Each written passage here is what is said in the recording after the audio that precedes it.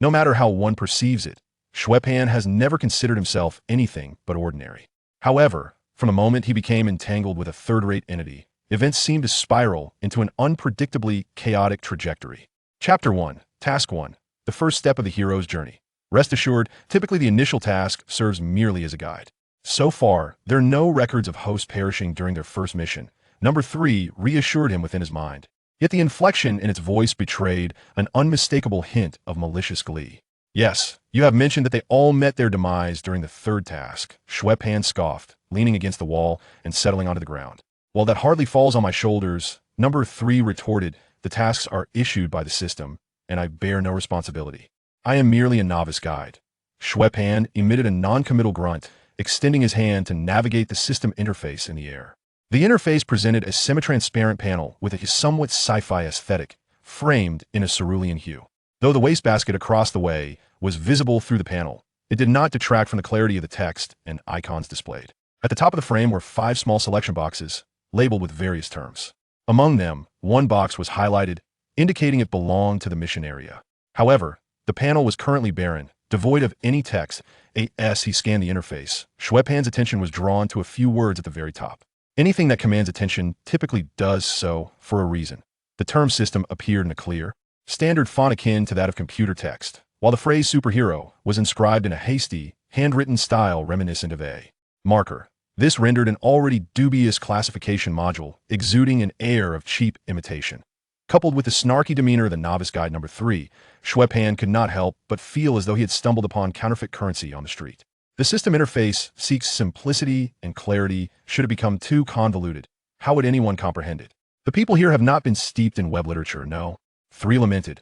Even then, 2 fools struggled immensely to grasp it. Upon hearing this, Xue Pan raised an eyebrow and inquired softly, how do you know what I'm thinking? Didn't you say you couldn't read my mind? Why would I need to read your thoughts? Your expression alone is enough to convey your disdain. You look as though you might spit on the system interface, no? 3 replied dismissively. The interface is simply dreadful, Xue Pan remarked, gesturing towards the incongruous handwritten superhero text. Surely this must have been modified from something else. It's evident that these words were added later, creating a profound sense of discord. Impossible number 3 elongated its response. It merely experienced some issues under the previous fool's management, and I transcribed it once more. Is that so? Xue Pan mused, scratching his chin. Yet I can't shake the feeling that the mosaic obscuring the handwritten text was your doing. Why would you think that? Number 3 replied innocently. What purpose would it serve me? You hardly seem like someone who acts solely for meaningful reasons. Xue Pan rolled his eyes. Moreover, this is a system synonymous with omnipotence. How could it not even replace a line of text? Who knows? Number 3 chuckled irresponsibly. I am not the system. You clearly couldn't even be bothered to fabricate a decent excuse, you unreliable third-rate entity, Xue Pan grumbled, rubbing his temples. By the way, is your name No? 3 merely because of this. A name is simply a designation. I've recently developed a connection with the number 3, so calling myself number 3 is quite fitting, Number 3 replied cheerfully. Xue Pan forced a smile, feeling a growing sense of irritation, and chose not to scrutinize the shoddy system interface any longer. With a wave, he dismissed the panel and stared blankly at the bustling street beyond the alley, filled with a myriad of pedestrians and vehicles. This variety was indeed diverse: white, black, brown, and a spectrum of hues, with colorful foreigners passing by, chattering in unfamiliar tongues. Occasionally, curious glances were cast his way, only to be swiftly averted. He pondered how he had found himself transported to a foreign land without having provoked anyone. This left Xue Pan, a staunch believer in the principles of scientific development, feeling profoundly melancholic. His self-taught English skills from gaming would hardly serve him well in this foreign environment. Moreover, having traversed from what appeared to be an abandoned park to this alley in just a short span of time, he had only deduced that he was in a Western country where English reigned supreme, and that his physical form was distinctly not his own.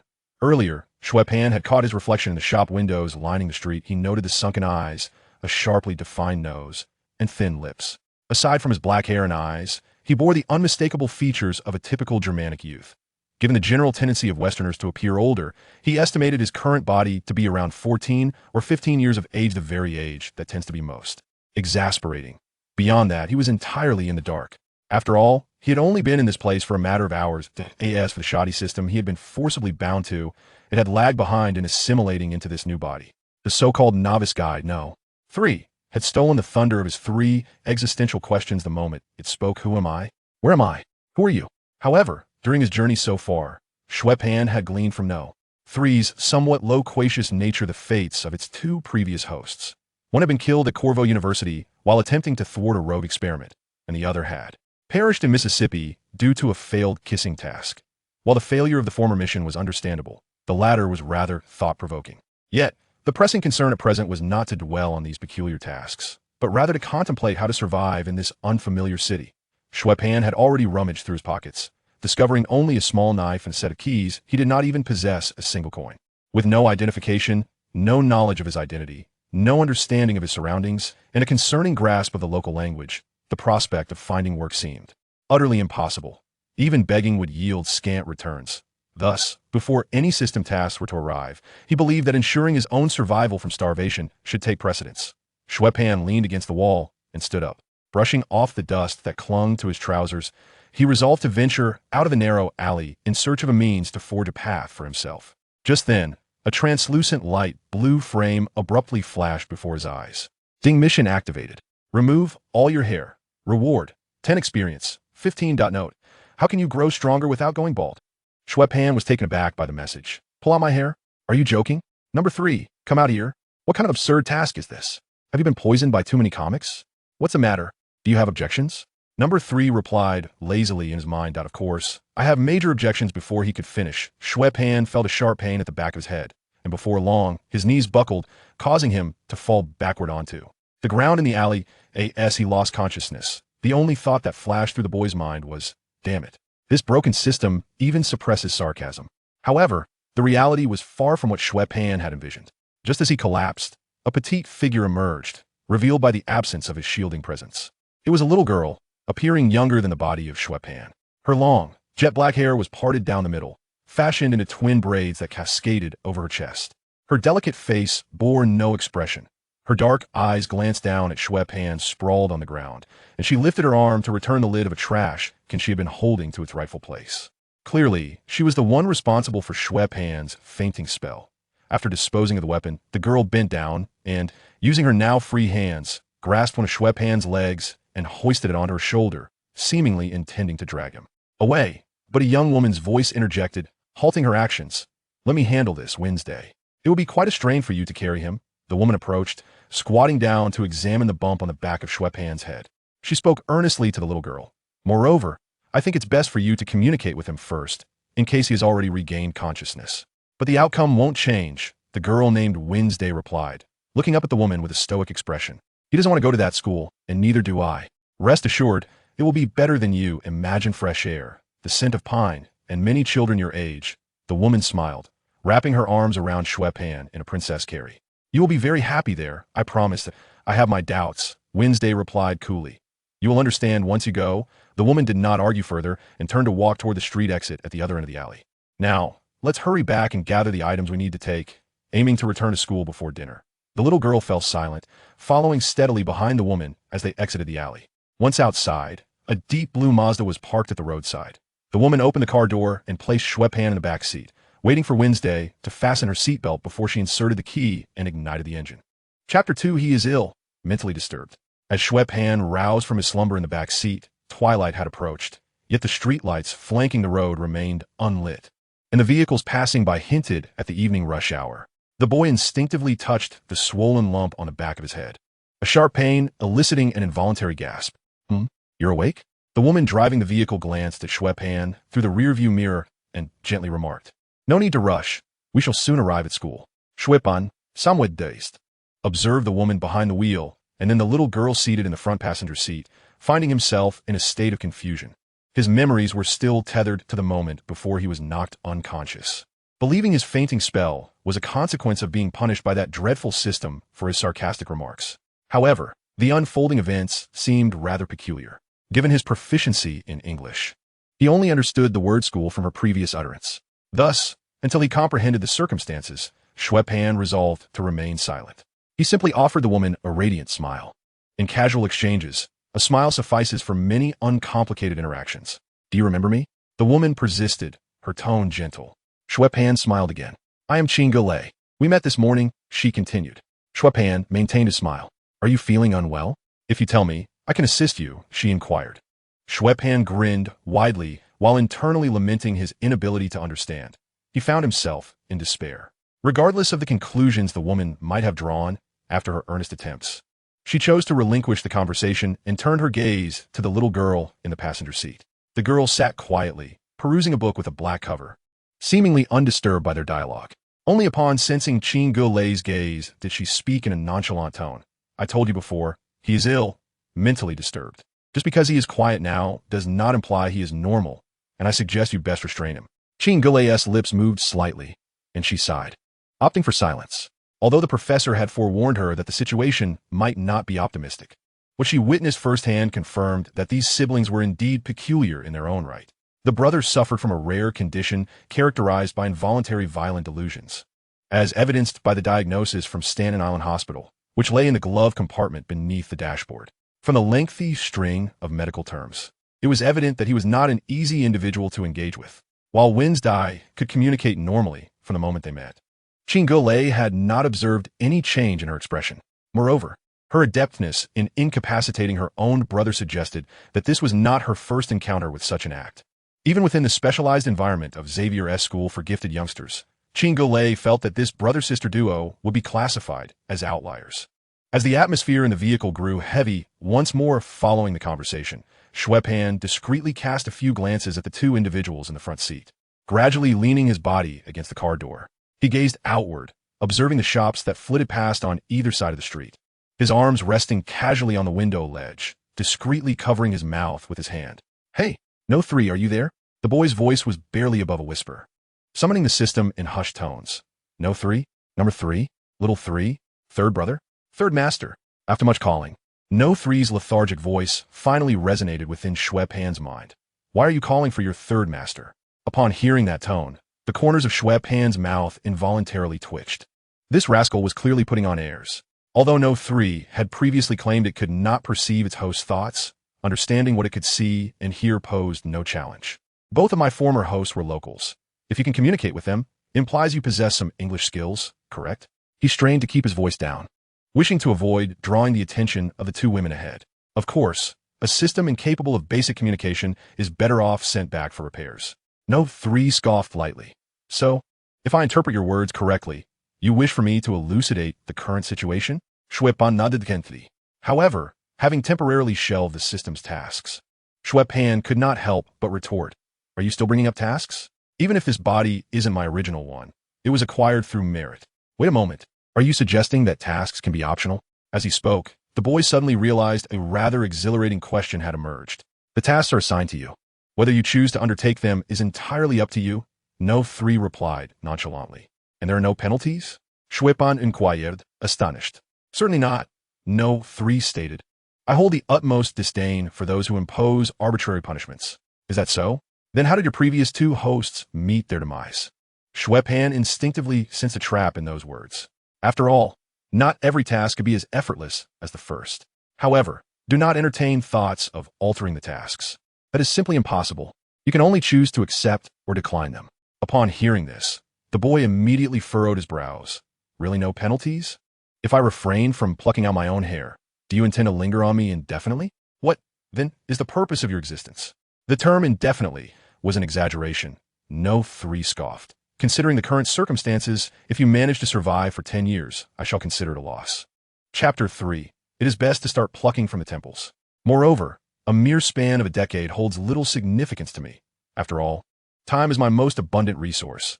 No 3 remarked in a relaxed tone. Hearing this, Xue Pan's gaze involuntarily drifted to the 2 women seated in the front, one older and one younger. The situation No 3 alluded to likely revolved around these 2. Yet due to his unconsciousness and inability to communicate, he remained largely uninformed. Coupled with the intrigue sparked by No 3's words, the boy found himself considerably swayed. Gritting his teeth in hesitation, Xue Pan ultimately nodded with a sense of resolute determination. Very well, I shall undertake the task. Now, you must divulge everything they have said. Do not be foolish. It is inconceivable to receive a resolute denial from number 3 the moment the boy finishes speaking. I shall honor my commitment. Xue Pan declared with a furrowed brow and a grave tone. This is not about your credibility. I simply find number 3's attitude tiresome. He then elaborated, however, the system inherently possesses linguistic permissions and several other functions that remain unmarked. Once you complete the initial task, these features will be unlocked. Thus, the choice is yours. Amidst number three's light laughter, their voice gradually faded, leaving Xue Pan alone in the back seat, contemplating the balding crisis that should only concern one in middle age. With no hope for his linguistic talents, opting to complete the task and swiftly acquire a foreign language seemed a prudent decision. Even if he were to lose all his hair, it would eventually regrow. After all, he was not truly bald. Xue Pan murmured to himself, persuading his thoughts. For it would indeed be a waste not to utilize the system.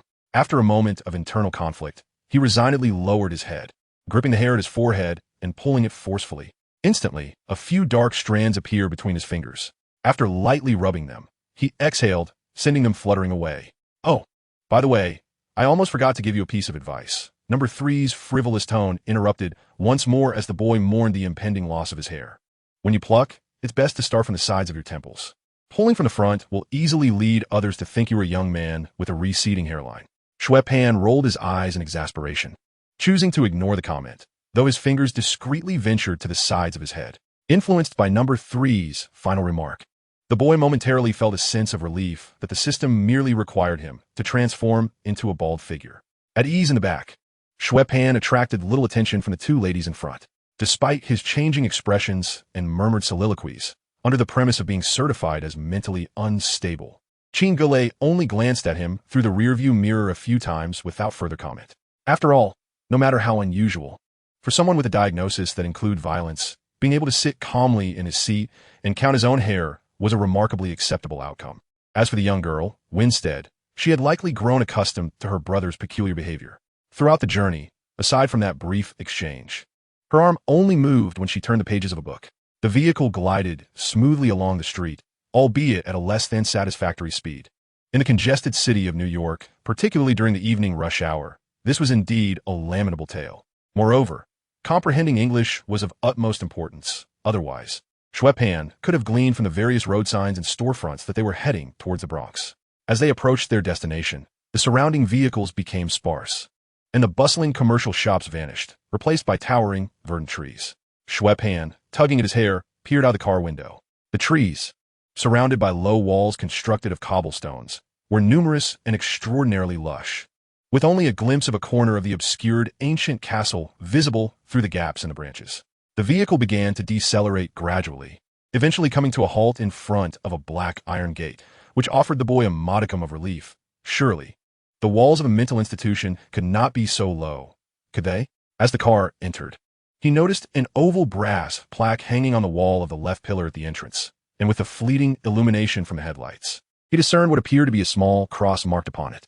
Ahead lay a vast expanse of verdant lawn, with undulating grass slopes extending to either side and a wide, tidy path leading toward the time-worn castle steeped in history. Surrounding the scene, a few clusters of boys and girls either frolicked on the lawn or ambled along the soft, rolling grassy bank by the lake. Xue Pan blinked, feeling an inexplicable sense of familiarity with this sight. However, before he could ponder further, the vehicle turned into a garage located beside the castle and came to a stop. "All right, children, we have arrived," Qin announced, turning off the engine and removing the keys. "Let's first place the luggage in the trunk, and then I'll take you to meet the professor." Wednesday, seated in the front passenger seat, said nothing, quietly closing her book, opening the door and stepping out. Although the boy did not comprehend the words spoken, this evident scenario made it clear to him what he should do next. Upon exiting the vehicle, under the bright indoor lights, Xue Pan hastily quickened his movements due to the pressing timeline, which noticeably drew the attention of the other two. Qin was momentarily taken aback by his newly shorn hairstyle, her eyes widening in silence for several seconds before she directed her gaze back to Wednesday. "What is he doing?" she wondered aloud. Having never witnessed such a thing before, the girl assessed Xue Pan with an expressionless demeanor and remarked nonchalantly, "Perhaps he thinks being completely shorn is preferable for the pot." Qin murmured, biting her lip, emitting a hesitant and feeble groan, feeling unable to respond to such a statement. Chapter 4, Xavier Academy for Gifted Youth. As Qin opened a door from within the garage, she led the siblings into the true interior of the castle. It was no exaggeration to refer to this structure as a castle. Merely the corridor connecting the garage to the main hall exceeded 300 feet in linear distance, and the main facade, observed earlier, rose to over 60 feet, divided into 3 stories, not to mention the various rooms they passed along the way. Although the castle's interior was vast, it did not feel empty. Periodically, youthful figures resembling students passed by, politely greeting Qin as they followed her lead, casting curious glances towards Xue Pan and his sister. The way they regarded the newcomers made the boy briefly consider that this might be some sort of boarding school. However, the solid oak flooring beneath his feet and the exquisite, luxurious decor within the space led him to doubt. No school or orphanage could afford such extravagance. The ancient castle, whose very scent seems imbued with the essence of history, will be more appropriately transformed into a museum or tourist attraction. As they turned the corner, an elderly African woman with snow-white hair and a man donning red sunglasses approached them. Upon seeing Qin, the man in sunglasses hastened towards her. Concern etched on his face as he affectionately inquired, "Are you all right? You're late for dinner. I thought you would have taken the New Jersey Turnpike. It should have been quicker to come from Staten Island to the Bronx." He raised an eyebrow and spoke softly. "Next time you can pick someone up, and I will substitute for you," Qin retorted playfully, a slight smirk betraying her feigned irritation. "Sounds good," the man replied with a smile, before recalling the matter at hand. "Oh, by the way, the professor is waiting for you in his study. You should hurry along." Qin nodded and gestured for the Xue siblings to follow her. "I've left some dinner for you in the small dining room, but it would be best to heat it before eating after your chat." As they passed the white-haired woman, the attractive young lady playfully winked at the two children. Despite her internal musings, Xue Pan could not shake the feeling of familiarity regarding the man in sunglasses and the woman with dyed white hair. Could it be that someone from this body has passed? The boy muttered softly, a sense of unease prompting him to tug at his hair with increasing urgency. Continuing onward, the trio arrived at a spacious hall where a brass chandelier hung from the ceiling, casting a bright glow. To their left, a staircase led to the second floor, opposite the castle's grand entrance, while the corridor they traversed faced a meticulously polished oak door.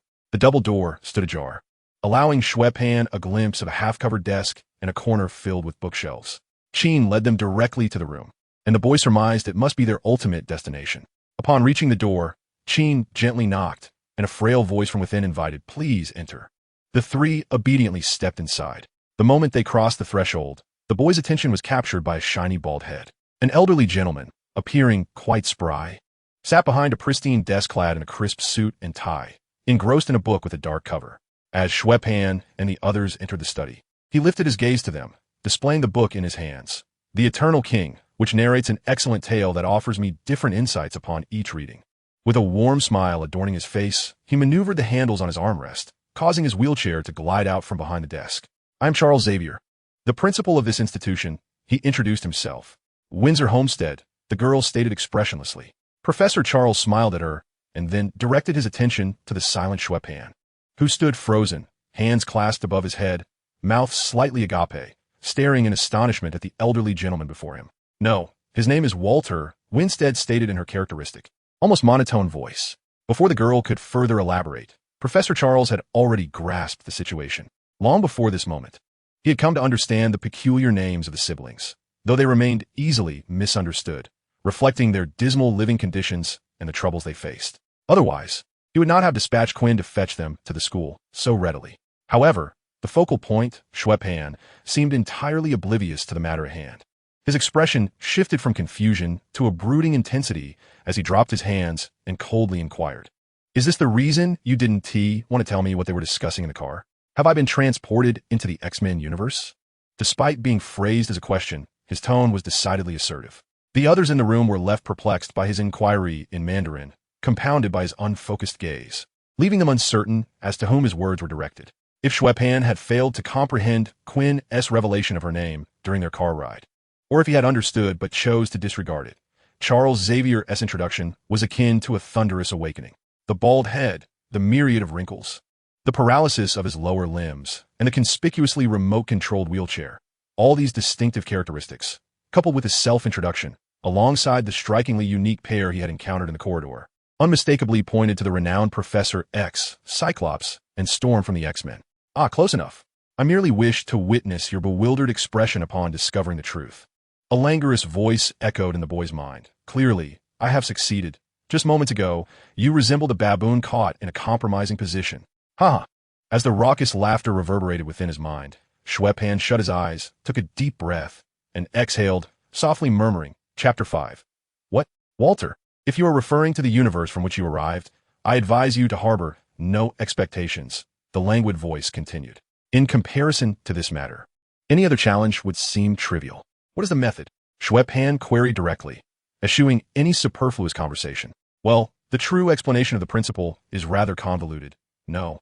3 mused before stating, in a rather irresponsible manner. One might say that to accumulate the energy necessary for a secure traversal, one would need to eliminate all life forms on Earth. Moreover, humanity is inherently capricious, though today marks merely the first day, as one genuinely experiences various events. These profound or superficial encounters will gradually alter one's innermost thoughts. Number 3's tone took on an unusually solemn quality, tinged with the wisdom of experience. It is sufficient that there is a way. Xue Pan seemed to completely overlook the latter sentiments, his voice quiet yet resolute as he reiterated. As long as there is a way, one must always have dreams. Although the odds are slim, what if they were to come true? Upon finishing his words, the boy disregarded the voice within his mind and flashed a smile at the few individuals in the room who looked at him with astonishment and concern. He then raised both hands to grasp the remaining hair on the back of his head and, summoning all his strength, he forcefully tore it away. A faint yet jarring sound echoed, sending a shiver down one's spine, as the scalp, still laden with dense hair, was brutally lifted from the nape to the forehead. Perhaps due to the ferocity of his action, the gaping wound hesitated momentarily before blood began to ooze forth. At this moment, there was no room for Xue Pan to idly toy with his own head. He understood clearly who stood before him and desperately required the ability to communicate normally. The 3 individuals in the room were immediately taken aback by this frenzied act. Professor Charles's complexion paled, his eyes fixating intently on the boy, attempting to restrain him to prevent any further actions. Qin gasped and lunged forward, seemingly intent on rushing the self-harming boy to receive urgent medical attention. Yet at that very moment, as Xue Pan had torn away most of his scalp, a light chime resonated in his mind, accompanied by a starkly mechanical voice devoid of any emotion, distinct from the previous one. However, this voice appeared to be interrupted by some interference, breaking in and out with a hint of static. Welcome to the Zila superhero Zila system. Simultaneously, the gory wound atop his head flickered with an almost imperceptible stream of blue and white light, reminiscent of data flow. The individuals in the room felt a momentary blur, and under the illumination of the room's lights, another slightly smaller bald head gleamed, reflecting the light, as if the wound and hair had never existed on that head. If not for the bloodied piece of scalp still clutched in the boy's hand, Qin would have suspected she had just experienced an illusion. Although it seemed Xue Pan was unharmed, Qin, who had rushed over, still cautiously reached out to touch his smooth, warm, and elastic scalp, which felt more pleasant to the touch than the professor's head. Qin glanced at Professor Charles in his wheelchair, who wore a solemn expression as he contemplated the boy's thoughts. After a moment of solitary reflection, the professor gently called out the boy's name. Xue Pan, momentarily startled, realized the bald figure in the wheelchair was addressing him and replied in fluent English, "Call me Xue Pan." Professor Charles was momentarily taken aback, then questioned in confusion. "As far as I know, your name does not seem to contain the term Xue Pan." "Well, I've decided to change my name. After all, the original one didn't sound particularly appealing." Xue Pan replied, blinking with a seemingly carefree demeanor. "May I inquire if this new name holds any special significance?" The professor asked, unfazed by the boy's attitude, his tone amiable. Xue Pan remained silent, merely smiling and shrugging his shoulders. His body had been seized, the world had been replaced, and every aspect of his new relationships bore no connection to his former self. The name was perhaps the only vestige that could attest to his existence, and Xue Pan had no desire to relinquish even that. Well then, Professor Charles Xavier pondered for a moment before earnestly addressing him. "I am curious about the reason behind your recent act of tearing at your own hair. Has the weather not begun to warm up? I thought that long hair might easily lead to heat rashes." The boy, slightly shivering in his short-sleeved shirt, gestured towards the old man's bald head, saying, "A bald head is indeed a commendable choice. You must understand that. If possible, I would prefer to have a thick mane of hair." The professor smiled gently, gracefully diverting the conversation. "So, does the rapid healing of the wound on your head signify your abilities?" He continued earnestly, "In truth, you are a mutant, Xue Pan. Like you and your sister, we are also mutants. This Academy for Gifted Youths is dedicated to assisting young mutants in mastering their abilities and fostering amicable relations between humans and mutants." Xue Pan glanced at the little girl beside him, who had remained expressionless throughout, only then realizing that she was his sister. Professor Xavier noticed the shift in the boy's gaze, stating, "Wanda possesses a remarkable self-healing ability as well. However, Even though you are siblings, your powers cannot be entirely identical. The distinctions necessitate discernment and experimentation. This revelation left Xue Pan somewhat astonished, not due to the old man's surprising knowledge of them, but rather the unexpected discovery that this little girl possessed such extraordinary self-healing capabilities. Not everyone boasted a skeleton of adamantium, like Wolverine, nor did they have the extensive experience of slaughter from World War I, World War II, and the Vietnam War. Yet, the mere fact that she was difficult to kill was enough to evoke envy. As for Professor Xavier, the X-Men film series had garnered significant popularity in the original universe, leaving a profound impression on Xue Pan. Chapter 6. Accommodation. In the films, Charles Xavier wields formidable telepathic abilities, allowing him to read others' thoughts and memories without physical contact. He can also manipulate and control others' minds and actions, earning the title of the world's most powerful intellect. Furthermore, within the depths of what is commonly referred to as the X Academy lies a cerebral wave intensifier. Through this machine, Charles can connect with every individual on the planet, be they ordinary humans or mutants. This means he can delve into the innermost secrets of anyone on this globe, and should he wish, he could use this device to extinguish the lives of all. Thus, one might wonder how such a super voyeur, possessing the destructive potential of a human nuclear bomb, could have refrained from sifting through their memories before inviting them to the Academy. Xue Pan found it hard to believe that the old man was unaware of even the color of his current underwear.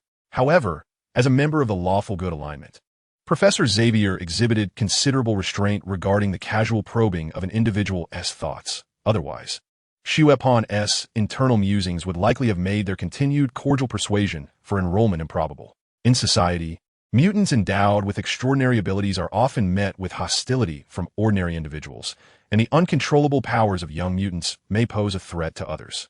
This institution has been established to provide a nurturing environment for children like you, where you can learn together without facing exclusion or fear. Professor Charles directed his gaze towards Wendy, maintaining his gentle demeanor as he expressed, "Therefore, I hope you will choose to remain at this school and consider it your new home. You can continue your education here until adulthood, and what you do thereafter will be entirely up to you, whether to reintegrate into society or to stay and teach at the school." At this point, it was evident that he was subtly guiding them toward a decision. Wendy cast a fleeting glance at Charles, her tone nonchalant as she remarked, "When it comes to learning, I'm rather dubious about what you can impart."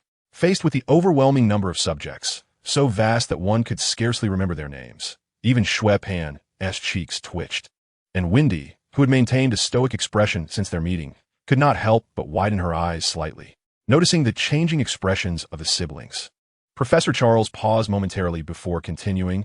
"Of course, among the conventional courses, some belong to advanced electives, and there will be a fixed curriculum appropriate for your age group, which will not be overly burdensome." Xue Pan shot a glance at the girl and nodded at Professor Charles. "It is certainly beneficial to continue learning. After all, knowledge can alter one's destiny. Indeed, I am exceedingly hungry. I hope the meals here are satisfactory." Xue Pan rubbed his stomach, realizing it was time for him to depart. Jean nodded towards the professor and then led the siblings out of the study, traversing another corridor towards the small kitchen. After a simple dinner, she guided Xue Pan and Wendy up the wooden staircase to the second floor of the castle.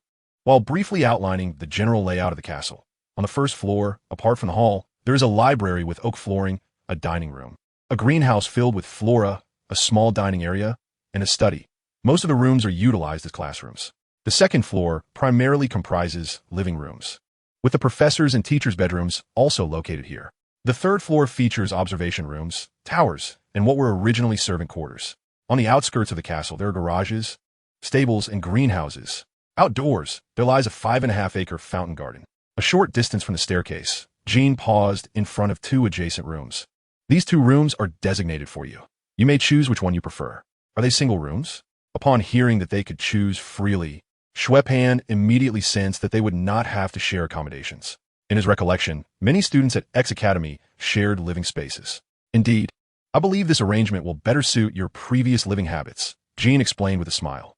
Initially, before retrieving the siblings, she had considered that having these two children share a room might help them learn to coexist with others and integrate more quickly into the community. However, after encountering Xue Pan, that notion swiftly dissipated, especially after witnessing the earlier scene in Professor Charles's study. She felt the school must also be responsible for the safety of its other students. For individuals whose diagnosis includes the term unconscious violence, It is more appropriate for them to occupy a room alone. Xue Pan had no objections to this. In fact, he preferred to reside by himself. He reached out to open the wooden door situated to his left, peering inside the room. The space was clean, tidy, and not cramped at all, ready for immediate occupancy. To the left of the entrance stood a set of wooden furniture, adorned with brand new toiletries. Above the table hung a mirror, while in the corner loomed a dark, vintage wardrobe with its doors firmly shut.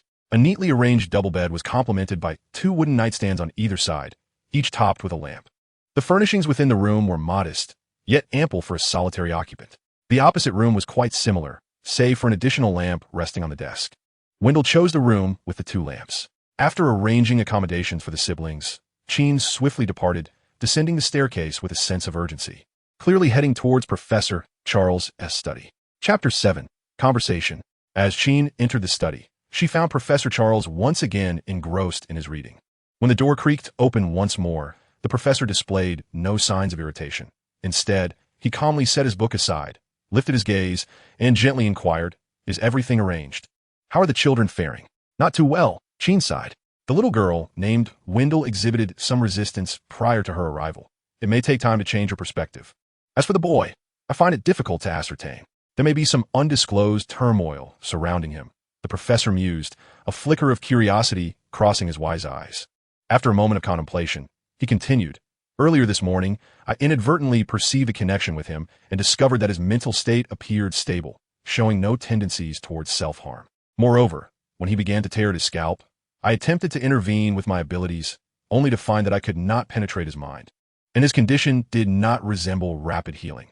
It felt as if he had transformed into an entirely different person." "A different person?" Cheen's expression instantly turned grave. "Could it be Mystique?" "No, it cannot be Raven," Charles replied, gesturing for her to take a seat. "I know her well, Cheen. If she had devised a means to shield herself from my telepathy, she wouldn't need to go to such lengths to infiltrate the school. Furthermore, she is not even in New York at present. Have you discovered anything?" Cheen paused, pulling out a chair and asking impulsively. "Not yet. Since the failed proposal to repeal the Mutant Registration Act, Eric has been scheming, but his helmet obstructs my telepathic insight." The professor's brow furrowed slightly. "Given our mutual understanding, he certainly won't disclose his plans to anyone, even his closest associates, until he resolves the issue I pose. However, do not worry. As long as his plans are in motion, there will inevitably be a flaw exposed. We will manage to thwart him," Charles assured her before she could respond. "I have no doubt about this." Cheen smiled and nodded, expressing that her primary concern was not Magneto, but rather whether it was truly appropriate for that boy to have invited him into the school. The boy's health remained uncertain.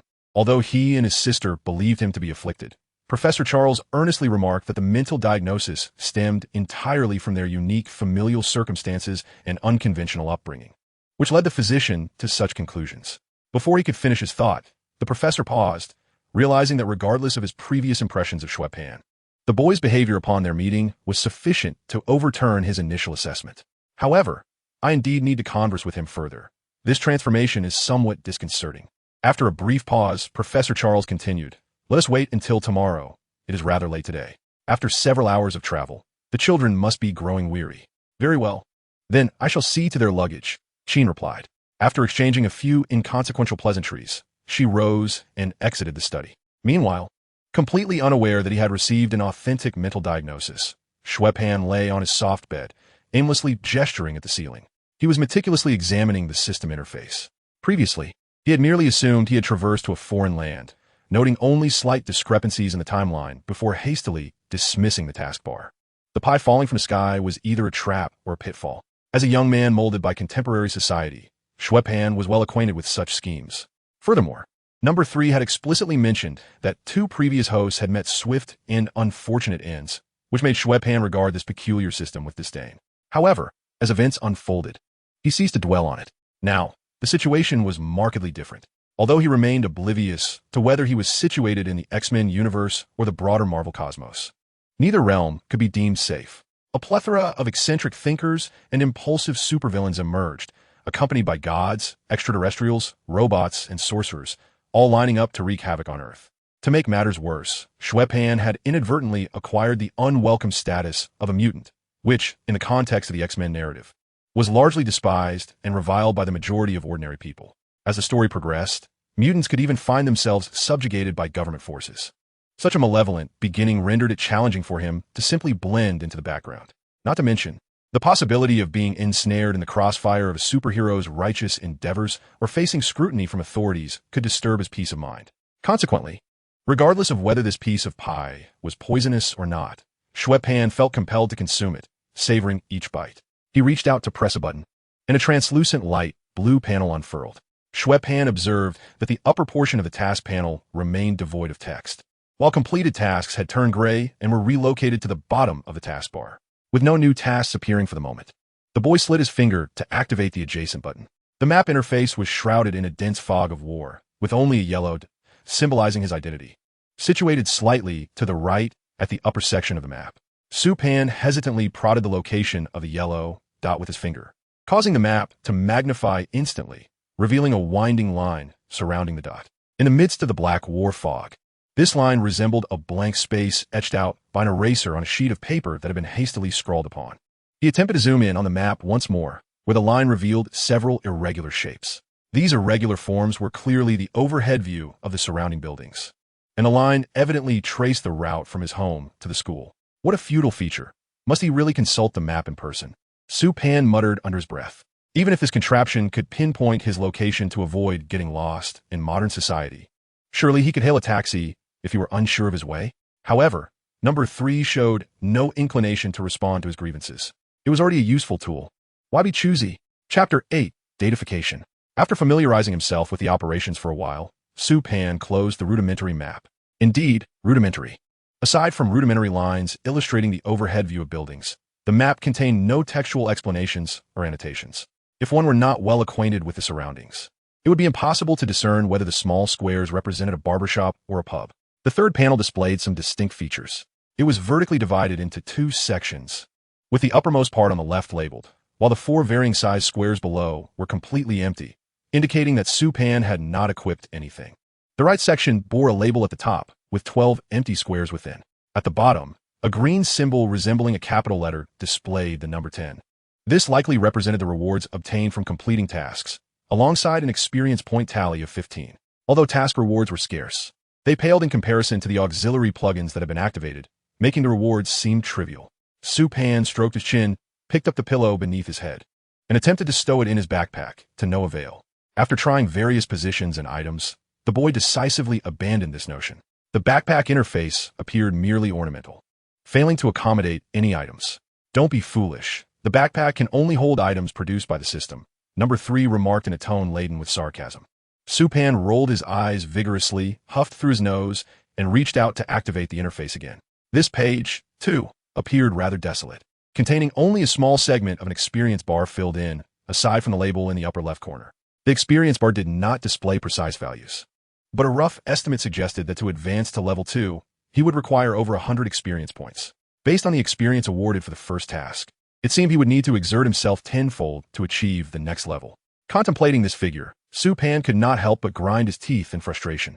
He understood the principle that one must pay a price for what they wish to attain, compared to a certain brutish individual who only became formidable after being wronged. Such tasks were at least somewhat acceptable. At the very least, this individual presently comforts himself in such a manner. As for the final item, it is perhaps the most eagerly anticipated by Xue Pan. Reflecting on the novels he had previously read, he realized that the system shop was indeed the most beneficial aspect for the host. However, upon accessing the special sales section, Xue Pan was disheartened to find a solitary 3-dimensional image of a red syringe displayed on the panel. The syringe, tinged with a hint of pink, appeared rather unremarkable. Yet the description that unfolded upon focusing on it was sufficiently striking. Purchase and use immediately. What would this be? A health potion. Having engaged with various games, Xue Pan was no stranger to this item. After all, what does one do when surrounded by monsters? Use a potion. What if a boss inflicts excessive damage? Use a potion. What if one steps into a trap and suffers continuous damage? Use a potion. There is no adversary that cannot be resolved with a health potion. If there is, then one should have a dozen on hand. However, the price seemed to suggest that he would need to pull out his hair 5 times over to afford a single vial. In Xue Pan's mind, pulling out his hair had evidently become a unit of measurement.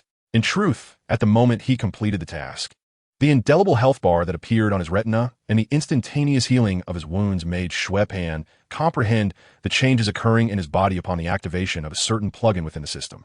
To put it somewhat bluntly, it could be regarded as a form of datafication or gamification. He now resembled a character within a game, where all damage was solely reflected in the reduction of his health. The rapid healing of his scalp was merely a unique phenomenon stemming from the initial appearance of the wound. After this, as long as his health bar remained intact, no further wounds would manifest on his body. Of course, should the health bar deplete, leading to death, Xue Pan was uncertain what fate awaited his body. Nevertheless, if death were to occur, who would truly care? After meticulously perusing the system panel, the boy closed it and propped his hands beneath his head, staring blankly at the ceiling above, lost in thought. While the presence of others had provided some solace, now, alone in the quiet confines of his bedroom, waves of surrealism began to inundate his consciousness. Unfortunately, this sense of helplessness and detachment from the world did not linger for long. The events of the first day in this new reality, along with their accompanying shock, left Xue Pan mentally exhausted. Merely 2 minutes after shutting the system panel, he succumbed to a deep slumber. However, it is also possible that this was induced by having overindulged at dinner. Regardless of the cause, he slept soundly as though he were a lifeless swine, entirely unaware of a certain man wearing sunglasses delivering a large suitcase to his room. The following morning, having thoroughly replenished his rest, Xue Pan awoke with a vigorous stretch, his eyes opening to the unfamiliar surroundings of the room, initially struggling to grasp the situation. After a moment of contemplation, the boy finally recalled the reality of his transmigration. He was now situated in the legendary X Academy, a place renowned for its congregation of peculiar individuals. After switching on the bedside lamp and sitting momentarily in a daze, Xue Pan rose and approached the deep brown leather suitcase that lay near the door. Though I have never encountered it, a moment's contemplation reveals that this must be the suitcase that was left in the trunk of the car yesterday. The boy grasped the handle on the side of the case, preparing to lift it and place it on the adjacent table to explore its contents. However, contrary to his expectations of it containing merely a change of clothes, the suitcase proved to be unexpectedly heavy, exceeding his judgment. Unprepared for such a weight, Xue Pan nearly strained his arm as he lifted it. Goodness, what on earth is in here? Did some fool stuff a dumbbell inside? He muttered a complaint about the former owner of his body, then rummaged through his pocket to retrieve a set of keys, attempting to unlock the small padlocks on the suitcase one by one. With a sharp click, the moment he opened the suitcase, a crisp metallic sound was triggered. The iron bars, which had merely seemed decorative, suddenly revealed themselves as a cleverly disguised small animal trap, catching his left hand with its serrated edges before he could react. This was no mere ornament. It was a deviously crafted device. How inventive! As he observed the diminishment of his health bar, he found himself surprisingly impressed. Anger was unwarranted. After all, one could hardly anticipate that opening one's own suitcase would result in injury. Curiosity overtook him as he pondered why such a contraption was employed as a security measure. Moreover, the digital nature of his body meant that no wounds would manifest, implying that the pain would be momentary, with no lasting discomfort. Being caught by this small trap was akin to having a finger caught in a door. Furthermore, Xue Pan had yet to adapt to gauging his vitality based on the fluctuations of his health bar. With no physical feedback from his body and no visible wounds to indicate injury, he subconsciously dismissed the notion of having sustained harm.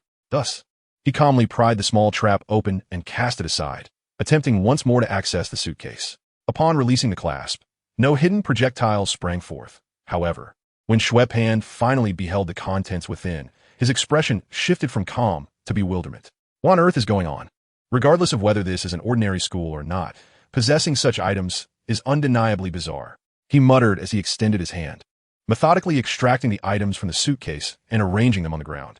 Among them were a portable diesel chainsaw, a thick-bladed cleaver, a short spear, a sheathed rapier, an octagonal iron hammer, 2 rebar spikes, a spiked brass knuckle, a physics-themed sword, a bundle of rope, and even 3 large firecrackers bound together with tape. Additionally, there were several small bottles wrapped in cotton for protection, each labeled with a prominent skull, indicating they were far from ordinary cold medicine. Most absurdly, beneath the other items lay a small guillotine, its glimmering blade leaving no doubt that this perilous toy could effortlessly sever a wrist. So many hazardous materials piled together, alongside several oddly shaped pieces of metal crammed into the corner. In this context, they all appear as instruments of violence. Is it truly the profound persecution complex of the body I inhabit, or has this world become so perilously dangerous that merely carrying a knife for protection is insufficient? Faced with this array of controlled items, Xue Pan could only express his bewilderment. Just then, the door handle emitted a sudden click. However, it was too late. His younger sister, Wednesday, entered the room with an impassive expression. Upon seeing the scattered, dangerous items, she inquired, as if accustomed to the sight, "Packing your bags?" Yes, Xue Pan replied, momentarily perplexed by her demeanor. "I came to retrieve something you have. After you tidy up, would you like to play a game with me?" The girl's tone remained indifferent. Yet when the mention of a game arose, Xue Pan sensed a flicker of anticipation in her expression. After contemplating for a few seconds, the boy nodded in acceptance of Wednesday's invitation. "All right, I'll organize these things and then come find you." Although he was already aware of the connection to the X-Men, Xue Pan still needed to confirm more information. A limited exchange with his younger sister should pose no issue. "Okay," Wednesday responded coolly, picking up the metal pieces that Xue Pan could not identify and leaving the room. Reflecting later, Xue Pan realized that Wednesday, after all, was his sister. She would likely have some understanding of the belongings their older brother had packed. Her calmness stemmed from familiarity. Had it been an outsider, there would be no reason to dismiss such hazardous items so nonchalantly. After freshening up and glancing at his shiny bald head in the mirror, Xue Pan discovered that he did not miss his hair as much as he had anticipated. It was no longer his own body. Pushing open the door, he found the corridor enveloped in silence. He had gone to bed early last night and awoke early today, while most students at school were still cocooned in their blankets. Lost in dreams, burdened with unanswered questions, Xue Pan knocked on the door of the adjacent room and entered, only to find Wednesday squatting behind the bed, fiddling with something. The original bedside lamp lay disassembled, its parts scattered across the nightstand. "You're here? Just wait a moment. The game isn't ready yet." "I haven't finished setting it up," Wednesday said, her voice muffled as she kept her head down. "What are we playing?" Xue Pan scanned the room, but found no laptop or gaming console. It struck him then that the game Wednesday referred to differed from his expectations. A new game. Wednesday seemed to have completed her task, standing up and casually placing a black box-like object beside the disassembled lamp. "I call it, is there really a god?" "God?" Xue Pan paused, chuckling. "That depends on which pantheon you're referring to. If it's the Norse gods, I can confidently say they exist. Moreover, if you've heard of Tony Stark, you might even have the chance to meet some of those gods in the future." Before the uncertain timeline, the name of this infamous playboy in the Avengers was always resoundingly prominent. It was rumored that he indulged with a different woman each night. The girl spoke as she approached the chair, inspecting the curvaceous lines. Xue Pan, invigorated by this, immediately inquired, "What date is it today?" "September 19th. "And the year?" The boy pressed further. 2005. Upon hearing this, Winstead lifted her gaze, locking her eyes onto the boy's. "Are you not Walter?" Chapter 10. A hero should not lack courage. Xue Pan was taken aback by this abrupt question, his fists instinctively clenched, yet he chuckled nervously. "What kind of question is that? Didn't we already discuss this yesterday? I have changed my name to Xue Pan. As for the matter of time, I am uncertain due to a blow to my head that has left my mind rather muddled, and I cannot recall many things." "Is that so?" Winstead maintained her unwavering gaze upon the boy, seemingly unfazed by his words, and gestured to the only chair in the room. "Come, take a seat." Xue Pan secretly sighed in relief, but inquired, "Why sit there? What game is this?" Confused, he walked over and plopped down onto the chair. "Is what you mentioned truly real?" "Indeed." Winstead calmly nodded, yet her movements quickened his heartbeat. "Hey, what are you going to do?" "No, don't do anything. I'm your brother, and this is school. You shouldn't act this way." Xue Pan struggled in a fluster, but it was difficult to fathom how such a petite girl possessed such strength that he could not break free. Yet, Winstead remained indifferent to his protests, skillfully binding him to the chair with a rope she had in her possession. Once she ensured he was securely restrained, she retrieved some iron pieces connected by wires from a nearby table, placing them behind his back, beneath his feet and buttocks, their curved lines leading to the headboard of her bed. Subsequently, in Xue Pan's wide-eyed astonishment, Winstead leisurely picked up a small black box that had been beside the disassembled lamp. On the back of the box, he noticed two diminutive electrical switches. "Wait, you've connected this to electricity?" Xue Pan shouted in horror, exerting all his strength to escape the bonds. "Ah, this girl is intriguing. I quite enjoy the drama," chimed in a voice.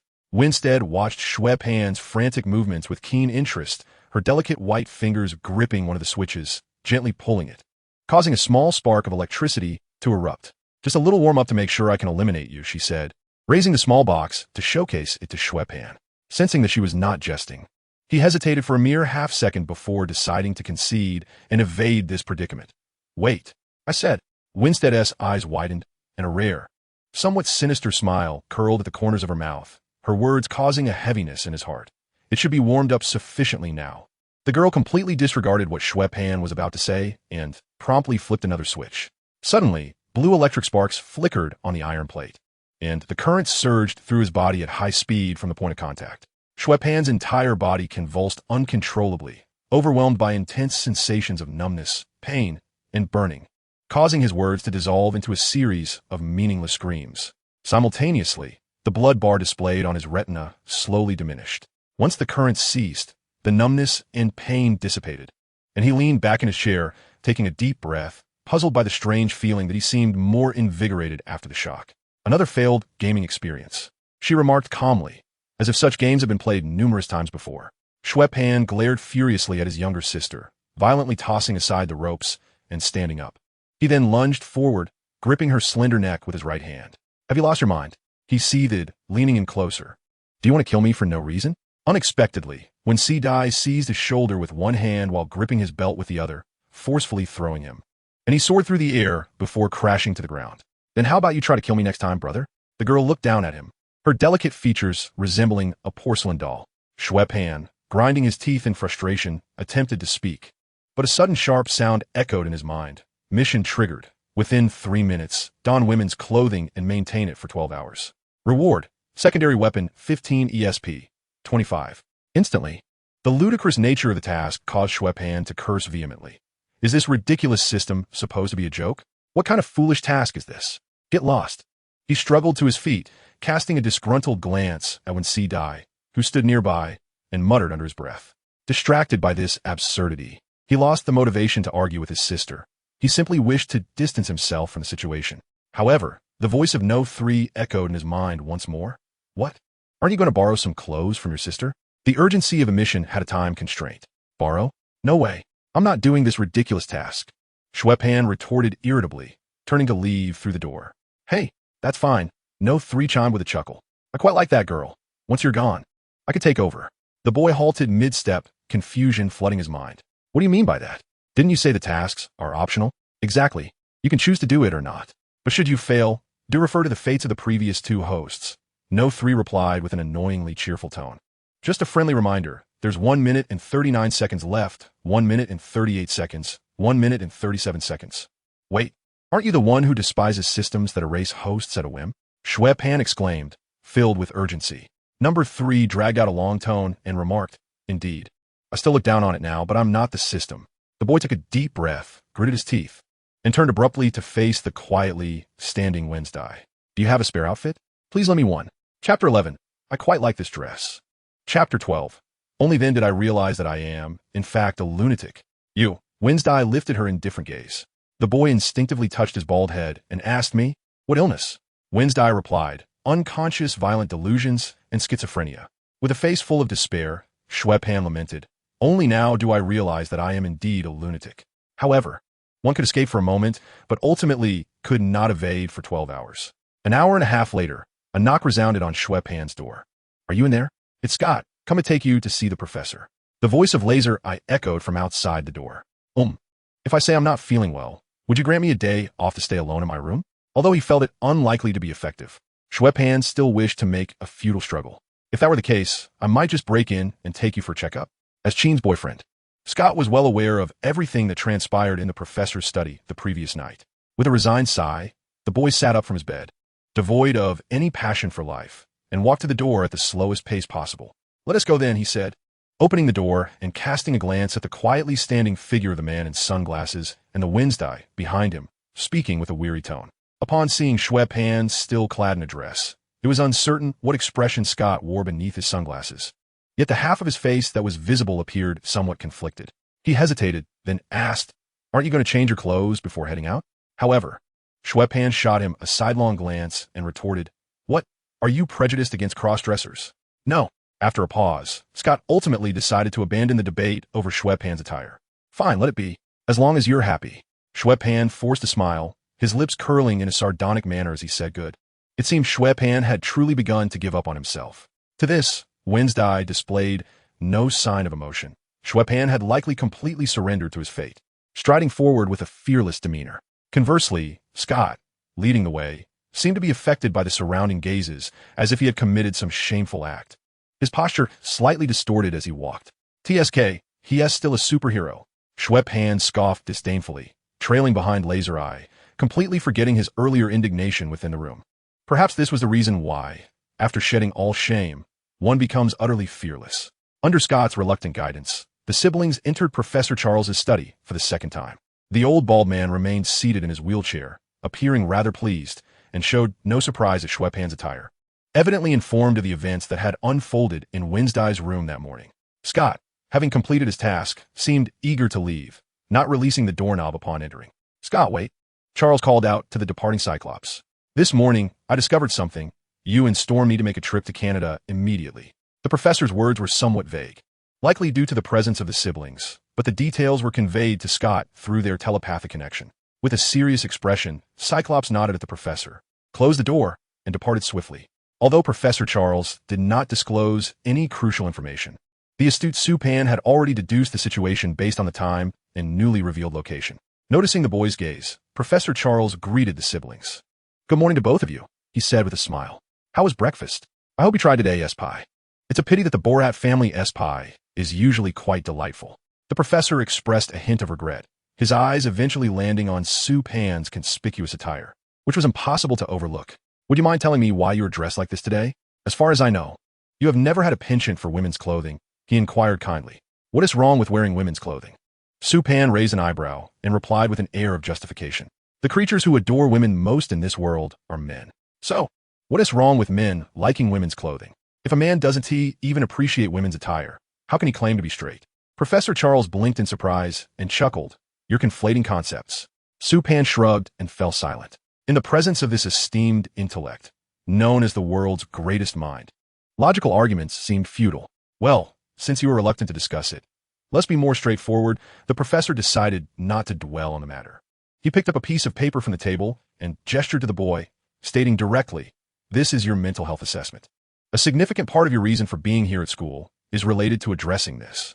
Xue Pan nodded uncertainly, choosing to remain silent. In truth, he had been knocked unconscious and taken away before he could grasp the situation, only realizing this morning that he had a condition. Who would have guessed he was here to seek treatment? Would it not be better to go to a hospital for such matters? Unaware of the boy's internal musings, the professor continued earnestly, "However, I believe the doctor's assessments are not entirely accurate. Yesterday morning, when I inadvertently tapped into your mind, I stumbled upon some memories of your daily life, and I feel this behavior is merely an abnormality stemming from family upbringing and life experiences." At this point, Wendy, standing nearby, clearly disagreed with this perspective and promptly interrupted the elderly man. "My behavior is entirely normal," she stated flatly, as if declaring a fact. Professor Charles turned to the girl, gently countering, "Such as attempting to kill your own brother?" The girl's tone remained as unvaried as ever. "It is merely a game between us, akin to that which transpires between my father and uncle. They once choked each other into unconsciousness, necessitating emergency aid. Indeed, later on, your father bound your uncle to a tree and extracted 4 of his prominent teeth. In retaliation, your uncle pried open your father's skull while he lay in slumber, relocating his brain." Professor Charles rubbed his temples, articulating the remainder of her statement. Beside them, Xue Pan was utterly astonished. He instinctively swallowed and subtly shifted away from Wendy. "Goodness, not a single normal person in this family," he mused, convinced that his method of traversing here must have been flawed. Conversely, the entity in his mind, number 3, rather admired this conduct, lamenting, "I truly should have waited a bit longer. Had I been bound to that girl, it would certainly not have been like you, with your reluctance to engage in tasks." The boy rolled his eyes, adjusting the somewhat snug skirt he wore. Given the system's nature, it would make no difference who was involved. Professor Charles remained oblivious to Xue Pan's movements, his focus solely on the girl as he endeavored to correct her misguided notions. "Do you know Wendy? Typically, girls of your age harbor only a singular thought." Xue Pan could not help but inch away again, initially intending to interject with a quip about flirting with young boys. Professor Charles appeared somewhat vexed by this response. After a brief pause, his gaze sharpened, unwavering as he peered into the girl's jet-black eyes. Observing this scene, Xue Pan narrowed his eyes slightly. In films, the professor often exhibited such behavior when employing telepathy. Several seconds elapsed before the elder blinked, redirecting his gaze to the girl's overly pale cheeks. Wendy gazed back silently, withholding her words. Xue Pan smirked, refusing to flinch. Ever since he realized that he was at X Academy, he understood that he could not evade this scrutiny forever. After all, he had arrived without acquiring any memories of the original owner, and his markedly different behavior would undoubtedly pique Professor Charles's curiosity. Moreover, that bald elder possessed the world's most effective voyeuristic abilities. Xue Pan would never believe that the professor had no desire to delve into his mind. You must already be aware that my superpower is telepathy. It allows me to connect with your brains, thereby discerning your thoughts. However, to access memories, a deeper level of perception is required. The professor beckoned the boy closer, determining whether you truly suffer from a mental disorder hinges critically on your memories. Oh, Xue Pan replied nonchalantly, ambivalently stepping forward. He had long confirmed with number 3 that, due to the system's presence, no one could penetrate his mind, not even himself, should he wish to connect voluntarily. In this respect, he felt that the troublesome entity binding him had finally exhibited some semblance of system-like behavior. However, I still hope you can relax a little, Professor Charles said, his hands clasped together as he patiently elucidated to the boy. As I observed, it seemed that your mind had suddenly grown remarkably powerful, effortlessly blocking my abilities without your conscious control. Relaxation, is it? He nodded, pretentiously taking several deep breaths, and then languidly declared, All right, I feel quite relaxed now. The professor gazed at Xue Pan and initiated a mental connection.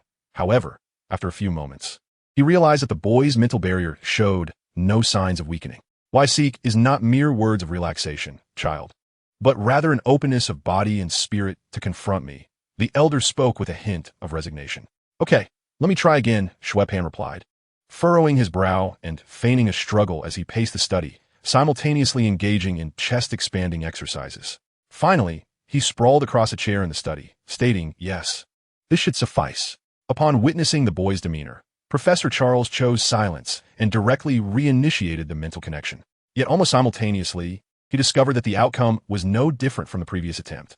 Not this way, the professor began, but was abruptly interrupted by Xue Pan. Don't make me relax again. If this continues, I shall end up on the floor. The professor let out a wry smile, preparing to articulate further, when suddenly he felt his consciousness waver uncontrollably. In an instant, the familiar study vanished, replaced by a place shrouded in mist. The surrounding fog was dense, swirling in such a manner that it obscured even slightly distant sights. This abrupt transformation astonished Professor Charles.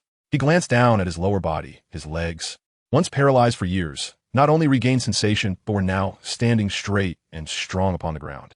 As an experienced telepath, the professor understood precisely where he had arrived. Yet, he was perplexed, for accessing memories should not lead one into another's conscious space. With questions lingering, the elder cautiously stepped forward. Instantly, the fog dissipated at an astonishing speed, revealing a peculiar street. It was a short, cobblestone path, winding yet sufficiently level to accommodate 2 cars side by side. Flanking the street were houses of bizarre design, immediately evoking a sense of discomfort. It resembled the haphazard doodles of a drunken, mediocre architect, meticulously constructed by mindless laborers. No part of the houses was symmetrical. Walls sloped unevenly, doorways varied in width, windows differed in size, and no 2 houses shared a resemblance. Their only commonality was an unsettling appearance. Chapter 14, Dissociative Identity Disorder. The silence rendered the dark windows akin to the eyes of the houses, while the raised foundations resembled gaping mouths obscured in shadow. Each house appeared as a twisted grin, malevolently scrutinizing Professor Charles, who stood solitary in the center of the street. The elderly man's brows were tightly knitted together, and the chaotic atmosphere led him to believe that the situation was far more complex than initially anticipated. It is essential to recognize that the environment reflected within one's consciousness often represents the place where an individual feels the most at home.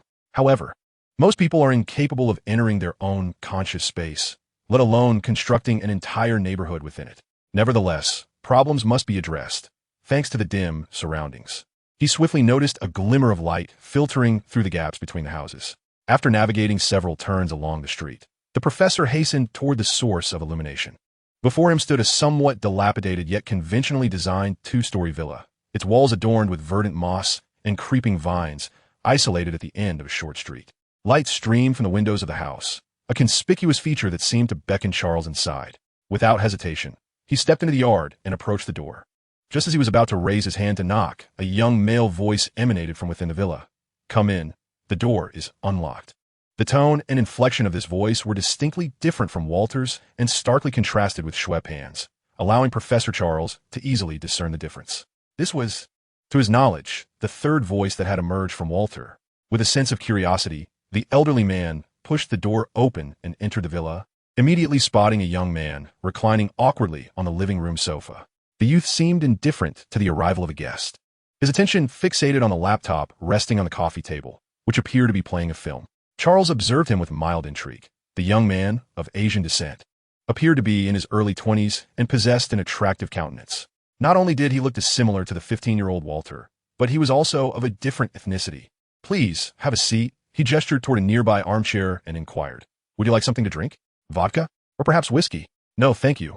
The elderly man replied as he settled into the chair, declining the spirits the youth had retrieved from beneath the sofa. The young man smirked, uncorked the bottle, and took a generous swig. Despite the many questions swirling in his mind, Charles patiently waited for the youth to lower the bottle before asking, "Who are you? Why are you in Walter's body?" "You may call me number 3, the young man replied, gripping the bottle in one hand while retrieving a remote control from beneath the sofa cushion with the other. "As for why I'm here, I believe you already have an inkling." Professor Charles mulled over this name, casting a puzzled glance at the young man. "Are you Walter's third personality?" "Bingo. No." 3 raised his hand and switched on the television in the living room, pointing the remote at the screen, displaying a familiar image. An elderly, wrinkled, bald man, none other than Charles himself. The professor's eyes widened in realization. This was the perspective of Xue Pan, standing opposite him in the realm of consciousness. The elderly man, grappling with dissociative identity disorder, surveyed the living room before finally speaking. "If that is truly the case, could you summon Walter so that I might converse with him?" "I cannot facilitate that," number 3 replied, lifting a bottle of vodka to his lips. "He has vanished." "Vanished? Perhaps he has perished?" "After all, none of us have ever encountered Walter, nor do we possess any memories of him," number 3 candidly stated. Professor Charles, upon hearing this, furrowed his brow, contemplating the youth's words. From a medical standpoint, schizophrenia and dissociative identity disorder both fall under the category of mental disorders. Schizophrenia can be understood as a fragmentation of the mind, a condition resulting from aberrations in brain function that lead to the dissociation of various cognitive processes. In contrast, dissociative identity disorder is a form of personality disorder, characterized by the fragmentation of identity. Each personality manifests as stable, fully developed, and possessing distinct thought patterns and memories. The split identities can encompass a range of characteristics, including differing genders, ages, ethnicities, and even species, commonly referred to as multiple personality disorder. Walter was diagnosed with violent delusional schizophrenia, during which he was believed to have envisioned himself as another individual with violent tendencies. On the other hand, multiple personality disorders are often subtle in their manifestation, resulting in low incidence rates and a lack of medical consultation. Apart from cinematic representations, they are exceedingly rare in reality, and most physicians have never truly encountered dissociation. These myriad factors led to an amplified confusion in Charles's mind regarding the two conditions. Having clarified his thoughts, the professor decisively abandoned any further probing into the fate of the true Walter. Even if Xue Pan or number 3 had eliminated Walter, it remained a familial matter. In essence, they were all Walter. Whether the dominant personality extinguished the subordinate one or vice versa could theoretically be viewed as a form of treatment, though in a certain light, it could also be construed as murder. Legally, however, such actions cannot be definitively categorized or judged, rendering further inquiries somewhat awkward. Thus, Professor Charles posed another question. "So, does this imply that Xue Pan's ability to thwart my telepathy is a consequence of this? Do the two personalities confer a greater mental strength? And what of this conscious space? Is it shared between the two of you?" These inquiries caused No. 3 to lose some interest, albeit his enthusiasm had been lukewarm from the outset. "Perhaps due to our mutant nature, both Xue Pan and I possess superpowers, albeit mine is rather lackluster," the youth explained with a hint of indifference. "Essentially, telepathic abilities are entirely ineffective against me. If your powers were not sufficiently formidable, I doubt I could even invite you into my conscious space. The trade-off is that as long as Xue Pan exists, I cannot operate as the dominant personality to control the body. Consequently, this conscious space is essentially my home. Xue Pan cannot enter, nor can I exit." Chapter 15. He is your brother. I am not. Quite tragic, isn't it? As he spoke, no? 3 slumped onto the sofa and casually opened the laptop on the coffee table. His demeanor clearly indicated a reluctance to continue conversing with the old bald man. However, Professor Charles, with the audacity honed over decades, feigned ignorance and leaned back on the sofa, persistently inquiring, if a meeting is impossible, how do you communicate with one another? Is Xue Pan aware of the occurrences here? He vividly recalled the first encounter with Xue Pan and the boy's soliloquy. If I wish to converse with him, I rely on that. Number 3 replied, his gaze fixed on the computer, casually gesturing towards the television. A microphone was connected to the side of the screen. If he wants to speak with me, he can do so directly. It's akin to watching television. As for this space, it is entirely mine. Even if one day he becomes mentally robust enough to enter the realm of consciousness, it will still be within his own domain. After delivering this lengthy monologue, No. 3's expression grew noticeably impatient. With the primary inquiries nearly resolved, Professor Charles decided it was time to refrain from further vexation. As he rose, he posed one final question. Why does Xue Pan wear girls' clothing? Number 3 erupted in laughter, unabashedly retorting, isn't it obvious? Because he is simply a cross-dresser. Although the exchange within the realm of consciousness seemed to consume a considerable amount of time, mental communication often transpires far more swiftly than in reality. From external perspective, Professor Charles appeared to have merely been lost in thought for a while. Having grasped the situation, the professor addressed the siblings, stating, this diagnostic certificate is indeed erroneous. But my initial assumptions were also inaccurate. Xue Pan, puzzled, wondered how the old man had come to understand everything. Was it not supposed to be impossible to breach the system's mental barriers? Sensing the boy's confusion, Professor Charles paused. From his viewpoint, it was evident that Xue Pan had communicated with number 3, yet he seemed to be concealing the fact that he possessed a multiple personality. Continue, urged Winstead coldly from the side, her expression impassive, yet it was clear she was concerned about her brother. Heeding her words, Professor Charles turned his gaze toward Xue Pan, hoping to discern the young man's stance. Over the next few minutes, the elder meticulously elucidated the truths he had gathered from number 3 to the siblings. Upon hearing the explanation, Xue Pan was utterly astonished by the professor's reasoning regarding multiple personalities. He nearly believed it. Meanwhile, Winstead maintained her aloof demeanor, leaving one to ponder her thoughts. In truth, there was no need for excessive concern. After clarifying the cause of the condition, the professor reassured the boy, No. 3 cannot control the body. From one perspective, aside from having an additional person to converse with in your mind, you remain perfectly normal. However, the latter part of the statement, when paired with the dress worn by Xue Pan, seemed utterly unconvincing. Indeed, you are correct. The boy, feebly engaging with Charles, consoled himself internally. At least the notion of dissociative identity disorder was more palatable than schizophrenia. Noticing Xue Pan's absent-minded demeanor, Professor Charles was disinclined to prolong their stay. After all, no matter how much outsiders might speculate, the matter ultimately required a candid conversation between the siblings. Throughout their journey, Winstead maintained her leisurely pace, trailing behind Xue Pan, a fact that stirred a sense of unease within him. After all, she belonged to a family with peculiar traditions, fervently upheld. If even her biological brother could swiftly wield a knife, the revelation that her brother was still her brother, yet not quite her brother, suggested that she might easily resort to violence. This sister, resembling a ticking time bomb, perpetually fixated on his life, was not someone Xue Pan desired. Establishing boundaries in such a situation bore no psychological burden. So, Winstead, she fell back a step to walk alongside him. You understood what Professor Charles just said, right? Yes, the girl replied with a flat tone. Thus, you comprehend that Walter is Walter, and Xue Pan is Xue Pan? Winstead glanced at Xue Pan, her expression neutral as she inquired, what are you trying to convey? Faced with the girl's icy demeanor, Xue Pan hesitated, then resolutely declared, in other words, Walter and I are fundamentally different individuals. He's your brother, while I am not. There exists no connection between us. The girl faltered in her stride. Slowly, she turned her head, gazing at Xue Pan in silence for a considerable moment, before matter-of-factly stating, regardless of your name, you are still my brother. Not at all, Xue Pan asserted, looking down at her from a higher step. Our acquaintance totals less than 24 hours. We are not even acquaintances. Winstead's expression remained unchanged, but the brightness in her eyes dimmed perceptibly. Clearly, she grasped the implications of his words. It matters not how you perceive me, she replied, slightly tilting her head, even forcing a smile that was painfully rigid, as if she had not smiled except in moments of unusual excitement.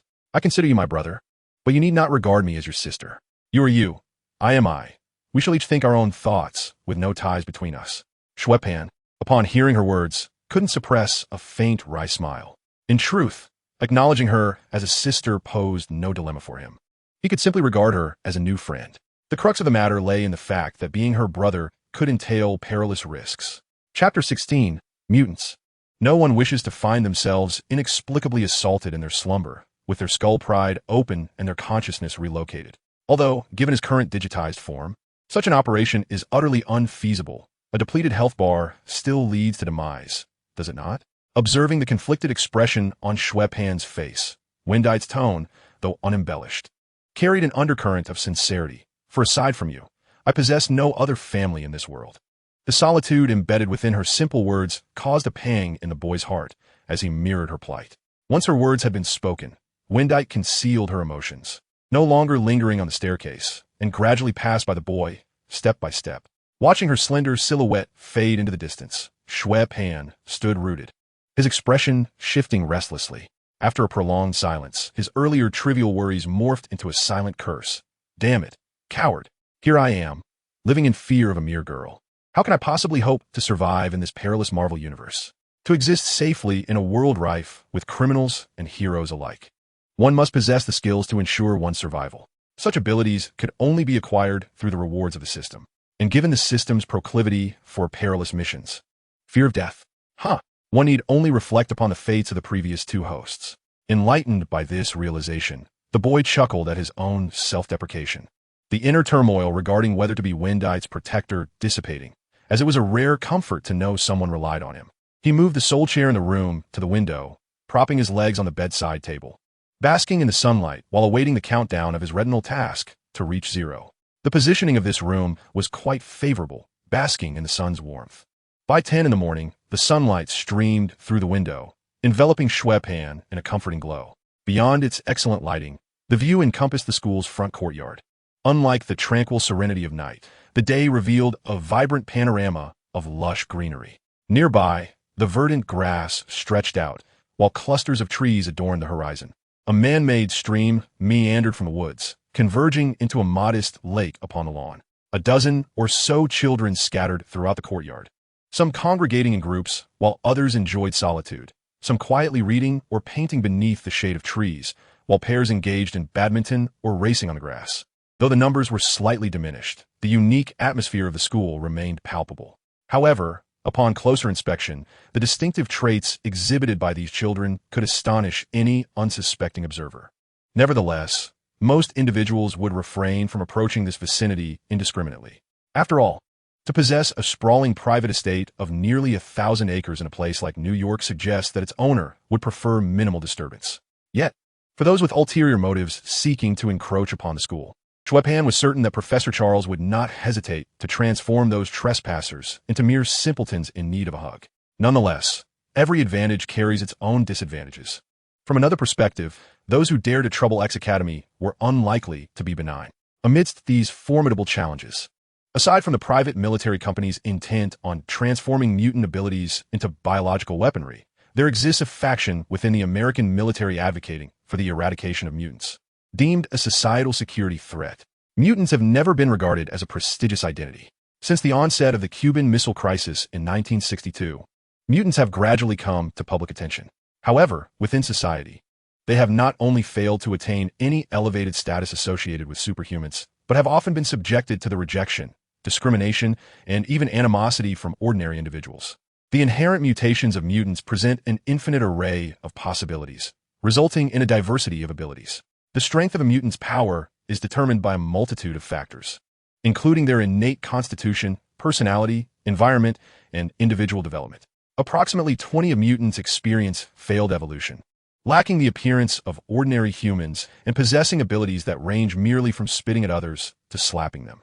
Moreover, mutation brings not only abilities, but often leads to significant physical alterations. Even the disabled face discrimination, and mutants, easily identifiable due to their distinct appearances, further compel humanity to categorize and segregate. The adage "different from us must have a different heart" is not merely a saying. Conversely, mutations frequently occur during adolescence, a period marked by emotional sensitivity and instability.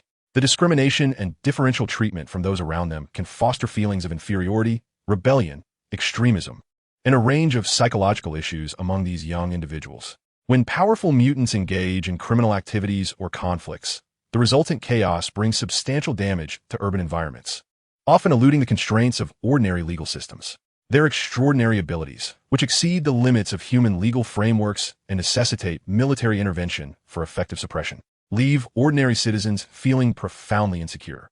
In this context, traditional Western extremist racist ideologies exploit the situation, mobilizing considerable social and technological resources to incite persecution against mutants.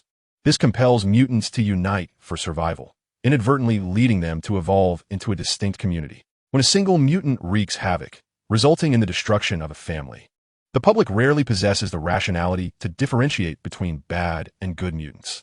Instead, an unfounded hatred and wariness towards all mutants arise, akin to the mistrust that follows a negative encounter with an individual from a particular racial group.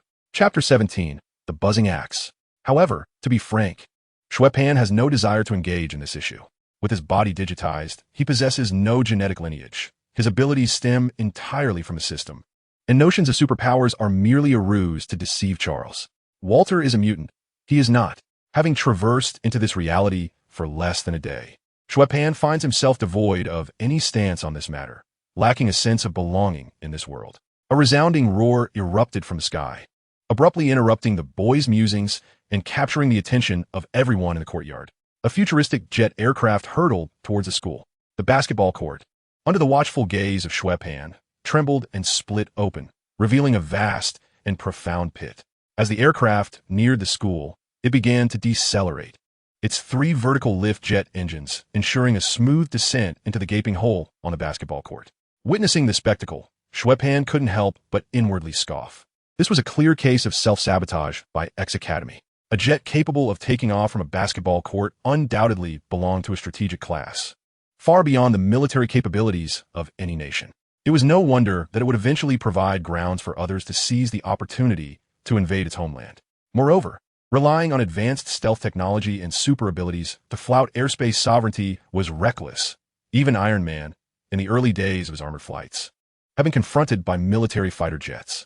As a 15-year-old boy devoid of any extraordinary powers that could sway opinions, Xue Pan found himself merely enjoying the life of a student, with professors shielding him from any perilous endeavors. The plot of the first X-Men film was hardly intricate, merely a spectacle of Magneto causing chaos. As the leaders of the moderate and radical factions among mutants, Professor X and Magneto had engaged in a long-standing rivalry. This encounter could only be deemed a passionate reunion between old friends. Thus, Xue Pan resolved to bide his time and develop in a more discreet manner, striving to avoid unnecessary risks. He reached for the task panel, which displayed a status of completion. "Huh, I finally made it," he exclaimed, laughing heartily as he swiftly changed out of his skirt into pants and a t-shirt.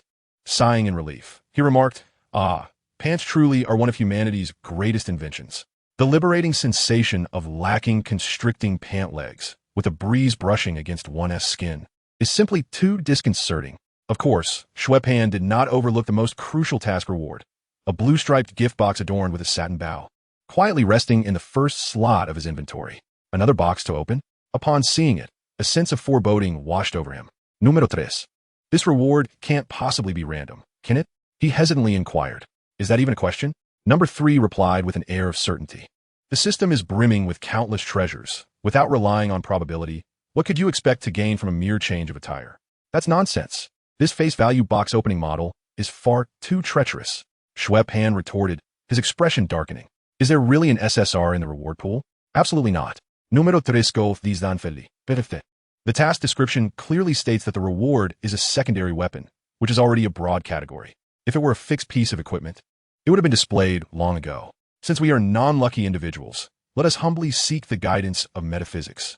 The boy, momentarily at a loss for words, blinked and suddenly declared with a righteous demeanor, "What era is this, still relying on metaphysical openings? As a successor of socialism, we must adhere to the principles of science. How can consulting metaphysics compare to relying on telecommunications providers? Wouldn't you agree, third master?" This flattery elicited a chuckle from the third party. I've just realized you possess quite a bold face. You have potential, yet this method is futile with me. I can only be considered a mere salesperson. Upon hearing this, Xue Pan promptly lost interest in him. Resigned, he reached into his backpack and opened a gift box. from which a uniquely designed 3D weapon image sprang forth. It was an axe that bore the aesthetic of a post-apocalyptic world, with the blade resembling a large saw blade. Affixed to a wooden handle by iron bars and rivets, its jagged teeth and sharp spikes lending it an air of wild ferocity. Upon opening the system description, the weapon's data appeared. Although there was no comparison to Gage's luck, acquiring a finely crafted weapon with special effects left Xue Pan feeling somewhat content. As he retrieved it from his backpack, he found the buzzing axe to be roughly the size of fire axe. It felt considerably heavier in hand than it appeared. After attempting a few swings, he discovered that the saw blade's surface could indeed rotate. The boy skeptically smirked. Could this truly be reliable for combat? A single swing might merely create a superficial cut, but at least it could be stored in the system backpack for convenient access. Far more practical than the array of items in his suitcase. After stowing away this symbolically significant first weapon, Xue Pan prepared to descend for a meal. Considering he had only consumed some water since morning, had he not napped in the afternoon, he would have surely been famished by now. Exiting the room, he noticed the door to Wednesday's room was firmly shut. After a brief hesitation, he approached and knocked. "Wednesday, are you in there?" Moments later, the door opened, revealing the girl peering out silently. Chapter 18. Does it matter? Have you had dinner yet? Shall we go down together for a bite to eat? Xue Pan inquired directly, his demeanor starkly contrasting with his earlier refusal to acknowledge their sibling relationship. All right. Without hesitation, Wednesday nodded and stepped out of her room. In hindsight, it seemed rather harmonious to pair a mentally troubled individual with a dark-themed, enigmatic girl. Aside from small cafeteria, the school boasted a large dining hall to accommodate students for breakfast, lunch, and dinner, while there were those who could cook. Most pursued it merely as a hobby or to prepare personal meals. Xue Pan was not well-versed in how the X Academy from comics addressed the dining conundrum, but here, the entire student body relied on takeout for sustenance. To be precise, calling it takeout was somewhat inaccurate. The school had contracted restaurants to deliver meals to the campus during dining hours. The delivery personnel were likely mutants themselves, for not every mutant lived a tragic existence. Nor did every one of them aspire to or have the opportunity to join the X-Men. He took a tray, piled it high with a generous serving of bacon, fries, mashed potatoes, accompanied by a bottle of ketchup, while whispers continuously reached his ears. Look, that new pair of siblings from yesterday.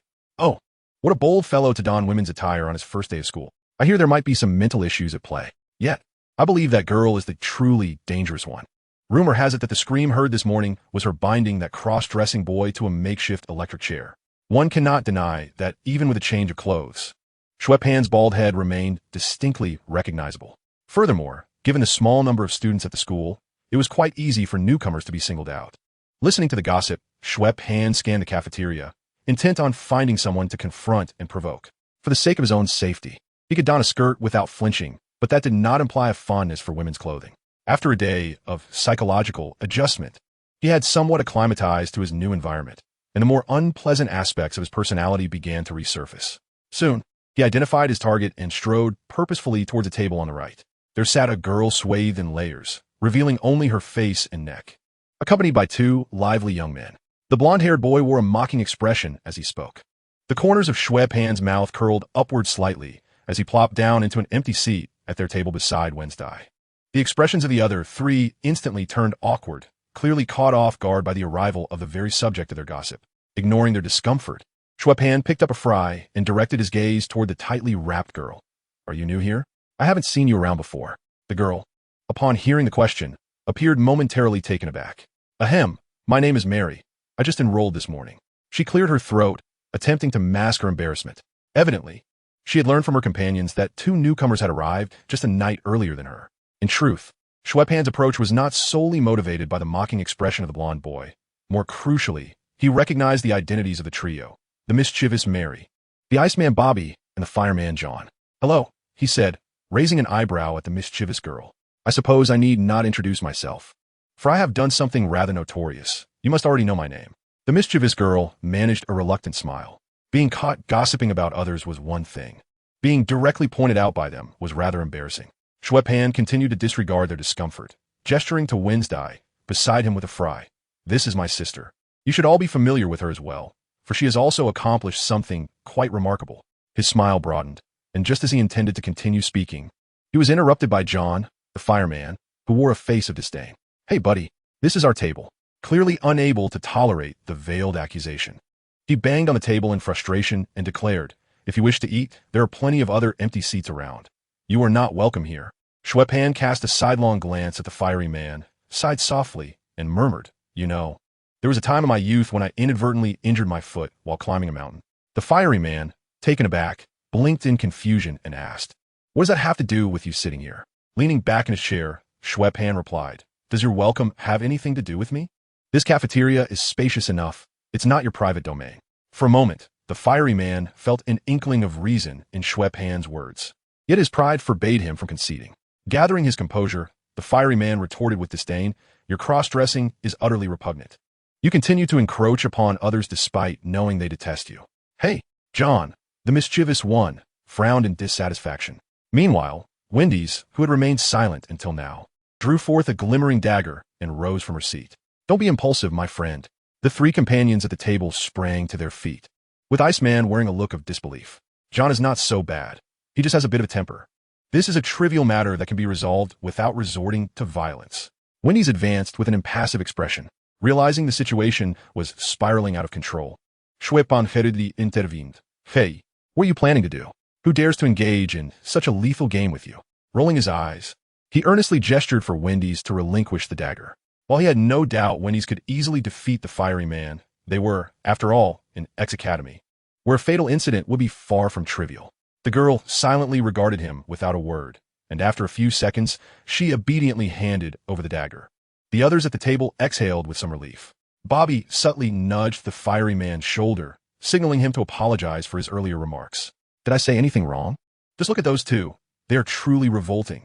They resemble experimental freaks from circus." The fiery man's face flushed crimson as he pointed at the siblings, raising his voice even further. This embarrassment was not solely due to his friend's concession, but also stemmed from the humiliation of being startled into jumping by a mere dagger. Chapter 19. Xue Pan glanced at the fiery man with a calm demeanor and turned to Wendy's, stating, "Slander and defamation are devoid of morality, taste, civility, and humanity. Remember, rumors cease with the wise. As long as we are true to ourselves, we need not concern ourselves with the slurs of others. Therefore, next time you encounter such a situation, use this instead of a dagger." Saying this, he opened his system backpack and produced a buzzing axe, offering it to Wendy's. "Is it because the weapon size is unsatisfactory that you stopped her? Who are you truly addressing with your moral lessons?" The mischievous one suddenly realized how foolish her earlier thoughts had been, as Xue Pan articulated those principles of forbearance. Both the mischievous one and Iceman felt a wave of relief, accompanied by a tinge of shame. Although this boy with the professor's hairstyle had a sharp tongue, at the end of the day, it was they who had instigated the discussion about others behind their backs. Cross-dressing is merely a personal preference. What merit is there in pointing fingers? In an effort to prevent matters from escalating, she not only endured the fiery tirades directed at her, but also took the time to educate her younger sister. Contrary to the rumors that painted her as a violent lunatic, she appeared anything but. It became evident that she was still quite young, and it was a pity that she hadn't brought the chainsaw from the box when she came down. Xue Pan, stroking his chin in mild regret, mused that dismembering with an axe would be rather cumbersome. Perhaps it would be better to bury the remains in the flower bed at the school entrance, which was just the right size. Wednesday accepted the menacing axe with both hands, a faint smile creeping on her lips. There was an artificial lake in the courtyard where they could dispose of it. Not only do they wish to eliminate us, but they've even chosen a location for the burial. The mischievous one exclaimed, her cheeks twitching as she struggled to keep pace with the rapid changes in their world. Though the fireman was impulsive, he was quick to react, immediately reaching for the kerosene lighter on the table. This was not acceptable, knowing that he could only control fire and not create it. Xue Pan deftly reversed his dagger and plunged it into the table, halting the fireman's movements. He remarked with a hint of amusement, "The house is filled with flammable materials. We wouldn't want to harm any other children after all, since this is merely a matter between us." At this moment, other students in the cafeteria finally became aware of the unfolding situation, gathering around, undeterred by the potential danger. However, upon witnessing the seemingly serious nature of the actions taking place, some rushed forward. A brawny figure, a muscular boy, intervened to block Wednesday, while Bobby restrained the fireman to prevent any further impulsiveness. Xue Pan felt a gentle pressure on his shoulder, glancing back. He saw a girl resting her hands atop it. After scrutinizing her face for a moment, he recognized her. "Phantom Cat Katie? Do you know me?"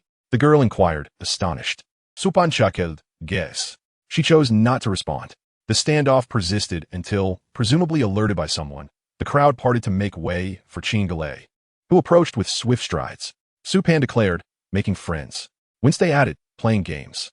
The Iceman chimed in, nothing much. Fantomkat remarked, mediatins. For distinct answers echoed simultaneously. Qin's brows furrowed as she scrutinized each of them, her gaze lingering on the Xue siblings for a moment longer. All right, everyone, put down your weapons and stow them away, she commanded. Xue Pan shrugged and exchanged his dagger for the axe in Wednesday's hands. You all come with me. The rest of you disperse, Qin stated with a stern expression.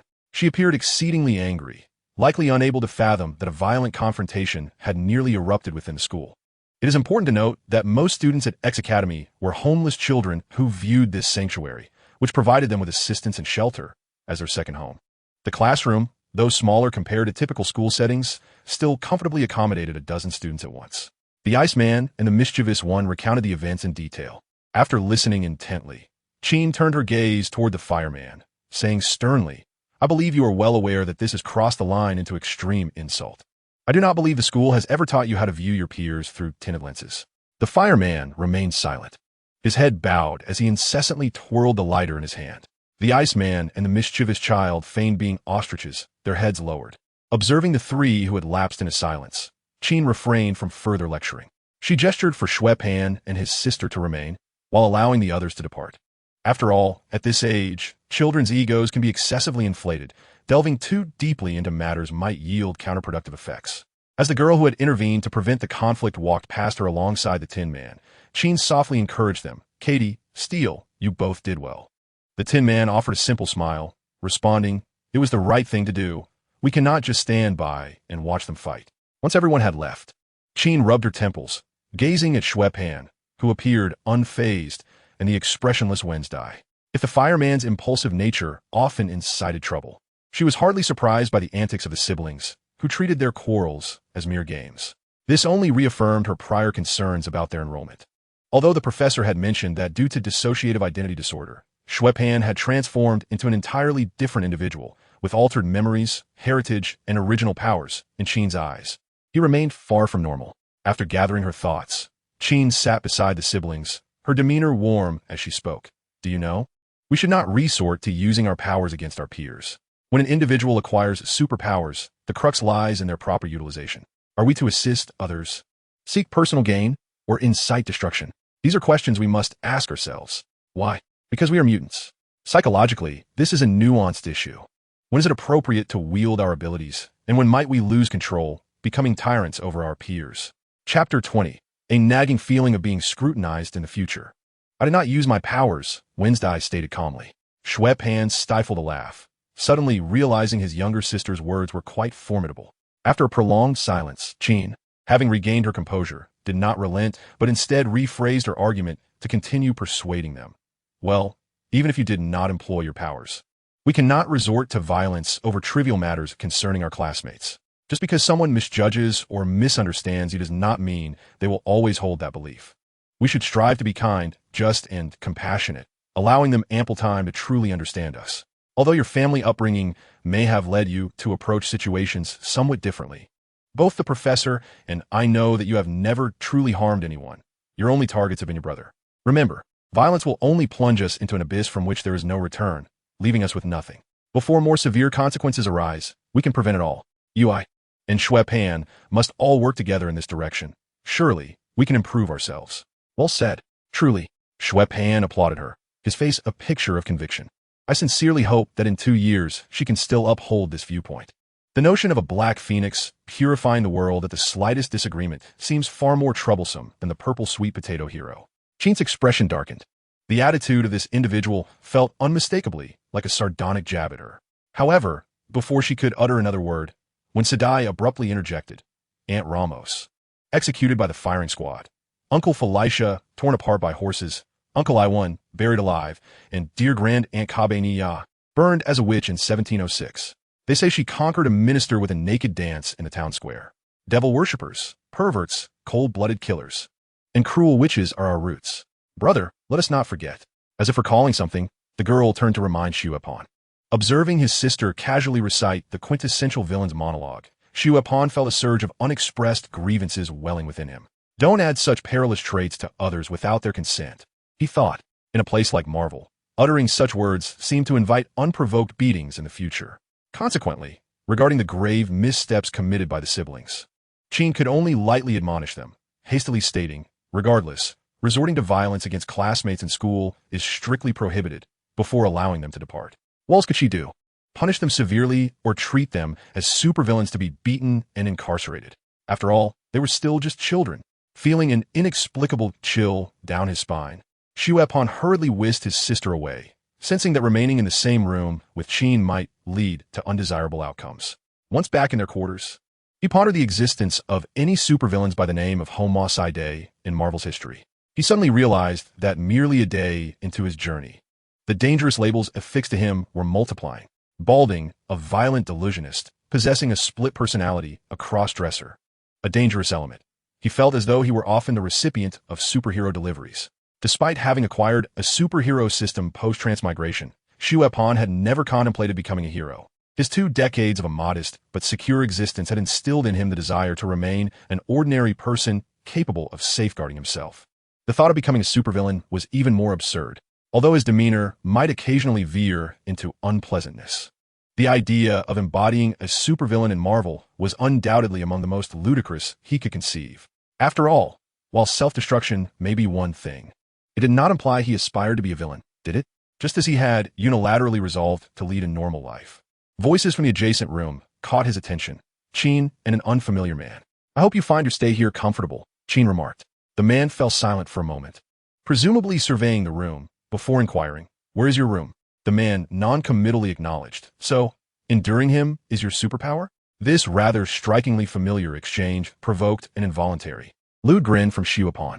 He rubbed his bald scalp, stealthily cracked open the door, and cautiously peered out, only to find the unmistakable figure of Wolverine, Logan, arms crossed, and turned away from the entrance in a room diagonally opposite. In truth, I possess the ability of telekinesis and telepathy. The sound of the piano has grown clearer. Like Professor Charles? She mused. Not quite as powerful, but he is guiding me in my studies, Quinn explained. Now, why not read my thoughts? Logan inquired with keen interest.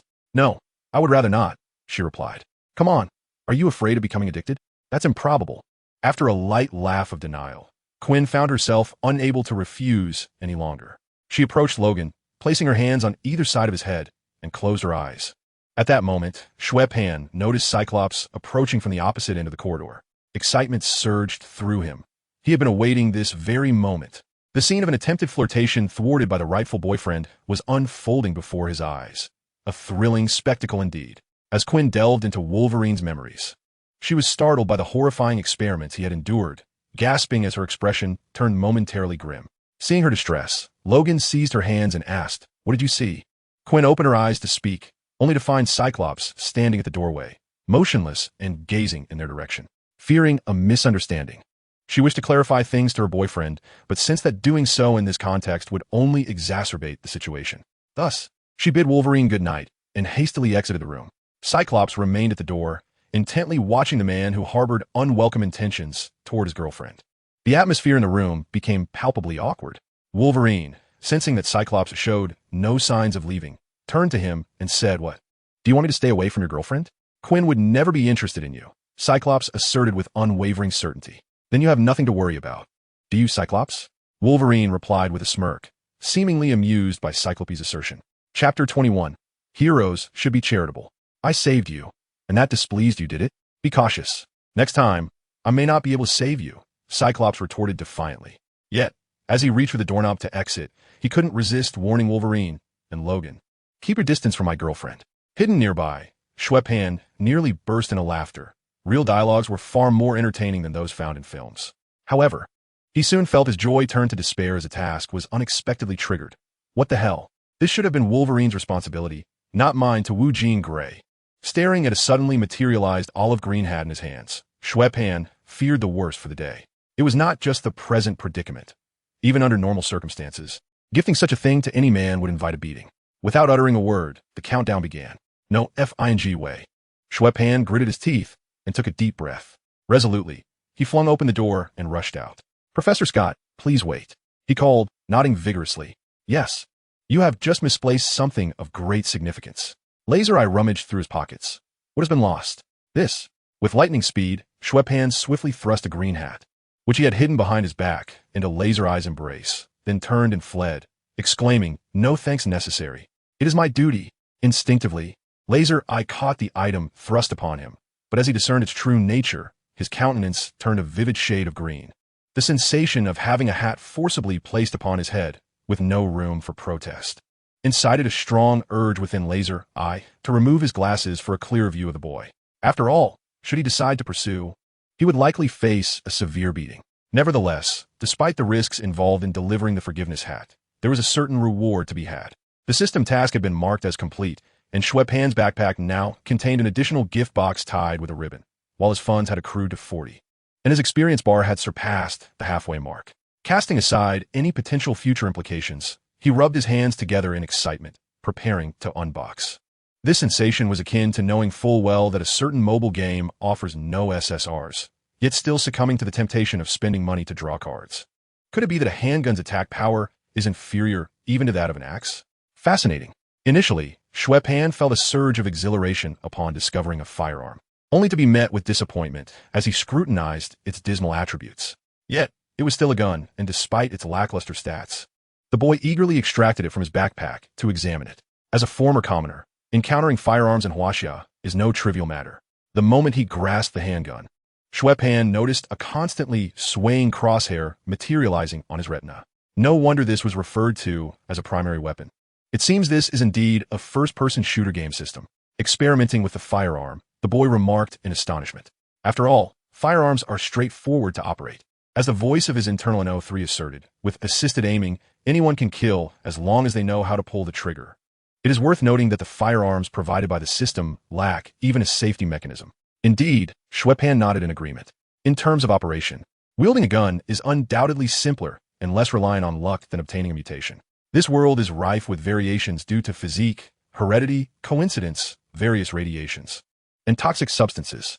One must admit that God favors America. Otherwise, the people of Huaxia would have long since dominated the universe. Regarding ammunition, there have been updates. In NO3's words, it was a restock.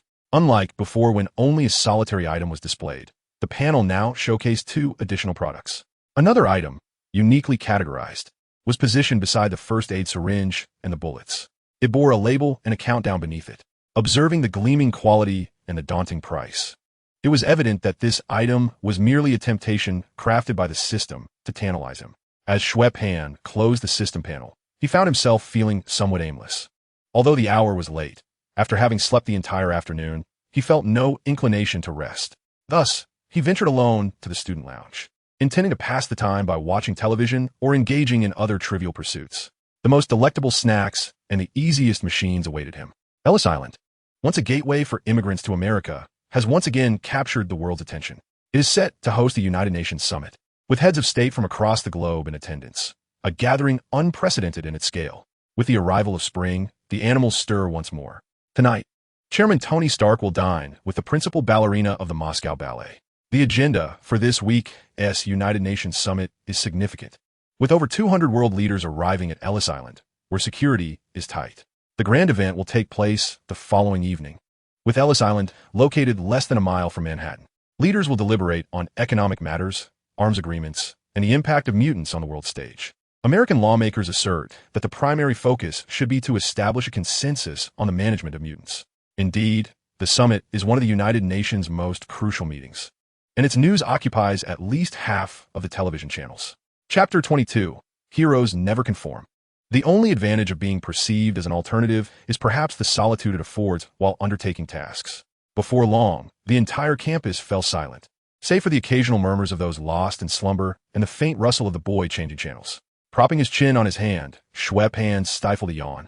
But as I caught a fleeting glimpse of a white shadow at the doorway, instantly intrigued, he stealthily approached the entrance to peer outside, discovering the mischievous girl from dinner, clad in a white floral robe, cautiously twisting the doorknob to Wolverine's room. The memory of the task involving a green hat for Cyclops was still fresh in his mind, and he had no desire to intrude at this moment. While others sought amusement in such antics, he risked being assaulted, unsure whether the errant system might seize the opportunity to issue a more bizarre task. Ultimately, this was merely an accident. The true narrative was not rooted in this day. The situation unfolded as Wolverine, in his pursuit of Jean Grey, prompted Jean to probe his memories. This exploration triggered unrest in his mind, leading to a surge of fragmented recollections during his slumber, plunging him into a state of mental turmoil and anger. The mischievous girl sensed his distress and ventured to investigate. Given their connection, she instinctively sought comfort and reliance on him in the unfamiliar school environment. Consequently, her attempt to bring warmth was met with Wolverine's instinctive reaction, resulting in a claw strike as he was startled awake. The girl's superpower allowed her to absorb the energy of those she touched. In the case of mutants, this translated to the absorption of their abilities. This power was uncontrollable, at least for the time being. Under the threat of life, the girl touched Wolverine, absorbing his healing ability to mend her own wounds. However, this absorption rendered Wolverine unconscious. The incident not only stirred the entire student body, but also prompted the attendance of Professor Charles, a man of great intellect, yet physical limitations. A night passed in silence. The following day, the campus remained unchanged. Students, aside from gaining an additional topic for discussion, were required to attend their classes as usual. It is worth noting that the faculty at X Academy is alarmingly sparse, with Charles himself being one of only 4 full-time instructors.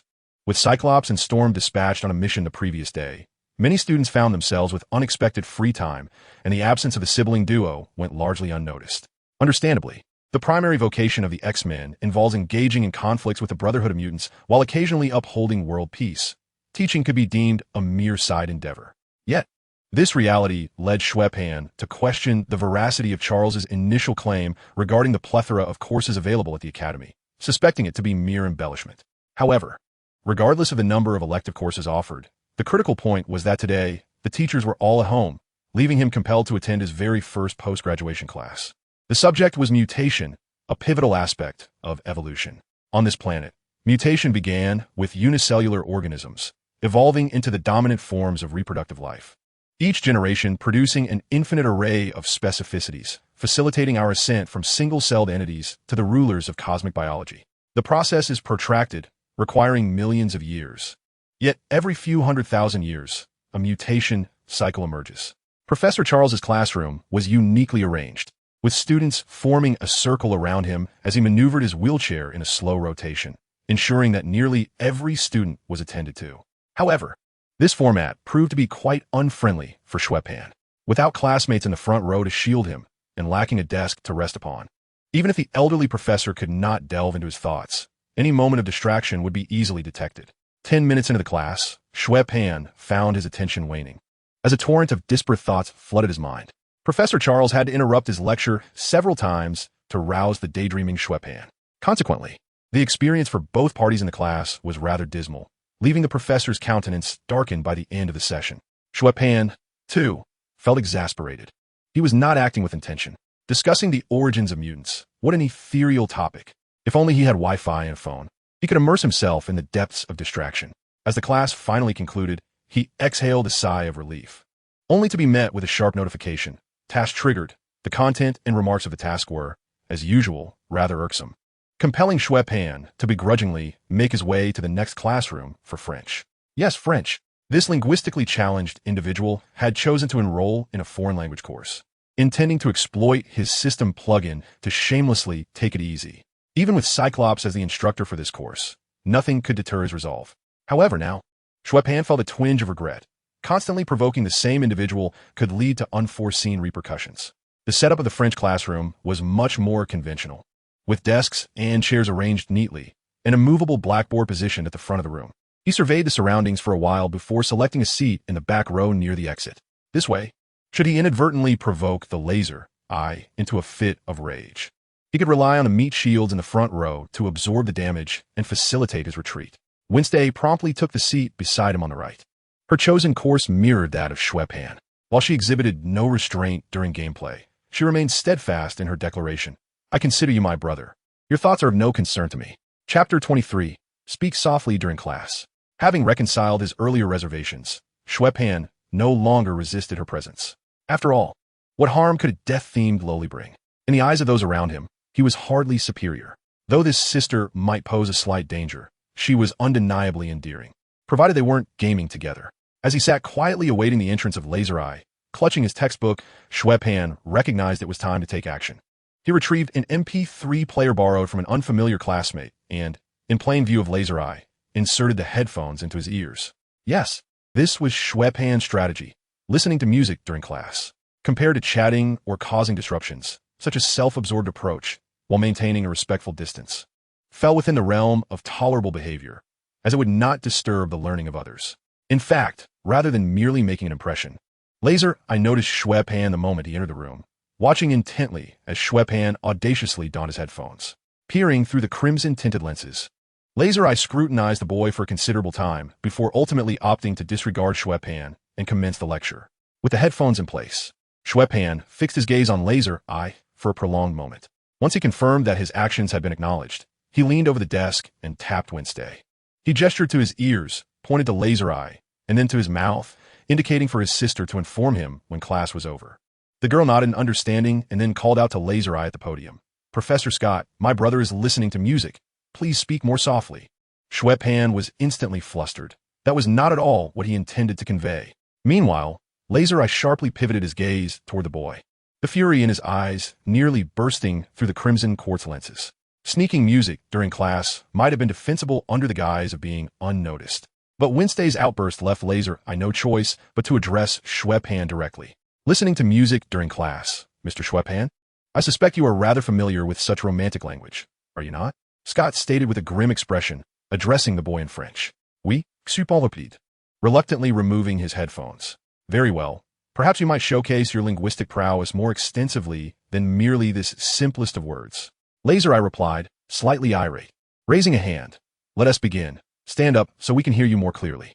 Xue Pan rose from his seat, momentarily at a loss for words.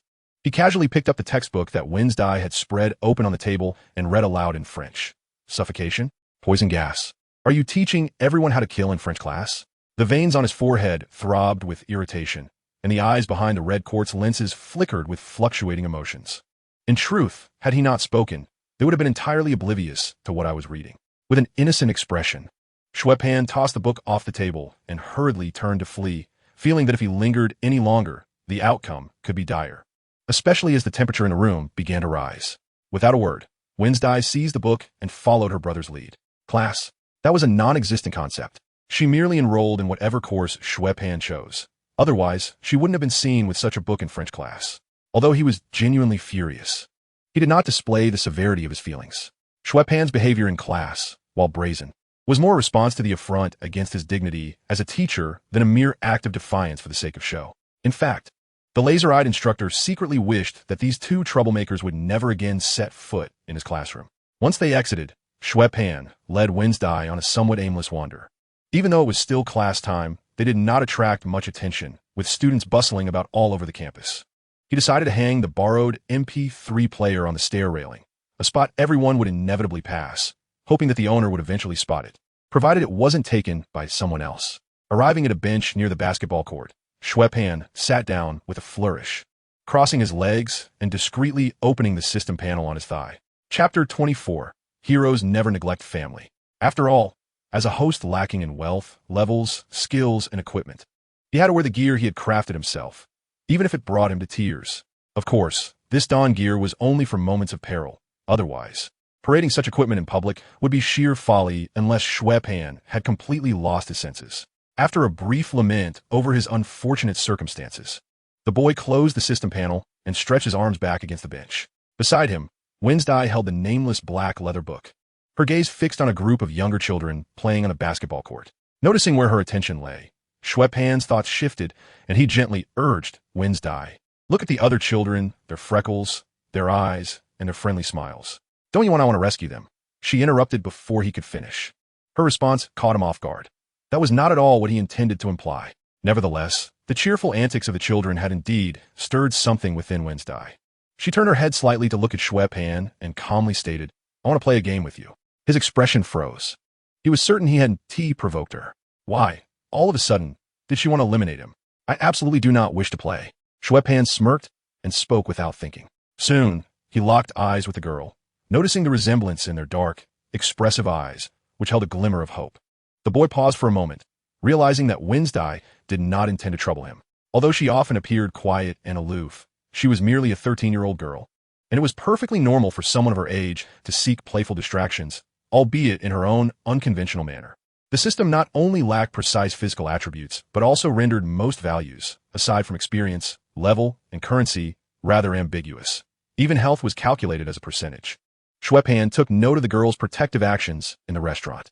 If he had more money at hand, he would have gladly allowed his sister to land a few playful hits, but he hesitated to squander his sole opportunity for a critical save just for a game. How about I tell you a story about the ugly duckling? Upon seeing the spark of anticipation fade from Wednesday's eyes, Xue Pan felt compelled to make amends. Wednesday remained impassive. Once upon a time, there was an ugly duckling, born with an appearance that repelled everyone. It was bullied by other ducks from a young age.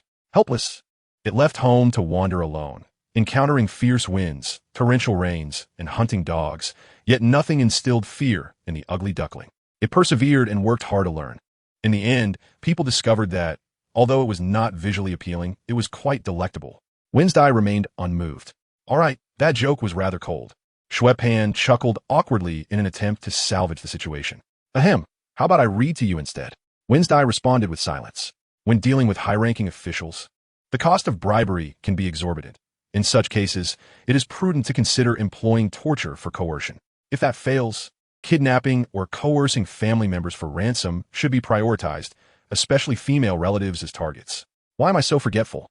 Midway through reading, Xue Pan abruptly closed the book with a clap, unable to continue. The weather was pleasant. Perhaps he should just enjoy the scenery.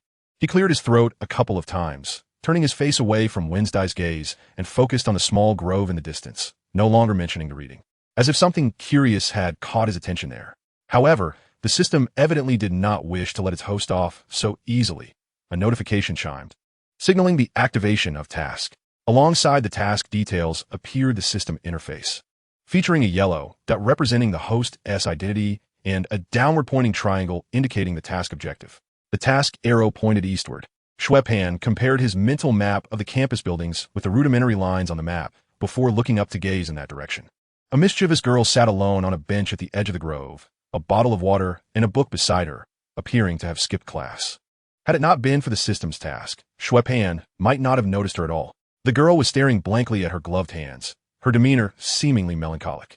The unexpected events of the previous night had left her feeling guilty, even a little fearful, though she might have perished without absorbing Wolverine's regenerative abilities. Nearly the entire school witnessed the consequences of her touch, with the siblings Xue Pan as a cautionary tale. She felt that her days at school would likely be fraught with difficulties. Though an attack may be classified as extremely weak, the potency of a pebble strike is not necessarily equivalent. Rather, the weakest tier of attack is merely deemed extremely weak. The potential maximum of such an attack could be classified as extremely weak, while the pebble strike hovers at the threshold of extreme weakness, below which lies a complete lack of offensive capability. Equipment quality is categorized as ordinary, excellent, fine, perfect, and legendary. Attack and defense values are generally ranked as extremely weak, weak, relatively weak, average, relatively strong, strong, and extremely strong. Chapter 25, I have acquired it. Just as Xue Pan presumed that the mischievous girl was the target of his mission, the Iceman Bobby emerged from the thicket behind a bench. A small yet conspicuous inverted triangle arrow perched atop his head. Clearly, the Iceman was the true objective of the task. Xue Pan blinked in surprise. Such a humanized service seemed beyond the capabilities of this system. Meanwhile, the Iceman appeared to greet the mischievous girl, who turned her head to regard him. The distance between Xue Pan and them prevented him from discerning their conversation, yet the familiar sense of déjà vu was sufficient for him to understand why the system, typically prone to chaos, would benevolently mark the target for him. However, the boy still clung to a sliver of hope, deciding to approach a little closer for confirmation. What if he was mistaken? After exchanging greetings, the Iceman sat down on the opposite side of the bench, his expression seemingly laced with reproach. What did you do last night? They say you stole someone's superpower. No, it wasn't theft. It was merely borrowing. The mischievous girl quickly clarified. As one of her first friends at school, she valued her friendship with the Iceman Bobby immensely, which, of course, included a modicum of feelings beyond mere friendship. Nevertheless, the Iceman unabashedly chastised her. But you shouldn't use your powers against your peers. I had no choice. You must understand, she endeavored to explain amidst her friend's accusations. Yet the Iceman coldly interrupted her. If I were you, I would leave this place. The girl was taken aback, and after several moments of silence, she tentatively inquired, "What do you mean by that?" "You know your actions have terrified the other students," the Iceman said, his gaze icy. "Professor Charles has a volatile temperament. You don't know how he might deal with you. It's best if you depart." The mischievous girl's eyes slowly drifted away from him, her expression lost as she stared blankly at her hands. "You should go, get out of here," the Iceman reiterated coldly. The girl's lips moved as if to speak, yet no words emerged. A 16-year-old girl wandering alone is certainly no trivial matter. The atmosphere of X Academy provided her with a sense of safety and relaxation, dispelling her feelings of being an outcast. At present, a boy whom she believed would be her friend is repeatedly pushing her away, causing her heart to feel as though it is being tightly squeezed, rendering her breathless. Her expression suggests she is on the verge of tears. "Leave," the Iceman coldly retorts. Meanwhile, Xue Pan, who is lurking in the visual blind spot, hears every word of their conversation and cannot help but grind his teeth in frustration. Indeed, she is a shapeshifter. No wonder the system has marked her. The shapeshifter possesses the extraordinary ability to transform into anyone, effortlessly donning a new facade, and despite being wanted by numerous countries, remains at large. Furthermore, she can rearrange her internal organs to avoid fatal injuries in critical moments, while simultaneously decelerating the aging process, her strength and flexibility transcending that of ordinary humans. In summary, if Xue Pan were to confront her directly, he would likely find himself thoroughly outmatched. As he contemplates ways to abduct her, a distinctly Russian-accented voice echoes from above. "What are you two doing squatting here?" "Spying," Wendy replies indifferently. "Steht man heißes an Audiobook in Surprise." Instinctively glancing in the direction the siblings are facing, noticing the Iceman rising from the bench as the shapeshifter departs, while the mischievous girl has already vanished from sight. "So, you're spying on the Iceman?" Steedman asks, perplexed. "No." Wendy shakes her head, pointing at Xue Pan. "He's the only one spying." Xue Pan, who is about to speak, surrenders, feeling as though he is accumulating yet another peculiar label. Ignoring Steelman's increasingly bizarre expression, he rolls his eyes and rushes after the Iceman, who is nearly out of sight. Wendy remains silent, promptly following in her brother's footsteps. "Hey, Bobby," Xue Pan calls out as he jogs to catch up with the Iceman. Then, draping an arm around his shoulder and lowering his voice conspiratorially, adds, "What if I got something? Want to check out?" The shapeshifter, bewildered by the boy's words, furrows her brow and forcefully pushes him away, her displeasure evident. "Get away from me. Do we know each other well enough for this?" To be aware of the unexpected encounter between mischievous girl and Wolverine last night, and to know that the Iceman is one of her few friends at school, will be troubling if Xue Pan were unaware of their previous conflict. After all, the troublesome antics he has been involved in have certainly garnered attention. "What? Are you planning to backtrack on what you said last night?" He unceremoniously grabs the Iceman by the collar, pulling him closer. "Let me tell you, I've put in considerable effort to obtain the photo of Professor Charles and Magneto kissing in their youth. You may not want to buy it, but you will. What is it that women cannot resist? Handsome men, gossip, and shopping. This photo encompasses all three." Xue Pan is convinced the shapeshifter must be at least a little curious. "What on earth?" The shapeshifter stumbles slightly, nearly losing her grip on her powers, her voice becoming somewhat shrill. "A photo? You want me to steal it? Are you trying to get me arrested? Just so, you would be considered an accomplice. If I get caught, you won't fare well either." As Xue Pan spoke, he seemed to suddenly grasp something, immediately resorting to threats. No, you have misunderstood. What I meant was, did you really obtain it? What does it look like?"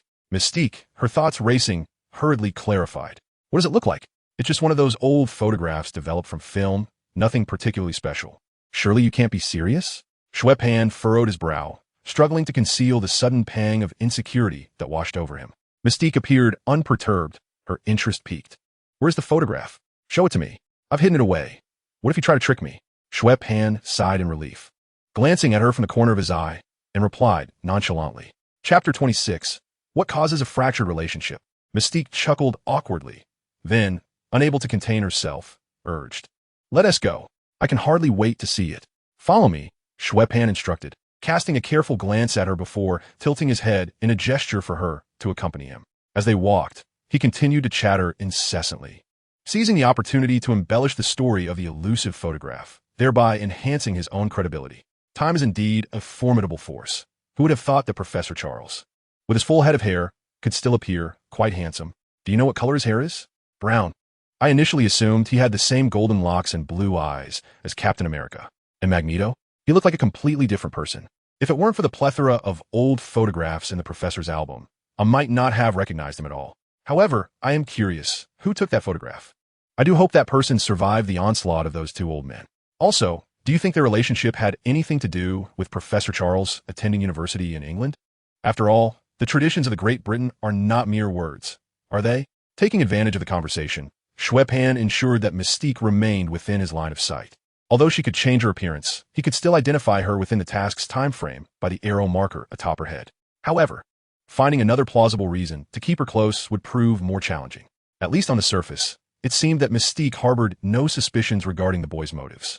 The details surrounding Professor Charles and Magneto, while not particularly secretive, were not easily accessible to a mere 15-year-old. Growing up alongside the two older men, Mystique indeed possessed a wealth of knowledge, but Iceman's understanding of the elder mutants remained a mystery to her. Adhering to the principle of saying little and asking more, she could only remain vigilant and respond cautiously to Xue Pan's intentionally provocative topics. Wednesday, trailing half a step behind, quietly followed her brother, uttering not a word. This was a directive Xue Pan had given prior to approaching Mystique on their journey.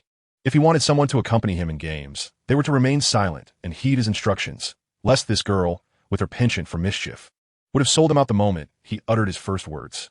One engaged in deliberate conversation, another in feigned flattery, while the third remained quietly as a mere follower.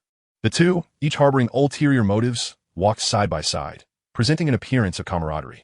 Just yesterday, a confrontation had erupted in the cafeteria, with knives drawn, yet today their relationship seemed amicable, drawing curious glances from passing students. Under the guidance of Xue Pan, the trio ascended to the second floor. "Have you placed the photograph in your room?" Mystique inquired tentatively, her eyes slightly narrowing. After all, just moments ago, this individual had expressed doubt about her intentions, suspecting she might reveal that she had not carried the photograph with her. However, leaving such an item in her room was equally precarious. How could that be? Xue Pan scoffed, turning to open the door to Wendy's room. "It would be far safer to keep it on my person. If you were to betray me, I could destroy the evidence at any moment." One by one, they entered the dimly lit room, where the closed curtains cast shadows. Wendy, the last to enter, deftly shut the door behind her. Xue Pan approached the window and yanked the curtains open, then turned to Mystique, saying, "Have a seat. We shall inspect the goods before payment." The siblings positioned themselves strategically, one blocking the window and the other the doorway. Mystique cast a cautious glance at the boy before sitting on a chair against the wall, her gaze fixed on Iceman. Xue Pan crouched, rummaging through the bedside table for a book, casually discussing a seemingly trivial topic as he approached her. "Tell me, why did Professor Charles and Magneto's relationship deteriorate after so many years of love and conflict? Betrayal? Infidelity? A third party intruding? The professor cannot walk. Could it be that Magneto broke his legs for this reason? No, that's not it. Clearly, the professor's shining bald head indicates he has transcended worldly affairs, likely making him the heartbroken party." Mystique pressed her lips tightly together, stifling the urge to laugh. Had she not known the professor's history, she might have been swayed by his whimsical conjectures. How amusing it was, decades of combat, infiltration, intelligence gathering, and battling mutant hunters. Her extensive experiences had acquainted her with every conceivable ruse. Yet, she could not deny her surprise upon hearing of the photograph of Charles and Magneto. As a mutant who had grown up alongside Professor Charles, later diverging in ideology to follow Magneto, she held the most authoritative perspective on the dynamics between the two elderly gentlemen. The only reason she found herself ensnared in this room was due to Xue Pan's relentless pursuit, making it difficult for her to extricate herself. Moreover, with students scattered throughout the school, any rash actions could incite chaos. Thus, regardless of Xue Pan's intentions, she required a secluded space to escape their clutches. Of course, escape implied incapacitating them. Furthermore, if the photograph did indeed exist, she was quite curious to behold it. As for Xue Pan, he had never underestimated the woman capable of easily bringing down an active soldier. Whether through the photograph or by provoking various topics, his aim was to lower Mystique's guard. Confident in his age advantage, she would never suspect that he had already seen through a disguise. Moreover, he could not confront Mystique in a populated area, for fear of inciting a disturbance that might attract the attention of Jean Grey or Charles, jeopardizing the execution of his mission. Thus, despite their divergent motivations, the two shared a fundamentally aligned objective. The distinction lay in the fact that Xue Pan's every action was aimed at luring her into the chair at the Winstead house. While Mystique remained somewhat vigilant, she could not entirely dismiss the situation, thinking them merely children. What if there truly were photographs? Ultimately, she was intrigued and prepared herself for the impending spectacle. With a melodious drawl, the boy's face radiated joy. His left hand propping up a book while his right hand suddenly swept upwards. Mystique's attention was captured, a spark igniting within her. Oh. In an instant, a jolt of electricity surged from the backrest and seat of the chair, blue arcs flickering across the metallic surface. Mystique screamed, her body convulsing uncontrollably, launching her from the chair. Chapter 27. The Crossbow. Xue Pan discarded the book he had been using as a shield, revealing a small electric switch clutched behind it. Fear not. This is merely household electricity. It won't take your life, though it certainly may cause discomfort, he stated, glancing down at the incapacitated Mystique, his tone imbued with a hint of experience. Unfazed, he seized a baseball bat propped beside the chair and swung it towards her head. He firmly believed that a fallen enemy was a good enemy. Unable to mount any effective resistance, Mystique rolled her eyes and succumbed to unconsciousness, though her body continued to twitch sporadically. Fearing that his actions had not been sufficiently ruthless, Xue Pan delivered 2 more decisive blows to her head to ensure she was not feigning unconsciousness. Only then did he turn to Winstead and say, "It's in your hands now. Feel free to play. Have you enjoyed yourself?" The girl inquired calmly. "Indeed, it has been quite enjoyable," he replied with satisfaction. It was worth noting that the name Mystique was notorious on wanted lists across various nations, with countless individuals having exhausted immense efforts to capture her. Despite possessing numerous advantages, Xue Pan felt a sense of accomplishment in having outmaneuvered such a formidable mutant on his own. He then opened the wardrobe and retrieved a bundle of rope, securing the woman and the chair together from head to toe. Upon witnessing this, Xue Pan blinked and casually grabbed an apple from the desk, stuffing it into Mystique's mouth. Her extraordinary physiology allowed her to regain consciousness swiftly, but fortunately, Winstead's preliminary arrangements were already in place. When she opened her eyes, shaking her aching head, she realized she was tightly bound to the chair, unable to move, with a large apple stuffed in her mouth. Opposite her, Winstead emotionlessly placed a bolt onto the crossbow, her twin braids swaying gently with her movements. "Is she truly preparing to take my life?" The shapeshifter glared and uttered something as she struggled against the restraints binding her hands behind the chair. With all her might, she attempted to wriggle free from the tightly wound ropes. Although the bindings encircled her several times, the knots were not particularly intricate, and her efforts soon created a slight gap between her wrists. Xue Pan, who was attentively monitoring the shapeshifter, immediately noticed her movements. One hand rested on her shoulder, while the other waved an electrical control box in front of her, softly warning it would be wise not to move recklessly, nor entertain thoughts of transforming into a petite girl to escape the ropes. You are well aware of what lies beneath you. The threat of electric shock silenced the shapeshifter instantly. Transforming required time, and coupled with the hindrance of the ropes, unless she could leap from the chair in an instant, she could not outpace the movement of her fingers opening and closing. The shapeshifter turned her head toward the boy, her orange, otherworldly eyes silently questioning his intentions.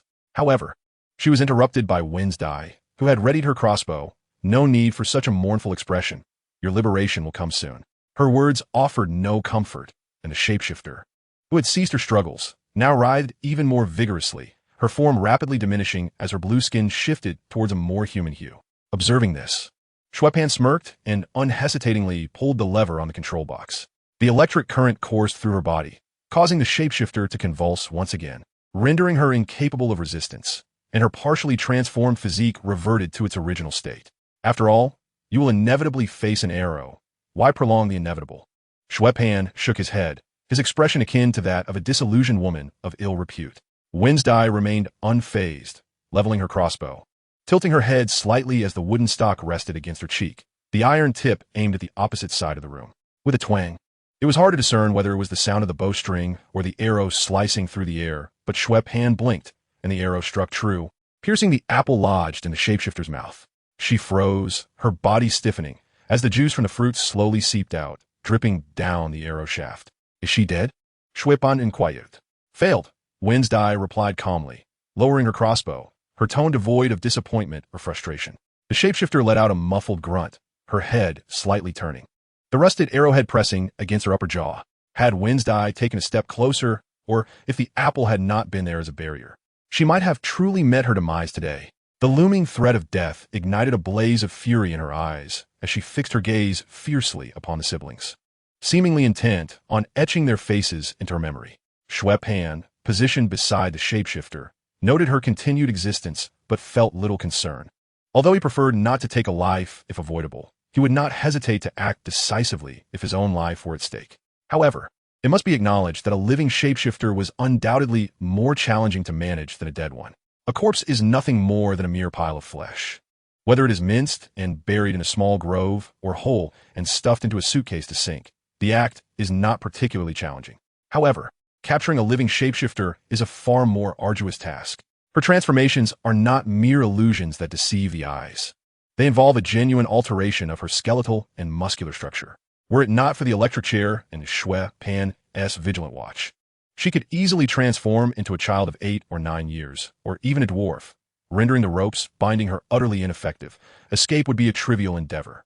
Nevertheless, since the system's task has been accomplished, keeping the shapeshifter around serves no further purpose. After a moment's contemplation, Xue Pan decided to delegate this troublesome situation to someone more suited to deal with it. Wednesday, please go downstairs and fetch a teacher. I will keep an eye on her. Wednesday glanced at her brother before approaching the shapeshifter, carefully retrieving the crossbow bolt and securing it before turning to leave the room. Chapter 28. The Secret to Longevity. As Wednesday exited, Xue Pan plopped down on the edge of the bed, facing the shapeshifter, who was attempting to glare him to death. Amused, he waved the electric switchbox at her. Professor Charles will be here shortly, and your chances of escape will soon vanish. So do not sit so rigidly. Feel free to move around a bit. Understanding her predicament and the improbability of escape, the shapeshifter disdainfully snorted through her nose, seemingly dismissing the boy's provocation, and resolutely closed her eyes, refusing to look at him. Xue Pan chuckled nonchalantly, opened the system panel, which was semi-transparent, allowing him to keep an eye on the shapeshifter while perusing his rewards. At that moment, a large, golden upgrade icon flashed before him and quickly vanished. The experience point from this task had successfully elevated his level to 2, and his previously diminished health bar was instantaneously replenished. Xue Pan was rather taken aback. He had not anticipated that this rudimentary system would exhibit such thoughtful functionality. Opening his backpack, he noted that the gift box still occupied the top slot. It feels a bit incongruous to store skills in this, he murmured softly before poking at it. Wow, I like this skill. His eyes sparkled with excitement. Although it shared the system's theme, where survival necessitates perilous endeavors, the essence of this life-saving technique was undeniably significant. As he animatedly gestured towards the air, the shapeshifter, bound directly across from him, regarded him with an odd expression. While she had seemed to close her eyes in resignation, she had been covertly observing Xue Pan's movements all along, subtly shifting her hands bound behind the chair. For what he said was true. This was her final opportunity for escape. If she were to wait until Charles arrived, her chances would vanish entirely. When Xue Pan activated the system panel, she was momentarily startled, fearing he had noticed her movements and was issuing a warning. However, after cautiously observing for a while, she realized that the boy was merely engaging in a theatrical performance with the air around him. Mystique was momentarily at a loss for words. 1,000 expletives lodged in her throat, unable to escape. However, this was hardly the opportune moment for her to voice her grievances. As the sound of hurried footsteps echoed from outside the door, Jean Grey, Cyclops, Storm, and Professor Charles Xavier had all arrived. After all, it would take but a mere mention of the distinctly identifiable blue-skinned woman by Wanda for any of the teachers to deduce who had infiltrated the school. As Charles and the others entered the room, the modest space suddenly felt cramped. The elderly professor was taken aback to see Mystique in such a vulnerable state. Bound and unable to move, her short red hair disheveled from the electric shock, and a large purple bruise pulsating ominously on her blue forehead, rendering her utterly disheveled. When Jean found him, having been the first to locate her, he initially assumed Mystique had abducted a student from the school. Had I known, I wouldn't have sought your assistance, Xue Pan remarked, spreading his arms in jest. Who could have predicted that Iceman would change color and gender just from an electric shock? I'm just as bewildered, you know. His demeanor, however, betrayed no sign of anxiety. Iceman? Bobby? Professor Xavier was not inclined to accept this blatant excuse, and quickly deduced that Mystique must have transformed herself into Iceman's likeness earlier. Indeed, Xue Pan nodded gravely. Continuing his nonsensical banter, I intended to befriend Bobby, but the moment he sat down, he underwent a transformation. I simply wish to understand what befriending entails in your lexicon. Cyclops, still seething from a previous altercation in class, could not contain himself. The others instinctively turned their gazes towards the pitiable figure of Mystique. Xue Pan rolled his eyes in exasperation. What is it to you? Cyclops, incensed by the retort, shot back. I am your teacher. Xue Pan responded. I've heard of an ordinary man who lived to the ripe old age of 104 without passing away. Do you know his secret to longevity? What secret? Cyclops inquired, irked. He simply minded his own business. The remark left Cyclops stifled with indignation. Just as Wanda had observed a boy transform into a blue-skinned woman without curiosity, she had undoubtedly lived far longer than he. Xue Pan continued to add fuel to the fire. Indeed, not only is she over a decade younger than Cyclops, but she also possesses remarkable regenerative abilities. Most individuals don't stand a chance against her lifespan. Cyclops, clenching his teeth, was about to retort when Professor Xavier intervened. Arguing with a child was hardly dignified, and now was not the time for such disputes.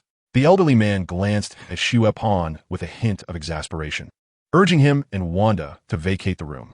He felt that the forthcoming dialogue with Mystique was not suitable for the children, especially not for the troublemaking siblings. This is not my home, Mystique countered defiantly. Charles looked in her eyes and replied, at least it once was. No, this is your home. I merely resided here for a time. Having freed herself from her bindings, Mystique showed no inclination to relocate, remaining seated in the electrically charged chair. Very well. Let us set this issue aside for now. What is it that you wish to accomplish here? Charles inquired. The mere fact that Charles refrained from probing directly into her mind, instead choosing to grant her respect due to their past acquaintance, spoke volumes. Mystique nodded without much hesitation. So, what exactly are you planning? Professor Charles pressed further. A subtle smirk graced Mystique's lips as she replied, something that could upend the status of everyone. The professor's brow furrowed, his expression turning grave. The last person who uttered such words, to my knowledge, did not meet a favorable fate. Mystique scoffed at his caution, a derisive laugh escaping her lips. Are we in a better position now? The world is rife with those who fear and loathe us. Yet these ordinary individuals control the fates of all mutants, including us. However, it won't be long before they become like us. Charles felt a jolt of alarm in his heart and quickly inquired, what do you mean by become like us? Literally, Mystique replied, shifting her posture with casual ease. Magneto discovered a machine within a clandestine organization researching mutants. It can trigger mutations in the human X gene, allowing ordinary people to evolve into mutants. That is impossible. Charles's eyes sharpened, his tone resolute. Gene mutation, with our current technological capabilities, is utterly uncontrollable. Activating the X gene within ordinary humans would only provoke a rejection response, leading to the collapse of their genetic chain and the death of their cells. Your plan would result in mass casualties. Mystique shrugged, her tone one of resigned amusement. While your understanding of genetics is profoundly deep, do not underestimate the ingenuity of others.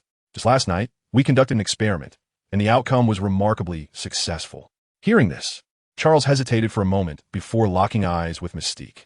I apologize, Raven, but I believe I must delve into your memories to confirm this for myself. The old professor sensed that she was not lying, which caused his own resolve to waver. Perhaps someone truly had invented a means of genetic manipulation. After all, this world is not lacking in black technology. Mystique suddenly grew tense. Her cooperation with Charles, her every answer, was not merely to conceal the truth, but also to buy time. The previous transformation into Iceman and the hurtful words spoken to the girl were not idle whims. They were part of Magneto's plan that required the girl's unique abilities. Observing the shift in Mystique's demeanor, Charles became increasingly convinced that she was hiding something. Without further hesitation, he focused his gaze and initiated a telepathic link. Moments later, he ceased his ability, having gleaned the entirety of Magneto's plan from Mystique's memories. With a grave expression, he was about to relay his findings to Cyclops and the others when the door to the room was suddenly thrust open. Wolverine strode in, his voice abrupt and commanding. Where is she? Who? Laser, I did not comprehend whom he was inquiring about. Little mischief. Upon awakening, Wolverine intended to converse with the girl. However, after searching the entire school, he could not find her anywhere. He felt a twinge of guilt regarding the incident from the previous night. For had he not harmed Little Mischief, she would not have had to touch him, thus averting the negative perceptions from other students. This instilled in Wolverine a sense of responsibility to guide her. She had already departed from school. Professor Charles scanned the vicinity and stated, we must locate her swiftly. Magneto's intentions could very well jeopardize her life. With that, the elderly man maneuvered his wheelchair towards the exit, relying on the cerebral wave amplifier in the basement to assist in his search. Magneto possesses the ability to obstruct my senses, which has led to a misjudgment on my part. I initially believed he was targeting you, but in truth, his aim is little mischief.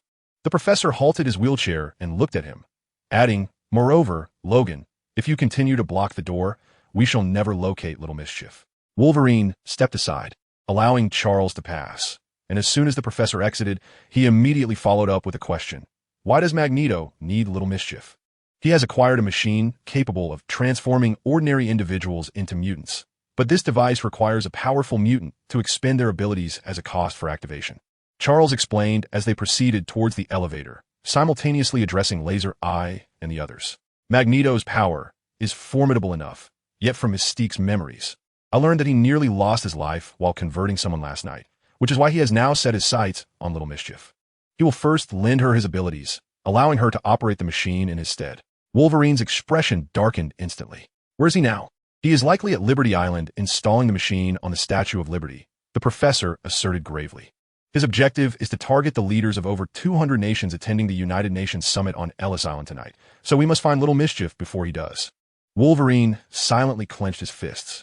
The group soon entered the hidden elevator within the school, descending to the basement level. Contrary to the damp and eerie ambience typically associated with basements, this space was adorned with metallic panels exuding a sleek, silvery technological aesthetic. Rows of concealed lights along the walls and ceiling illuminated the subterranean area brilliantly. Charles gestured towards a door in the corridor, indicating for Laser Eye to temporarily secure Mystique inside. Chapter 30, Joining the Fray. Observing as Laser Eye escorted the completely unclothed Mystique into the room, Wolverine seized the opportunity to scrutinize her and inquired, "Who is she?" It was only then that Logan truly noticed the blue-skinned woman. Her name is Raven, also known as Mystique, a friend I grew up with. However, she has since aligned herself more closely with Magneto's ideology, resulting in some divergence between us. Charles introduced her while maneuvering his wheelchair towards a circular metallic door at the end of the corridor. This door featured an iris recognition device at its center, and the professor positioned his eye for scanning. As a voice of welcome resonated, the imposing metallic doors slid open, revealing a vast spherical chamber within. This chamber served as the cerebral wave enhancer, allowing Charles to connect with the minds of individuals across the globe. Wolverine and Cyclops stood at the threshold, permitting the professor to navigate his wheelchair into the room alone.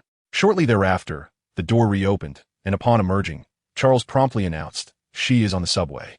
Based on a route I have observed, she will disembark at the West Bronx station in approximately 10 minutes. Therefore, Storm and Cyclops, you two should proceed directly to the station." Wolverine interjected, "I will accompany you.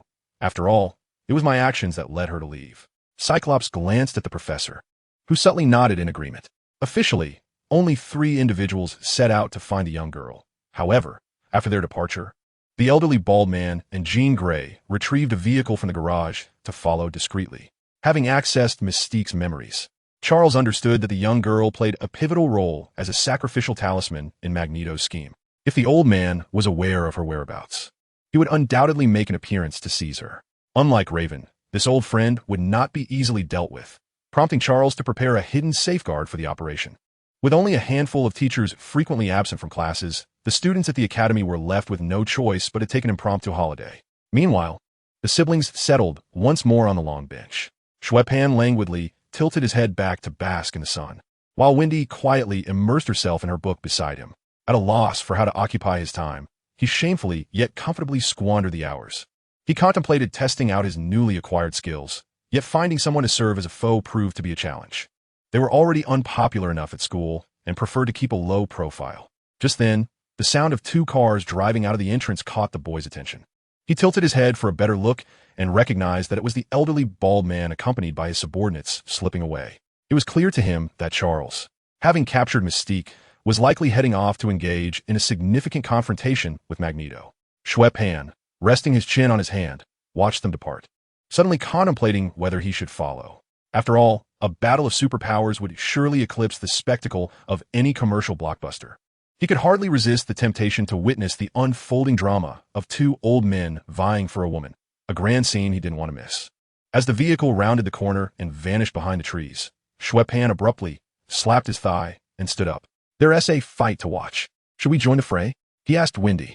The girl set down her book, her eyes sparkling with excitement as she vigorously nodded. "Let us go." There was no further discussion. The siblings swiftly made their way to the garage to retrieve a vehicle. With the teachers absent, there was no one to obstruct their plans. A few minutes later, a formidable Harley motorcycle roared out of the garage, racing down the road in pursuit of the two cars that had just departed. However, as Xue Pan surged out of the school and onto the highway, he suddenly realized that superheroes seemed indifferent to speed limits while driving. Just a brief delay had caused him to lose sight of the exhaust of the vehicles ahead. According to the narrative, the mischievous character would eventually head to the West train station, where the X-Men and the Brotherhood of Mutants would clash. Yet, Xue Pan, being an outsider, had no clue where the station in the Bronx was located. Moreover, aside from his motorcycle, none of the vehicles in the garage had their keys left in them, rendering the boy unable to utilize the vehicle's navigation system, who claimed that the yellow and green wires beneath the ignition were a reliable means to steal a car. Such notions were utterly implausible. Xue Pan grumbled to himself, coming to a stop at a crossroads, uncertain of which path to take. Leaning on the motorcycle, with his feet planted on the ground, he turned to his sister and inquired, "Do you know where the train station near West Winchester is?" Wendai remained silent, gazing at him. A 13-year-old girl residing in Staten Island might know the location of the Empire State Building, but asking her for the precise location of a small train station at the opposite end of New York would be a miracle if she did. "Well, I shouldn't have asked you," Xue Pan realized, dismounting to seek guidance from someone else. "Hello," he greeted a passing African-American man on the sidewalk with a friendly wave. However, his smile instantly faded. "Buddy, you shouldn't be talking to me like that." "Why? What do you want? To cry?" The man replied mockingly. "Kid, you're in deep trouble," he shouted, advancing towards Xue Pan. The boy instinctively reached behind him, retrieving a handgun from his backpack. The man immediately backtracked, saying, "I'm sorry, I meant to apologize." Xue Pan thought, Marvel's criminals have certainly instilled a strong sense of crisis awareness among New Yorkers. If one were to suggest that beneath the glamorous facade of the various boroughs of New York lay filth, then in comparison to the chaos of each area, Brooklyn, once notorious for its immigrant populace, would be overshadowed by the Bronx, the modern hub for the African-American community. Many university professors caution international students to avoid wandering alone in the Bronx, regardless of gender. This borough is often referred to by another name, the district. Chapter 31. There is no battle, so forget it. Naturally, this is merely one of its most prominent characteristics. Robbery, brawls, theft, rampant drugs, and gun proliferation are also the root of the Bronx's chaos. Yet, this does not imply that the Bronx lacks any redeemable places. It simply has a lower overall safety level compared to the other boroughs. After all, even Manhattan has Hell's Kitchen to bolster the facade of New York's underground forces. Following Xue Pan's polite inquiry, the man, now amiable, provided him with a detailed route. "Thank you for guiding me," Xue Pan said. The gun still pointed at the man's direction as he bid farewell. "Hey, be careful." The thrilling motion had the black uncle raising both hands to his chest.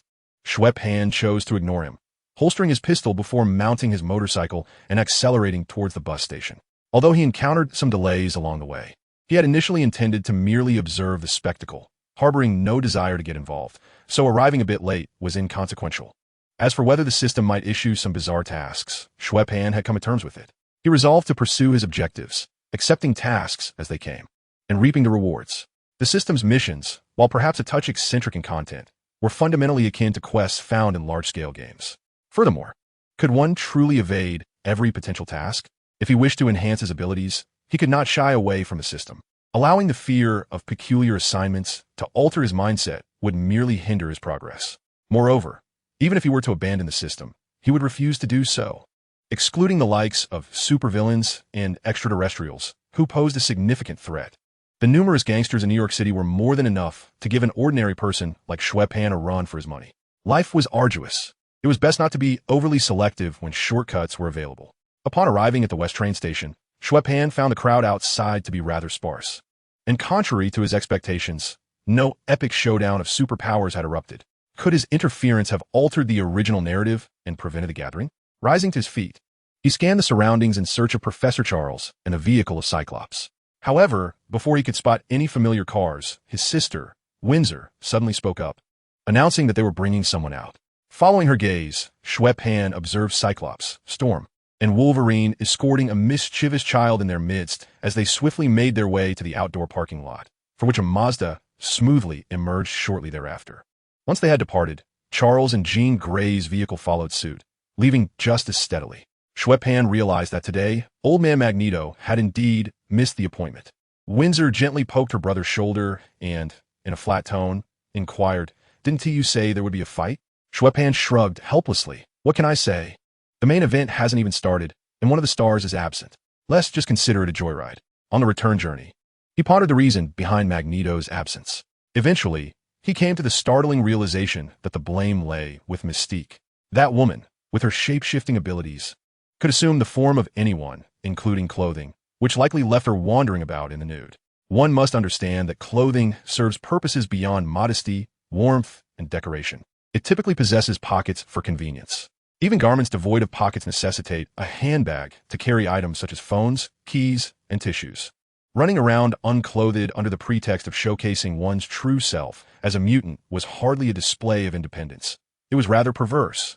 Unless that blue-skinned exhibitionist was concealing a phone in an unmentionable area, how could she possibly contact Magneto? Would she resort to shouting? Thus, having been outmaneuvered by Xue Pan, Mystique had utterly failed to relay the message to Old Man Magneto. This led to the abrupt cessation of the superpower battle that was meant to unfold at the station. Although the mutants engaged in their own activities within their circle, largely detached from the Avengers, the X-Men series, with its significant transformations since the inception of the first film, undoubtedly warrants subsequent developments, whether for better or worse. This left Xue Pan somewhat disheartened. He had hoped to linger at a tuition-free school that provided meals and accommodation for a few more years. However, he had no time to dwell on this. For as soon as he parked the motorcycle, Cyclops confronted the siblings with a stern expression. It then dawned on Xue Pan that the vehicle they had taken belonged to the man before him. Wanda slightly lifted her gaze and calmly stated, "We're going to watch the teachers organizing a group fight." Xue Pan immediately covered his face. What had begun as a playful escapade had now morphed into a covert operation to track the professor, with the potential for trouble brewing. After all, based on their behavior since enrollment, it would take some convincing for anyone to believe they were merely seeking excitement. Cyclops' lips twitched slightly as he attempted to clarify. "We are not here to engage in battle, but rather to rescue the mischievous one. Magneto intends to use her." "Right. No need for explanations," Xue Pan replied, flashing a brilliant smile and tentatively inquired, "What if I were to say that I ventured out simply because the school felt stifling? Would you still believe that?" "Ah, guess." Cyclops retorted with a cold laugh.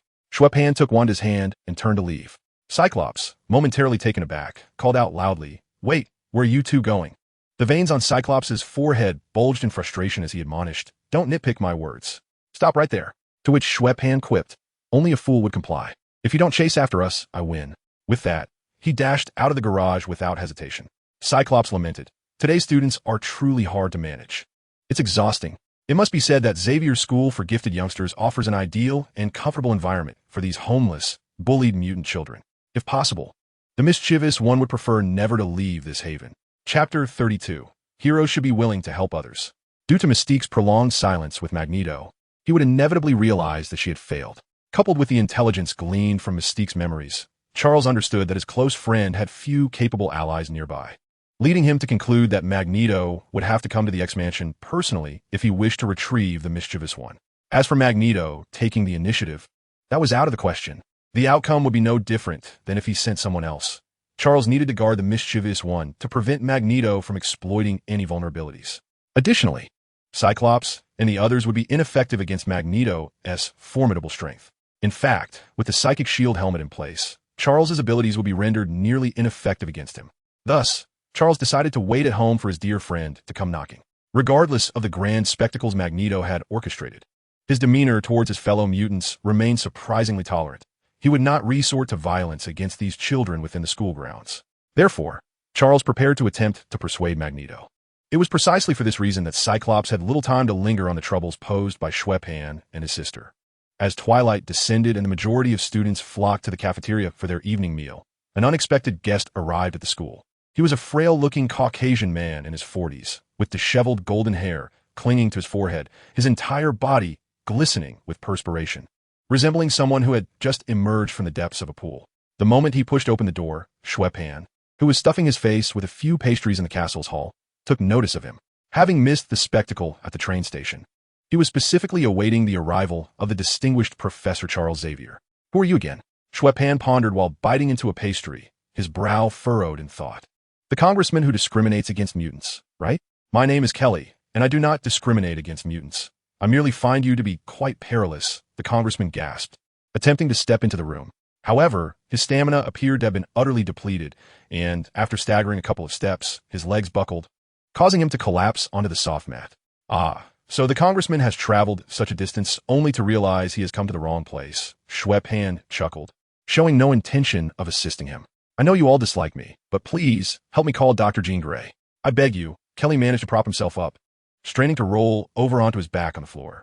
Not a chance. Xue Pan resolutely shook his head, taking another generous bite of his pastry and grumbling. While I personally don't harbor any ill feelings towards you, I simply cannot be bothered to move. The X-Mansion, awaiting the grand arrival of Magneto, was far less accommodating than when Mystique had infiltrated the school. Presumably, the moment Kelly stepped through the school gates, Professor Charles would have been alerted, and perhaps Jean Grey was already en route.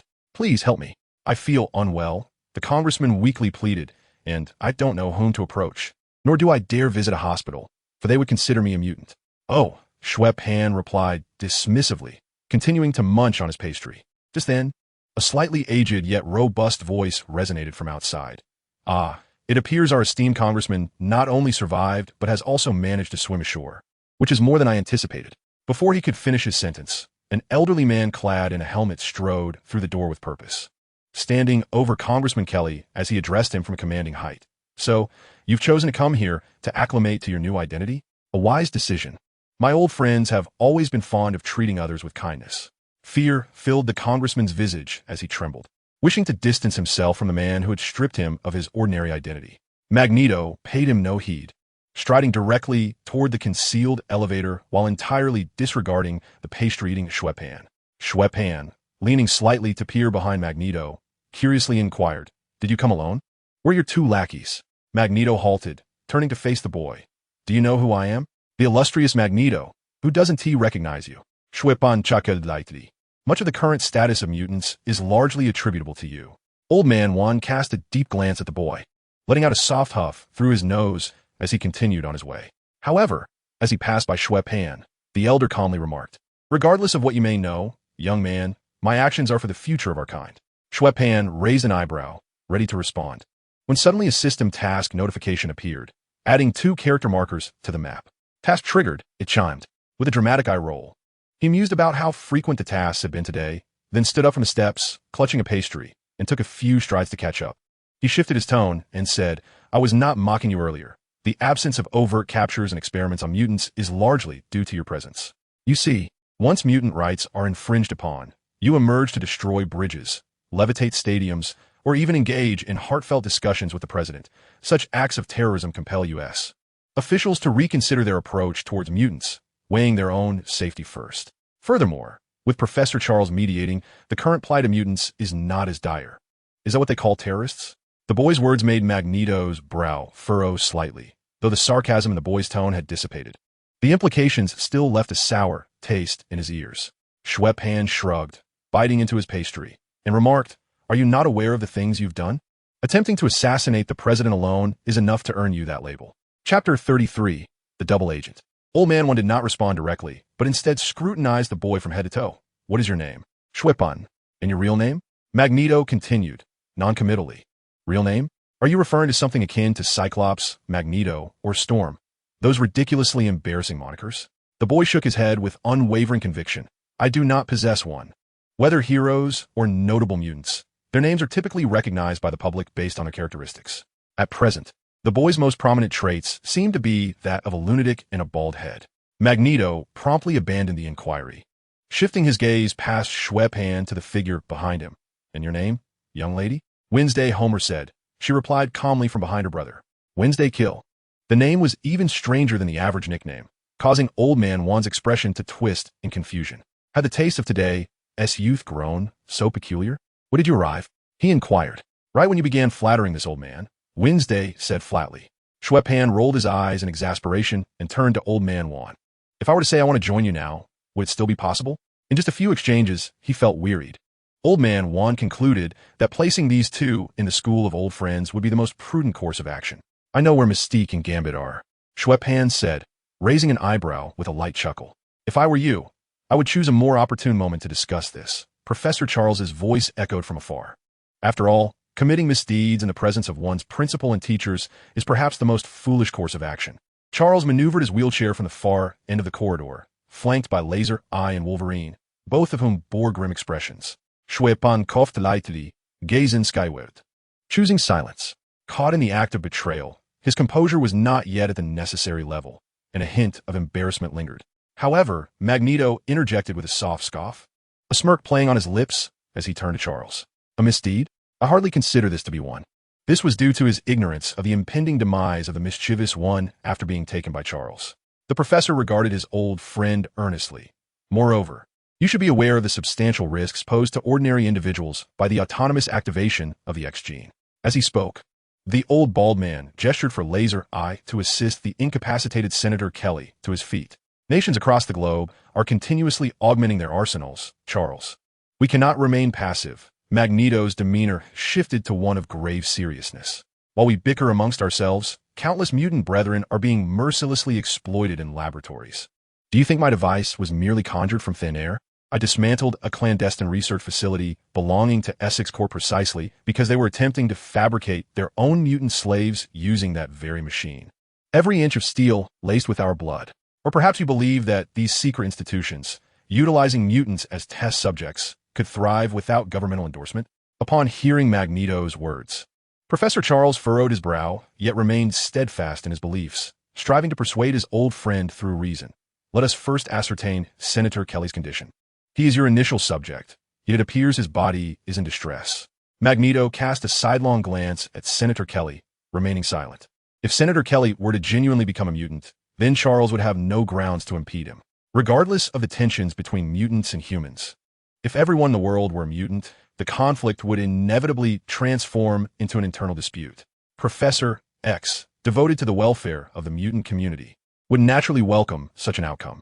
Magneto, however, conveniently overlooked the associated risks. In his eyes, ordinary people had always been an overlooked entity, neither targeted nor particularly cared for regarding their survival. Charles redirected his wheelchair, leading the group towards the elevator. The various facilities beneath the school had all been constructed with Magneto's involvement, so there was no need for subterfuge in his presence. Conversely, Wolverine lagged a step behind, reaching out to halt Magneto, warning, "Do not lay your sights on that girl. I'll be watching you." Magneto regarded him, flaring his nostrils with a hint of amusement, replying, "It seems you have forgotten everything. Haven to you, but by all means, feel free to try." With that, the elder strode purposefully down the corridor. As for Xue Pan, no one acknowledged the two siblings, fully aware that there was little to no chance of him accompanying them. Beneath the ground floor lies a labyrinth of facilities, including laboratories, medical rooms, equipment development spaces, and even an airstrip. Although students are strictly prohibited from wandering about freely, particularly in light of this individual's intentions to become a traitor, Xue Pan waited a few minutes, calculating that they had already exited the elevator into the medical room, before beckoning Wednesday to follow him towards the elevator. The elevator doors were cleverly disguised as part of the wall, making it difficult for outsiders to detect. However, with a keen eye, it was hardly a secret, as Charles relied on this very mechanism to navigate between floors. For professors, the stairs might as well be their arch-nemesis. As for the rule prohibiting students from roaming the underground, which school regulations aren't routinely flouted, having successfully boarded the elevator and descended below ground, the doors opened to reveal Wolverine leaning against the opposite wall with his arms crossed, observing them intently. Xue Pan wrinkled his nose in dissatisfaction, remarking, even at first glance, "It's evident that such child-threatening tactics are unlikely to be effective." Wolverine, somewhat begrudgingly, replied, "I may not be the most persuasive with words, but I seldom need them to convince others." With that, he reached out with both hands, effortlessly lifting the siblings by their collars and ushering them into the elevator. Wednesday tilted her head slightly, gazing up at Wolverine, and calmly inquired, "Are you playing a game with me?" In Chapter 34, titled Verbal Warfare, Wednesday, suspended above the ground, did not resist, but rather posed her question again, "Are you playing a game with me?" Wolverine, bewildered, looked at the girl and asked, "What do you mean? Are you playing a game with me?" Wednesday reiterated, "No." Xue Pan interjected, waving his hands in alarm. He had no doubt that if Wolverine acquiesced, his sister would swiftly deliver a fatal blow, for he had distinctly observed Wednesday gripping a gleaming dagger in her hand. "Oh," she replied coolly, retracting the knife. Wolverine, utterly perplexed, found himself in a haze. Although his resilience could withstand countless stabs, this particular strike would surely provoke his ire. Xue Pan did not believe that an enraged Wolverine would simply pat Wednesday on the head and let her off the hook, especially since this individual had previously attempted to sell out his sister right in front of him. Thus, the boy concluded that the only way to gain access to the underground level was through clever persuasion. Fortunately, Wolverine had suffered a head injury in his earlier years, making him less impervious to verbal assaults than Professor X. As the elevator doors closed and began to ascend, Wolverine no longer felt the need to carry them. Gently setting the siblings down, Xue Pan straightened his rumpled collar and directly addressed Wolverine. "Do you wish to rescue the little troublemaker?" Wolverine shot the boy a glance, but chose to remain silent. "Clearly, your impression of me is less than favorable," Xue Pan remarked with a smirk, altering his approach. "Is it because I previously mentioned informing Magneto of Mystique and the little troublemaker's whereabouts?" The subsequent statement evidently struck a chord with Wolverine. After organizing his thoughts, he remarked, "Listen, child, although I am not your instructor and remain unaware of what Magneto has conveyed to you as an adult, I wish to caution you against hastily choosing sides. This matter is not one you should engage in at your tender age." After a brief pause, he added, "Moreover, Magneto is not a commendable leader. If he were truly just, he would not burden an innocent child with the inevitable consequences of death." Taken aback by the superficiality of the boy's assumptions, Xue Pan cast a disdainful glance at Wolverine. "Have you not heard the saying, 'Seeing is not always believing'?" He retorted. "I have only heard seeing is believing, child," Wolverine replied. The boy had been caught red-handed when pledging allegiance to Magneto, and had it not been for his age advantage, Wolverine's temper would have surely prompted him to unleash his claws. "Suit yourself," Xue Pan shrugged, nonchalantly delivering a cutting remark. "In the end, it will be the mischief maker, the leaders of over 200 nations, and the ordinary citizens of New York who perish. We are mutants. That machine holds no sway over us. However, the world may unite to eradicate mutants, right? When that time comes, the dispersed mutants will surely unite like never before." Who could have anticipated that the Third World War would revolve around mutants? These alarming declarations stirred a sense of unease within Wolverine, who had initially sought only to rescue the mischief maker. Yet, should a world war erupt between humans and mutants, maintaining neutrality would be impossible unless one retreated to the most remote wilderness. The machines capable of identifying mutants had been invented as early as the 1970s. Presently, while the lives of mutants are far from ideal, society's attitudes towards them mirror the dichotomy between Professor X and Magneto, divided into hawks and doves. However, once war breaks out, the conflict between mutants and humans would evolve into a genuine life-and-death enmity, leaving no room for reconciliation. "Why are you telling me this?" Wolverine demanded, his expression darkening as he fixed his gaze on the boy. "Prove to me your true intentions in handing the mischief maker over to Magneto." As he spoke, Wolverine's fists clenched and unclenched, contemplating whether he should incapacitate the boy and hand him over to the professor, suggesting that he be imprisoned indefinitely. A mere 15-year-old, attempting to instigate a world war, and with the boy's confidence in the plan's success seemingly substantial. Such a lunatic deserves to be confined in a prison at the bottom of the Pacific. Nevertheless, Xue Pan shook his head, unfazed, and replied, "Of course not. I am merely elucidating the consequences of the mischief maker not being voluntarily surrendered to Magneto." "Huh," Wolverine replied, astonished. The boy smirked slightly, pressing further with a smile. "Do you know what Magneto's powers are? Do you understand what he is capable of? Are you aware of Magneto's philosophy? In this school, who dares to claim they are devoid of any metallic objects? Especially you, encased in an entire skeletal structure of adamantium. Should Magneto wish it, he could have you prancing naked in Swan Lake at Times Square, coupled with his grotesquely hideous helmet that shields him from the professor's telepathic prowess. It can be asserted that he alone could overpower everyone in the institution, then leisurely depart with Mystique and the mischievous one. As for you, the beaten remnants, you would find no second chance to thwart him. Moreover, do you truly believe that Magneto has only Mystique as his subordinate?" Wolverine's expression faltered momentarily. Although the professor had informed him of Magneto's capabilities, he had never paid it much heed. After all, with his healing factor and indestructible adamantium skeleton, he could be considered virtually immortal. For ordinary adversaries, a reckless charge would suffice to triumph. Now, an entity that could be deemed his nemesis emerged, and for a time, Wolverine found himself at a loss for a strategy to confront Magneto. Seizing this opportune moment, Xue Pan approached, whispering softly as Wolverine momentarily lost his focus. However, willingly delivering the mischievous one into Magneto's hands presents a different scenario. Consider this. Activating that machine requires more than just the recently awakened abilities of the mischievous one. Magneto must lend her his powers, which elucidates why he needs her. Chapter 35. Remain here and do not stir. Xue Pan would not squander this fortuitous moment. He leaned closer during Wolverine's brief distraction, reiterating, but willingly handing the mischievous one over to Magneto changes the dynamics. To activate that machine, merely relying on her nascent powers is insufficient. Magneto must bestow his abilities upon her, thus explaining his need for her. Yet, you should be more aware than I of the consequences of touching the mischievous one. By that time, Magneto would be rendered nearly powerless. Without Magneto, the Brotherhood of Mutants would require no intervention from you. Professor X alone could resolve the situation.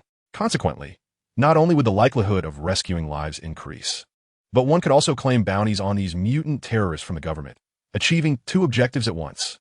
Wolverine's expression visibly softened, yet after considerable contemplation, he attempted to counter. How can you be so certain? What if the professor persuades Magneto to abandon his plans? What if we manage to subdue him directly?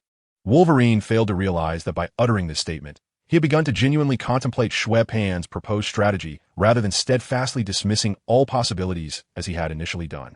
But what if you cannot defeat him? Remember, even a metallic clasp in Magneto's hands could spell death. Xue Pan pressed further. Moreover, if Professor Charles could persuade him, would mutants still be divided into the X-Men and the Brotherhood? The benevolent Professor X might show some leniency in certain matters. But hoping for Magneto to alter his views is not something that mere words can achieve. Wolverine hesitated for a long while, yet ultimately did not acquiesce. Although he found the boy's words to be reasonable, the extensive repercussions of Magneto's plans left him with lingering doubts about relinquishing the mischievous child. Moreover, he harbored a deep-seated mistrust of Xue Pan. During his brief time at school, he had overheard numerous discussions among students, most of which revolved around the sibling duo. Their initial encounter, marred by the sight of one selling out their ally, certainly did not inspire confidence, especially given the rumors surrounding the boy's mental stability. Observing Wolverine's increasingly peculiar gaze, Xue Pan felt an unsettling itch in his jaw. Despite his best efforts to reason with him, Wolverine remained obstinately resolute. Were it not for his apprehension of alarming Professor Charles and the others, he would have gladly brandished a weapon, aiming it squarely at Wolverine's forehead. Witnessing Wolverine's unwavering stance, Xue Pan opted for a compromise.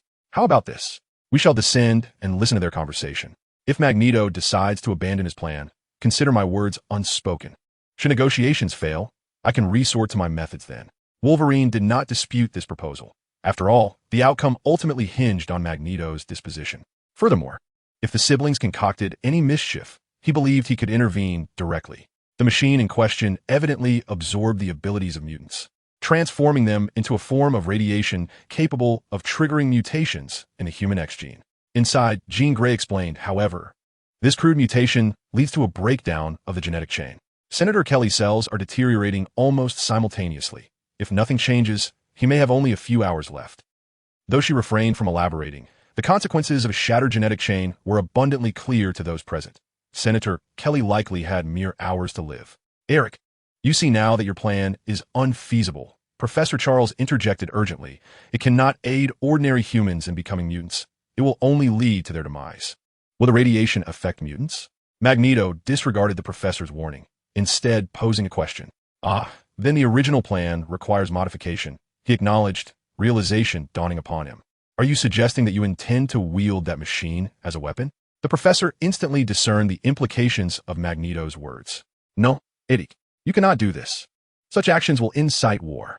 All nations will unite in fear and fury against mutants. This society will not accept us, Charles. Do you still harbor hope? Magneto spoke calmly. Humans have perpetually persecuted mutants. It is now time for us to retaliate. We must be independent, no longer hiding, no longer enduring the scorn of feeble humans. We shall establish a free territory solely for mutants. Having heard enough of the conversation within the infirmary, Xue Pan withdrew his ear from the door, glancing at Wolverine, whose expression clearly conveyed, see, just as I said. Wolverine's fists were clenched tightly, poised for action. Nonetheless, the boy's earlier words had evidently made some impact. As he remained motionless at the threshold, Magneto's powers effectively restrained him. Charging him would not only be futile, but could also render him a liability. Nevertheless, at least my words registered somewhat. As the conversation in the room grew increasingly heated, Xue Pan patted Wolverine's arm with satisfaction. declaring, "Now it's your turn. Just lie down and play dead." "What do you mean?" Logan inquired, perplexed by the boy's intentions. "I previously stated my intention to ally with him. Presenting him with the person now serves as a token of loyalty, logical and unremarkable." Xue Pan rolled his eyes, exasperated. "It wouldn't make sense for you to risk your life defending Little Mischief only to turn around and hand him over to Magneto. He'd have to be a fool not to suspect something amiss. Besides, you can't just stand by and watch as I betray a teammate, can you? Therefore, pretending we bested you seems far more credible." Logan opened his mouth, struggling to formulate a counterargument. Meanwhile, the dialogue in the room was charged with tension, hinting at imminent conflict. All right, lie down quickly." The boy seized the opportunity, pulling Logan to lean against the wall in an appropriate position. "Stay put and don't move. I'll just grab a few oranges, or rather, sell a teammate." Chapter 36, Gunfire. With that, Xue Pan retrieved a substandard handgun from his system backpack and handed it to Wendy, instructing her to press the barrel against Wolverine's forehead. "Hey, what are you doing?" Logan exclaimed, startled. While the weapon was nearly ineffective against him, was it really standard for children to brandish firearms at the slightest provocation nowadays? Acting, of course. "The more realistic, the better," the boy replied, his expression one of righteous determination. "It'll only sting a bit. It won't take your life." Turning his head, he addressed his sister. "Uncle Wolverine wants to play a game with you. The rules are simple. Should any conflict arise in the room, immediately pull the trigger. If anyone steps out, pull the trigger. If I give you a hint, pull the trigger. If he makes any move, pull the trigger." "I'm not foolish," Wendy replied coolly, shooting a glance at her brother. "I understand everything you say. You may not be foolish, but you're reckless. What if you pull the trigger without clarifying first?" Xue Pan thought in frustration. As a man who relied on his physical prowess and typically confronted foes head-on, the straightforward Wolverine seemed ill-equipped for such subterfuge. He straightened up, seemingly ready to speak. However, Wendy, with the gun trained on him, offered no opportunity, decisively pulling the trigger. Bang! The bullet struck Logan's forehead with a sound akin to metal clashing. The impact rendered him unconscious, his eyes closed as he slumped against the wall. A deformed bullet now lodged in his right temple. Blood oozed slowly from the wound. "Good heavens! Why did you pull the trigger?" Xue Pan exclaimed, unable to contain his frustration. Although he had meant that she should only fire if Logan made a move while he attempted to rescue him, Wendy's interpretation was not entirely erroneous. Thus, the boy was left with no choice but to take the blame. There was no time for him to explain or complain, as the thunderous gunfire had already startled those in the medical room. Pointing at the fallen Wolverine, he urgently instructed Windstar, keep the gun trained on his head. If he makes any move, shoot. While shouting, Xue Pan hurriedly followed the markers on the map. Time was of the essence. The sudden gunfire startled both Professor Charles and Old Man Juan, leading them to mistakenly believe that an army had invaded X Academy. Magneto had already forcefully torn the iron door off its hinges. The X Academy and the Brotherhood were ultimately just ideologically opposed, and conflicts mostly arose from battles utilizing the mutants' own abilities, with firearms rarely being employed. Moreover, those mutants capable of combat generally possessed abilities far superior to the use of guns. With grave expressions, Old Man Juan and Professor Charles stepped out of the medical room, only to witness Windstar holding a gun to the forehead of Wolverine, who had a bullet hole in his skull. This scene momentarily stunned the seasoned elders. A short distance away, Xue Pan was deftly attempting to open a tightly shut door. Magneto glanced at his old friend, the implication clear. "This is your student. You take responsibility." As soon as Professor Charles spoke, Wolverine's healing factor forced the deformed bullet out of his forehead. In the instant the wound healed, Wolverine opened his eyes, prompting Windstar to decisively pull the trigger. Bang! The familiar sequence unfolded again. Wolverine was unconscious within a second. "WTF!" exclaimed Cyclops, who was lagging behind. Wolverine had been at the school for less than 2 days, and the students were entirely unaware of his abilities. To Cyclops, the girl's actions were tantamount to murder. Meanwhile, Xue Pan paid no heed to the commotion behind him, wholly focused on the stubbornly closed door. After a few moments of fruitless effort, he surrendered, realizing the door was locked, and he could not open it. After all, even Mystique, who was adept at lockpicking, was trapped inside. So what chance did an ordinary person like Xue Pan have? As this thought escaped his lips, Cyclops immediately disregarded Windstar, adjusting his glasses with one hand while keeping a vigilant gaze on Magneto. Should he make any move, Cyclops' optic beam would strike him in an instant. Magneto glanced at the tense Scott behind him, letting out a dismissive snort, and then sidestepped to clear the doorway. At the same time, he flicked his fingers, causing the previously torn metal door to rise and slam back into the frame, effectively blocking Cyclops' laser beam that was fired a moment too late. However, the inner side of the metal door bore a melted mark from the laser. Fortunately, Cyclops aimed to subdue Magneto rather than kill him. Otherwise, the full-powered optic beam could have easily penetrated the metal door. Magneto, having come under attack, was not one to remain passive. With a swift motion of his hand, the metallic door violently detached from its frame and crashed into the room, targeting the professor in his wheelchair. Instantly, Jean Grey reached out to maneuver the wheelchair aside. Cyclops promptly adjusted the power of his visor, and with a flash of crimson light, the metallic door was held suspended in midair, caught in a standoff. Magneto deftly controlled the door to block the red beam, while simultaneously commanding the metallic instruments within the room to strike Cyclops directly on the head. Moreover, as she suspended the flying metallic objects, Jean endeavored to assist Cyclops. However, when a metal bed, which contained Senator Kelly, swept towards them, she struggled to halt it, but was struck on the head by a metal frame. Witnessing his girlfriend collapse with a muffled groan, Cyclops became momentarily distracted, allowing Magneto to seize the opportunity to trap him with a large iron kettle or barrel, forcefully slamming it down onto the ground. The overwhelming force rendered Cyclops unconscious as his head struck the floor with a heavy thud. Chapter 37. They have a problem here. In contrast to Wolverine and Mystique, mutants who relied on physical prowess, Cyclops and Jean Grey were not as resilient. It was utterly impossible for them to withstand blows as depicted in the films, being thrown several meters and shattering tables without a scratch. Their physical endurance was akin to that of ordinary individuals, and a well-placed blow would render them incapacitated. Having incapacitated Cyclops and Phoenix, Magneto did not relent, but instead manipulated the surrounding metal to swiftly ensnare them. Given Professor Charles Xavier's psychic abilities, awakening someone was a trivial matter. However, Magneto refrained from inflicting serious harm. As for the claims made by Xue Pan to Wolverine about the potential devastating injuries the X-Men might suffer in a confrontation with Magneto, they were pure nonsense. When it came to his fellow mutants, Magneto was generally lenient. At least in non-essential situations, he would not kill his protege in front of his close friend Charles. "Eric, must you proceed in this manner?" Charles asked, gazing intently into Magneto's eyes, surveying the wreckage of the medical room. Why pose questions to which he already knew the answers? Showing restraint towards his old friend, Magneto even helped to clear the metallic debris scattered around the wheelchair. "We are the masters of the future, Charles. Do not forsake humanity." The professor continued to attempt persuasion. "There is still hope." "Hope? Huh. Cease your futile words," Magneto scoffed. "Those individuals have not only stripped me of everything I held dear, but also incessantly seek to eradicate mutants. Now, it is time for us to take from them. Enough of this idle chatter. Now is not the time for pleasantries," Xue Pan interjected, leaning against the door of the room where Mystique was confined, a hint of impatience in his voice. "Have you not realized that Professor Charles is merely stalling for time?" The skirmish between them, though not particularly grandiose, still managed to echo with some intensity. During the fray, Wendy had fired 2 shots at Wolverine, ensuring that some commotion would inevitably reach others. It is worth noting that the entirety of Xavier's school lay within the telepathic reach of Charles. Cyclops and Jean Grey had been lying incapacitated on the ground for quite some time, yet Storm showed no inclination to join the fray, clearly having received directives. Moreover, Xue Pan had taken advantage of his mission to confirm via the map that one of the task markers was rapidly distancing itself from the school.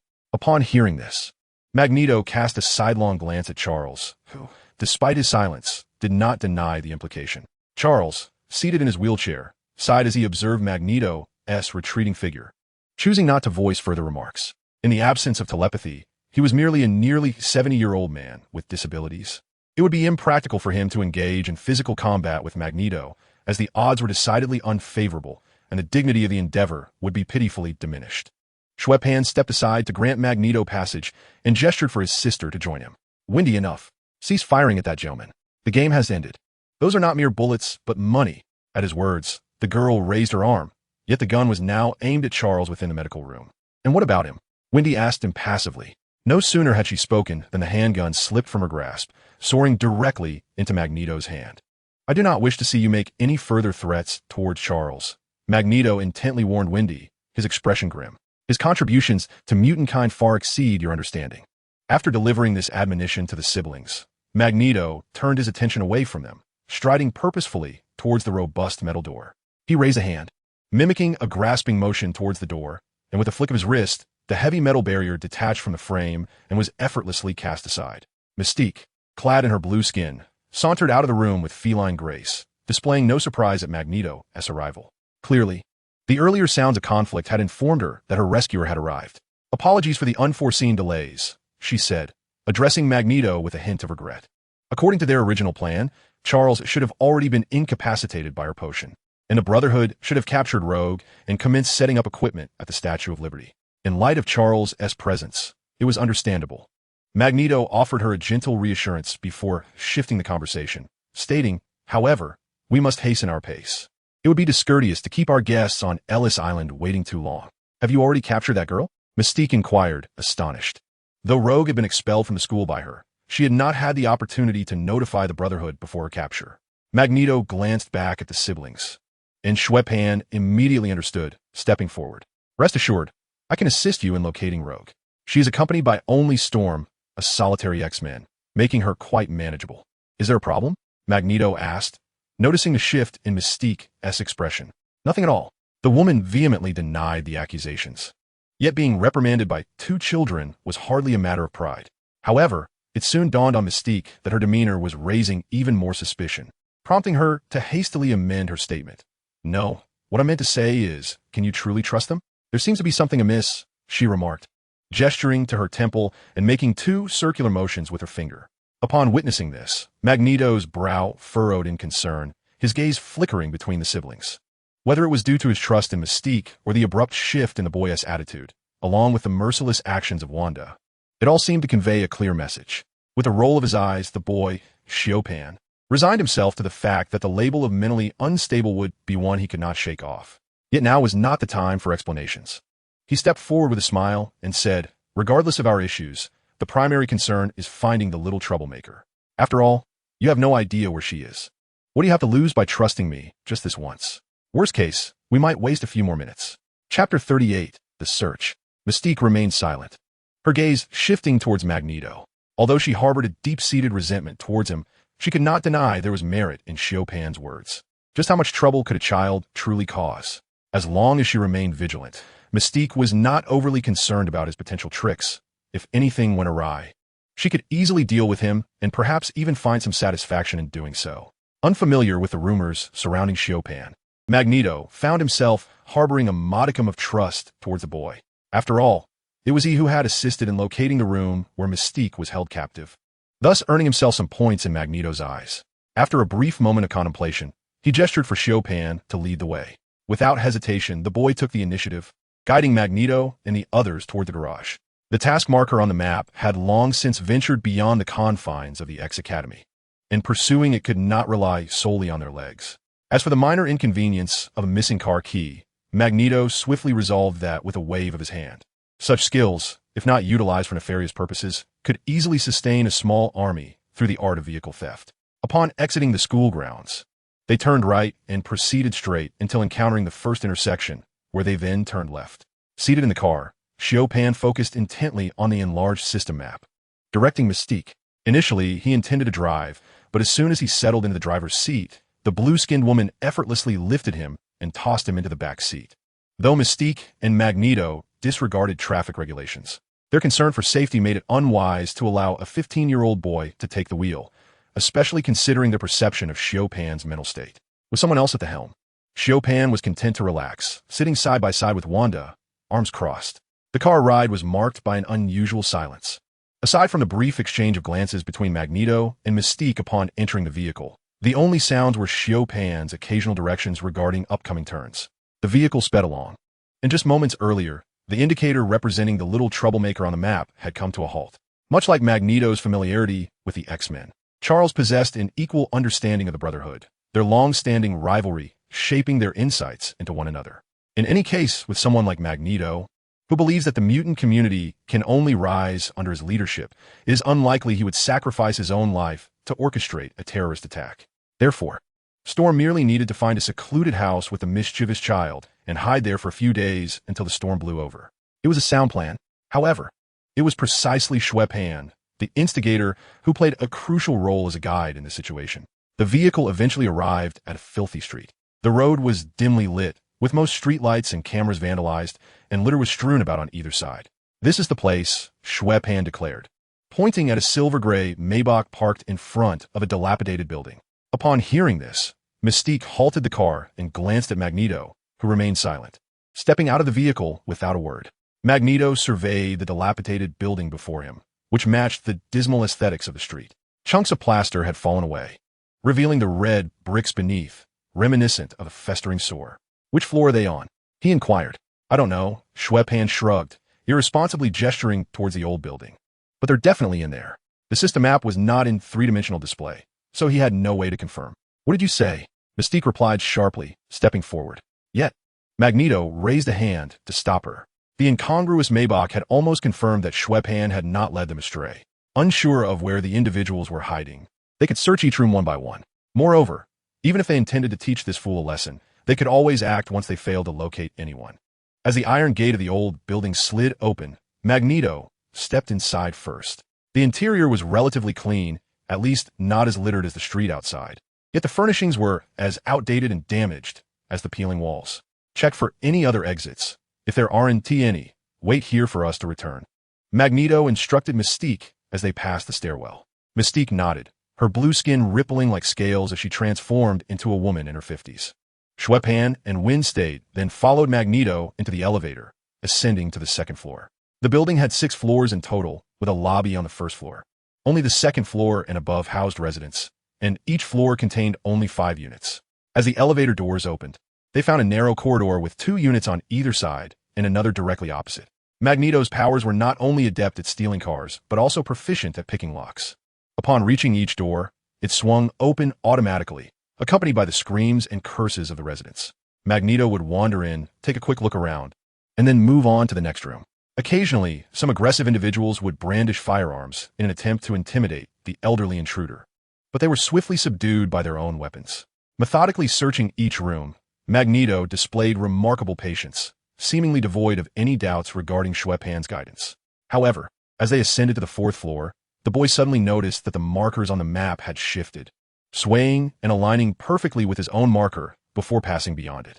Xue Pan instinctively looked up, observing the ceiling move in tandem with the marker's shift. "What is happening?" Magneto inquired cautiously, noticing the boy's actions. Ignoring the cowardly bystander, the boy leaned against the balcony window, gazing outside. By the time they had disembarked, darkness had enveloped the surroundings. Apart from the lights within the building, there was almost no other source of illumination. Although the silhouette of Storm was difficult to discern, the trash bags whisked away by the sudden gust of wind served as a clear indication to the boy that she was employing her extraordinary powers.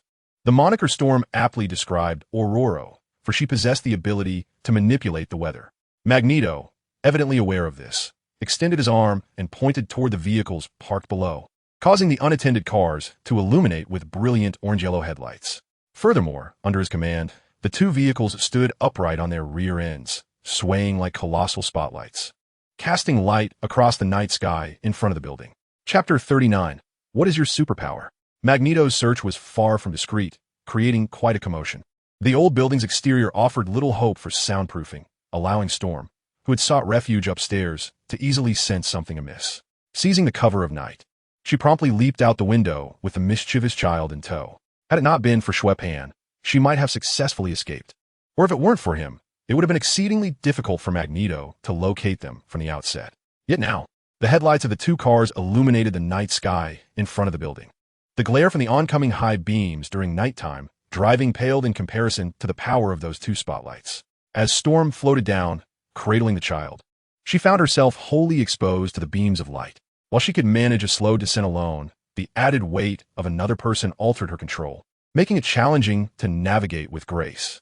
It is important to note that manipulating airflow to achieve flight requires meticulous control and a deep understanding of one's own parameters for safety. Simply letting the wind propel oneself would be far easier. Thus, attempting to merely reduce her falling speed with wind to evade the light's reach was a futile hope, relying instead on Magneto's waning eyesight to overlook them. Therefore, when the headlights illuminated her, a wave of dread washed over Storm.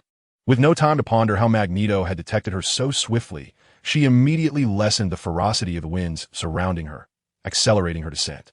Once on the ground, she could cease the winds, generating mist to obscure Magneto's line of sight.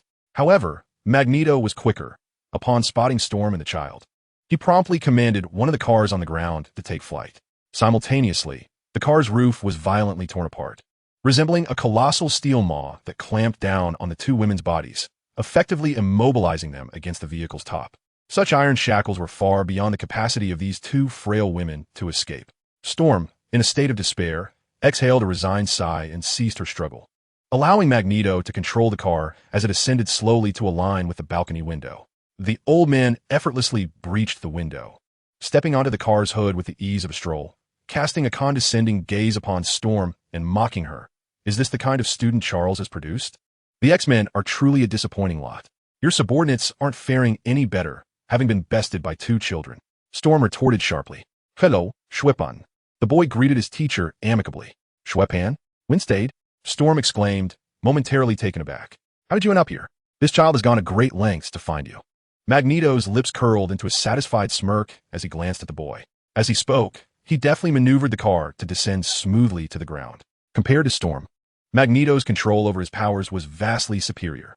Shouldn't that be the case? Xue Pan replied ambiguously. From this moment on, it is Magneto affirmed, his confidence dispelling any doubts he had about the siblings. He had already invested considerable time in locating the mischievous child and was unwilling to squander further time on trivial matters. Let me go. Help. Aurora, save me. After struggling silently for what felt like an eternity, the mischievous child finally succumbed to despair, calling out for Storm in distress. How can she save you when she cannot save herself? Magneto murmured, revealing a metal syringe concealed beneath his cloak. The tranquilizer dart flew swiftly, striking the girl on the nape of her neck, silencing her cries instantly. Storm glared at him fiercely, biting her lip in anger. Even if you capture her, it won't matter. The professor will thwart your plans, Magneto. Just as Storm's expression shifted, a steering wheel abruptly appeared behind her head, knocking her unconscious with precision. Come on, get in the car.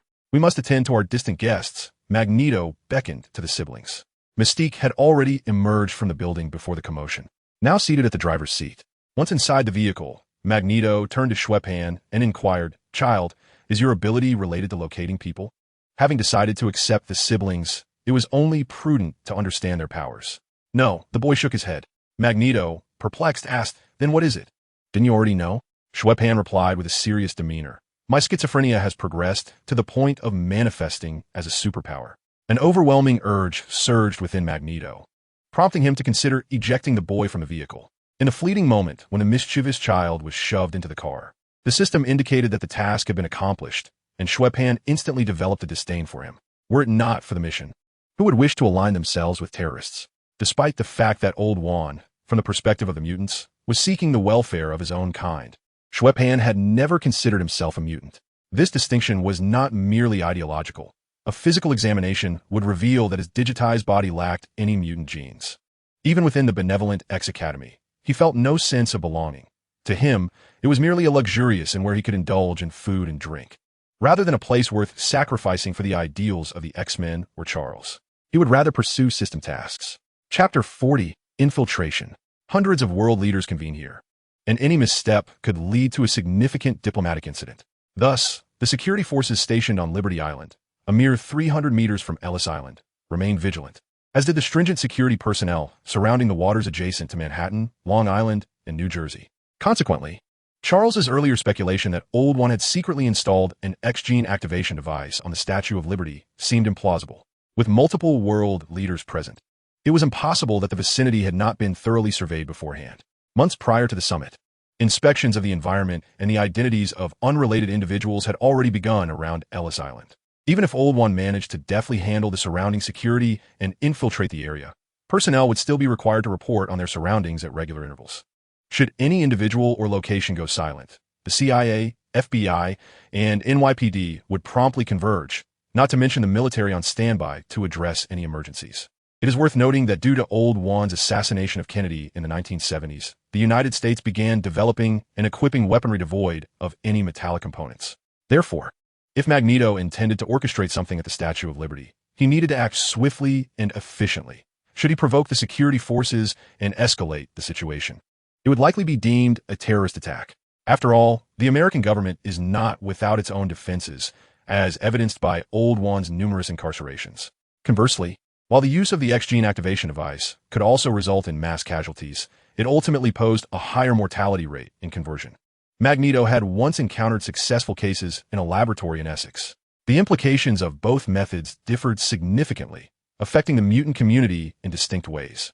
The former would merely exacerbate the already difficult lives of mutants due to the repercussions of a terrorist attack, whereas the latter, if successful, would compel the entire mutant population to rise in rebellion against the supremacy of ordinary humans. Thus, amidst the celebratory fireworks marking the commencement of the United Nations Summit, Mystique arrived at Pier 6 on the East River, located at the easternmost edge of Wall Street, with Xue Pan and others.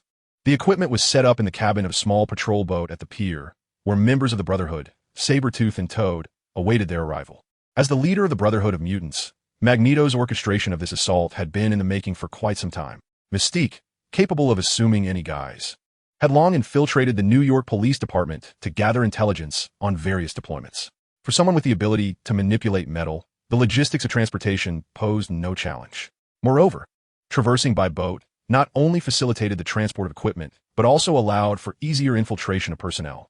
Otherwise, a group of individuals accompanied by a massive floating apparatus would be unable to evade aerial surveillance. The majority of security had been arranged around the New York harbor, leaving the East River Pier 6, located in Lower Manhattan, virtually unguarded, with only a few police vehicles patrolling the nearby streets. The boarding process lacked any semblance of excitement. Xue Pan and One Dai, two newly inducted members of the Brotherhood, were merely along for the ride. Their involvement was solely due to Xue Pan's proactive allegiance and his assistance in locating the young girl, with no actual role in Magneto's scheme. In fact, concerned that the siblings might inadvertently cause a disturbance, Magneto had instructed them to keep a close watch on the unconscious child. After all, what could one possibly guard when the subject was in a stupor? Xue Pan discreetly smirked and found a spot in the cabin to sit, quietly opening his system backpack to check the rewards for completing tasks. He anticipated monetary gain and experience points, but was pleasantly surprised to discover a new weapon. Its design, as depicted in the image, was satisfactory. Although the weapon lacked substantial lethality, its intimidating appearance and potential special effects could serve as a soft control skill. Content.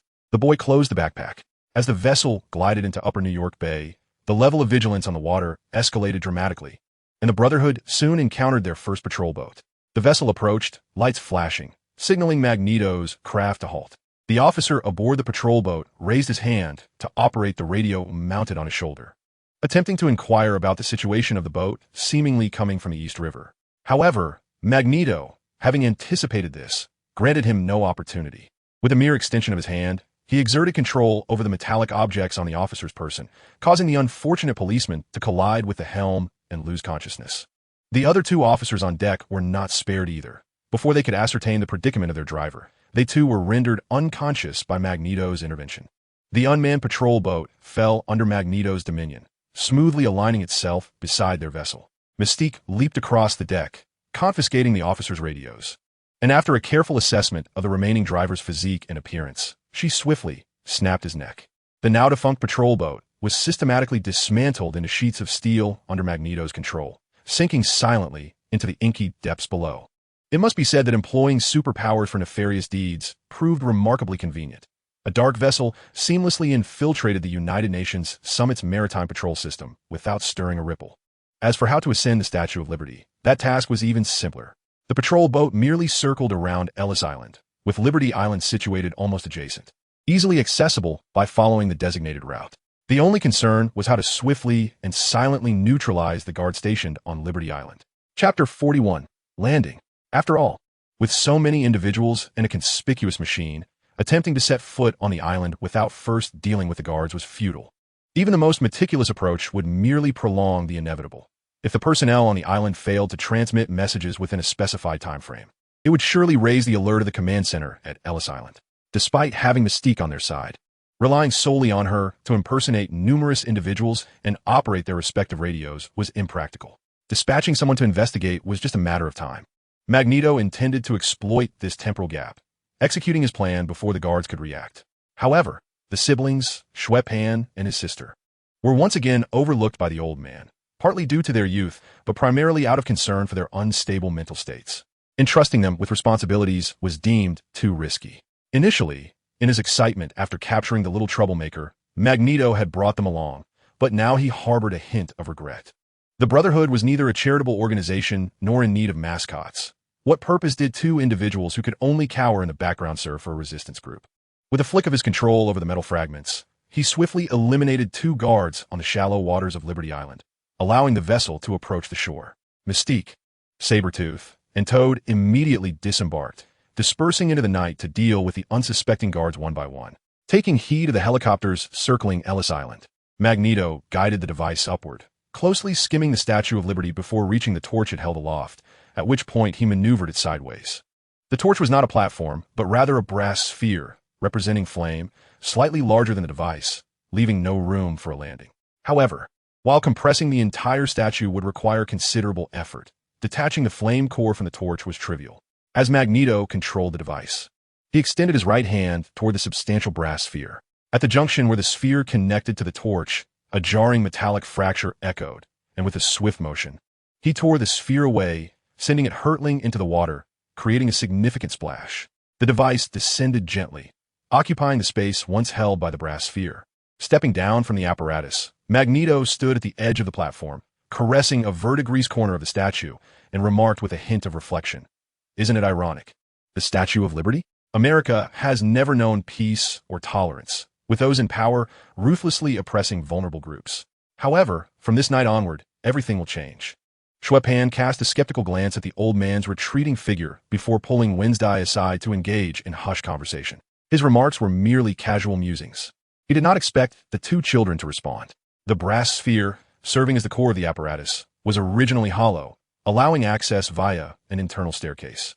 However, the entrance was now thoroughly obstructed by the base of the machinery, making ascent possible only through flight or by scaling the exterior of the statue. Furthermore, activating the device required more than just the abilities of mutants. It necessitated a substantial power supply.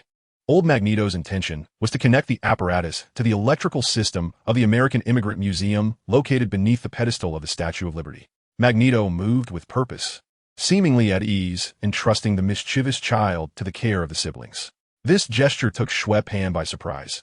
Had they truly earned the old man's trust? Or was it simply their youth that rendered them inconsequential in Magneto's eyes, despite their proximity to a 100-meter drop, which would render the child unable to escape should she awaken? The inability to flee did not preclude the possibility of sabotaging their plans. Eliminating the child would effectively resolve everything. For a fleeting moment, the boy felt an impulse to suggest a game involving Wednesday and the mischievous child. After all, a life of peace is always more fulfilling than one of war.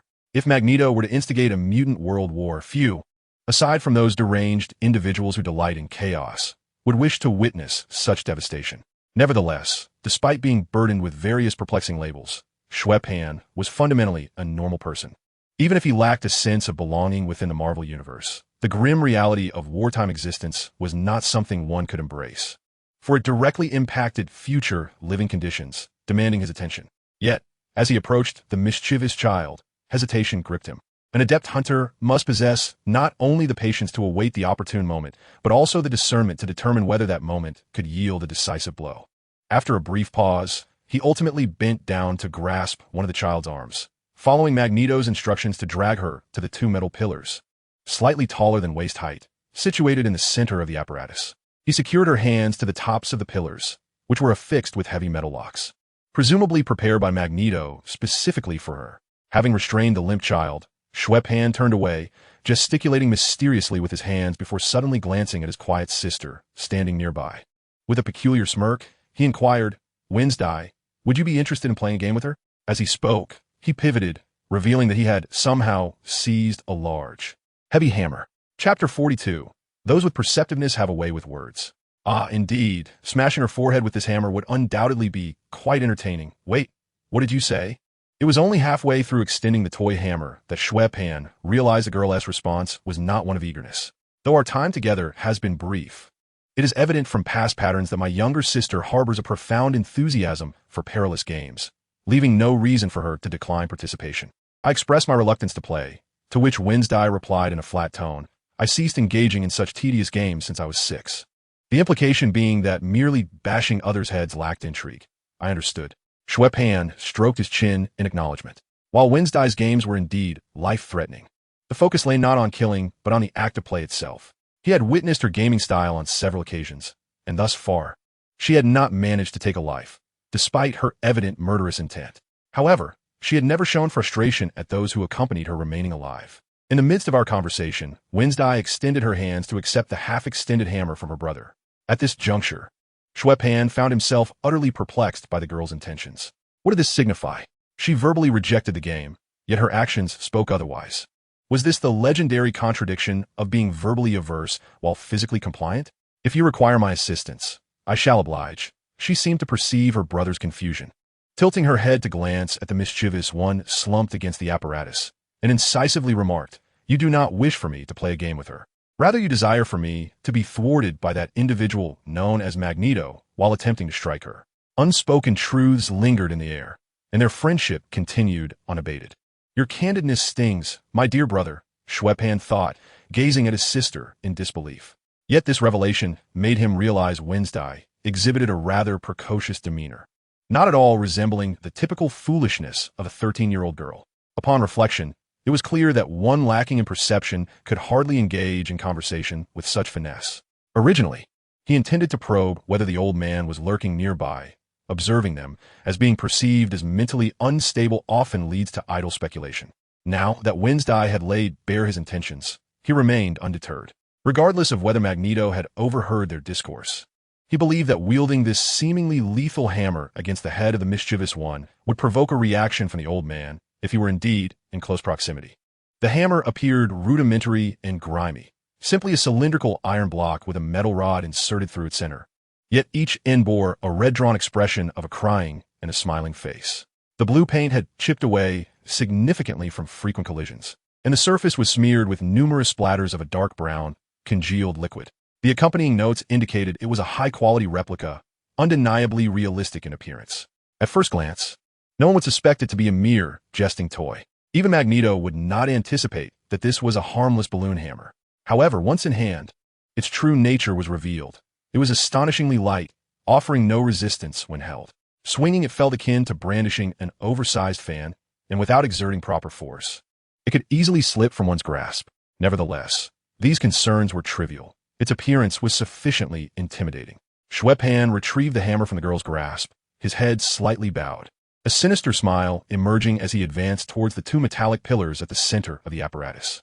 Since Wendy does not wish to play, the boy sees no reason to compel her. However, he finds this game quite intriguing. Xue Pan first lifts the little rascal, positioning her so that her head protrudes between two columns while he stands to the side, resembling an executioner, raising the hammer high above his head before bringing it down with force. "Stop!"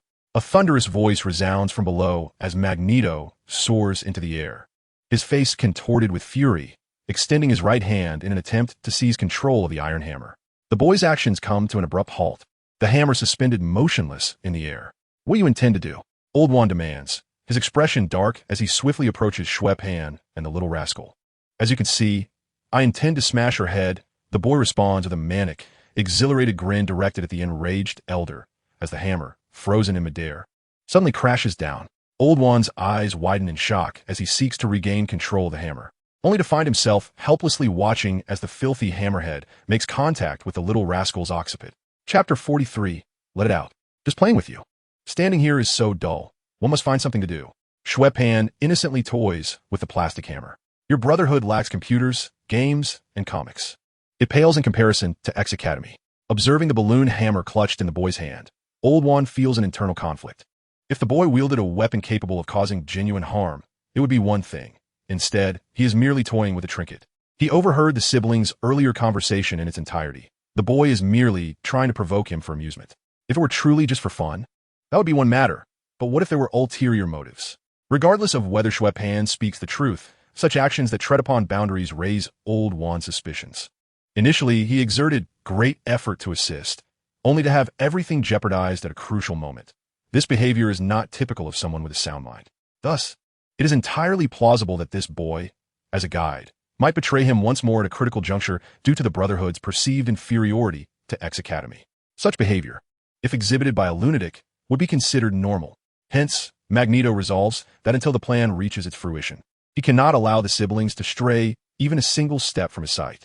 While submerging them within the fingers of the Statue of Liberty, is an appealing option. These two children still hold some value. In dealing with Cyclops and Jean Grey, Old One refrained from employing lethal force, yet he demonstrated his formidable strength, proving that even with Charles present, they were no match for him. The ideal outcome would be for them to recognize their limitations and refrain from foolishly approaching him only to receive a beating. However, based on Magneto's understanding of his old friend, the likelihood of them daring to confront him is quite high. As Charles led his X-Men to create a disturbance, he could still leverage this pair of siblings to restrain or threaten them, ensuring that even his old friend would not wish to witness the sacrifice of innocent civilians, let alone his own students. Moreover, there was no necessity for a prolonged delay. Once the device was activated and radiated over Ellis Island, Magneto's plan would be deemed successful. The era of mutants confronting humanity would commence, compelling Charles and the X-Men to adopt the mutants' perspective to support him.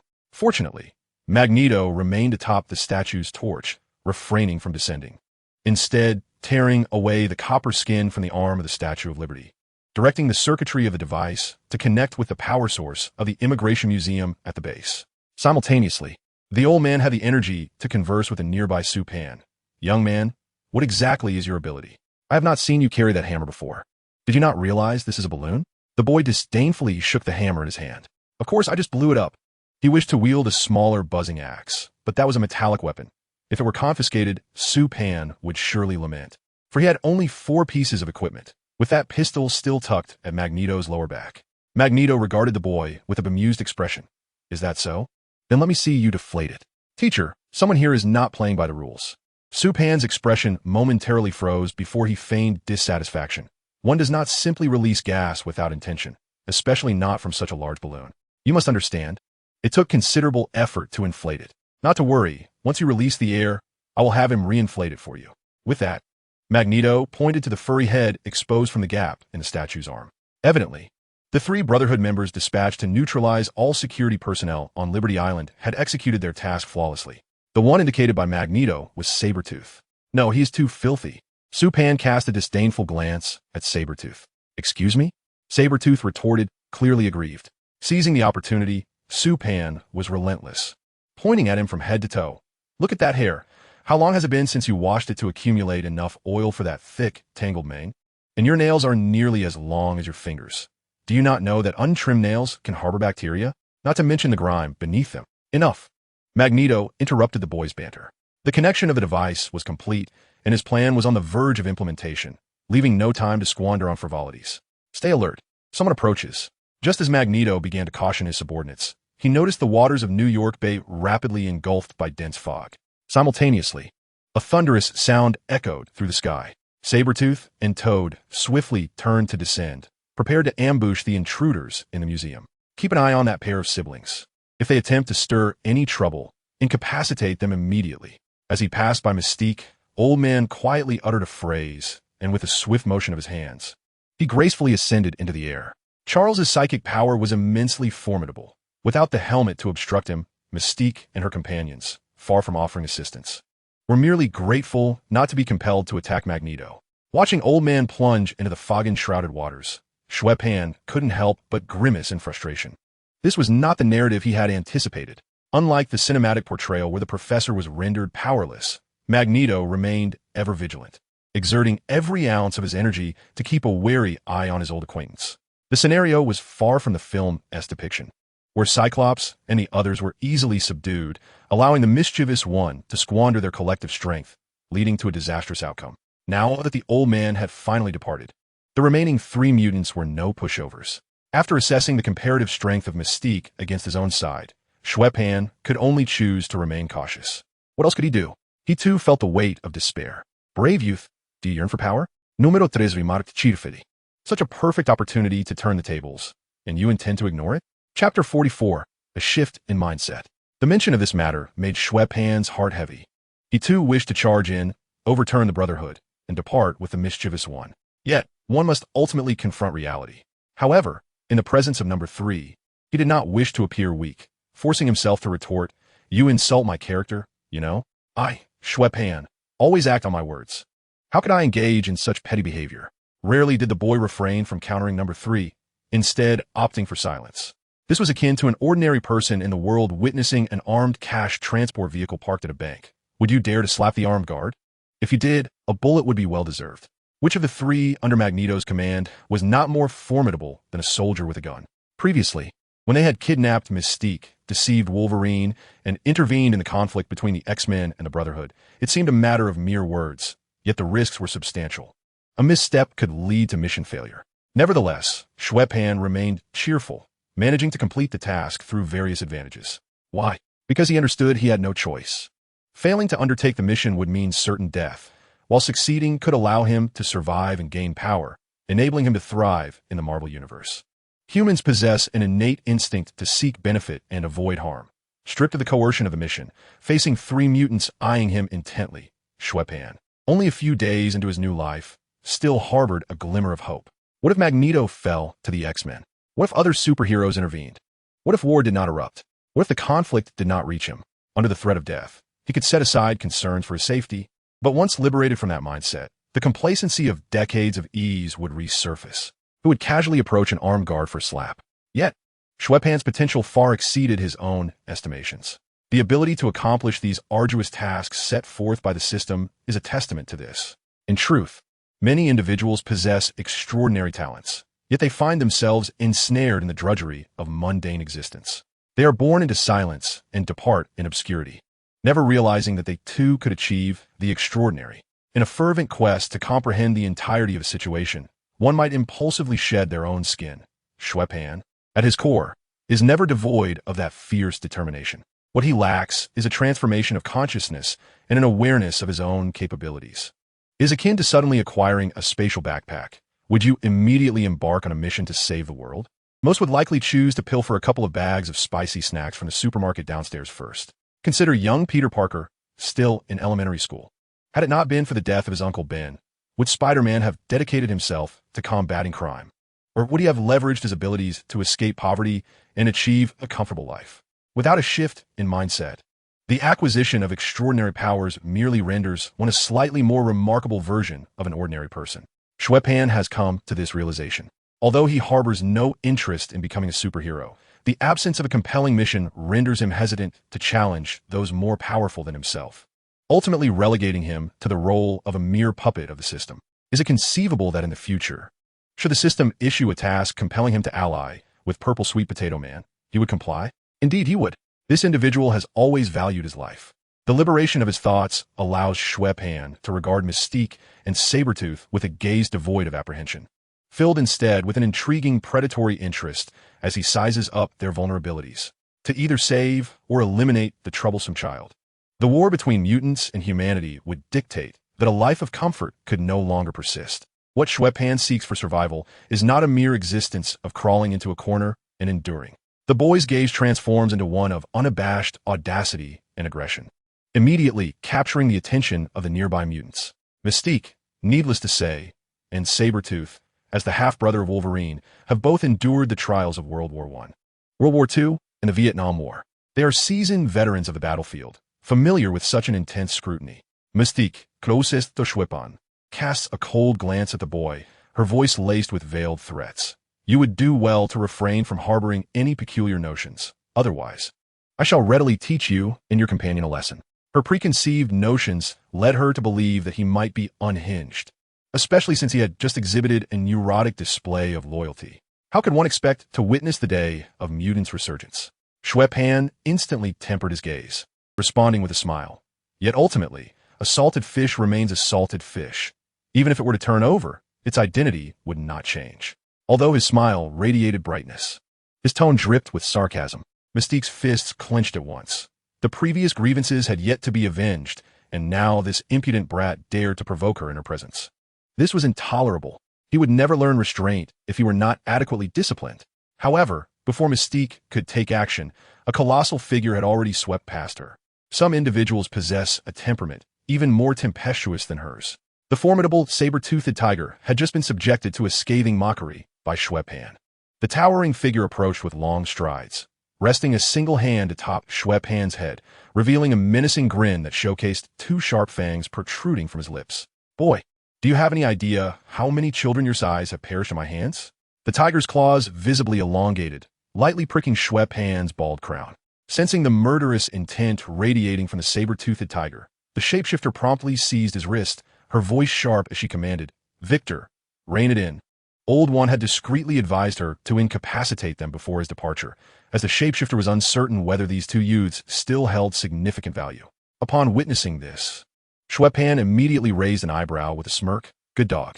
The saber-toothed tiger's eyes narrowed dangerously, his elongated claws erupting forth in an instant. "What did you say? What's wrong? Don't like it? Shall I rephrase?" Xue Pan blinked in astonishment. "For instance, you dare to strike me, you fool." All those present were notorious figures, their names emblazoned on wanted lists across nations.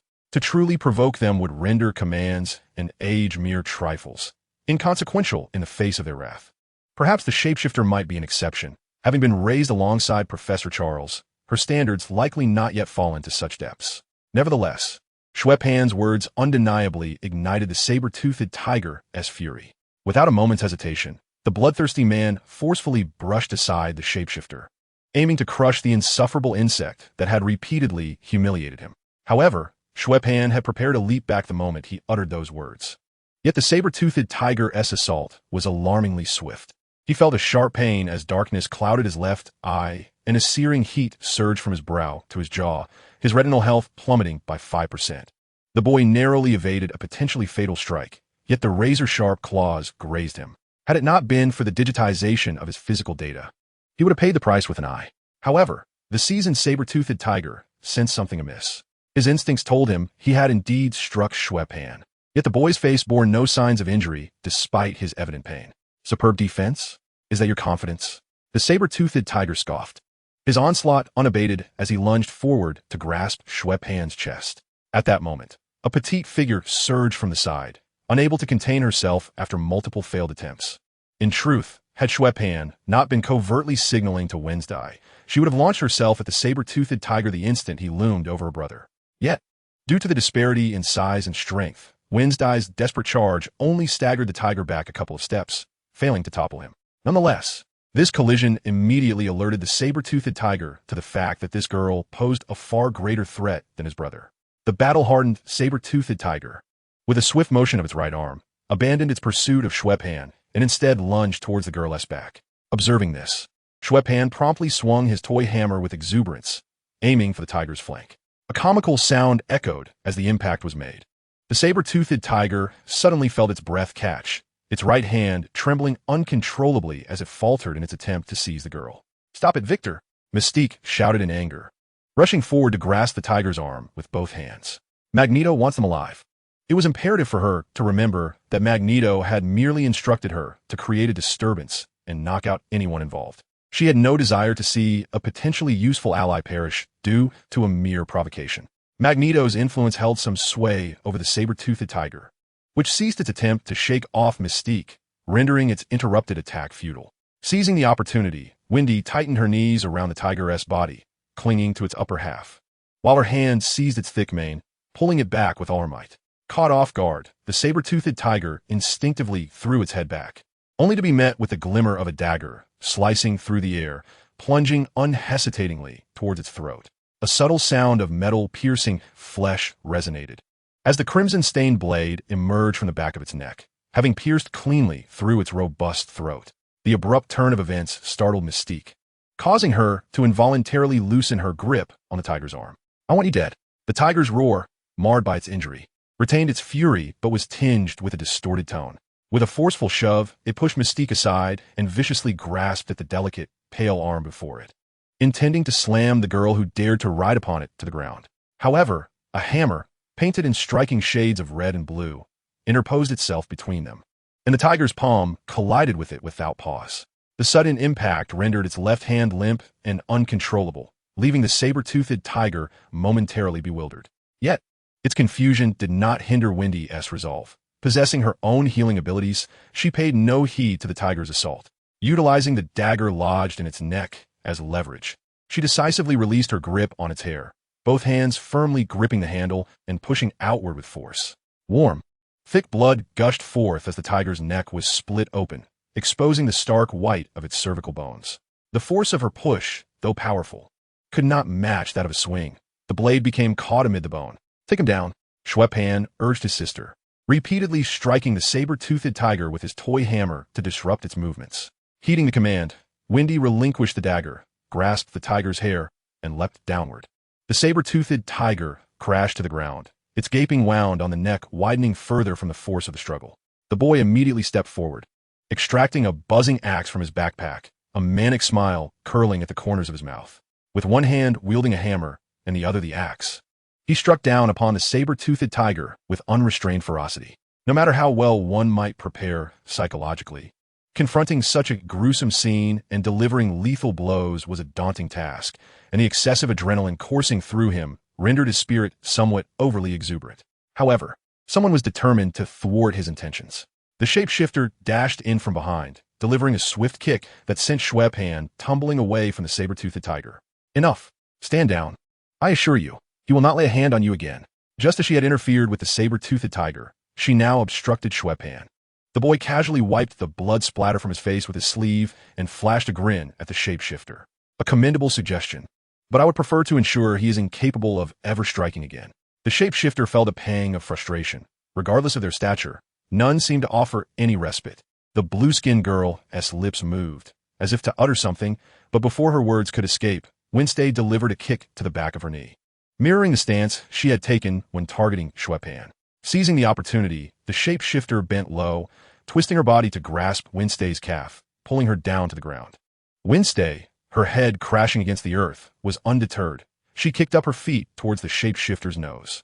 The shapeshifter dodged the strike, yanking the girl toward her, raising her elbow to bring it down upon the crown of Wednesday's head. With a dull thud, the shapeshifter momentarily relaxed, uncertain of the sibling's abilities. She was confident in the force of her blow, sufficient to render even a robust adult unconscious, let alone a 13-year-old girl. Xue Pan approached, hammer and axe in hand, prompting the shapeshifter to instantly regain her vigilance. Although she was unaware of the unique effects of Harley Quinn's hammer, the saber-toothed tiger's fate had taught her not to underestimate the siblings. She had witnessed the beast being struck repeatedly by the boy, who bizarrely abandoned any chance of retaliation, leading her to conclude that Xue Pan might possess an extraordinary ability, perhaps causing localized fatigue or cramping. Moreover, from where had that axe emerged? Casting a wary glance at the shapeshifter, Xue Pan gestured towards her feet, advising, rather than fixate on me, pay heed to yourself. I sense misfortune is about to befall you. No sooner had he spoken than a petite black leather boot struck precisely beneath her waist. The shapeshifter's body immediately hunched over, a sound akin to drowning escaping her throat as she staggered backward unsteadily. Wednesday, far from being incapacitated, sprang from the ground, arms outstretched as she lunged at the shapeshifter, who, overwhelmed with pain, could barely defend herself. That place is not solely a weakness inherent to men.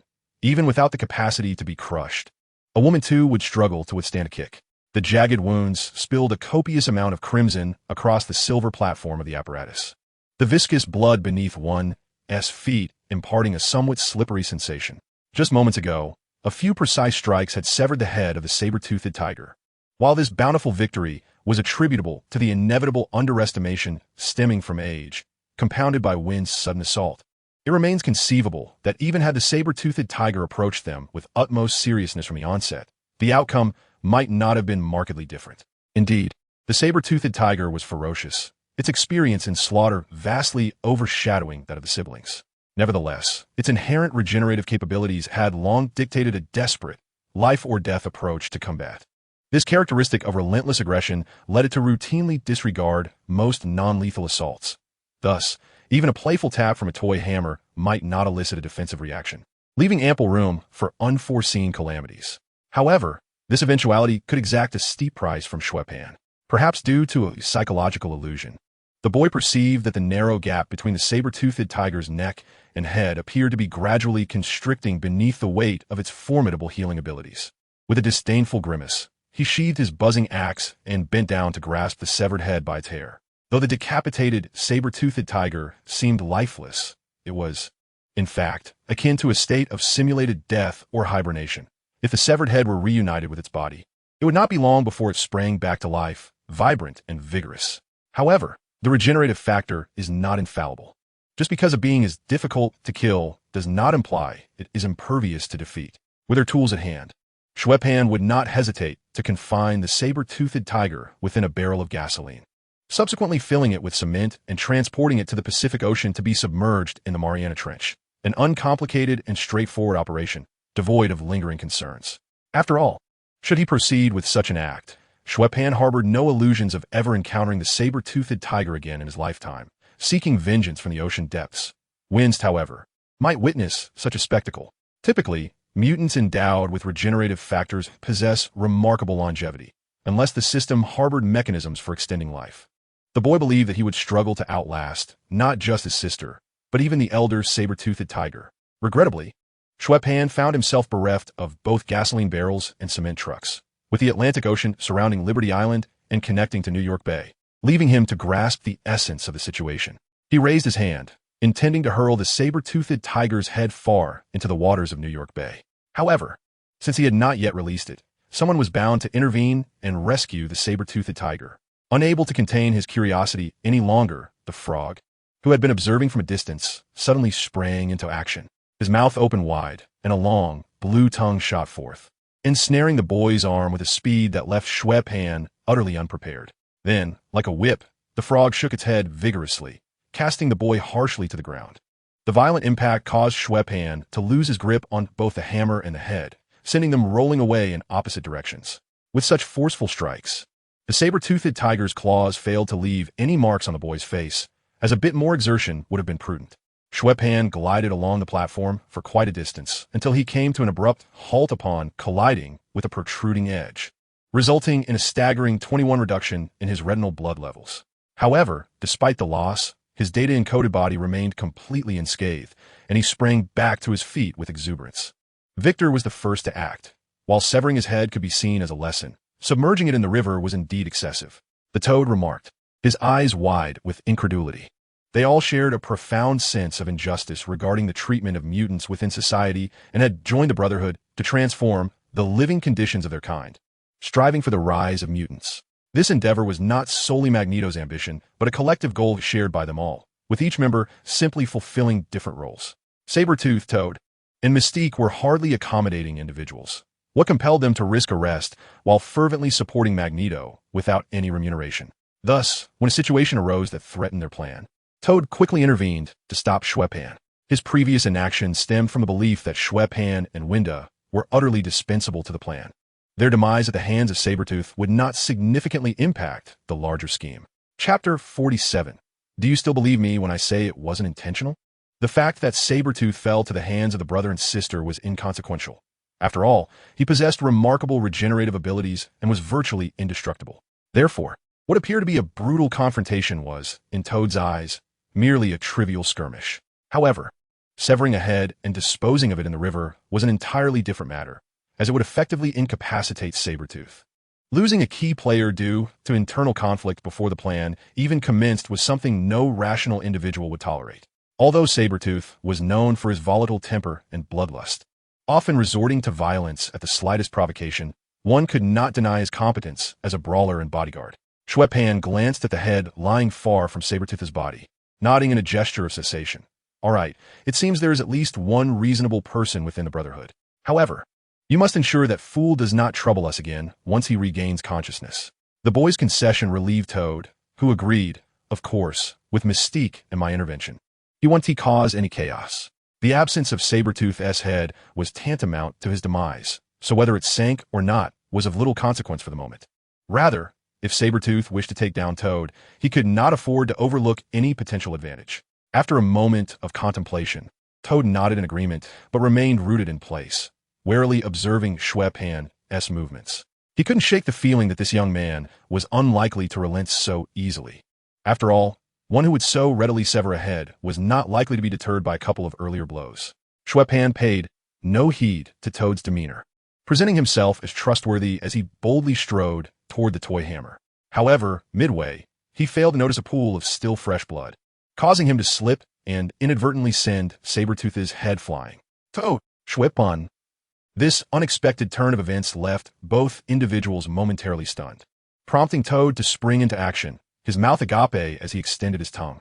However, this remedy ultimately arrived too late. The tongue merely grazed the hair, narrowly missing the splendid cranium. The toad gazed in astonishment as it traced a parabolic arc through the air, vanishing into the enveloping darkness. Lacking even the clarity to discern if it had splashed at all, Xue Pan lay on the floor, staring at the now vacant ground beneath him, equally bewildered. For he truly had not intended for this to transpire. Though the platform was not particularly smooth, the too forceful impact from the toad's tongue had inevitably caused the still liquid blood within the saber-toothed tiger's head to spill forth, staining the silvery metal surface with a splattering of crimson. Thus, stepping into blood had become almost unavoidable. As a result, due to this fool's theatrics and lack of attention to his footing, he inadvertently sent the saber-toothed tiger's head flying with a careless kick, leading to an immediate escalation of the situation. After all, there exists a fundamental difference between administering a thrashing and rendering someone incapacitated. The former may be seen as a private grievance, while the latter raises suspicions about one's true motives for action. To put it plainly, Xue Pan initially used the saber-toothed tiger's head as a threat before softening his stance, conveying to the toad that this fool had provoked him first and thus deserved an indelible lesson, thereby affirming his allegiance without issue.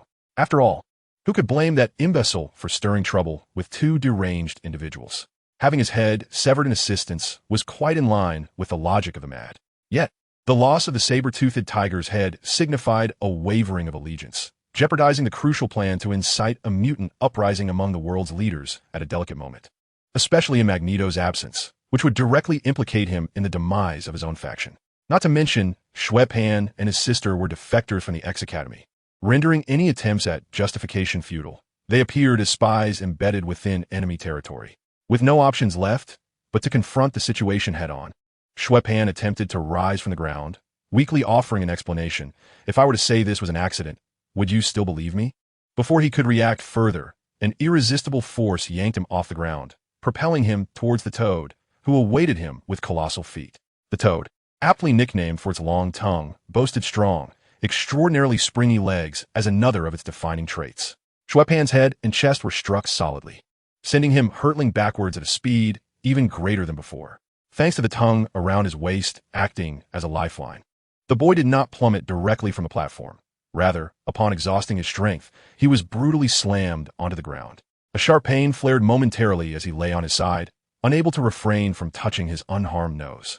Had it not been for the system, that kick would have undoubtedly shattered his nasal bones and driven them into his brain. Not to mention, the blood level on his retina had plummeted below 20%.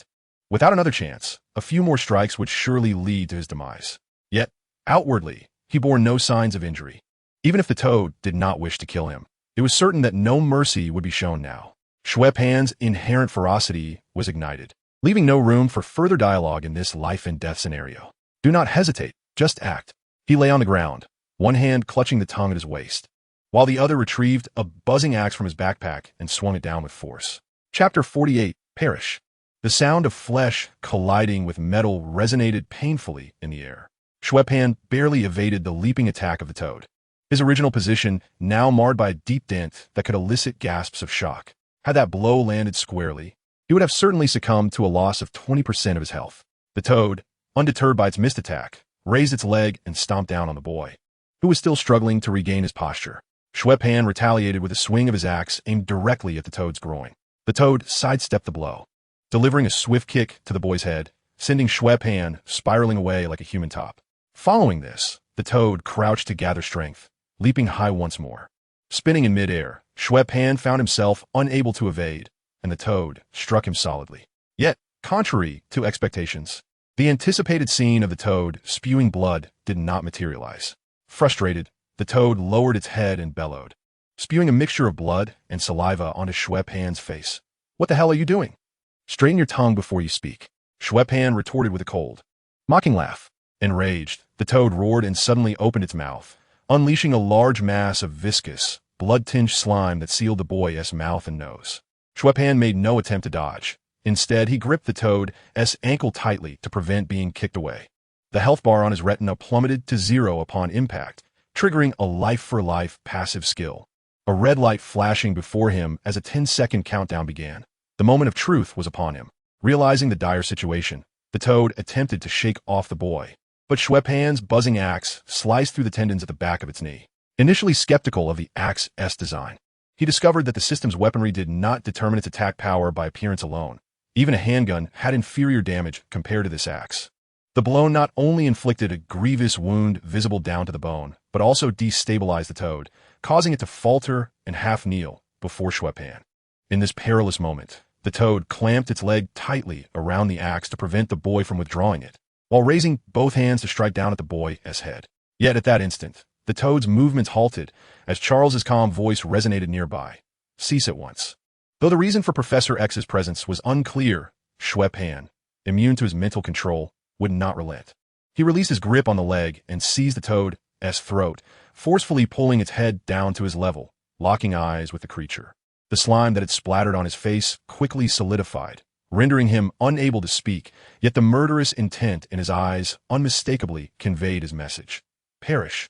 The buzzing axe, drawn from the crook of his leg, struck fiercely upon the forehead of the toad, blood gushing forth as the blade embedded itself 3 inches deep into the bone. The creature's eyes dimmed instantly. The axe, lodged in its skull, began to spin at the moment of death, emitting a resonant hum akin to a chainsaw. The wound was torn open, blood mingling with brain matter, splattering about. The flickering red light on the retina faded, and the boy's health restored to 15. This alleviated the tension in his mind, allowing his thoughts to wander. Yet, in this moment of relaxation, the previously overlooked sensation of suffocation surged forth, reminding him of an unresolved predicament. Xue Pan hastily pushed the limp body off him, leaping to retrieve the buzzing axe from the toad's head. With a hasty flick, he turned the axe around, pressing the still-spinning blade against his own face. A sharp buzz resounded as the viscous substance was easily severed, costing him 8 of his health. The thrill of survival at such a cost was exhilarating. With 7 health remaining, he felt a peculiar sense of reassurance, dismissing any concerns. He clumsily purchased 2 emergency syringes from the system shop. Unlike equipment, the syringes did not appear in his inventory, but were used immediately upon purchase, restoring his health to 57. With this newfound vitality, he felt a semblance of security. Exhaling deeply, Xue Pan finally took a moment to survey the platform. The old bald man was evidently nearby. 2 women were entangled in a struggle, though their movements had stalled. Despite their disheveled appearances, they were far from fatal consequences. Wednesday was pinned beneath the shapeshifter, who had employed a technique he recognized but could not name, her arm clearly twisted and deformed. Meanwhile, the shapeshifter bore disheveled hair and a swollen lip, with streaks of blood adorning her cheeks and neck. Xue Pan chose not to comment on this. In Chapter 49, titled Resolution, Wednesday was unable to resist his mental prowess, and he could easily thwart any illicit intentions. The moment she regained the ability to move, the girl sprang up, only to find the shapeshifter tossed aside, with her brother squatting nearby, observing her. Upon spotting Professor Charles, Wednesday understood the situation, and with an expressionless face, she shook her arm, the distorted bones emitting a crack as they returned to their original form. Truly a remarkable ability, Xue Pan remarked with envy. In his view, such rapid recovery was infinitely superior to that infernal life-for-life skill. The thrill of activating a skill only at low health was far too intense, and he feared that repeated use might induce a heart attack, if he could still fall ill at all. The girl shot him a glance, adjusting the wrinkled hem of her skirt, and coldly remarked, "Next time we engage in such a game, do remind me to bring along the toys from the box." "Absolutely," Xue Pan promptly agreed. The system's task arrived abruptly, leaving him unprepared. Had he foreseen the ensuing brutal conflict, he likely would have instructed the girl to gather all the weapons she could carry, while he might not have needed them. Having a portable chainsaw during the battle between Wendy and Mystique would undeniably have altered the outcome, though the identity of the dismembered would be a different matter altogether. At the center of the platform, Wolverine extended his adamantium claws and severed the chain that bound the mischievous one, setting him down on the ground. Without hesitation, he cleaved through every metallic object on the apparatus that rose above the platform, transforming them into irregular chunks of metal. In that moment, the boy comprehended why Charles and Wolverine had appeared here. It was merely a straightforward ruse to draw the tiger away from its lair. Jean, Cyclops, and Storm had lured the old foe away with their aircraft and the fog as bait, while the professor and the restrained Wolverine circled around to infiltrate the old man's domain. However, before the professor could speak, the distinctive whir of helicopter blades grew increasingly audible, and the aircraft's searchlight illuminated the area before the sound even reached them.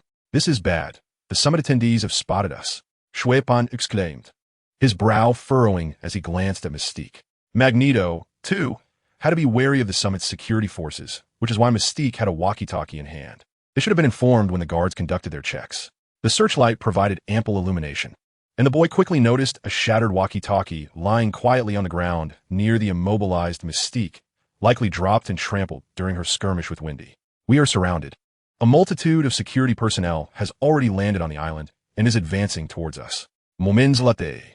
Professor Charles surveyed the disassembled remnants of the machinery with a grave expression and stated, "We must depart immediately. Xue Pan, Wendy, you two carry Logan. I must ask for your assistance." After all, the staircase was the professor's nemesis. Ascending the interior of the Statue of Liberty, aside from the museum below, involved thousands of steps. Yet Wolverine showed no inclination to move, remaining rooted in place with a grim countenance. "Everyone, hurry and leave this place," he urged. "What is it?" Xue Pan inquired. "I cannot move," Wolverine replied, struggling to utter the words before he began to levitate off the ground. The old man gradually ascended from beneath the platform, his gaze fixed upon the utterly destroyed machinery and the two lifeless bodies atop the platform.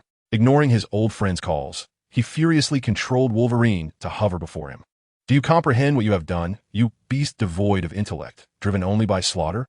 You have not only brutally slain your mutant brethren, but have also obliterated the opportunity for our kind to rise. Such nonsense. If what you assert is true, you should have operated the machine yourself," Wolverine retorted coldly, glancing at the still unconscious, mischievous one. Magneto narrowed his eyes slightly, choosing not to engage in a war of words. With a frosty demeanor, he waved his hand, causing the scattered metal on the platform to levitate, transforming into a myriad of sharp blades that pierced Wolverine's body and drove him deep into the ground. In Magneto's view, this man resembled a beast, utterly incapable of comprehending his grand objectives. Thus, he saw no purpose in expending effort to elucidate anything. However, he felt compelled to acknowledge the demise of his subordinate. Wolverine did not even have time to utter a cry of pain before being overwhelmed by the multitude of metal, which created a profound indentation on the metallic surface. Xue Pan, wincing at the sight, instinctively recoiled, recognizing Wolverine's sacrifice on his behalf. "Enough, Eric." Professor Charles could not restrain himself from intervening in the face of his furious old friend. Upon hearing this, Magneto paused, appearing as if he had just disposed of a bothersome piece of refuse.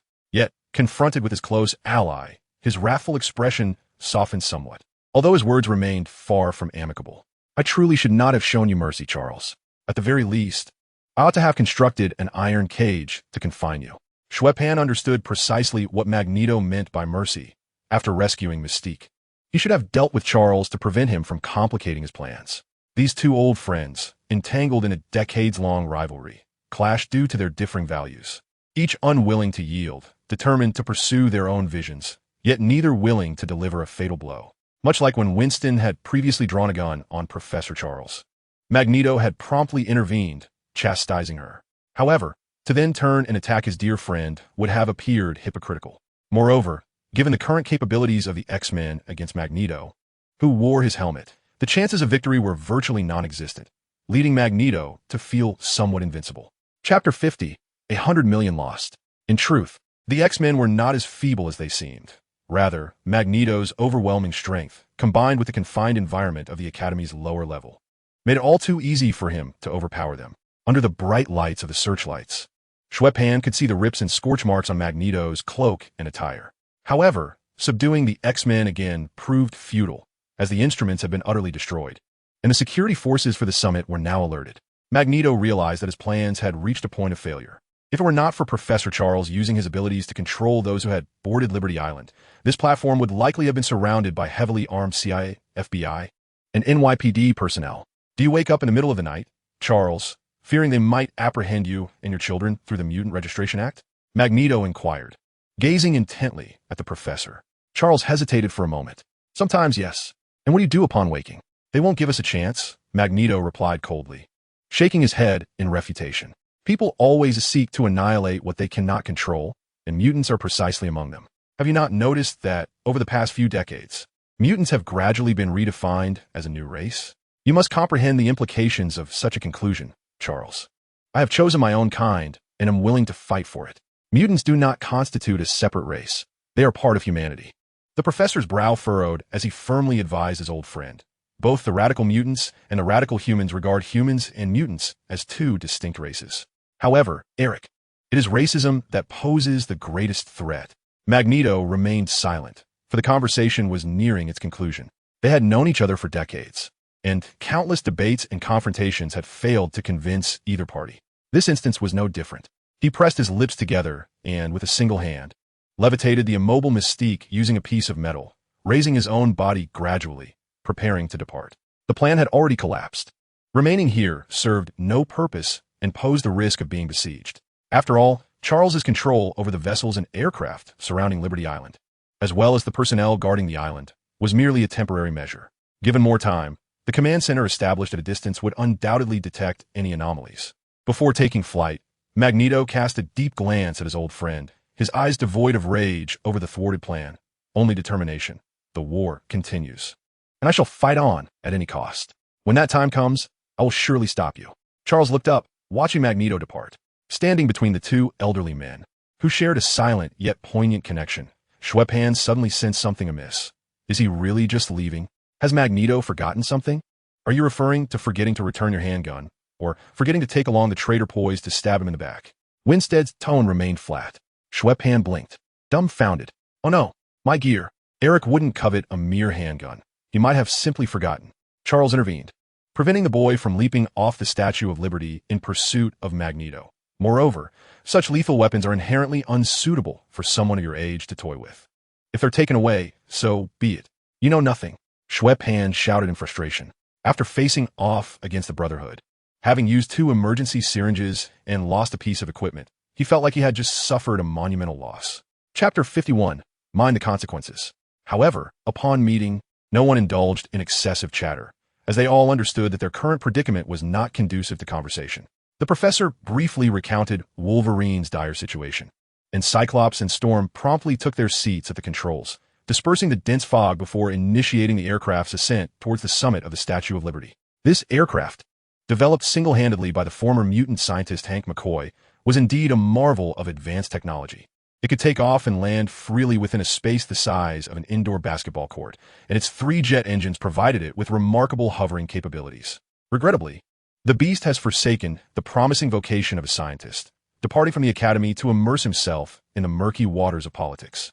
Storm piloted the aircraft towards the Statue of Liberty, aligning it with the torch held high by the statue, and opened the rear hatch.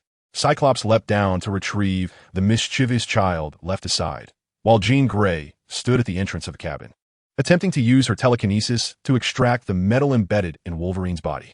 However, this task proved arduous. The metallic shards not only penetrated Wolverine's flesh, but also deeply embedded themselves into the platform. Lacking the awakened Phoenix Force, Jean's current telekinetic abilities were limited to trivial tasks. And despite her efforts to envelop the metal, she could only make them tremble slightly. To remove them would require considerable time and exertion. "You are correct," she exclaimed. "His body is composed of a super-strong alloy. Those metal shards merely pierced his muscle." With a spark of realization, Jean immediately ceased her efforts and stepped aside. It was akin to a skewer being driven into a steel plate. Extracting the meat was undoubtedly less laborious than attempting to pull out the iron skewer. Cyclops took her place, adjusting his visor to enhance its power before using his laser beam to sever the varying lengths of metal into neat, horizontal lines. He nodded at Jean, reassuring her, this should suffice. "Trust me." Commencing from Wolverine's limbs, Jean gradually lifted him from the dense mass of metal. The process was arduous, with blood splattering repeatedly. After Jean extracted the 2 metal shards that had penetrated his skull, Wolverine regained his breath within mere seconds, and in less than half a minute, he was able to rise unaided from ground. The adamantium alloy ensured his bodily integrity. The wounds in his muscles were hardly significant. Were it not for the injury to his head, he could have easily risen with the assistance of just one hand. Once restored, Wolverine surveyed his surroundings with sharp, vigilant eyes before realizing the situation had been resolved. He turned towards the cabin door and inquired, "Where's Magneto? Did you drive him away?" Cyclops' bruised cheek twitched, and he replied with a peculiar tone, "Can I interpret that as sarcasm directed at us? After he casually pinned you to the ground, he left without haste." With that helmet of his, the professor was unable to halt him. Cyclops emphasized the word casually. "Moreover, you are missing your pants. Do be mindful of your appearance." The numerous metallic shards had rendered Wolverine's once black X-Men uniform into mere tattered rags. He glanced down at his large, furry legs and, with a hint of exasperation, said to Cyclops, "Could you procure me a pair of pants?" Otherwise, I may have to resort to wearing the clothing of those two deceased individuals. I would find that rather amusing, Cyclops responded, crossing his arms. Nevertheless, he turned and entered the aircraft, emerging moments later with a white paper bag, which he tossed to Wolverine. This is my spare outfit. Make do with it for now. Your time at the school has been brief, and I have yet to prepare a uniform specifically for you. Wolverine took the bag, raising an eyebrow in silence. After changing into appropriate attire, the two entered the cargo hold. Xue Pan, upon seeing him, chuckled awkwardly from his seat and greeted Wolverine, saying, "Ahem, well, you seem to be doing quite well." The blame for taking down two Brotherhood members was unjustly placed squarely on Wolverine's shoulders by the oblivious old one, leading to his undeserved misfortune. The boy, having narrowly escaped a dire situation, felt a twinge of embarrassment. It would be prudent to remain more discreet in the future. Such matters were not for them to meddle in. Wolverine waved dismissively, lacking any desire to continue the conversation. He resolved to limit his interactions with the brother-sister duo. Having heard the whispers around school that suggested both of them might have some cognitive issues, and today's encounter only confirmed those suspicions. Not only had he been made a scapegoat, but he had also been tricked by this pair, resulting in Windy firing several rounds at his forehead. Although his body could heal, the emotional toll of such experiences was far from pleasant. I owe you one for being here today. Otherwise, that fool, Sabretooth, would have had my guts for garters on the statue of the goddess, Xue Pan said, standing at the door of their respective rooms, giving his sister a gentle pat on the head. Then you should play more games with me, Windy replied coolly. Absolutely, Xue Pan beamed, once I have the funds. I'll make sure we play in style. The girl tilted her head, somewhat perplexed by the connection between having money and playing games together. Despite the digital body feeling no fatigue, the strain on the mind was inescapable. This day had been a whirlwind, first capturing Mystique, then persuading Wolverine, followed by deceiving Magneto and eliminating two mutants. Mere days prior, he had been an ordinary individual lost in the crowd. And now he found himself entangled in perilous affairs of various natures. Even with a newfound awareness, the overwhelming mental pressure proved unyielding to human will. Chapter 52. Seek medical attention when ill. Though Xue Pan was deep in slumber, the school was abuzz with activity. Their sleep, however, did not significantly affect the proceedings. The hidden aircraft within X Academy took to the skies intermittently, a routine the older students had long since grown accustomed to. The topic of discussion revolved around the bruised and battered Cyclops. Such a disheveled state for the X-Men was a rarity, and the visible swelling on his face prompted speculation about the trouble they had encountered. The prying eyes of onlookers made Cyclops feel utterly uncomfortable, as he lamented the dismal experience of being a hero in recent days. Consequently, the professor and his colleagues hurriedly traversed the corridor and ascended in the elevator to the chaotic, still unattended basement level. While their injuries were not severe, it was prudent to attend to them, especially since the mischievous young one remained in a state of unconsciousness, necessitating a thorough examination. The medical room, having previously been the site of direct conflict, still housed its essential instruments, albeit in disarray, with metal tools strewn about, mostly consisting of lightweight implements tossed about by Magneto. After all, if it is a matter of facial distortion due to the scanner, perhaps only Wolverine could withstand it. Ultimately, Magneto displays a surprising degree of tolerance towards his mutant brethren. There is no significant issue. Magneto merely administered an anesthetic, likely midazolam or sufentanil. After a series of examinations, Jean scrutinized the various indices and remarked, the effects should wear off around midnight, but it would be prudent to let her sleep until morning, as she has certainly endured quite a fright today. Upon hearing that she was unharmed, Wolverine sighed in relief and inquired, should we place her here? Then, he nodded and lifted the mischievous child, departing the medical room alongside Jean Grey. After the trio exited, Cyclops, applying an ice pack to his bruised lips, asked, what shall we do next, Professor? Should we continue the pursuit of Magneto? Charles gently shook his head. No, we will remain at the school and continue our studies. However, Cyclops expressed his dissatisfaction, saying, we cannot simply disregard him. Although we thwarted him this time, Magneto's modus operandi suggests he will not remain dormant for long. Having been bested by Magneto twice, without capturing him left Cyclops feeling somewhat disheartened. Finding a Magneto intent on hiding would not be easy, yet if he harbored any grand schemes, we would inevitably detect them. At this juncture, the professor paused, as if struck by a realization, and turned to his students with a reassuring smile. Moreover, his experience undoubtedly surpasses yours by a considerable margin. Being defeated by him is not a source of shame. One day, you will surpass him. I have confidence in surpassing him, but I fear by then he may have passed away, Cyclops responded.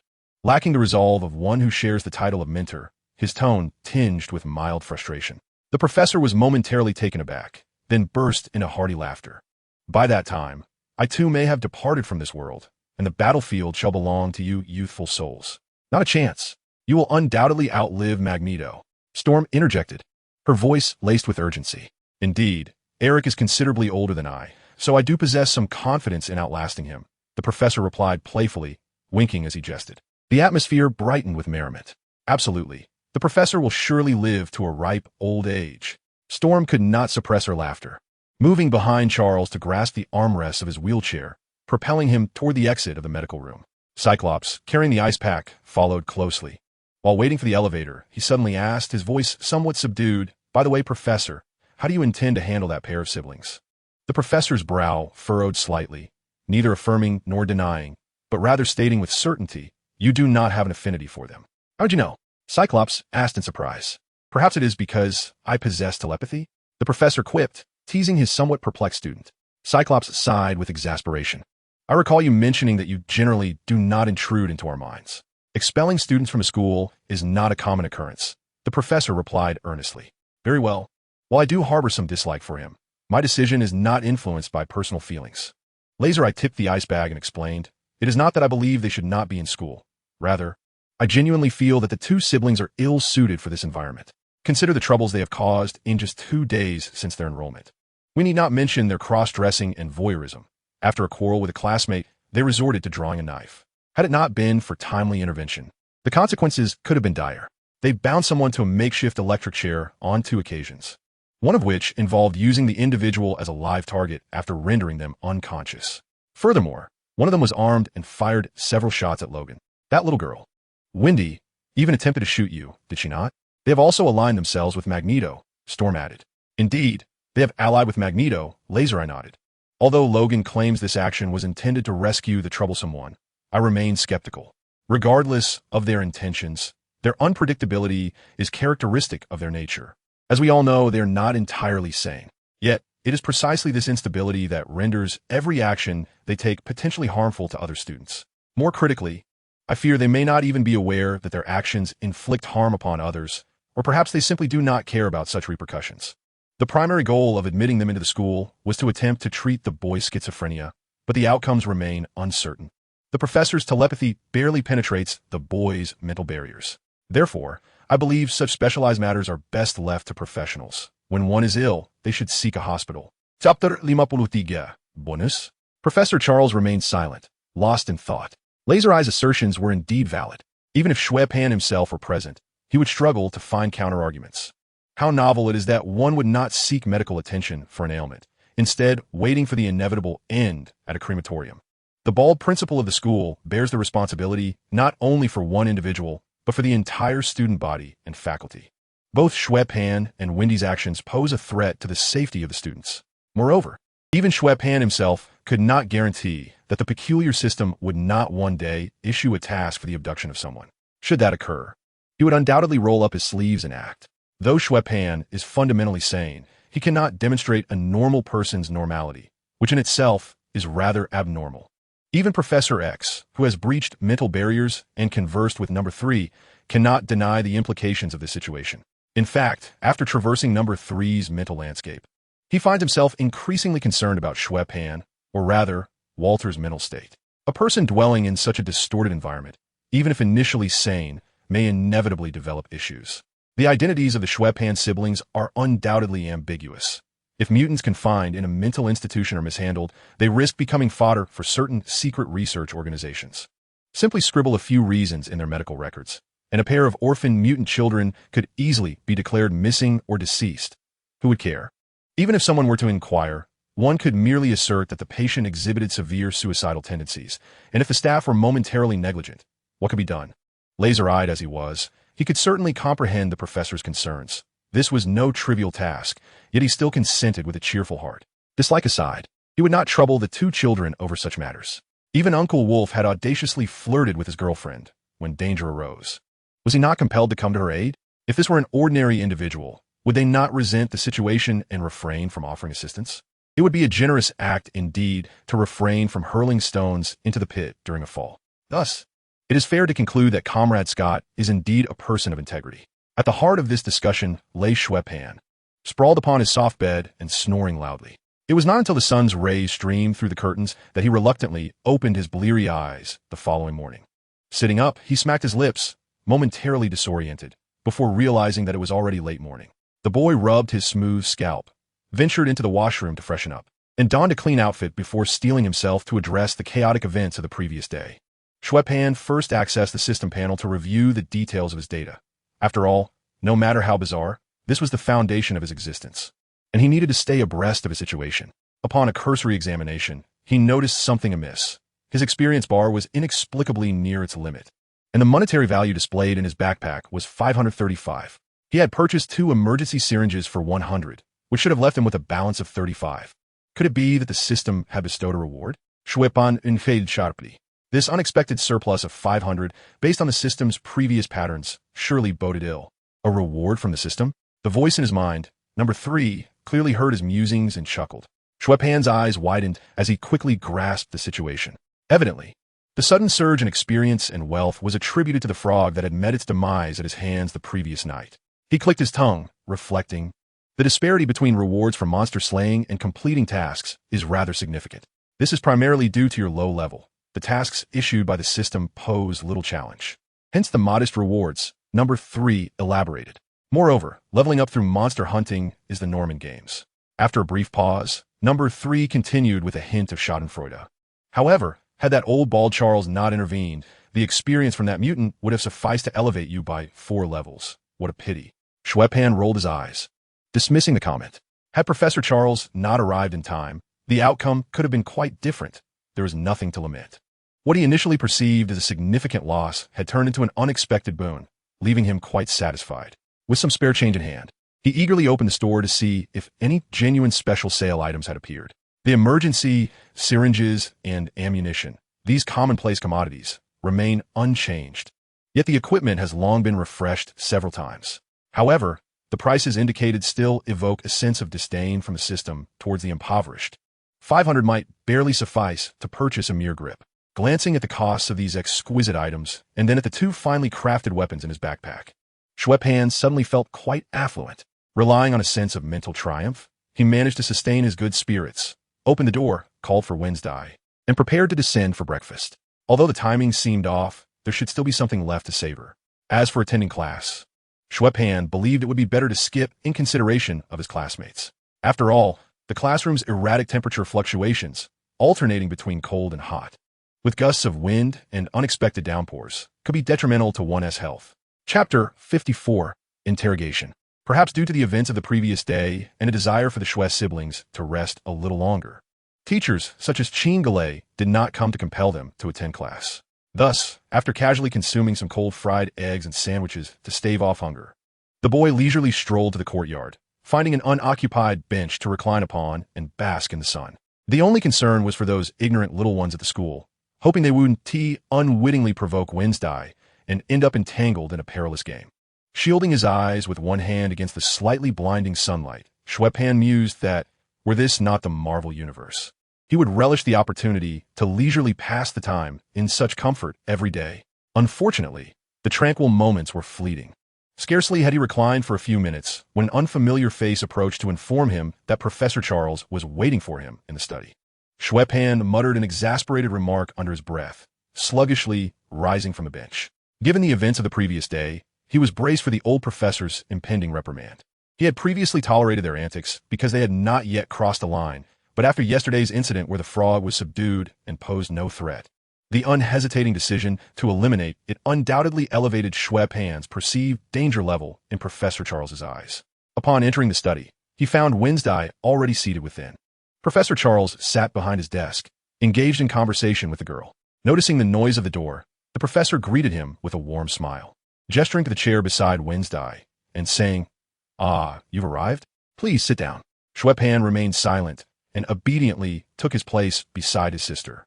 "Do not be anxious. The reason I summoned you today is not particularly significant. It is merely a casual chat." Facing the reticent siblings, Charles gently inquired, "After a few days at school, how have you been finding it?" Utterly disappointing, Wednesday replied coldly. The professor clasped his hands on the table. Could you elaborate?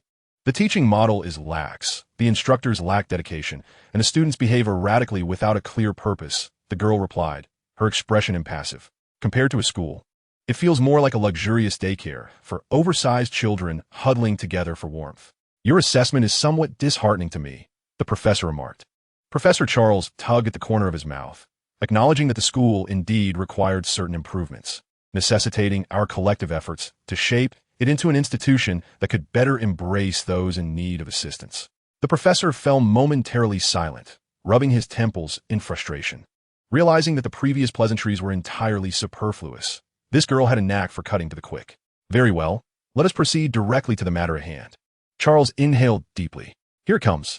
Xue Pan instinctively straightened his posture, pondering which excuses could adequately obscure the fact that he had insisted on taking drastic measures the previous day. Logan informed me that you aligned yourselves with Magneto because you believed the time for true conflict had not yet arrived, and in order to preserve the X-Men's viable forces, you willingly entrusted the mischievous one to Magneto.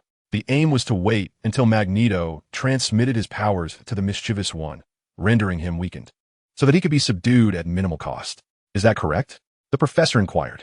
Xue Pan nodded earnestly. Yes, that is correct. However, why did we find that upon our arrival, you had seized the opportunity during Magneto's absence to behead 2 individuals? Under those circumstances, your actions appeared justifiable from your perspective. Professor Charles did not seem surprised by Xue Pan's account, as if he had already anticipated this rationale. Yet, he posed a new question. But when I subdued the mutant entangled with you, why did you still ruthlessly strike him down? He had already lost his will to resist, and you clearly had the opportunity to spare him. The professor's dissatisfaction with the answer was palpable. Would you like to know what I saw in you at that moment? Without waiting for the boy's response, Professor Charles continued. It was brutality, it was desire, it was an insatiable eagerness for his demise.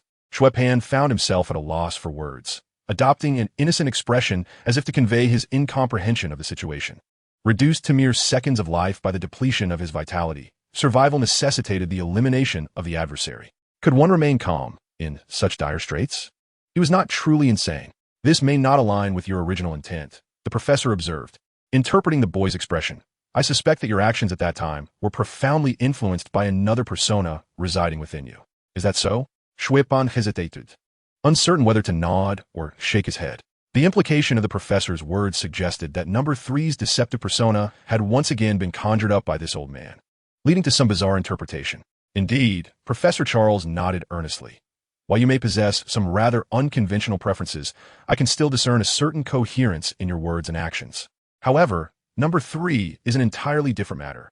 Although I have engaged with him directly, that distorted realm of consciousness compels me to question whether he is truly as normal as he appears in brief encounters. A person's inner self dictates their consciousness, or one might say that their mental state shapes their awareness. Xue Pan's eyes brimmed with tears, unable to suppress the urge to applaud the professor. Although the conclusion may have strayed somewhat off course, at last, someone regarded him as a normal individual. What a rare achievement. Chapter 55. Heroes cannot rely on others, unfortunately.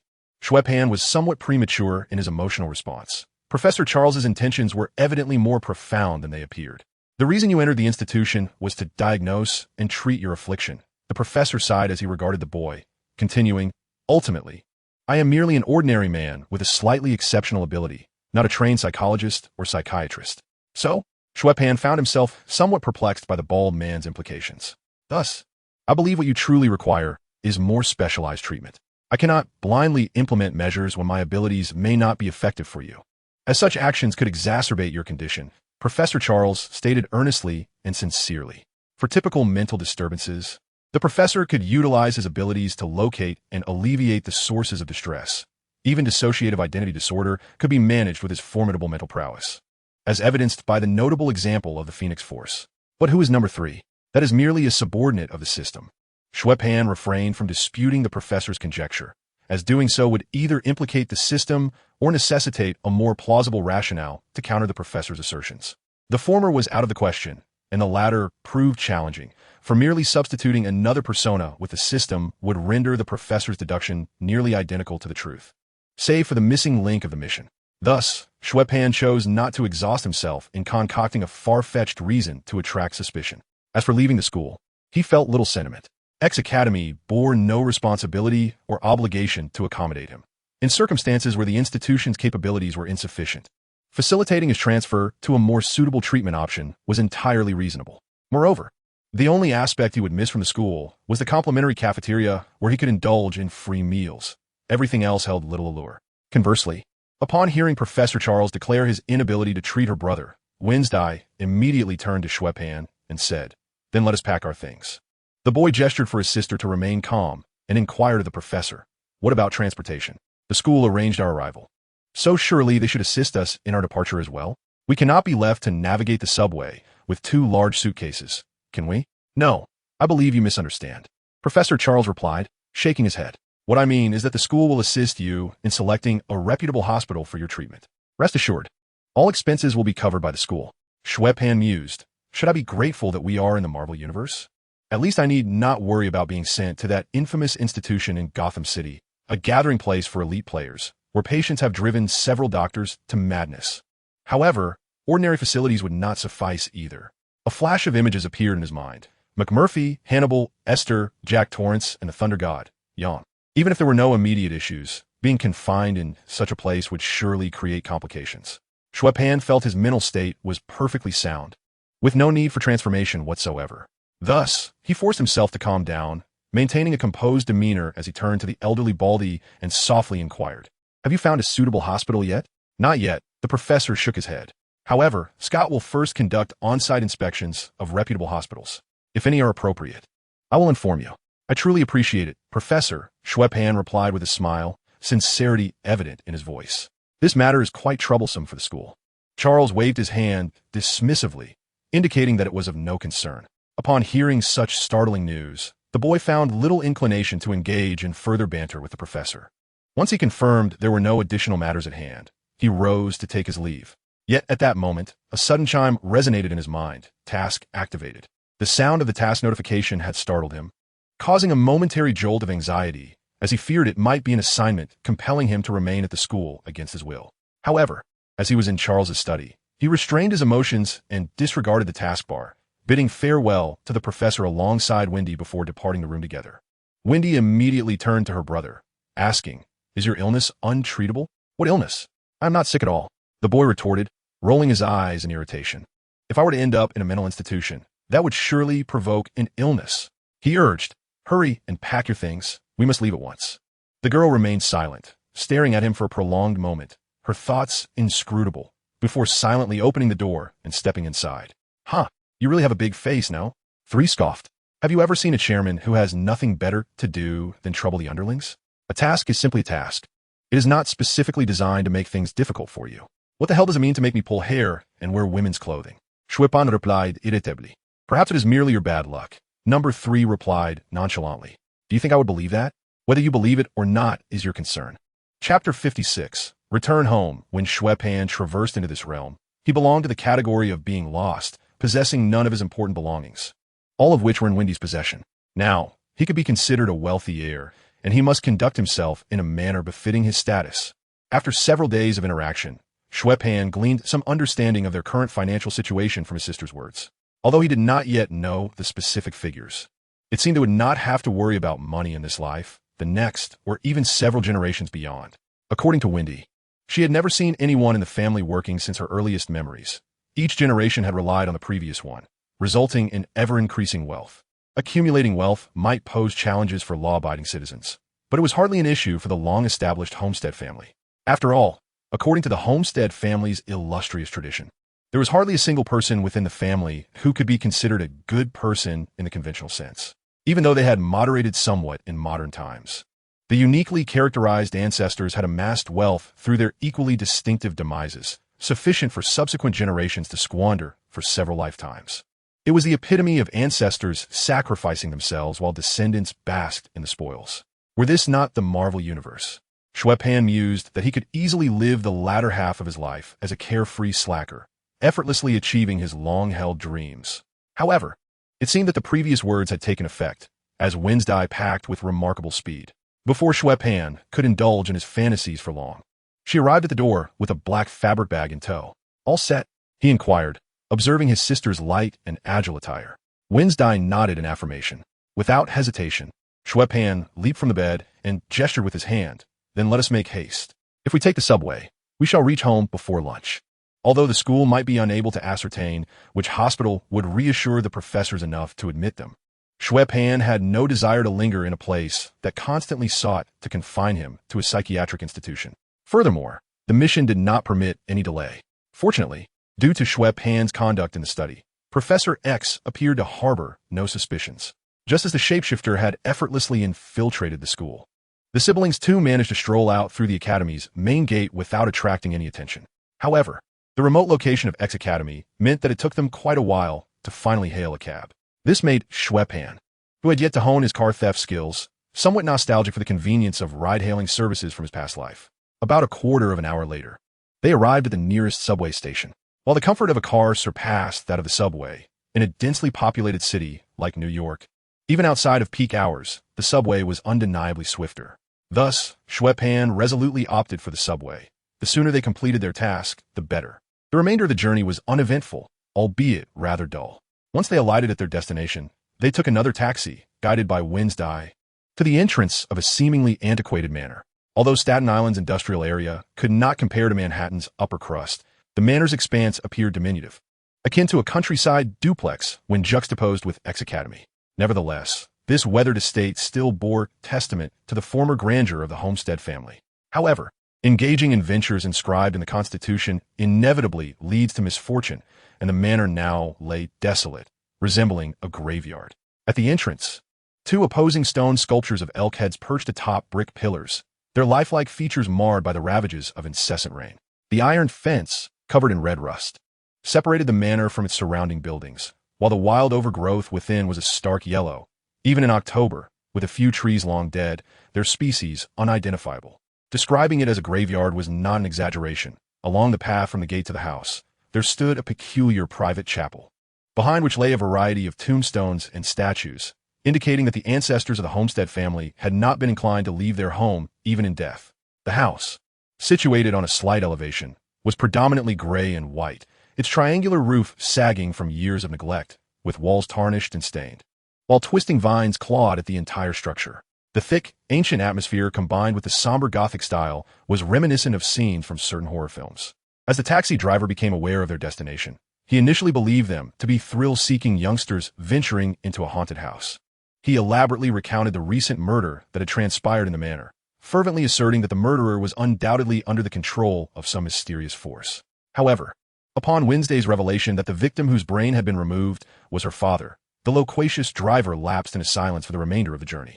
After alighting from the vehicle and pushing open the creaking iron gate, they entered the eerie and antiquated house, prompting a notification sound in Xue Pan's mind indicating the completion of his task. As he casually accessed the system panel, the boy surveyed the interior of the house. Intricate patterns, predominantly in black, were adorned with vibrant, striking colors, creating an appearance that was both opulent and refined. Yet, it was evident that the house had suffered from neglect, with dust covering every surface and layers of cobwebs festooning the corners, resulting in an atmosphere that felt profoundly devoid of life. Breathing in the musty scent characteristic of old houses, Xue Pan wandered about with palpable curiosity. The manor, with its sinister reputation and dilapidated state, exuded the essence of an exploration into a haunted dwelling. He declined the drink, labeled with a skull, that his sister had fetched from the kitchen, ultimately choosing to settle in the living room, complete with a fireplace, to meticulously examine his task rewards. The monetary rewards were self-evident, but it was the accumulation of experience points that elevated his level to LV3, slightly enhancing his physical attributes and fully restoring the damage sustained by the Statue of Liberty. As for the gift box that had automatically been stored at the top of his backpack, it fortuitously contained a skill. Chapter 57, My Home is Arkham. Overall, the utility of this skill was quite commendable. While it did not directly enhance combat prowess, it provided an added layer of security for any clandestine endeavors. However, acquiring a new skill always necessitated experimentation. Previously, due to the high activation conditions, he had refrained from testing it, but now he had no such reservations. With enthusiasm, Xue Pan seized a cushion from the sofa and playfully slapped it against his face, revealing only his eyes. In a cheerful tone, he turned to Wednesday and asked, "Hey, look at me. Do you know who I am?" The girl cast a sidelong glance at her brother, remaining silent, her expression reminiscent of someone observing a simpleton. This uncertain demeanor elicited a satisfied nod from Xue Pan, prompting him to commence various tests. After a considerable amount of time experimenting, he discovered that as long as he did not cover his face directly, the skill would activate, thus obscuring others' impressions of him. When he donned a hood, aside from the Franklin on his head, Wednesday could not even articulate the color of his clothing. The experimentation with the skill consumed a significant amount of time, and coupled with the subway journey, it was now nearing midday. Yet, Wednesday showed no inclination to rise. Instead, she offered a rare, gentle smile, softly remarking, "Is sneaking out from school really worthy of celebration? You must really dislike going to the hospital." Xue Pan was taken aback by the sudden depth of expression from the girl. It was only after processing her words that he responded, narrowing his eyes and inquiring, "Professor Charles?" Wednesday distinctly raised her eyebrows, her expression undeniably charming. The posture left Xue Pan blinking in disbelief. For the one currently controlling Wednesday's body was a wrinkled, old bald man. He couldn't help but shiver slightly, pondering the hospital's nature. Who would relish the idea of a mental institution? Moreover, do you not find it morally questionable to so casually commandeer another's body? Wednesday offered a faint smile and replied in a soft, measured tone. After all, 2 children left school without notifying their teacher. As the principal, I ought to express some concern. I'm not ill. It was merely a ruse to frighten you. The boy abruptly interrupted the professor. Generally, the mentally ill do not acknowledge their condition. Professor Charles clearly did not believe this candid assertion. Xue Pan rolled his eyes, retorting, "Well, no sane individual would admit to having an affliction. Hence, the need for a more professional physician to assist in diagnosis arises. I have heard that the doctor who previously diagnosed the unwittingly violent delusional schizophrenia was quite adept," Xue Pan remarked with a sardonic chuckle. "However, I cannot simply stand by while an aberrant personality resides within you, indifferent to its presence. What transpired on Freedom Island may very well indicate that it has begun to encroach upon your normal life," Professor Charles stated with earnest concern. Xue Pan shot a startled glance at Wednesday and then awkwardly averted his gaze. Admittedly, the professor's genuine concern for his well-being stirred a flicker of gratitude within Xue Pan. Yet the thought of accepting such goodwill only to be dispatched to a mental institution swiftly extinguished that sentiment. "Instead of sending someone to apprehend me, they simply resort to verbal annoyance," he sighed in exasperation. Professor X's actions have always been imbued with benevolence. Yet this kindness is a burden he cannot bear. Rubbing his temple, the boy suddenly realized he was now a wealthy individual, a legitimate member of the affluent generation whose conduct must reflect his status. What would Iron Man do when faced with adversity? Spend money. What would Batman do in times of trouble? Spend money. Thus, Xue Pan swiftly comprehended the course of action required to extricate himself from his current predicament. After adjusting his demeanor, he shrugged at the professor, feigning helplessness, and said, "All right, you do have a point. Prolonging this matter is not a viable solution." Noticing Xue Pan's softened stance, Professor Charles's spirits lifted, and he promptly stated, "Laser Eye has already sifted through several hospitals, and results will be forthcoming shortly. I can assure you that these institutions are entirely legitimate and reliable." Xue Pan shook his head in response. "There is no need for that. I've already identified the most suitable option."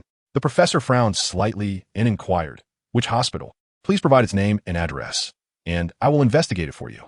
After all, your self-healing abilities may easily attract the attention of unscrupulous private companies, potentially leading to significant trouble. Rest assured, this hospital will remain untouched by any company," the boy replied, raising an eyebrow with unwavering confidence. "For it is called the Elizabeth Arkham Asylum for the criminally insane." Professor Charles was perplexed by the unique qualities of this hospital that led Xue Pan to confidently believe it could thwart the invasion of capitalists. After a moment of contemplation, he realized that he had never encountered this name in the materials compiled by Laser Eye. "Is this hospital not located in New York?" the professor inquired.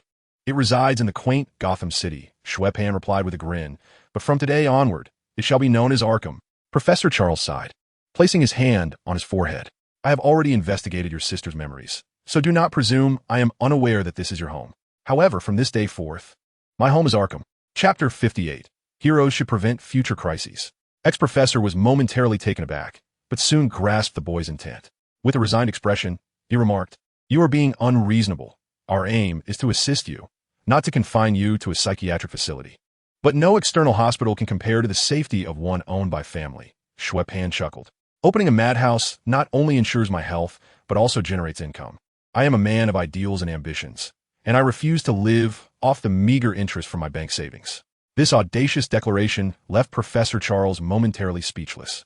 Although Xue Pan's words were merely a means to evade the well-meaning entanglements of the old bald man, who could fault a young man with aspirations to develop his inheritance. After a lengthy silence, Professor Charles could only manage a wry smile and shake his head, saying, "Very well, since you are resolute. I can only hope you exercise caution as you embark on your entrepreneurial journey. The realities of society are often more intricate than you might perceive." "No, society is indeed rather simple," Xue Pan countered with a smile. "With wealth, one can do as one pleases." "Is that so?" The professor raised an eyebrow, thoughtfully patting his own legs. As the founder of Xavier's school, which generously sheltered mutant children, Charles was far wealthier than the Homicide family. Yet here he was, relying on a wheelchair for mobility. Xue Pan's expression darkened at this observation, and he exclaimed, "Hey, mind your hands. What do you think you're touching?" The professor's symbolic gesture suddenly took on a different connotation, leaving the girl's hands in a state of indecision. While directly funding the construction of a hospital diverged somewhat from Charles's original intentions, the ultimate goal remained the same: to provide healing. Having achieved that objective, lingering any longer might lead to suspicions of impropriety. After imparting a few final words of advice to the boy, the professor awkwardly departed, leaving behind his private contact number. "Why call it Arkham?" the girl inquired, licking her lips, which had grown dry from excessive speaking, her tone devoid of inflection. "In the end, I plan to transform my home into a psychiatric facility, and you only care about the name? That seems rather peculiar." Xue Pan could not help but retort. "I just feel that the name carries an ominous connotation," Wednesday replied coolly. In his previous life, as an ordinary individual, his understanding of psychiatric hospitals was limited to what he had encountered in films and games. Thus, he could only recall a couple of names that left a lasting impression. "Let us just change the name," suggested Winsdale. "To what? A psychiatric hospital established to avoid being confined in one?" Xue Pan mused, finding this rather fitting for the essence of madness. He did not dwell on the name for long. As for the question of establishing the hospital, such professional matters were best left to the experts: lawyers, prosecutors, approval personnel, and health administrative departments. With an expenditure of hundreds of thousands of dollars, a sign reading Arkham Asylum was soon affixed beside the manor's entrance. Thereafter, little else occupied their time. Renovations of the manor and hiring doctors and nurses were not Xue Pan's concern. The sign was merely a means to silence the professor. For even if he were genuinely insane, he did not wish to share quarters with a group of fellow patients. However, he did manage to equip the manor with the latest computers, PS4, Xbox, and a plethora of games, both familiar and unfamiliar. After indulging in a languid existence within the manor for some time, the system could no longer tolerate his idleness and began to stir up matters. Ding. Task activated. The system's notification caused the boy to flinch, resulting in the game character on the television screen being cornered and ruthlessly assaulted due to his clumsy maneuvering. Today's weather is hardly conducive to venturing outside," Xue Pan remarked, glancing at the bright sunlight streaming through the window. He popped a piece of food in his mouth, yet his finger instinctively pressed the pause button, and he leapt off the sofa, stretching his limbs. "All right, prolonged gaming leads to boredom. Come, let us take a stroll." He called to Winsdale. The girl, who had been playing alongside him, shot an exasperated glance at her brother before relinquishing her controller. The allure of video games had indeed ensnared this girl, who was previously engrossed in violent gaming. At least now, when Xue Pan mentioned gaming, she would hesitate momentarily between the knife and the controller. "Where to?" Winsdale asked coolly. "We've been cooped up eating nothing but takeout pizza. It's time to enhance our dining experience." He called for a taxi, and the two made their way to the commercial district of Staten Island. Although Staten Island was primarily industrial and residential, lacking the vibrancy of Manhattan's economic center, it felt somewhat impractical to travel such a distance for a meal. Moreover, the task required them to survey New York, which did not necessitate traversing every corner of the city. Encountering something novel would likely suffice to complete the mission. Initially, Xue Pan had relished the novelty of Western staple foods upon his arrival, but after days of the same routine, he could only tolerate fast food due to gaming. However, upon spotting a sign for Sichuan's spicy hot pot, his taste buds, accustomed to the flavors from across the ocean, could no longer bear the temptation. With saliva nearly overflowing, the two opted for the hot pot. The only regret was their differing physical constitutions, which altered their tolerance for spiciness. The authentic, aromatic broth enveloped the ingredients, causing Xue Pan to sweat profusely, gasping for breath while incessantly reaching for his chopsticks. Eventually, the restaurant owner, noticing their struggle, graciously brought over 2 bottles of mineral water. Xue Pan took a sip and asked the Mandarin, "Your spicy hot pot is so authentic. I presume you must be from Sichuan, right?" The owner, initially astonished by Xue Pan's fluent Mandarin, broke into a smile and replied, "Not quite." Chapter 59. The Old Thief After a Satisfying Lunch. And with the enthusiastic farewell from the Sichuan owner with a northeastern accent, the siblings departed the restaurant, meandering aimlessly through the commercial street. The task assigned was to patrol, but in essence, it bore little difference from leisurely shopping. Unconsciously, they crossed through the commercial area, and Xue Pan glanced toward the supermarket at the corner. Smacking his lips as he asked his sister, "Are you thirsty? I'll buy a bottle of water." The flavor of the hot pot was quite strong. When he shook her head, "Then wait for me here," the boy instructed before striding across the road. Behind Xue Pan, an elderly man clad in a somewhat faded overcoat, complete with a hat and sunglasses, entered the supermarket just moments after him. It seemed rather peculiar for someone to wear an overcoat on such a fine day, though it might be due to the chill of age. The boy, casting a glance at the bright sunshine outside, paid it no mind and headed towards the slush machine affixed to the wall. However, soon after, while preparing to buy some snacks to stock up at home, Xue Pan noticed that the man in the overcoat appeared not only odd in appearance, but also acted with a nervousness that seemed quite unnatural. The boy took a sip of his drink and positioned himself beside the shelf, observing as the elderly man furtively glanced around before reaching for a can of coffee and awkwardly tucking it into his waistband. Unable to suppress himself, Xue Pan inadvertently sprayed slush from his nose. The old man seemed to hear the commotion and cautiously looked around. The boy quickly covered his mouth and ducked behind a shelf. When he emerged again, the old man had already moved on to another section. "Wow, even at such an age, he still comes out to work. That's dedication," Xue Pan mused as he glanced at the surveillance cameras installed throughout the supermarket, suppressing a chuckle. After wandering around the supermarket, the boy watched in disbelief as the old man stuffed a small bag of flour, a dozen eggs, a slab of meat, a bottle of laundry detergent, a roll of insulating tape, and various other knickknacks into his coat, rendering it so bulging that he could only shuffle forward with his hands, cradling his belly. Such brazen thievery disregarded the supermarket surveillance, prompting the control room staff to intervene. Broadcasting, "Security, please report to the ethnic food section." Repeat, "Security, please report to the ethnic food section." Xue Pan stepped back a couple of paces, peering through the gap between shelves as he saw a short, African-American woman in a security uniform approaching. Upon hearing the announcement, the elderly man immediately turned and hurriedly made his way towards the exit. Xue Pan paid for his slush and cheerily followed him out. Having witnessed theft before, encountering someone of such advanced age resorting to work was a novel experience, and, judging by his methods, it seemed rather unprofessional. Who had ever heard of someone stealing so much at once, jeopardizing their escape? Moreover, it appears that the elderly gentleman did not drive here. He merely clutched his abdomen and traversed the parking lot, nearly stumbling as he rounded the corner. The young African-American female security guard, following the instructions broadcasted over the intercom, rushed out of the supermarket just in time to catch sight of the portly old man outside the fence. Without hesitation, she blew her whistle, commanding halt. After counting 21, she approached him, hand resting on her hip, and shouted, "Stop right there. Don't make me use my taser." The security guard remained silent, signaling for the old man to accompany her. Xue Pan, observing the scene, assumed that matters would conclude there. He took a sip of his beverage, preparing to rendezvous with Wednesday. Just then, a notification chimed, indicating the completion of a task.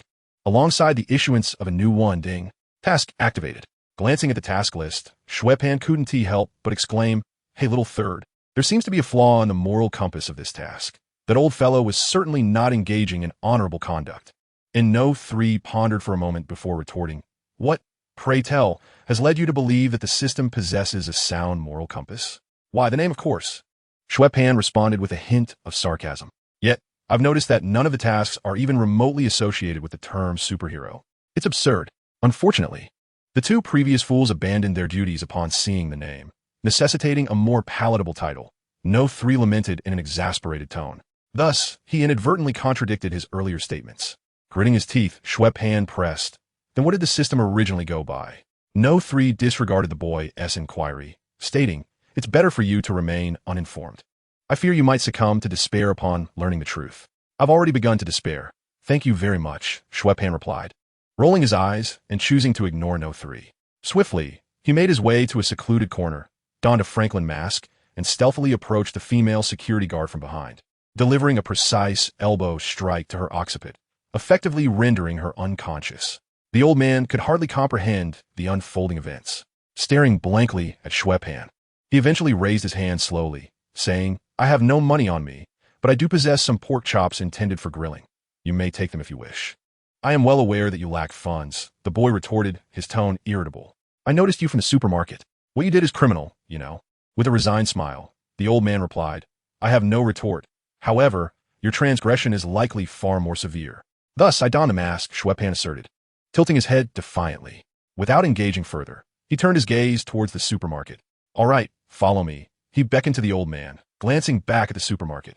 Yet, in the old man's eyes, the security guard appeared a safer option than a suspicious figure suddenly appearing in a mask. He instinctively took a step back, asking, "What do you intend to do?" "Hey, can't you see I'm aiding you?" Xue Pan observed his unease, chuckling softly. "Just think about it. As a thief pilfering from a discount supermarket, what could I possibly covet from you?" The elderly man opened his mouth as if to protest, but the supermarket security had already pushed through the door in pursuit. It must be noted that Xue Pan, donning a hood, was far more conspicuous than the old thief, especially given the unfortunate individual sprawled at his feet. Thus, upon exiting, the two security guards instinctively placed their hands on their tasers, freezing in place. One of the guards glanced around, noting the absence of onlookers, and nudged his companion, urging him to act quickly, for the old man needed assistance. The second guard immediately retreated, asserting, "No, I didn't see anything. You go." The first guard, perplexed, exclaimed, "What?" as the second hid behind him, insisting, "You go first. I'll cover you." After a moment's hesitation, the first guard finally proposed, "Okay, I have an idea. Let us pretend we didn't see anything and just let this slide. What do you think?" The second guard replied, "Good idea, let us do that." Xue Pan mused, "A city with superheroes is certainly not safe. This is a principle that could easily find its place in the Marvel Universe." Casting a glance at the morally questionable security guards, the boy retrieved a buzzing axe from his backpack, steeling himself as he addressed the old thief with a chilling tone. "Do you know who it was that turned someone into a fool last month?" The old man's expression fell, and he slowly shook his head. "Do you know who it was that stabbed someone to death in this very spot just a few days ago?" The old man swallowed hard, continuing to shake his head. "And what about last year's Arthur Kill dismemberment case? Surely you know who was responsible for that?" The old man's voice trembled. "No, I don't know. Actually, I don't know either," Xue Pan chuckled, balancing the buzzing axe in his palm. "But you're in luck. I have always preferred to resolve matters through reason." With that, the boy gestured for the old man to follow him. The elderly man cast a forlorn glance at the supermarket, where no one had emerged, and with a grimace, he trudged ahead of Xue Pan. Crossing the street, the boy signaled to Wendy, who had witnessed the entire scene and, after a fleeting glance at the old man, trailed behind. It was commendable that she could still recognize the Franklin emblem atop her brother's head. Upon witnessing the boy's actions, the old man inexplicably shivered. In such circumstances, revealing oneself could imply two outcomes. Either one was prepared to eliminate witnesses, indifferent to being recognized, or it was an attempt to placate, indicating no ill intent. The forcibly escorted old man clearly did not believe in the latter possibility. However, Xue Pan was not overly concerned. It was primarily because the hood was made of plastic, non-breathable and stifling. Moreover, wearing a hood in broad daylight could easily lead to misunderstandings. The citizens of New York might naively assume he was either attempting to rob a bank or was en route to one. "Now, let us discuss the situation," the boy said, wiping the beads of sweat from his forehead as he inquired of the old thief. "I truly fail to comprehend what is happening in this world. At your age, resorting to theft in a discount supermarket is quite shameful." The old man timidly explained, "I just wanted to eat some roasted meat." Under the threat to his own safety, he prudently disclosed his predicament in full. The old thief is named Dever Engelberg, a local from Staten Island, who hails from a humble background as a gardener. Now idly at home, he is preparing to tinker with small inventions. According to his own account, he amassed a substantial sum over the years to invest in a fund managed by Turnwheel International. Originally, he was to reap the rewards of his investment 6 months ago. However, upon the due date, he discovered that a bank employee had recklessly gambled away all the client's savings, causing his 100,000 investment to plummet to a mere 272, with shares valued at just 4 cents each. Although the bank has since dismissed the errant employee, Mr. Dever, who once brimmed with ambition to pursue a meaningful venture, found himself suddenly reduced to abject poverty. It is worth mentioning that Dever's tinkering refers to his attempts at developing robots. The outcome was predictable, even for an amateur scientist. Funding is of paramount importance. Without any income, and with expenses outweighing his dwindling resources, he was unable to produce any robots. Furthermore, due to his inability to meet monthly loan repayments, the bank assessed that he had no capacity to repay his debts, leading to the foreclosure of his home. Driven to desperation, Dever resorted to his rudimentary thieving skills in a bid to procure food and necessary tools, only to be apprehended on the very first day. Upon hearing the old thief's tale, Xue Pan found himself at a loss for words. Why would a retired elder squander his inheritance? The bank's internal accountability seems difficult to enforce. How shocking it is that a septuagenarian would be pursued by an African-American woman outside a supermarket due to this predicament. Ultimately, he patted the old man's shoulder, offering a form of consolation. Cheer up, isn't life all about ups and downs? You may feel foolish now, but don't lose heart. At least your feelings are valid. Your words cut deeper than you think. Dever shot a sideways glance at the boy, refraining from expressing his ire. Nevertheless, the elder's plight was indeed tragic. While Xue Pan could not interfere with the pursuit of dreams, treating him to a hearty meal seemed reasonable, especially since the system had yet to signal the completion of any task. They settled in a quaint little restaurant where Xue Pan ordered scrambled eggs, Turkish sausage, fried potato cakes, toasted bread, and 3 cups of coffee. After taking their seats, he instructed the waiter, "Please be quick. Someone here is on the verge of starvation." Before long, the food arrived. After settling the bill and taking his coffee, the boy pushed the remaining food towards Dever, leaving the old man astonished. "Is this my last meal?" he inquired anxiously. With a sigh, Xue Pan replied, "With your level of intelligence, you might as well bid farewell to your robotic aspirations. Perhaps it would be best for you to return to your promising profession as a gardener." Chapter 61. No Legion of Robots. The elder consumed his meal with urgency and a sense of tragic resignation, clearly intending to fill his stomach before embarking on his next journey. Quite literally.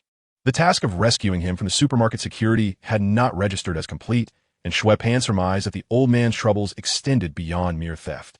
It likely encompassed the dire straits of his living situation. However, for Xue Pan, who was already a wealthy individual, this posed no significant issue. Though it is impossible to give away money freely, and wealth does not come easily within a family, only through diligence and frugality can one sustain a living. However, engaging this elderly gentleman, who has sacrificed much for his dreams, to work for me is certainly feasible. After all, Arkham Manor, unlike Homestead Estate, boasts a considerable expanse, and the grounds require maintenance. Otherwise, the exterior, resembling a graveyard, would be quite distressing. This position aligns well with the duties of gardener. As for the elder's mention of a minor invention, Xue Pan intends to observe it, for material hardships do not necessarily equate to a lack of intellectual vigor. Moreover, this is the realm of Marvel, where advanced technology abounds and numerous scientists congregate. Perhaps this seemingly self-destructive elder is one among them. Who knows? I might soon find myself renovating a secret base beneath Arkham and assembling a robotic army. After all, in battles, numbers often triumph over the few. The Avengers have struggled through their trilogy, having suffered from being outnumbered, at least for the sake of that fateful snap before the sunset in his hometown. The tactic of overwhelming numbers proved useful, potentially setting the stage for a clash of troops. As for persuading Tony Stark, Xue Pan held little hope. The cost of the Iron Legion was exorbitant, and once equipped with his armor, Tony had no desire to conceal his identity, publicly flaunting it while refusing to supply the military with his suits. This led the American government, in an effort to prevent the proliferation of armors, into a military force. To strike an agreement with Tony, any deployment of his suits must receive military approval, lest he be charged with treason. Thus, after Devil finished his lunch, Xue Pan summoned a taxi, intending to visit this amateur inventor's workshop. "So, this is where we shall build our super invincible robotic army. Are you serious?" "Well, I must admit, I'm a tad disappointed. This is merely a storage rental area." As the elder kicked at the rolling shutter of a warehouse, Xue Pan couldn't help but click his tongue. The living conditions here are only marginally better than those of a homeless shelter, the sole advantage being the private space that allows Devil to tinker with his gadgets. After several labored kicks, the elder finally managed to heave the shutter open, and the boy peered inside. The warehouse was small and appeared quite dim due to the absence of windows, even with sunlight streaming through the entrance. It was difficult to discern the clutter within, as everything was in disarray, leaving Xue Pan almost unable to identify anything. The elder bent down and, with some effort, emerged from the interior with a rectangular metal object, orange-yellow in color and no taller than his hips, presenting it to the siblings with pride. "Behold, this is my invention, The structural framework is complete. All that remains is the construction of the AI, and once finished, it will be capable of fulfilling the majority of societal tasks. This is it. Honestly, I thought it was merely a wheeled metal trash bin.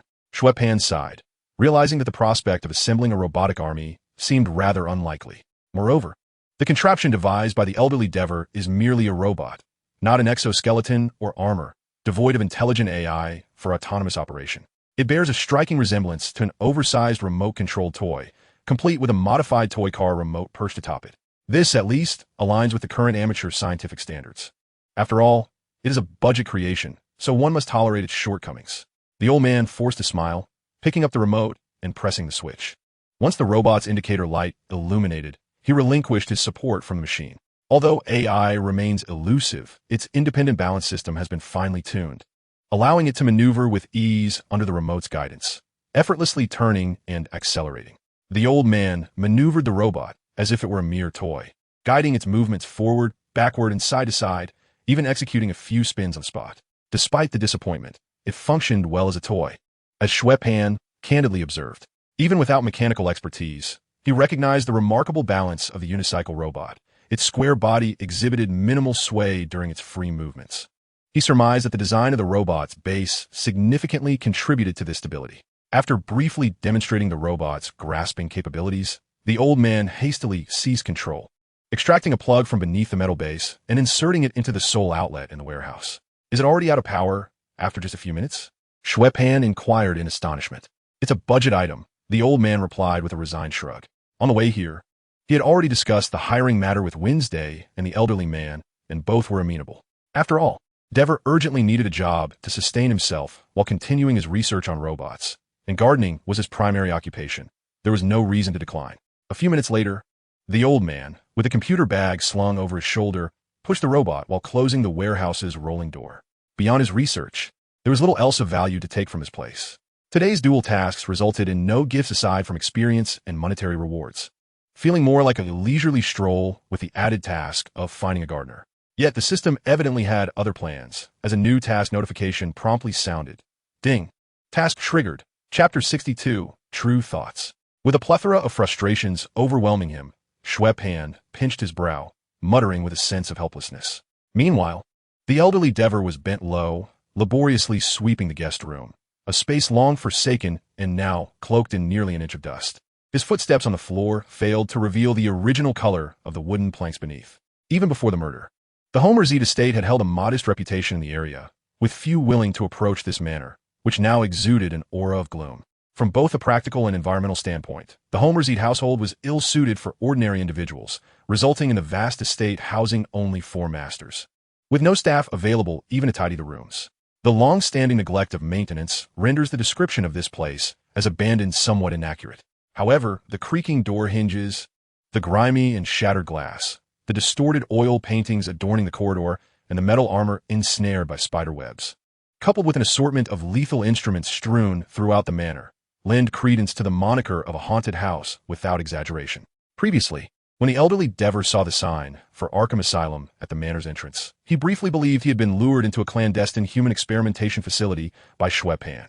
Nevertheless, upon the boy's assertion that a missing leg should not impede a gardener's professional competence, the old man readily accepted his fate and moved into Arkham. In truth, aside from Asylum's sign, the employer appeared far from reputable, and the somber living conditions were somewhat disconcerting, with layers of dust in each room capable of entombing a person. Yet compared to the damp and frigid warehouse devoid of windows, this place, with a little tidying, held promise. At least the foundation of the manor remained intact. Moreover, the prospect of financial remuneration was enticing. Dever himself did not believe that, absent these adverse factors, anyone would opt to hire a robust young gardener over an elderly man with unsteady legs. Thus, when Xue Pan arrived at the guest room door, he found Dever, drenched in sweat, vigorously sweeping the dust that filled the room. After hesitating at the threshold, he felt it somewhat remiss to watch the old man toil without offering assistance. He stepped inside and opened the wardrobe doors to help clear the contents. Inside stood several canvas bags, tightly secured with leather belts, each nearly the height of a person and swollen with contents. The label on one read Knickknack Homerside's Autumn Clothing. Xue Pan raised an eyebrow. He had never heard of such a name, given the extent of dust in the room. It was likely a collection of garments left behind by some unfortunate soul buried a century ago. He discarded the bag carelessly. Knick-knack Homer seeds, summer clothing. He scrutinized the second bag's label, wrinkling his nose before tossing it aside. Knick-knack Homer seeds, winter clothing. What a plethora of attire. He continued to throw them out. Knick-knack Homer said. Another toss. What was in that last bag? Xue Pan scratched his cheek, sensing something amiss. Meanwhile, Dever, tidying the bed, cast a terrified glance at the boy and then at the large bags on the floor, shrinking back a couple of steps toward the door. Wait, I have some inquiries to make. Xue Pan called out to the old man, whose attention had drifted entirely from the wardrobe. Ahem, may I inquire what instructions, mister? Pan has. Dever coughed awkwardly, clearly misunderstanding the pronunciation of the boy's name. Generally, it is not common for people to assume a Caucasian would adopt an Eastern name, and the surname Pan is not particularly rare in Western countries. Xue Pan furrowed his brow, wrestling with his thoughts for a moment before deciding against correcting the misunderstanding of the old man Dever.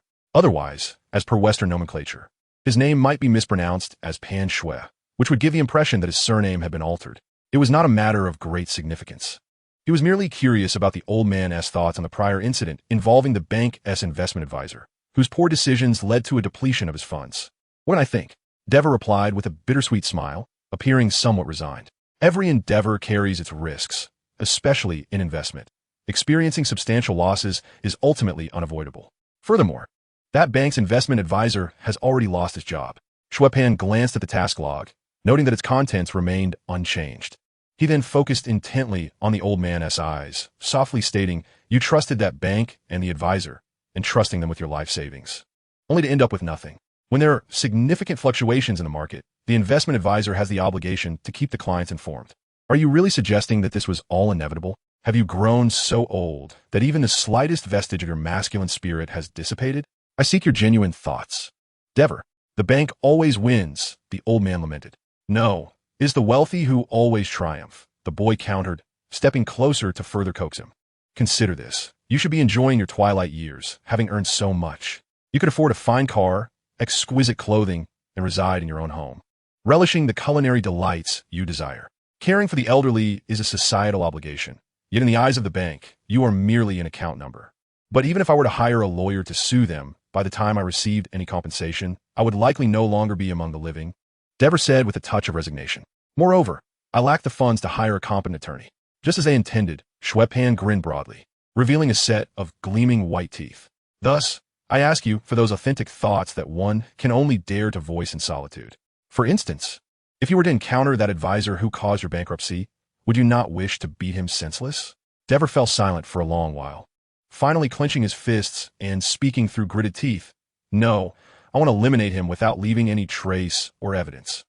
My goodness. This old man harbors intense bitterness. Xue Pan's smile faltered, sensing he may have pushed the old man too far. Chapter 63. Task trigger phrase, robbing a bank. It appeared that Dever was genuinely provoked by the boy's words. Simulating the sound of crushing human flesh with gritted teeth, his face flushed with increasing agitation. Once his insides are pulverized and his intestines burst forth, I shall dissolve him with that corrosive acid from the television, leaving not a shred behind, ensuring that scum cannot even be recognized as remnants. Ahem. Well, it's merely a financial dispute. There's no need to resort to such extreme measures, Xue Pan urged, his lips twitching in an attempt to alter the old man's mindset. However, he soon realized that the task details on the system panel had not changed, and he couldn't help but raise an accusatory finger at the old man, questioning, "Wait a moment. Are you just speaking in anger, you old curmudgeon?" The elderly Dever paused, his face, once clouded with resentment, transformed into one of astonishment as he cautiously regarded the boy, retorting, "No, what else could it be?" Xue Pan, pressing his forehead, took a deep breath, realizing that this old man was merely indulging in idle talk. If the elderly gentleman truly harbored such venomous intentions at his advanced age, he would have buried that investment advisor alive the moment his wealth evaporated, rather than resorting to thievery out of hunger a year later. He ought to be behind bars instead. Observing the boy cover his face in silence, the elderly Dever, having vented his frustrations, began to ramble to himself. However, you are not entirely mistaken. It is indeed those banks that have ruined this country, shattering countless dreams while remaining unscathed. Sometimes I contemplate that if I were 20 years younger, perhaps I would storm a bank in Los Angeles and make a glorious escape into retirement. Shut your mouth, Xue Pan interjected, his face paling at the implication. He quickly interrupted the old man's meandering thoughts. What are you thinking? At your age, shouldn't you aspire for a little peace? What would your mother think about you robbing a bank? Dever pondered for a few moments. Why not go all out? Xue Pan's breath hitched. Your mother's quite the character. Ding! The task keyword bank robbery had been triggered, and the mission was set. The task is now assigned, and it cannot be altered. Xue Pan gazed up at the antiquated ceiling, letting out a deep sigh, before fixing a piercing look on the old man and declaring with fierce intent, "Very well. Since your resolve is so unwavering, tell me which bank manages your funds?" "The Los Angeles Garden Savings Bank." "Why do you ask?" Dever replied, somewhat puzzled. "To help you realize your dreams." Xue Pan gritted his teeth. "We are robbing a bank." The old man stood frozen, glancing between the boy and their empty surroundings, clearly aware that they were alone in the room. "You mean us?" he stammered, fiddling with the broom in his hands. "You and me? Who else?" Xue Pan shot back, his demeanor darkening. "Are you planning to let someone else fulfill your dreams?" His mood was quite foul. Compared to the intricate and demanding task of robbing a bank, turning a person into mush seemed far simpler. Noticing the boy's agitation, Dever recalled the sign at the manor's entrance and cautiously advised, "I merely spoke in jest. You need not take it seriously. A man must follow through on his words." Xue Pan asserted with unwavering firmness, "If we say we are robbing a bank, then we shall rob a bank." Crossing his arms, he added decisively, "You will book me 2 tickets to Los Angeles immediately. I intend to arrive there tonight. Is that wise?" Dever felt his mouth dry with apprehension. The consequences of bank robbery are severe. It is not the same as stealing a few pieces of pork from a supermarket. "Huh, what do you have to lose?" Xue Pan scoffed, a cold smile gracing his lips. "What could possibly be the worst outcome? You may find solace in a prison akin to a countryside club, where you pay no rent, enjoy a bed, 3 meals a day, and medical care that surpasses your current circumstances. You've struck gold. Yet, do I not already possess a respectable job?" The old man adjusted the broom in his hands. "You have been dismissed," Xue Pan interjected immediately. Dever, taken aback, stared incredulously at the boy, a shameful retort lodged in his throat, unspoken. However, sensing the potential for excessive provocation, Xue Pan tempered his emotions, recognizing that persuading Dever was far preferable to coercing him into compliance. Reimagined collective endeavor. And having a relatively cooperative partner can significantly ease the undertaking. "In truth, there is no need for you to feel pressured," the boy remarked. "Banks have insurance. Even if robbed, they merely send someone to investigate, and clients will receive compensation without loss." "No," the old man shook his head, declaring, "The investments I made for businesses have all gone to waste because I am a failure. To suddenly decide to rob a bank is sheer folly, utterly reckless. Do you understand what recklessness is? You cannot even maintain a meager existence, subsisting on cheap canned goods and instant meals, reduced to stealing from discount supermarkets to survive, all because that wretched bank's financial advisor made foolish, reckless investments that left you with nothing. That is what recklessness truly is." Xue Pan seethed with indignation, his demeanor suggesting that he was the one losing money, not Dever. "In fact, consider this. If other criminals can accomplish it, then it should pose no challenge for us, given our skill, ability, and intelligence. I even have unrecognized violent delusions and schizophrenia. Am I showing off to you?" The boy scoffed dismissively. "I can see that," the old man conceded with a nod of agreement. In the ensuing time, Xue Pan refrained from pressuring Dever to make a decision, instead choosing to exit the room and book a flight to Los Angeles. Robbing a bank is, after all, a significant matter that warrants ample reflection. Moreover, he had already articulated his points. If the old man remained steadfastly opposed, Xue Pan was prepared to persuade him with reason. Chapter 64. Essential Knowledge for Aspiring Bank Robbers. Los Angeles, the second largest city in the United States, offers an evening panorama that rivals its daytime beauty. As he strolled along the streets, the familiar sights frequently tempted Xue Pan to desire a better vehicle, to assault pedestrians, confront police, hurl his phone like a grenade, snatch beauties in broad daylight, crash planes into trains, and even retrieve an RPG from his trousers to obliterate an armored truck. To this, Xue Pan would exclaim, "To hell with GTA 5. Nevertheless, this impulse was, on the whole, harmless, as his purpose in Los Angeles was indeed to rob a bank. As for old Dever, after half an hour of solitary contemplation following the boy's departure, he ultimately expressed his willingness to join the venture. The old fellow's only possession, aside from that robotic toy, was perhaps his freedom. In circumstances where one barely has enough to eat, what value does freedom hold? Betting that freedom could lead to happiness in his later years seems a gamble worth taking. Wednesday, with her petite and distinctive frame, was easily recognizable, even with her face concealed. Xue Pan initially intended to keep her at the manor to safeguard it. However, once the girl discerned their ulterior motives, she expressionlessly articulated a statement that promptly dissuaded him from his original intention. Buck Homer Sod, my grandfather's brother, successfully robbed banks 46 times throughout his life. I am well acquainted with every step and detail involved in a bank heist. I'm curious to know how he met his demise. Xue Pan had once inquired about this matter. Wednesday responded with an impassive demeanor. On his 47th attempt, he targeted the United States Treasury, but failed and was subsequently captured and executed. The boy fell silent. Indeed, this was very much in line with the Homer Sod legacy. As the mastermind behind the operation, Wednesday swiftly embraced her new identity. Upon their arrival in Los Angeles, and after securing accommodations, she commenced a didactic discourse with the two oblivious men in a monotone voice. Though her expression remained unchanged, it was evident that her intellect was quite formidable. When you open this book, it signifies that you are not one of those fools who, in a fit of passion, seize a kitchen knife and storm into a bank. Rather, you aspire to become a proficient robber. Wait, open a book? Xue Pan interrupted, perplexed by her peculiar choice of words. Ignoring her brother's inquiry, Wednesday continued, robbing a bank is an art form. 10 individuals will possess 10 distinct methods. A meticulous plan is the fundamental prerequisite for a successful heist.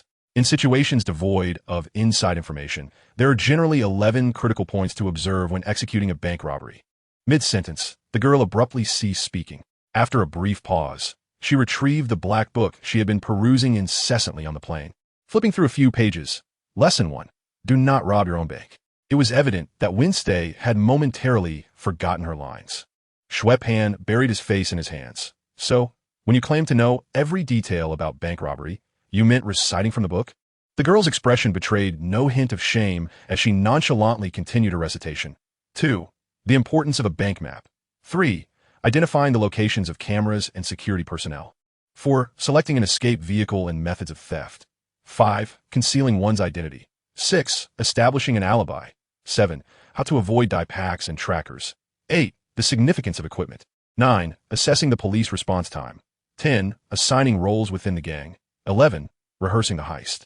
So you are merely reading the table of contents? Xue Pan sighed heavily.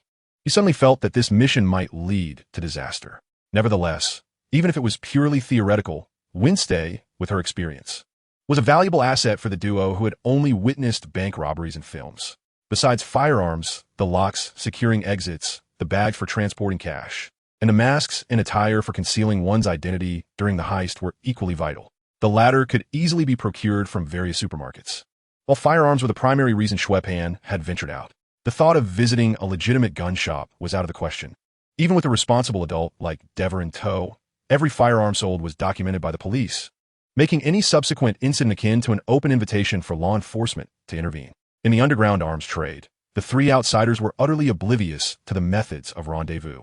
Consequently, Xue Pan was contemplating other individuals, those who were less inclined to adhere to the law. After all, venturing alone into the streets of America at night was never a prudent choice. Even though Los Angeles is the second largest city in the nation, incidents of robbery occurred on nearly every street, albeit not every night.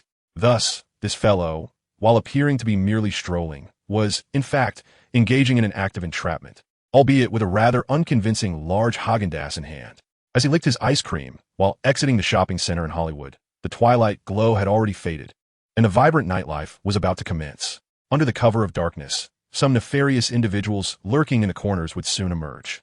The boy was pondering whether he should hail a taxi, allowing a seasoned driver to guide him to less reputable locations, when suddenly, shouts from within the mall grew nearer. Damn it, don't run. Move aside. Clear the way, clear the way. Stop him, quick. Block him. Just as he was contemplating a distraction, fate delivered an opportunity directly to him. What luck. Get out of the way. One burly man rudely shoved past the boy blocking the entrance. Caught unprepared, Xue Pan stumbled several paces, and his ice cream was forcefully thrust against a nearby marble column. Oh no, my Häagen-Dazs. The ice cream cone, subjected to the pressure of his palm against the marble, collapsed into a cold, gooey mess within mere seconds, utterly defying the 3-second rule. Moreover, it wasn't merely about the money. The frustration of having his ice cream, which had barely graced his taste buds, reduced to a slop was something that could not be remedied by simply purchasing another. Xue Pan's eyes immediately narrowed. his hand shaking as he took off in pursuit of that group of individuals who were clearly up to no good. The demeanor of the gang indicated they were local thugs. The boy nodded in satisfaction and focused on the muscular man who had collided with him, quickening his pace.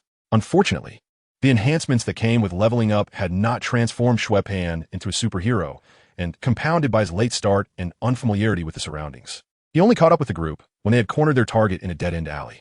Chapter 65. I'm sorry, I'm a police officer. Quick, catch her. She has gone in there. Ha, we finally cornered her. The pursuers, panting and shouting, closed in. Stay away. Damn it, get off me. Don't touch me. The girl's frantic voice echoed from within the alley, accompanied by the sounds of slight resistance. Look, the little kitty has claws. One man mocked his companion who had been struck in the face. Let go of me, you bunch of bastards.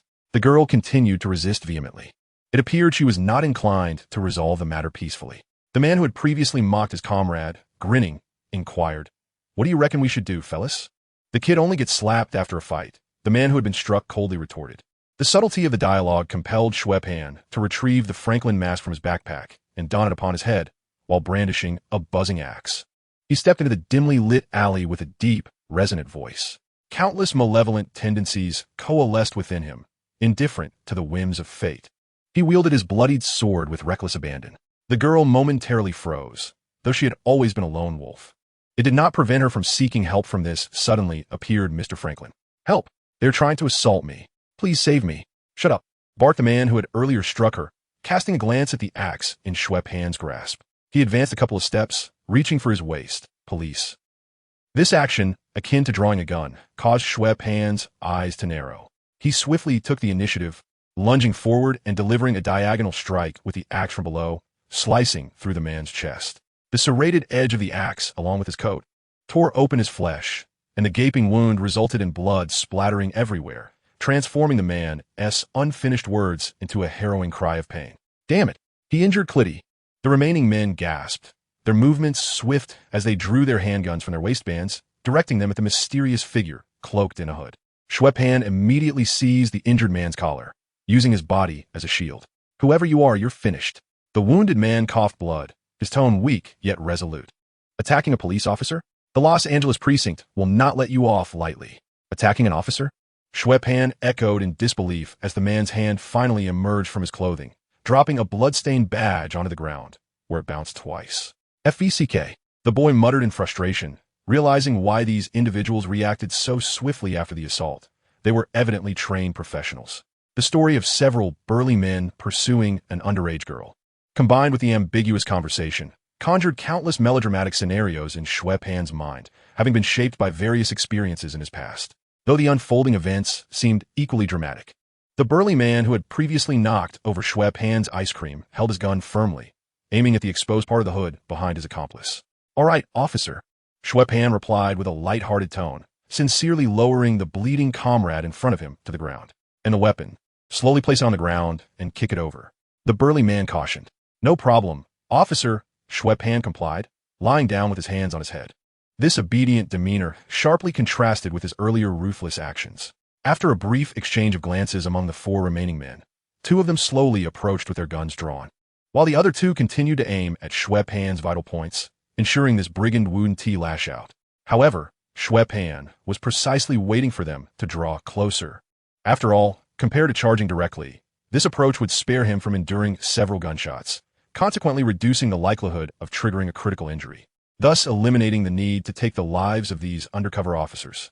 In his previous life, as a law-abiding citizen, Xue Pan's moral compass had yet to lead him to believe that taking lives was a source of exhilaration. Nevertheless, he would not hesitate when the moment called for action. As for the notion of using excessive force, one might argue that incapacitating a scoundrel by breaking a few bones and consigning them to prison was precisely the method employed by White Terman. Although he had erred in his execution, as long as the victim remained alive, it posed no issue. When a pair of filthy, beige casual shoes stepped into his reach, the boy decisively sprang into action, seizing the ankle of their owner and violently pulling him down to the ground. The back of his head meeting the solid surface with a muffled thud. Gunfire erupted immediately, and a surge of pain coursed through Xue Pan's body. He inhaled sharply, rolled on the ground, and swiftly drew a toy hammer, bringing it crashing down onto the knee of another approaching undercover officer. Xue Pan leapt up, snatched the firearm from the officer's grasp, and forcefully stomped down on his toes. Ouch! The officer couldn't help but cry out in pain. The boy, raising the slightly heated barrel of the gun, shoved it into the officer's mouth. Hold on to that. If the gun leaves your mouth, I will pull the trigger. I learned this trick from a movie. Isn't it cool? The sensation of a cold, hard object lodged in one's mouth was decidedly unpleasant. But the feeling of one's life hanging by a thread was far worse. The boy's words elicited a pained smile from the officer. Xue Pan, unfazed by his discomfort, boldly approached the fallen officer. Chapter 66. All are mutants. The police officer, now a hostage, cooperated with Xue Pan's movements, dutifully fulfilling the role of a human shield, effectively concealing the boy's less than imposing figure and compelling the other two officers to hesitate in their aim. After all, anyone would exhibit heightened responsibility when a firearm was lodged in their mouth. Xue Pan brandished the gun, looking down at the officer in yellow shoes sprawled on the ground. The boy tilted his head and, without a moment's hesitation, kicked the officer squarely in the face, knocking him unconscious with precision. However, the force of the kick was somewhat excessive, causing the human shield to bend down in a panic, awkwardly maintaining the firearm in his mouth, inadvertently exposing part of Xue Pan's body from behind his cover. The two police officers, ever vigilant for an opportunity to strike, could hardly overlook this perfect chance. Two gunshots rang out, bullets striking the boy's body in quick succession. The human shield, bent over, murmured something indistinctly, his face a mask of desperation. There was no need for such fear. In truth, this was merely a misunderstanding. The boy patted his sweating shield on the back, angling the gun in his mouth to a 45-degree tilt against his right jaw. Although the next move may create a hole in your face and possibly shatter a few teeth, rest assured, it will not cost you your life. In this era of advanced technology, I would wager that doctors could surely ensure that red wine would not spill from the other side of your face during a date. To hell with misunderstandings. To hell with wagers. To hell with dates. To hell with undercover operations. The individual who conceived the idea of plainclothes patrols undoubtedly deserves to face 100 executions. Mr. Meat Shield, fully aware of the impending events, internally screamed in agony while his body grew increasingly rigid, paralyzed by fear. After all, with a handgun serving as the connection between the two, he could distinctly feel the impact of the bullet striking Xue Pan's body. Yet, the masked criminal, having been shot, remained spry and contemplative about his counterattack. What did this signify? This damned outlaw was an even more cursed mutant. Should this fiend misfire, the probability of his own head being reduced to a pulp by a bullet would far exceed that of his colleague, subduing this masked assailant who had emerged unexpectedly. It is worth noting that since the Cuban Missile Crisis, mutants have gradually entered the public consciousness. In an era before the Avengers emerged, the myriad of mutants had almost become synonymous with superpowers. This realization left Mr. Meat Shield devoid of any illusions regarding his side's chances of victory. Xue Pan aimed his gun at the robust ice cream officer, the barrel pressing a comical bulge against Mr. Meat Shield's cheek. Bang! The bullet tore through flesh, grazing Mr. Meat Shield's face and narrowly hitting the already evasive ice cream officer, blood splattering on his shoulder. Without the threat of the handgun, Mr. Meat Shield cradled his severely injured cheek with both hands, sobbing as he curled up on the ground. The last remaining unscathed officer seized the opportunity, mercilessly unleashing the bullets from his handgun upon Xue Pan. However, both parties embroiled in the fierce battle seemingly overlooked a crucial detail, the pivotal figure who had instigated this conflict. Ever since Xue Pan had incapacitated the undercover officer with an axe, the girl being pursued had not made a sound. Cowering like a frightened young beast against the brick wall at the alley's end, trembling slightly with every gunshot, just as the boy helplessly rolled on the ground. Attempting to maintain his dwindling health amidst the hail of bullets, the girl seemed to reach the limits of her endurance. With a forceful outstretching of her arms, accompanied by a painful scream, several irregularly shaped orbs of light abruptly appeared around her, radiating a kaleidoscope of colors as they floated in the air. What is this? Where did these come from? The police officer, who had been firing at Xue Pan, was momentarily stunned into silence, bewildered by the sudden spectacle before him. Damn it, they are not ordinary people. They are all mutants. The ice cream officer, shot in the shoulder, instantly grasped the situation, shouting to his companions while raising his intact left hand to aim his firearm at the girl at the end of the alley. Stop right now, you mutant little brat. However, before he could finish his words, at the moment the gun was aimed at the girl, a whirlwind of colorful energy orbs frantically gathered around him. Accompanied by a series of explosive sounds, these orbs burst forth like a dazzling array of fireworks. Yet, the consequences they wrought were far from the beauty they displayed. The explosive power of these energy spheres was comparable to that of ordinary fireworks, but the sheer quantity transformed the situation drastically. The ground, drenched in crimson, could easily claim a life. If Officer Ice Cream were to survive, he would likely be bound to a wheelchair for the rest of his days.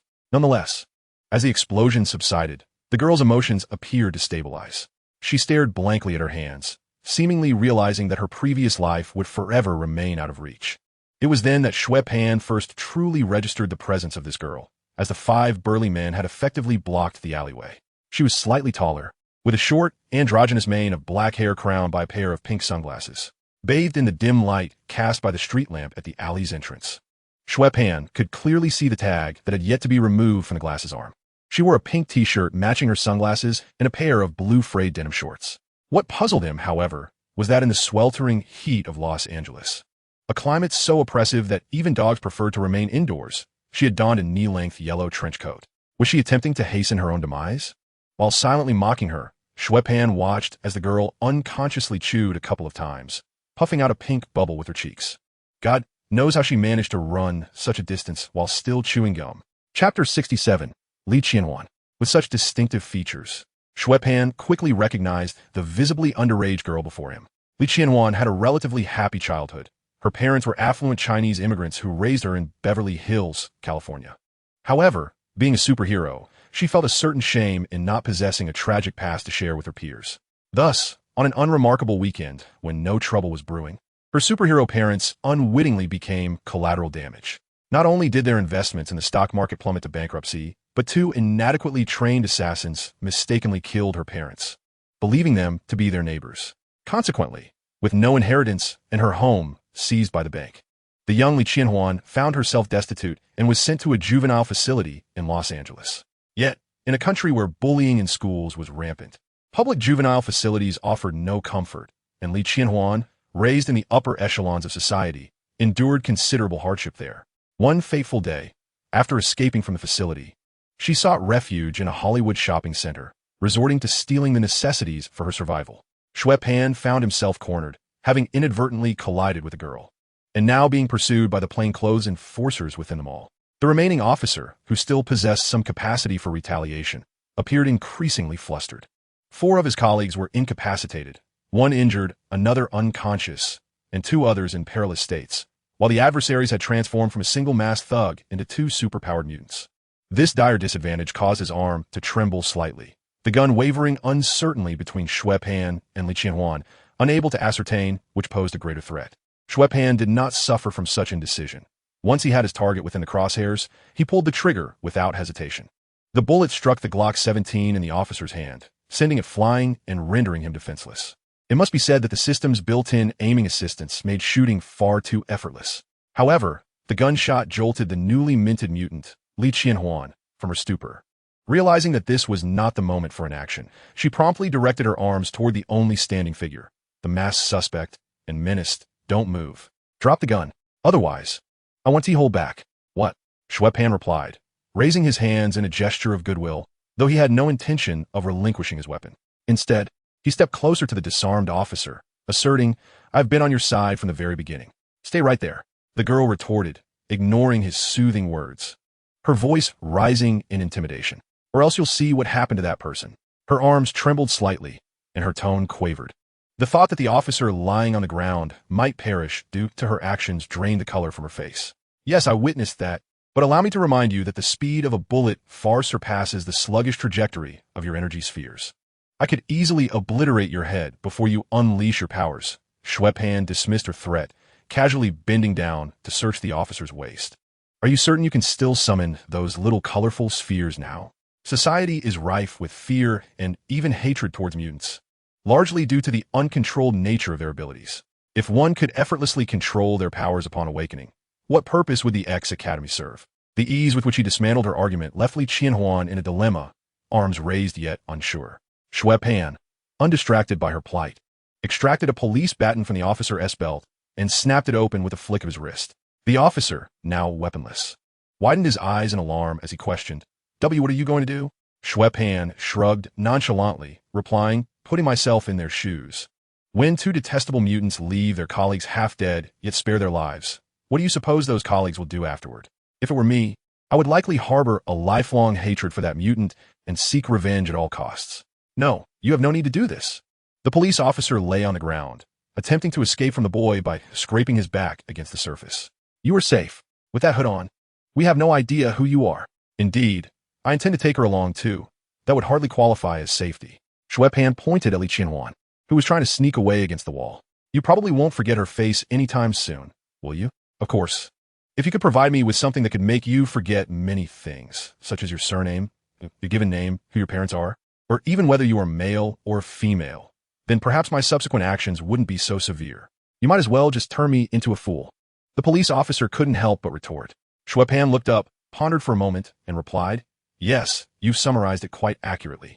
With that, he swung his baton down, and the officer fell unconscious without uttering a sound. You killed him? The girl pressed against the alley wall couldn't suppress her panic scream. Of course not. Why would you think that? The boy exclaimed in surprise as he hurried over to another undercover officer, whose cheek had been punctured. I was merely attempting to execute a rather challenging high-end skill. What high-end skill?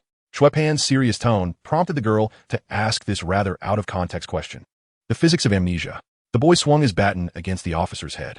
It involves using a physics-based weapon to strike the target's head, resulting in a 5 chance of inducing amnesia. And the other 95? The remaining probabilities include approximately 50 for dizziness, 20 for paralysis, and 25 for death. Xue Pan casually fabricated. He then bent down to search the officer's pocket, retrieving a phone to dial emergency services. Regardless, he never intended to kill these undercover officers, who certainly did not appear to be benevolent. Chapter 68, Persuasion. Discarding the phone into a trash bin. Xue Pan utilized one of the officer's discarded jackets to wrap up the remaining scattered firearms and spare magazines, carrying them in his hand. His purpose for wandering out alone at night was precisely this. After tidying up the scene somewhat, he gestured with his head towards Li Qianhuan, who was pressed against the alley wall. That's enough. Come with me. The girl stood her ground with a defiant expression, seemingly unwilling to comply. However, under the threat of firearms, she had no choice but to relent, loosening her tightly clenched fingers and reluctantly stepping towards the alley's exit. During the cleanup, Li Qianhuan had been surprisingly compliant, not attempting to flee. The Glock 17 in Xue Pan's hand played a significant role in that. Nonetheless, this threat was limited to the alley. Once they stepped onto the main street, Los Angeles, with its vibrant nightlife just beginning, would not remain indifferent to someone swaggering down the street with a gun. Xue Pan hurried a few steps to catch up and walked alongside the girl. Before he could speak, Li Qianhuan couldn't contain her curiosity any longer. Who exactly are you? Where are we going? What do you want from me? Why do you insist that I come with you? The girl hesitated slightly, her identity multifaceted. She was a girl, an orphan, a drifter of Chinese descent, a thief. Yet the question posed was clearly not about these labels. Biting her lower lip, she hesitated for a brief moment before uncertainly uttering, Mutant? Xue Pan chuckled softly. Not bad. Not foolish. I heard what those officers said. The girl retorted indignantly. It couldn't possibly get worse than this, she murmured to herself. At least I could perform like those street magicians, creating colorful balls for customers on the commercial street to make a living. Xue Pan blinked, suddenly realizing that a minor girl scraping by through petty theft was already at the lowest rung of society. The discrimination, oppression, and humiliation that an ordinary person would only experience after becoming a mutant had already been tasted by her in the juvenile hall of Los Angeles. No, in fact, things are not as optimistic as you think, the boy said, peering through the hole in his hood at Li Qianhuan, quietly retracting the handgun he had held. Noticing this, the girl tightened her lips slightly, but did not immediately attempt to flee. Xue Pan was indifferent. For once he finished speaking, as long as she was not truly foolish. Li Qianhuan would comply and follow him. Once the identity of a mutant is exposed, the foremost threat comes from mutant hunters. They typically operate as mercenaries, aiming to capture mutants and sell them to private research institutions for profit. The fate of such experimental subjects is not something one would wish to know. Moreover, it cannot be denied that certain individuals with official backing are also quite interested in mutants, especially given that he had nearly killed an on-duty officer. Whether out of revenge or a sense of duty, those police officers were unlikely to show mercy toward the fugitive, and it was almost certain that they would report her to the mutant hunters. It is worth noting that he did not come to Los Angeles for a leisurely visit. He was there to orchestrate a bank robbery. Involving an outsider would undoubtedly introduce unpredictable variables into the plan. However, due to a misunderstanding that resulted in the shooting of an undercover officer, which triggered the girl's awakening, Xue Pan bore an undeniable responsibility. Eliminating those officers would not erase the aftermath. After all, she was merely a young girl, at worst. A sedative could be administered to put her to sleep for a few days. For Li Qianhuan, being pursued by a multitude of mercenaries was far more exhilarating than the usual police chases. The most severe consequence of petty theft was merely juvenile detention, while being captured as an experimental subject likely led to dissection and slicing. The girl's complexion grew pale again, devoid of any color. This cannot be. She protested in panic. You must be lying. I saw it on television. Mutants are American citizens, enjoying civil rights just like ordinary people. You cannot truly believe that. Xue Pan retorted with a disdainful curl of his lip. This nation is built on lies, and the greatest lie of all is this. We are all born equal. Since its enactment, the Mutant Registration Act has never been repealed, and there is no semblance of equality within its provisions, whether it pertains to income, taxation, or rights. From Congress to the military, from Democrats to Republicans, and including certain audacious private research institutions, hostility and surveillance towards mutants permeate every sector. For mutants endowed with the ability to define norms, adhering to regulations is commendable. However, when the law itself begins to discriminate against them, rendering the rules unjust, it signifies that order has forsaken mutants, coercing them to abandon conformity, with a metaphorical blade poised at their throats. Is it not folly to await demise without rebellion? Thus, in the absence of formidable strength, banding together for warmth becomes the wisest choice. The boy paused to moisten his parched throat, which had grown dry from his lengthy discourse, and finally declared, "Come stay with me at the hotel for a few days. Once we arrive in New York, I will escort you to a school established for mutants, where you will find others in circumstances akin to your own. Should you encounter bullying there, you will have the freedom to retaliate without reservation." Li Qianhuan offered no rebuttal, her desire to flee evaporating as she was entranced by the boy's words. Unconsciously, she fell in step beside him, mirroring his pace.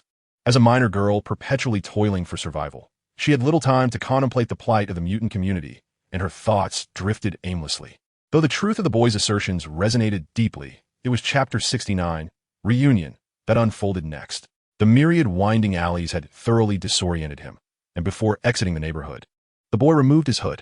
However, upon witnessing the true visage of Xue Pan, Li Qianhuan's initial bitterness morphed into astonishment, as she grappled with the reality that she might soon live in perpetual fear of pursuit.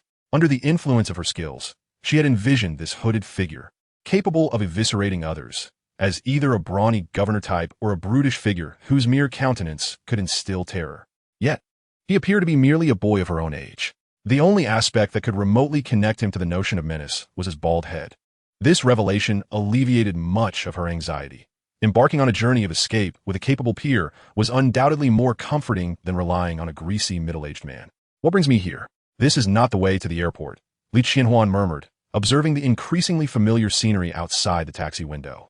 "I have a few minor matters to attend to in Los Angeles. Once everything is resolved, I'll take you with us," Xue Pan explained. "We?" Li Qianhuan inquired with curiosity.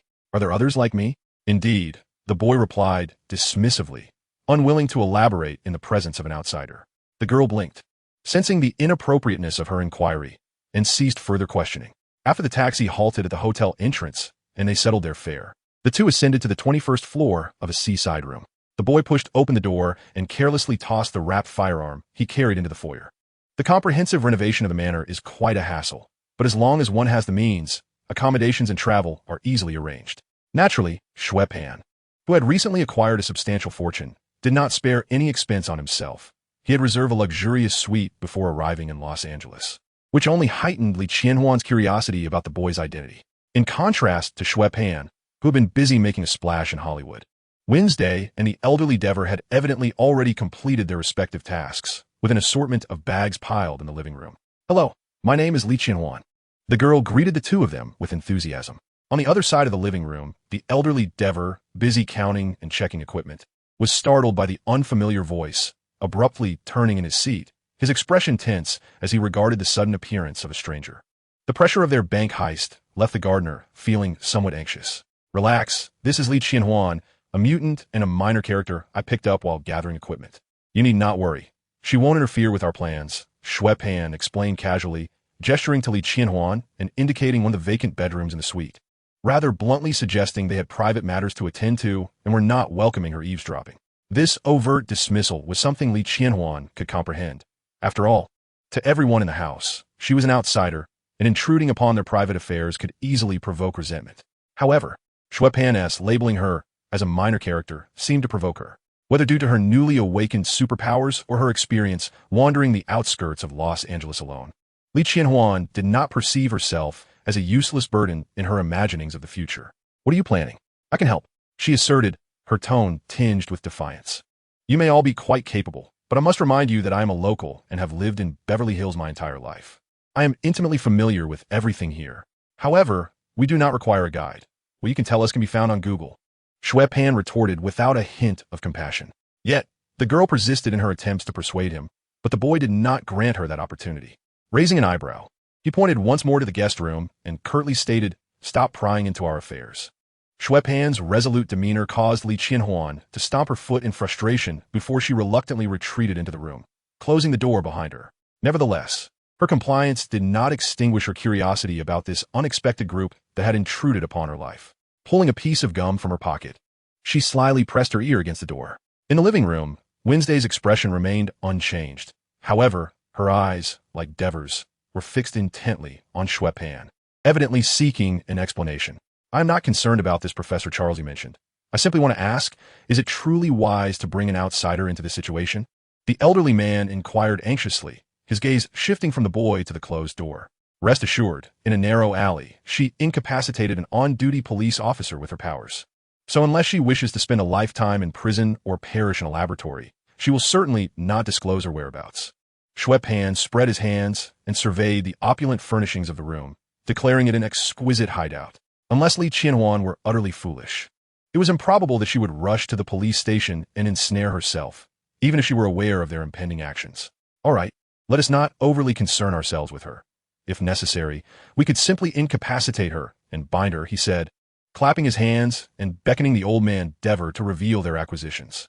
Chapter 70. Preparations: 3 sets of inexpensive, one-size-fits-all suits, gloves, a stopwatch, shoes equipped with hidden lifts and costume padding, masks of Washington, Jefferson, and Lincoln, 2-wheeled, portable suitcases, a bicycle lock, and a collar-style voice changer. As Dever meticulously compared the items against the invoice, he extracted the diverse equipment procured from various shops. "I scoured numerous places to find this." "Well done," Xue Pan remarked, inspecting each item with a nod of satisfaction, though he soon expressed a tinge of disappointment. "Alas, my haul is somewhat underwhelming. Only 5 handguns." It is noteworthy that the Los Angeles Police Department does not impose stringent regulations on the firearms officers may carry. They are permitted to purchase weapons according to personal preference and necessity. Among his collection were 2 Beretta 92 FS, a Glock 17, a Colt M1911, and a Sig Sauer P226. The already tense Dever could not overlook the girl's suggestion. Without hesitation, he continued the boy's train of thought. "Moreover, the average response time for the police to a robbery is 2 to 4 minutes, contingent upon the officer's proximity to the scene and the number of emergency calls. If we act swiftly, we can undoubtedly evacuate before they arrive. If it were up to me, I would even prefer not to carry real firearms." Xue Pan turned in surprise to the old gardener, finding it astonishing that such words would emerge from his lips. "This information is readily available online," the gardener nervously explained, producing a folded A4 sheet from his pocket and laying it upon the table. Xue Pan picked it up and unfolded it, his astonishment palpable. "Is this a blueprint of the bank? Where did you acquire this?" "From the city hall," Dever replied cautiously. The boy was incredulous. "They simply gave it to you?" "Of course not. I infiltrated the city hall's internal network, downloaded it, and printed it out," Dever revealed. Xue Pan gazed at the old gardener with a look of disbelief. This revelation left him feeling as though, as a young man of the 21st century, he had been outclassed in a domain he believed was his forte by a man who seemed half buried in the earth. The old man felt the weight of Xue Pan's gaze and coughed awkwardly. "I have some understanding of computer technology for the purpose of creating robots." Xue Pan remained silent, taken aback. He had never anticipated that a man who had spent the better part of his life tending to plants, who would likely struggle to utter 666, could also navigate the world of hacking. Should one commend him for being an amateur scientist or a true scholar, silently calculating the necessary items? The boy reclined soothingly on the sofa. "Well, regardless of the circumstances, it appears we are merely lacking a suitable getaway vehicle. Yet, it cannot be denied that stealing a car is indeed a skillful endeavor, if a vehicle with a shattered windshield is not particularly conspicuous. Xue Pan asserted that he could manage it. Thus, he turned his gaze towards Wednesday, who instantly comprehended her brother's intent. With an impassive expression, she averted her gaze towards old Dever, who blinked innocently, burying his head in his trousers. If he possessed such abilities, why resort to pilfering cold pork from a discount supermarket? He could have comfortably enjoyed his twilight years by stealing an electric bicycle. Xue Pan clicked his teeth. Rising to approach the computer desk, let us set aside the how-to of stealing for now and first determine our target. Hey guys, I heard you're planning to steal a car. I believe I have a splendid idea. An exuberant voice interrupted the boy's musings. Li Qianhuan's head peeked from the open bedroom door, her eyes sparkling with excitement. I truly have a plan, she declared, disregarding the unthreatening remarks, as she cheerfully chewed gum and stepped out of the room. Have you forgotten my identity? Xue Pan scoffed. What identity? A petty hoodlum, a scoundrel, a gang member? I'm not part of a gang, the girl retorted earnestly, popping a pink bubble. However, if you wish to acquire a vehicle without spending any money, I know where to go. Xue Pan raised an eyebrow, glancing at Wednesday and old Dever. The former remained expressionless, while the latter frowned, clearly disapproving of the stranger's inclusion. Ignoring Dever's contorted features, the boy contemplated the pros and cons before addressing Li Qianhuan. All right, let us hear your plan. There is a long-term parking lot where forgetful souls often leave their car doors unlocked, the girl said, crossing her arms confidently. Moreover, if cars are stolen from residential or commercial areas, the owners would immediately report it. However, the long-term parking lot is different. By the time the owners realize their cars are missing, we would have long vanished without a trace. Xue Pan blinked, recognizing that this was indeed a viable approach. Observing Li Qianhuan wearing sunglasses still adorned with price tags resting on her forehead, he felt that stealing cars and goods truly belonged to the same realm. What? This exploitative approach startled Li Qianhuan momentarily, before she voiced her dissatisfaction loudly. You cannot do this. I just helped you. This is unfair. Thus, I implore you. But not only do I know which parking lot has the easiest pickings, I also know where the surveillance is least stringent, and I can even connect the ignition. I can be of assistance. The girl passionately presented her skills, eager to join this clandestine operation. Chapter 71. The heist commences. Sighing, Xue Pan looked at the girl with exasperation. You are aware of our intentions, yet you insist on meddling? Well, it must be an incredibly cool endeavor. Li Qianhuan remarked uncertainly, glancing at the array of equipment on the table, and then eagerly continued. Regardless, I can be of help. I can assure you that I will follow your lead and will not be a hindrance. Robbing a bank. Suddenly, Wednesday interjected. What? The abruptness of her words momentarily left Li Qianhuan bewildered. We are preparing to rob a bank, Wednesday reiterated in a flat tone. Li Qianhuan broke into a smile, initially donning a face that suggested she believed Wednesday was merely jesting. However, upon observing the peculiar expressions of the older man and the younger boy in the room, her laughter faltered. Come on, how could someone who can afford a luxurious ocean view suite at Beverly Hills be short on cash? As she surveyed the serious demeanor of her companions, her expression shifted to one of confusion. A glance at the array of complex equipment on the table made her realize she had unwittingly become embroiled in something extraordinary. Cool. Absolutely cool. Li Qianhuan stood frozen for a couple of seconds before leaping into the air, her eyes wide with excitement as she exclaimed, You must count me in. The boy blinked in astonishment at her eagerness, thinking it incongruous with her character. Aren't we about to rob a bank? What else with all this exuberance? In truth, if Li Qianhuan were an adult, the notion of robbing a bank might evoke fear or trepidation. However, at the tender age of 13 or 14, when one's moral compass is still unformed, she was in a stage of reckless abandon. Moreover, having just acquired superpowers, she was capable of causing mayhem on a grand scale.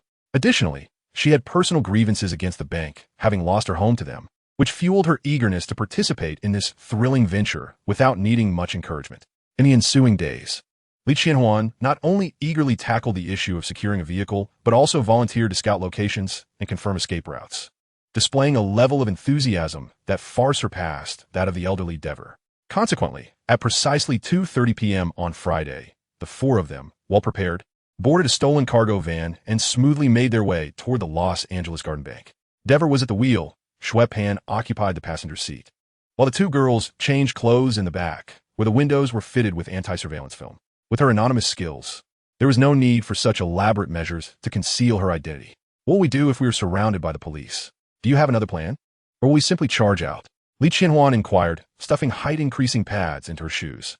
Xue Pan picked up a handgun, expertly chambering a round. This is the plan. All right, I don't think we should discuss this any further, the old gardener remarked as he maneuvered the vehicle through an intersection. Why not? I think robbing a bank is incredibly cool, Li Qianhuan exclaimed, struggling to contain her excitement. Crime isn't cool, child. In a gunfight, we could all be shot. Or worse. Despite their extensive preparation, and even though he wouldn't need to enter the bank himself, merely responsible for the getaway, Devers still felt a pang of anxiety. Li Qianhuan set her shoes down and asked incredulously, what could be worse than getting shot? Wednesday replied, getting shot twice. The vehicle crept along until it finally came to a halt in front of the bank. The late October afternoon sun was somewhat scorching, and the streets were not particularly crowded. No one paid any heed to an ordinary business car. Preparations were complete. The grand heist was about to commence. Winslet handed a briefcase to her brother in the front seat, her otherwise flat tone laced with a hint of excitement. Yes, this is going to be quite a show. Li Qianhuan whispered enthusiastically. Xue Pan turned slightly in his seat. Calm down, girl. You are merely a sidekick. No, I am a bank robber. I am the villain. The girl exclaimed, eagerly fastening a voice changer around her neck.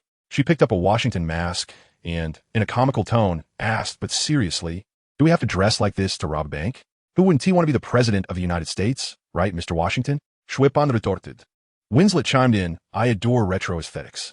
Their light-hearted banter significantly alleviated the tension in the vehicle. Dever, the elder, remained inside the car while the other three checked for any omissions. They each grabbed a briefcase and a cheap bicycle lock, stepping out with purpose into the bank. Upon pushing open the glass door, Xue Pan swiftly turned back to secure it, locking it with the bicycle lock. He then faced the lobby and fired 2 shots into the air. Instantly, screams erupted within the bank.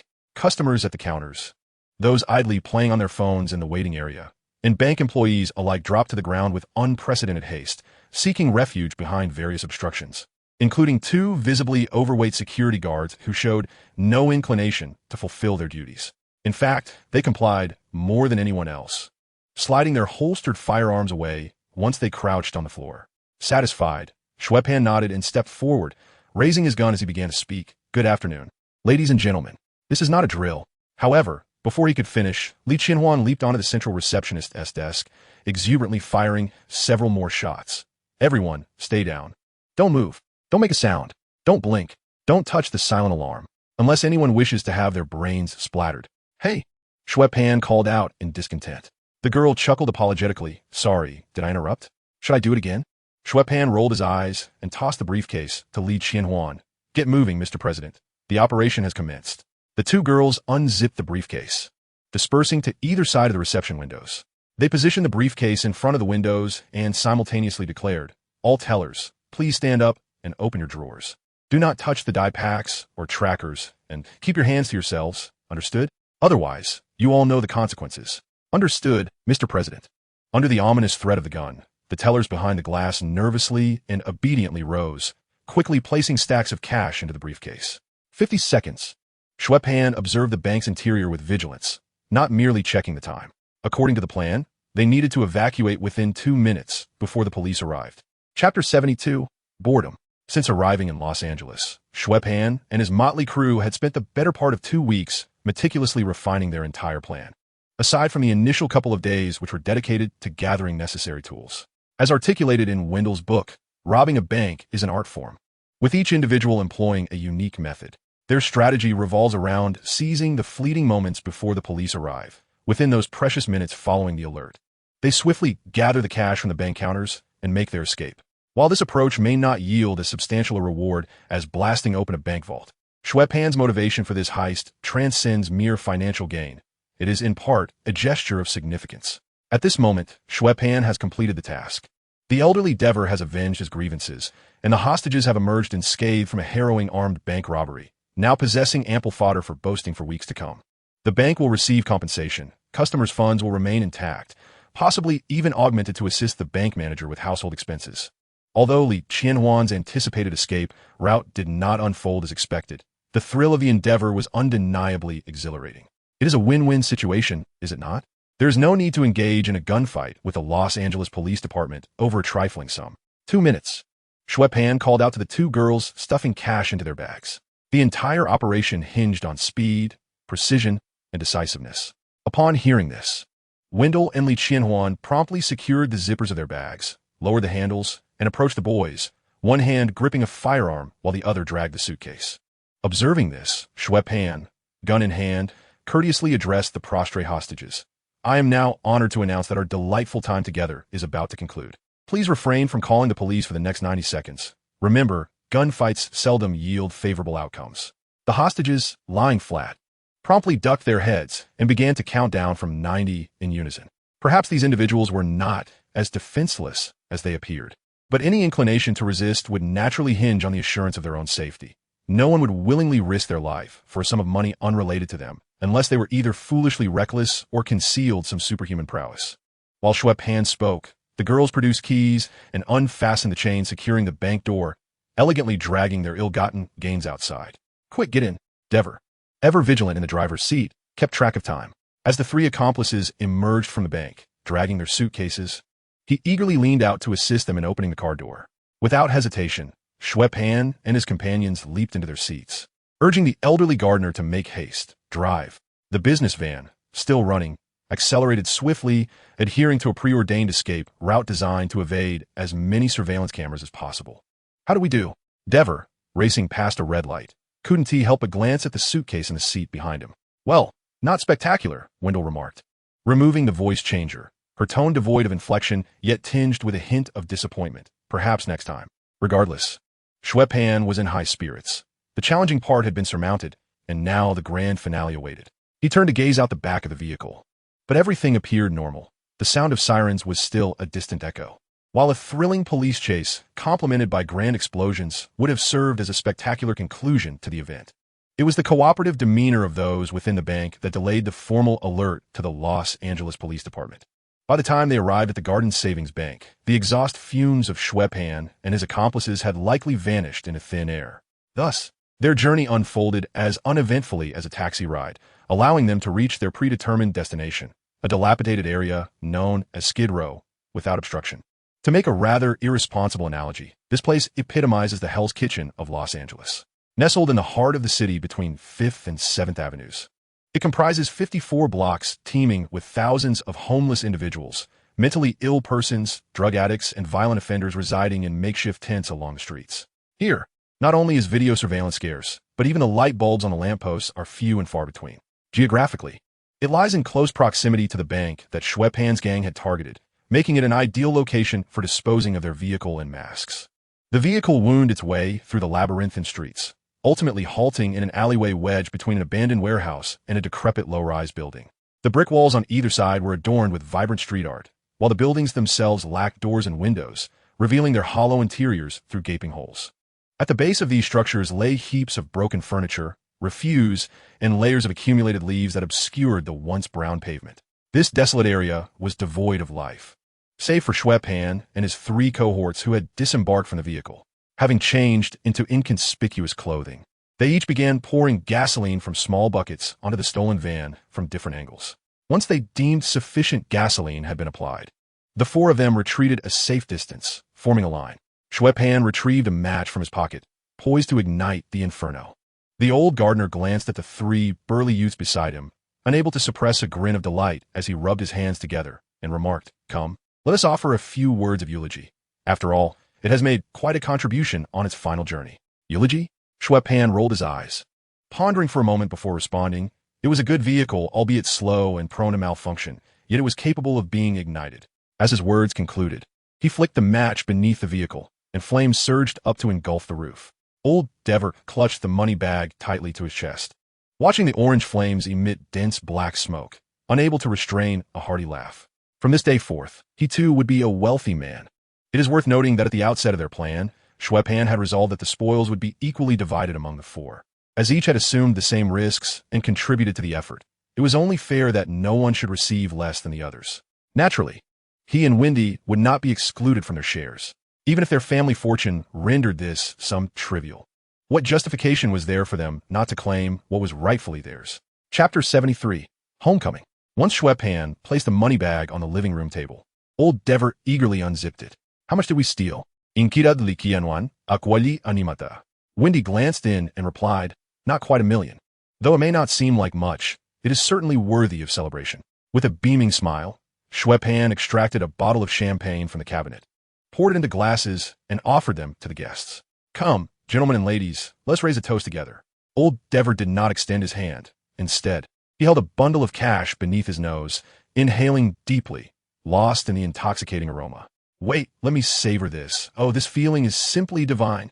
Laughter erupted among the crowd, for it is not the amount of money that brings joy, but the thrill of receiving it freely. Li Qianhuan, holding her glass aloft, merrily dashed across the room to activate the Crazier turntable. The vibrant rhythm of music filled the air, and the old gardener could no longer contain his excitement. He exuberantly tossed his cash into the air, shrieking like an exuberant child of 80. Xue Pan grinned widely, joining in the revelry, and the spacious room resonated with a cacophony of jubilant cries. After the high-stress endeavor of robbing a bank, a celebration was indeed in order. Ignoring the three individuals still clinging to their senses, Xue Pan flung himself onto a single sofa and activated the neglected system panel. To think that such a paltry heist could elicit such joy and warrant a reward. How absurd. Only 2 boxes for robbing a bank. I feel shortchanged, he mused, feeling rather pleased with himself. After spitting out a sarcastic retort aimed at the system assistant in his mind, he accepted the task rewards. The accumulation of previous minor tasks, coupled with the experience gained from the bank heist, not only ensured his upgrade, but also advanced his experience bar to a third of the way to the next level. Moreover, the enhancement of his physical abilities had cleared some of the mental fog clouding his mind. As he opened the gift boxes one by one, 2 icons appeared before him. Name, impassable barrier type, consumable quality, excellent function, grants the barrier impassability upon use. The effective range depends on the barrier's connectivity. Special effect. Any creature attempting to cross the barrier is guaranteed to fail, with a 25% chance of triggering a wall-hanging effect. Note, there is no obstacle too great to overcome. However, if the obstacle is redefined as a barrier, one must choose to leap over, fly across, or tunnel beneath it. At first glance, the impassable trait seemed formidable, yet in reality, it proved rather ineffectual, as its limitation to merely obstruct crossing diminished its value significantly. Observing the description, Xue Pan concluded that it was best suited for installation around the estate to deter would-be wall climbers. Even with tools, it might not suffice. The second box yielded a skill. Name, harpoon type. Active note, a world-renowned albeit obscure. Cuban fisherman once pointed to the skeleton of a magnificent marlin in his home and recounted, "There was a time when I went 84 days without catching a single fish. On the 85th day, when I encountered it, I resolved, either I will bring the harpoon to it, or it will impale me." Without hesitation, Xue Pan affixed this skill to his skill panel. Without delving into the allure of temptation, the effects of individual mobility are indeed far-reaching. One cannot help but wonder if one day, one might even embody the essence of certain Spider or the Dark Knight. Once the boxes were opened, the boy found solace in the embrace of the sofa, drifting into slumber. This experience mirrors the thrill of drawing cards in a mobile game. The anxiety before the draw is swiftly replaced by a state of serene detachment afterward. As for grinding through events, that hardly exists. Is it not merely a game of chance? The euphoric aftermath serves not only to relieve stress and uplift spirits, but also brings about a certain kind of hangover. After a day of respite, the weary Dever and the slightly disheveled Li Qianhuan commenced their journey homeward. A car, after all, is not a significant financial burden. Embracing his newfound opulence, Xue Pan acquired a Ford Mondeo, entrusting it to the diligent Dever. The model was commendable and quite economical. More importantly, navigating the United States without a car is indeed cumbersome. Previously, due to his age, he lacked the license to drive openly, but circumstances had shifted. Now, with Dever as both gardener and chauffeur, the need to rely on taxis was alleviated. The old gardener, having profited handsomely from a recent heist, embraced his role as a driver with unwavering dedication, traversing from Los Angeles to New York, spanning the breadth of North America, all while maintaining an amiable demeanor throughout the journey. The 500-kilometer drive, filled with both leisure and urgency, should have taken less than 2 days. Yet it stretched into nearly a week. Despite encountering police checks across state lines, there were no significant issues. Though his vast estate might feel desolate with an extra occupant, Xue Pan was indifferent to the idea of managing additional responsibilities. An adult like Dever could simply reside there, taking care of the yard and driving without burdening himself. However, the thought of a 13 or 14-year-old girl living there raised concerns for him. While basic needs such as food and shelter could be met, the complexities of schooling and social development posed risks that he feared might lead the girl astray. Not to mention the unsettling nature of his interactions. compounded by the peculiar tasks assigned by the system, made Xue Pan acutely aware of the potential negative repercussions on a miner's worldview. Should he indulge in acts like orchestrating a bank robbery? Thus, sending Li Qianhuan to X Academy appeared to be a mutually beneficial solution, if one were to disregard the girl's own sentiments. "Please, Xue, don't cast me into that mutant orphanage," the girl implored, her expression pitiful. "Not a chance." Xue Pan barely glanced up from his phone, searching for Professor X's number, preparing to inform the balding elder of a new student to be received. I had thought that after spending so much time together, we had forged a bond akin to friendship, much like the camaraderie depicted in the water margin. We are a team, a cohesive unit. Li Qianhuan abruptly fell silent, her gaze fixed on Wednesday for a fleeting 2 seconds, before turning to Xue Pan with an air of nonchalance, continuing her discourse with a different rationale. "Are you not curious as to why I am wandering alone in Hollywood? It is not because I find joy there. Rather, I fled from the unbearable confines of the Los Angeles Juvenile Hall. Anywhere is preferable to that wretched place. And now, you seek to cast me into yet another hell. I would rather fend for myself in Los Angeles. As I have previously stated, X Academy is essentially akin to an opulent orphanage for mutants. Having endured the tragic existence within the juvenile hall, Li Qianhuan harbored little interest in such an establishment. Indeed, she felt a strong aversion towards it. After all, the notorious issues stemming from the dire environments of American schools and orphanages are world-renowned. Discrimination, abuse, particularly against high achievers and non-white individuals. Rampant issues of sexuality and drug use, even among elementary and middle school students, and an alarming frequency of school shootings, all arising from the belief that the government bears no obligation to ensure the quality of education in public schools. Otherwise, Li Qianhuan would not have abandoned the juvenile hall to forge her own path. Private schools, though somewhat better, are not devoid of societal issues, such as bullying, racial discrimination, rampant gun culture, and the legalization of marijuana. Now, compounded by the discrimination against mutants, Li Qianhuan found herself burdened with numerous characteristics that rendered her isolated. It is unlikely that anyone would willingly attend such a disheartening institution. Regrettably, Xue Pan seemed largely unaffected by her plight. His only experience of schooling in America was during the few days following his arrival, a period marked by him bullying the fireman John. Thus, he disregarded her, dialing Professor X's number and pressing the phone to his ear. However, after nearly a minute of waiting, only the sound of an unanswered call echoed from the receiver. Xue Pan absently tapped his fingers against the edge of the car window, closing his phone with a gesture that directed Dever toward Westchester. "Look, this is fate. You should not send me to that school." Li Qianhuan continued her desperate struggle, hoping to persuade the boy to allow her to remain. Compared to the challenges she faced escaping from the juvenile hall in Los Angeles, the thought of eluding a cadre of superpowered mutant teachers at X Academy seemed utterly hopeless. Nevertheless, Professor Charles would never turn away a plea for help from a minor mutant girl. The boy, leaning against the car window, replied with a grin, "And you, if you wish to avoid embarrassment in front of your future classmates, would do well to keep quiet. Otherwise, I would not hesitate to drag you into the school like a lifeless dog." Threats are invariably more effective than persuasion in eliciting compliance. And Li Qianhuan promptly settled back in her seat. "Xue Pan, you rascal." The boy's smile was radiant. Yet soon enough, he found his mirth dissipating. He had overestimated the efficiency of New York City's traffic system. As the sun gradually sank below the horizon, a torrent of vehicles swiftly converged upon the roads from all directions.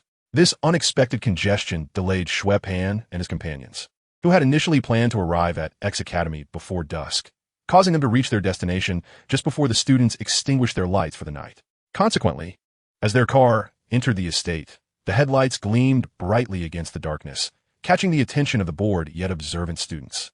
However, when Xue Pan led the way into the hall, the curious students peering down from the staircase dispersed in a hurried panic, sensing the formidable presence of a notorious figure. Fortunately, a person of interest remained at the staircase. Xue Pan raised his hand in greeting. "Hey, Logan, long time no see. Let us keep it cordial." "No need to take it too seriously," the boy replied, glancing behind him. "Where are Jean and the professor? Why aren't they here?" "They're out attending to some matters." Xue Pan responded with a smirk.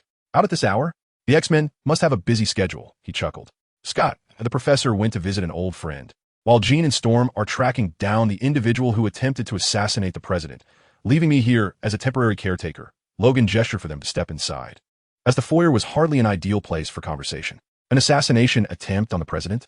The boy blinked, realizing the gravity of the situation. The news of the mutants' brazen attack on the U.S. president in the Oval Office had been making headlines for days. Logan led the way towards the dining area, believing it a more suitable venue for discussion. "What brings you here at such a late hour?" Xue Pan pointed behind him, delivering a new student to the professor. Logan turned to the elder DeWolf. "Still attending school at your age?" "He's the chief driver at my family's hospital, head gardener, and supervisor of medical equipment development." Xue Pan rolled his eyes, pulling the timid Li Qianhuan into view. "This is the real deal. But considering age, even Professor Charles is younger than you. How can you use that against him?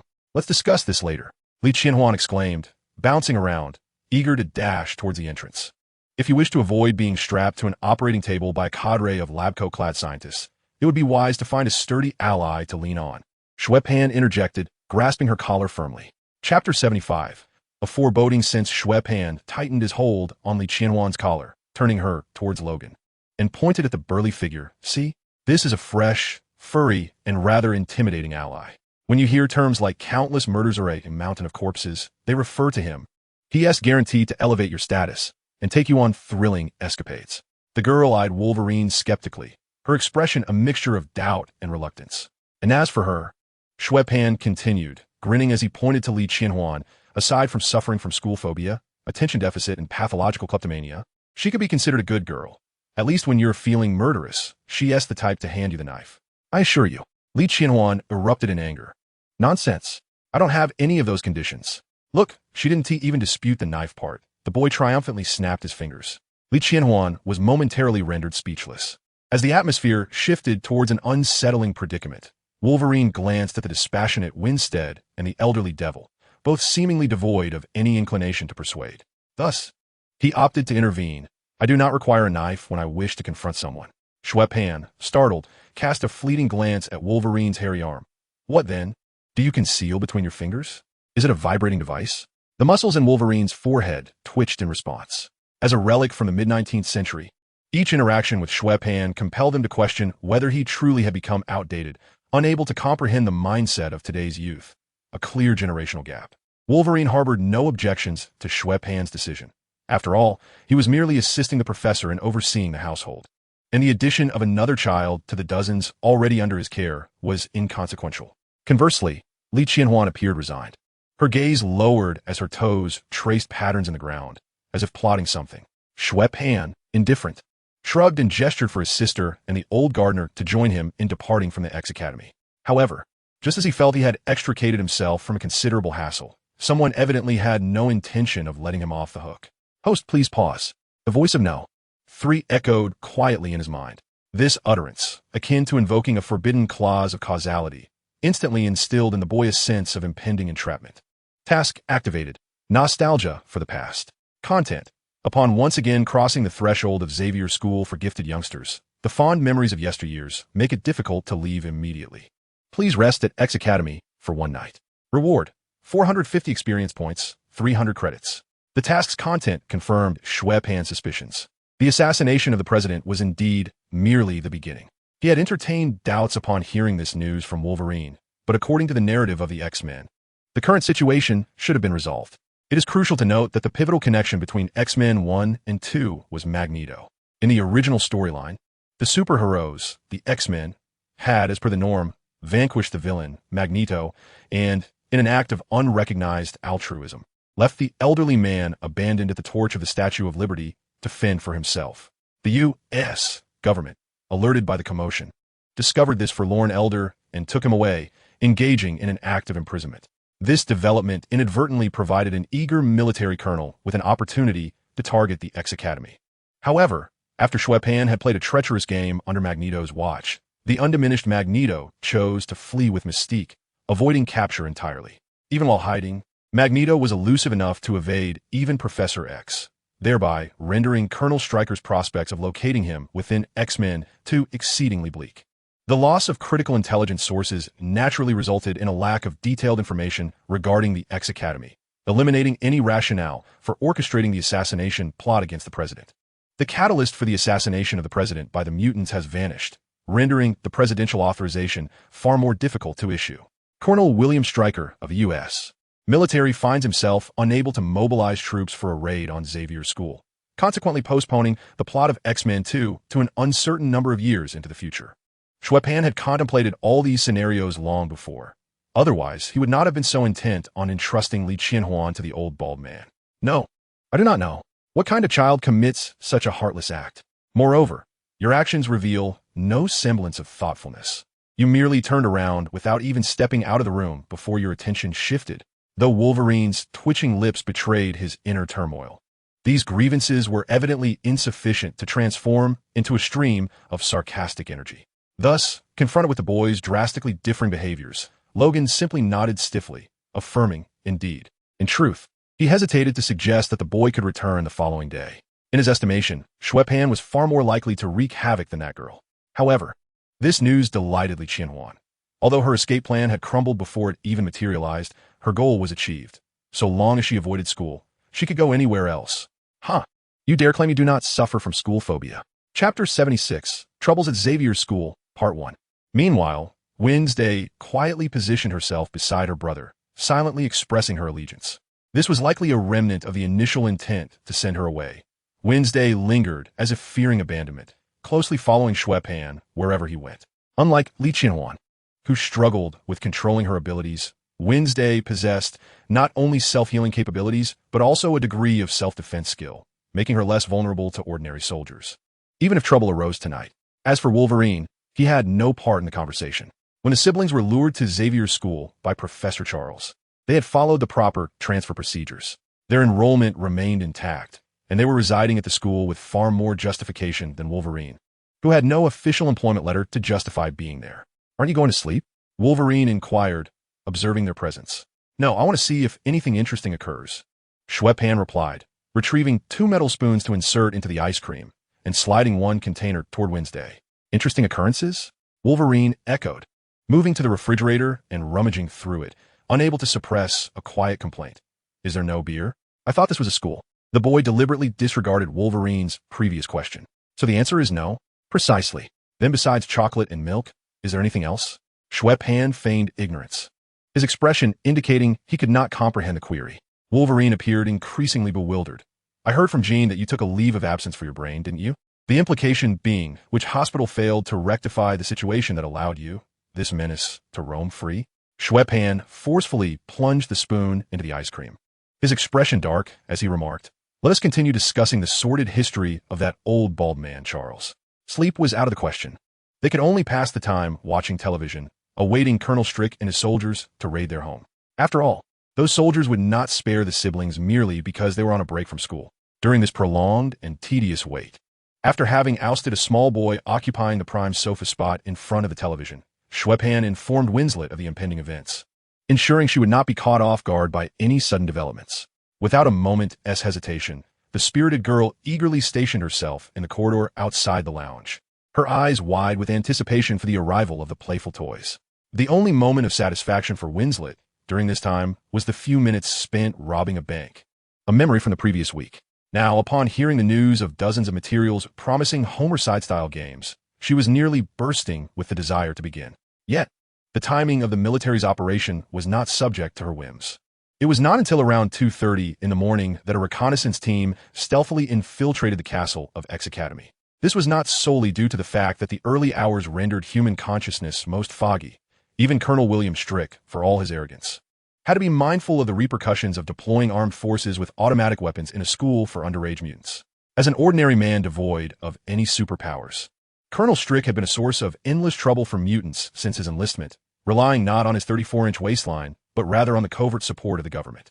Much like his earlier involvement in the Trask Industrial Sentinel program, the formation of mutant special teams during the Vietnam War, and his oversight of the Weapon X project, which aimed to conduct human experiments on mutants in pursuit of the ultimate mutant weapon. The assassination of a president and the possession of aircraft far exceeding the technological standards of the U.S. military provided Colonel Strick with yet another legitimate reason to confront X Academy. The lightly armed reconnaissance team quietly entered through the front door, their tactical flashlights piercing the darkness like swords, dispersing throughout the villa under the captain's command, illuminating the obscured canvas of shadows. As soldiers on the first floor cautiously explored their designated area, the intelligence indicated that the building housed only mutant children. However, mutants were, after all, beings of extraordinary abilities. A moment of carelessness could lead to their downfall at the hands of a group of children. As these soldiers turned into the corridor outside the first-floor common room, they beheld Winslet standing silently at the heart of the dimly lit wooden corridor, clad in a black printed dress. With her hands crossed and resting naturally on her abdomen, she faced the blinding light of the tactical flashlights, her pale, doll-like face betraying no emotion, as if she had anticipated this very situation, patiently awaiting the unwitting intruders. The soldiers, advancing quietly and unprepared for the bizarre and horrifying scene before them, felt an involuntary shiver coursing through them. Chapter 77, Troubles at X Academy, Part 2. The leading soldier instinctively took a half-step back, muttering under his breath, "Damn it," standing here in the dead of night. Realizing that such words might undermine his bravado in front of his comrades, he quickly corrected himself. "Ahem, it's not that I'm afraid, but this is rather unusual. Isn't it? They are mutants. Their thought processes differ from ours." The teammate who had caught up was evidently far braver than the leader. He held a loaded firearm in one hand while drawing a tranquilizer gun with the other, aimed at Wednesday. "They are not human," he stated. Just as he finished speaking, and before he could pull the trigger, a spear-like object shot from the shadows of an open room behind a girl, brushing against the door frame and her clothing, piercing the neck of the armed soldier. It was a rusted harpoon, its blade resembling a war spear, which not only penetrated the unfortunate soldier's neck, but also snagged onto his shoulder muscle like a claw. In the blink of an eye, as the others remained stunned, the soldier, with his neck pierced, was yanked into the open lounge by an irresistible force. The girl, standing silently, did not seem to notice the chaos unfolding in an instant. A not-so-round object rolled from the room into the silent corridor, and Wednesday cast a brief glance at the severed head at her feet before shifting her gaze to the opposing soldier, tilting her head slightly, which revealed an intriguing expression on her otherwise impassive face. Her movements were keenly observed by the soldiers, and the sight of the head on the ground instinctively compelled them to raise their weapons, ready to confront the imminent threat, aiming directly at the door of the lounge, where the floor reflected the stark white light from their tactical flashlights. As the sole target in sight, Wednesday remained still, devoid of any action. The leading soldier signaled silently to his comrades, while the other two kept their weapons trained on the lounge door and cautiously advanced. He himself drew his tranquilizer pistol and pulled the trigger aimed at the girl, standing motionless in the dim corridor. Staring back at them without flinching in the face of firearms and impending death, the atmosphere thickened with an ominous tension that heightened their mental strain. The soldier had even formulated a plan in his mind for what posture he would adopt should the tranquilizer fail, contemplating how to either incapacitate the girl or become a target himself. Fortunately, neither had to face the fate of becoming a human sprinkler, as 3 tranquilizer darts effortlessly pierced through her clothing and embedded into the muscle near Wednesday's collarbone. She merely glanced down at the arranged syringes before collapsing to the ground without resistance. Upon witnessing the effects of the medication, those surrounding instinctively exhaled in relief. No one could fathom the extraordinary abilities that a stranger with mutant genes might possess. Even a charming little girl, resembling a porcelain doll, could potentially transform into an unspeakable beast of carnage. After all, rumors had circulated for 2 years from the neighboring Brother Battalion, claiming that a certain physics professor at Corvo University was a mutant capable of morphing into a hulking figure of an unearthly green hue. The soldiers operating under Colonel Strick held this belief, as since that time, no further tales had emerged about this verdant giant, suggesting that he had likely been captured and disassembled by agencies investigating mutants. Although Colonel Strick had denied these claims, the ambiguity in his speech hinted at a lingering resentment stemming from not having partaken in the spoils. Returning to the matter at hand, as they observed Wednesday succumb to her injuries and lose consciousness, the soldiers' focus shifted entirely to the common lounge. With each cautious step they took forward, the tension in their minds escalated. 2 soldiers stationed themselves at the threshold, pressing against the wall. Soldier nodded vigorously to his comrades, inhaled deeply, and suddenly stood at the entrance, rifle at the ready. The tactical flashlight illuminated the room's interior, revealing its furnishings in stark clarity. Soft sofas encircled the television, which was broadcasting an incongruous display of springtime animal antics. Nearby lay the body of a victim, headless and sprawled on the carpet, blood seeping into the pure wool, staining it a deep mahogany. Further in, chairs and a small coffee table were haphazardly arranged, littered with snacks and a chessboard left behind by students. Yet, there was no sign of the anticipated threat. Soldier A did not dare to relax. After surveying the room, he cautiously approached the sole visual blind spot behind the sofa, where an adult could easily lie concealed. His movements were deliberate and measured, but as he neared the sofa, He resembled a coiled serpent poised to strike. Until the moment of action, one would never anticipate the speed of his assault. He lunged forth, upper body extended, rifle aimed directly at the seat, only to be met by an enormous, seemingly crude, iron hammer. An ambush. The blurred shapes registered by his retina caused the taut string of tension within Soldier to snap, leaving only the command to pull the trigger echoing in his mind. However, a comical squelching sound interrupted both his thoughts and his trigger pull, causing his fingers to tremble helplessly as if afflicted by Parkinson's disease. The weapon almost slipped from his grasp. Had it not been for the tactical sling, it might have struck Xue Pan squarely in the face. For both Xue Pan and Soldier A, this scenario was perilous. Yet to an outsider, the serene atmosphere within the room bore no signs of conflict. The two soldiers stationed outside swiftly entered in succession. The first cautiously scanned the room, while the second ensured the hallway was clear before turning to follow suit. However, almost simultaneously, the two individuals became aware that something was amiss, given the circumstance of their companion's fresh corpse lying behind them. The soldier leading the charge not only stood frozen behind the sofa, but also discarded his weapon, resembling a frantic beacon signaling imminent danger. An unsettling premonition tightened their hearts. After exchanging silent glances that conveyed their mutual concern, they swiftly separated, attempting to flank the sofa from either side. Yet, upon witnessing a boy reclining on the sofa, incessantly striking his teammate's round face with a remarkably realistic balloon hammer, they felt their intellect plummet by a staggering 100%. They had contemplated numerous potential scenarios and corresponding reactions, but none had prepared them for this absurd spectacle at such a grave moment. Were it not for the dire urgency of the situation, they might have been compelled to smash the butt of their rifles against Soldier A's lewd face. Incredulous at his absurdity, how could he be grinning like a fool at a minor child while their mission had already resulted in a fatality? Nevertheless, lurking behind the grotesque facade was an ever-present danger. Winstead, who should have remained lifeless in the corridor, had mysteriously risen from the floor. As a mutant endowed with self-healing abilities, the potent anesthetic coursing through her body had failed to take effect before her resilience kicked in. While one could question her mental state upon fainting, her professionalism as a member of the Homerseed family was beyond reproach. Though lacking a detailed plan, she had heeded Xue Pan's advice to avoid causing a commotion while remaining in the corridor, allowing her to seize the moment and act freely. After all, games played within defined rules are far more engaging. Gripping the knife she had stealthily acquired from the small dining area, Winstead maneuvered behind Soldier B, whose back was turned to her, and with a swift, delicate motion, she delivered a kick to his knee, forcing him to the ground. Then with a single hand, she pressed his head forward, driving the knife unhesitatingly into the back of his skull. The cranial bone was thin, yet concealed a multitude of vital organs. The sudden assault prevented Soldier B from offering any form of resistance, leading to his instantaneous demise. He aimed his firearm at the knife-wielding assailant, momentarily forgetting his compassion for the child, as he prepared to unleash a hail of bullets that would tear the girl apart. However, he would never have that opportunity. Or rather, he had never possessed it. A meticulously prepared harpoon struck with lightning speed, piercing his eye socket. Simultaneously, the balloon hammer that had been relentlessly pummeling Soldier A was swiftly exchanged for a menacing act from Xue Pan's system backpack. The sound of flesh being pierced resonated twice, and the four lightly armed soldiers were dispatched with eerie silence.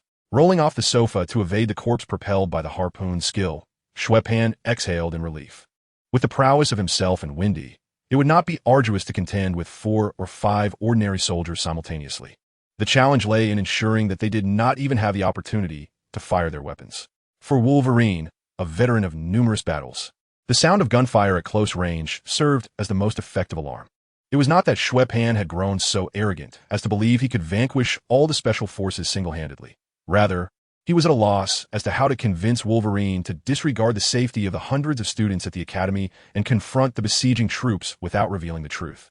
After all, regardless of the pretext employed, launching an armed ambush without knowledge of the enemy's numbers and armaments was fraught with peril. Even though Wolverine was a character who thrived on brute force, he was still responsible for the safety of the hundreds of children behind him, most of whom lacked any combat experience. It would have been more manageable if there were other instructors at the X Academy, but with only Logan as a caretaker. He not only had to lead the students to safety, but might also have to forcibly include Xue Pan, while the system's task was to ensure that this individual rested at the academy for the night. Unfortunately, no matter how one approached the situation, it ultimately revolved around Wolverine's innate recklessness. His status as a superhero came with a sense of responsibility, and he could never abandon two teenagers in the midst of a hostile encirclement to fend for themselves. Thus, Xue Pan could neither divulge the actual circumstances nor allow Logan to awaken too soon. The chaos at the school needed to escalate before he could maneuver advantageously. Nonetheless, it was imperative to undertake measures to weaken the enemy's strength beforehand. After securing the firearms and ammunition of the four soldiers and concealing the bodies within a room, he and Wendy stealthily ascended to the second floor. This was not the opportune moment to alert either side. The captured weapons, grenades, and explosives were to be avoided. But the 4 tranquilizer guns were an exception. In order to secretly capture mutant children, Colonel Stryker had equipped each of his subordinates with this lightweight, discreet, non-lethal weapon, which could render any individual unconscious within 2 seconds of being hit by 1 to 3 tranquilizer darts, unless they possessed extraordinary regenerative abilities like Wendy and Wolverine. In truth, if it were not for his short stature, Xue Pan had contemplated infiltrating the enemy ranks in disguise. Regrettably, the inadequacies of his physical attributes thwarted such plans. However, the soldiers on the upper floor were markedly different from the ABC squad encountered below. Not only were they more dispersed, but their approach to their tasks was reckless, kicking down doors and shooting indiscriminately without consideration for awakening any slumbering beast. This crude methodology compelled Xue Pan to hasten his efforts in neutralizing them. Fortunately, the system's built-in targeting assistance enabled him to achieve accuracy with a bit more focus. Alas, this was Xue Pan's first foray into assassination. Successfully coordinating with Wendy to eliminate the ABC squad without causing a commotion was already a notable achievement. However, on the densely populated second floor, the number of soldiers was greater, their duration of stay longer, and their behavior patterns more unpredictable. Just as he was about to clear the scattered soldiers in a corridor on the second floor, he was suddenly confronted by a soldier emerging from a room, cradling a fainted child in his arms. The soldier was momentarily taken aback, but quickly wrapped one arm around the child in his embrace while swiftly drawing a tranquilizer gun with the other. However, before he could aim, a piercing, intolerable scream erupted, shattering the silence. Clearly, the raucous intrusion of this group had provoked dire consequences. A little girl with a mutated vocal organ had been awakened, unleashing a scream that resonated through the air. In that instant, the soldier was not only unable to fire his weapon, but also dropped the child onto the ground, clutching his ears in agony as he spun in place. Chapter 79, Troubles at X Academy, Part 4. Even though the human alarm had been silenced after a few seconds, it was enough to rouse everyone within the school. As if sensing the chaos, a muscular figure, embodying strength and clad in iron, burst forth from the dormitory, directing his firearm towards the soldier confronting Xue Pan, crashing him into the wall and delivering swift punches to the chests of those soldiers who had not yet succumbed to the tranquilizers. A cursory glance suggested that at least half of their ribs were broken. Although the professors were absent from the school, it did not imply that the students lacked any capacity for resistance. On the contrary, had the older, more capable children dared to boldly step forward, the outcome might have been drastically different. Meanwhile, down another corridor, the sound of gunfire echoed, and soon thereafter, the blood-soaked figure of Wolverine emerged, suggesting that the fate of the soldiers on that side was likely even grimmer than here. Students, awakened by the screams, cautiously peered out from their rooms and, upon realizing the temporary calm, hurriedly made their way outside. Despite their haste, the students remained composed and purposeful, racing towards a designated area within the building. It was evident that Professor X had anticipated such emergencies, having undoubtedly conducted numerous drills in preparation. "Don't linger here. Follow them and evacuate swiftly," Wolverine urged as he noticed Xue Pan and his sister still standing frozen in place. "No." Xue Pan not only remained motionless, but leaned against the corridor wall with his arms crossed. However, this was not the time for reasoning. Wolverine chose not to waste further words, striding over with intent to deliver a lesson in physics to the boy. Yet, before he could act, he sensed something amiss, halting to listen intently for a moment before brandishing his claws and turning towards the corridor's end. Clearly, the sounds of gunfire and the soldiers' reports signaled their approach from various corners of the school. Steelman, noticing Wolverine's shift in demeanor, quickly followed suit, stating, "I'll assist you." "Help them," Wolverine instructed, casting a glance at Xue Pan and his sister before charging out of the corridor. There was no time for debate. Steelman decisively lifted the unconscious child, who had been carelessly tossed to the ground, and gestured for Xue Pan and his sister to follow him. Though he had a vivid impression of his siblings, marked by their restlessness and peculiarities, no quirk could outweigh the threat to their lives. Amidst the nearby roars, gunshots, screams, and the sounds of heavy objects crashing to the ground. Any rational person would know exactly what needed to be done. Above the house, the sound of helicopter blades reverberated, signaling the arrival of the military reserves. Steel might urged the siblings once more, leading them towards the location of the secret passage. Xue Pan sighed helplessly, quietly pulling Wednesday into a passing dormitory, peering out to see Steel Might, oblivious to their presence, retreating with the child. How lamentable! This lowly system has ruined my life. As Steel Might turned out of sight, the boy muttered a curse under his breath. Were it not for the task at hand, he would have already slipped away, comfortably lounging on his soft sofa at home, playing the newly purchased game late into the night. Indeed, he would not have lingered. But Xue Pan felt a twinge of guilt. Due to the system's mission, he had no choice but to remain. Yet he was uncertain how he would act when the moment arrived. However, in the vast Marvel universe, one could not predict that the storylines he was familiar with would unfold precisely as depicted in films or comics. It would be too tragic to witness a calamity within his capacity to prevent and merely weigh the costs and benefits. Furthermore, this was not a simplistic RPG where raising a banner and defeating the great villain would bring peace and resolve all issues. It was a realistic world, rife with RPGs that, indeed, could solve problems. The kind-hearted giant, misinterpreting the situation, believed the siblings were being abducted by soldiers in his moment of distraction. He promptly entrusted the child to others for support, instructing them, "You must proceed to the end. Upon exiting, there will be a small grove. Traverse it and continue south along the road until you reach 5462 East 187th Street in the Belmont community. Katie, Bobby, you are responsible for their care." In truth, such words were unnecessary. This so-called sanctuary for minor mutants was frequently targeted by villains, and students rarely endured a full month without incident, having become adept at fleeing from emergencies. Once Steel might had succinctly explained the situation, Wolverine glanced into the passageway, discovering Xue Pan had not left, and deduced what had transpired. "I will search. You stay here and look after them." Wolverine felt a bit of a headache, but could not abandon them, lamenting the troublesome children. However, thanks to Xue Pan's earlier occupation of the first floor, Bobby, who should have been indulging in ice cream in the small cafeteria at midnight, had refrained from descending to avoid provoking Xue Pan. Thus, he timely found his girlfriend, Little Mischief, ensuring they and Fireman John did not become separated from the main group during the evacuation. As a result, only the Xue siblings and Wolverine remained on campus, while the newly arrived reserves became increasingly brazen, storming into the school without concealment. Faced with a multitude of heavily armed soldiers, Wolverine stood unfazed, his claws glinting as he roared with formidable intensity. "Want to kill me? Then shoot. Don't shoot. The moment is not yet right." A middle-aged man's voice halted the soldier's fingers, poised to pull the triggers, as he emerged slowly from the shadows cast by the tactical flashlight. He appeared to be around 50, somewhat portly, bespectacled, with graying hair and beard, smiling, yet the eyes behind the lenses bore no trace of mirth. "Wolverine, I must admit, I never anticipated encountering you here." He fixed his gaze intently upon Logan, as if he had discovered a dragon amidst a mountain of gold, his greedy eyelids reluctant to blink. "How many years has it been since we last met? 15? Or perhaps 20? You Haven T changed a bit, while I have not escaped the relentless march of time." He reached out to touch the wrinkles on his cheek, his tone imbued with an unmistakable blend of astonishment and amusement.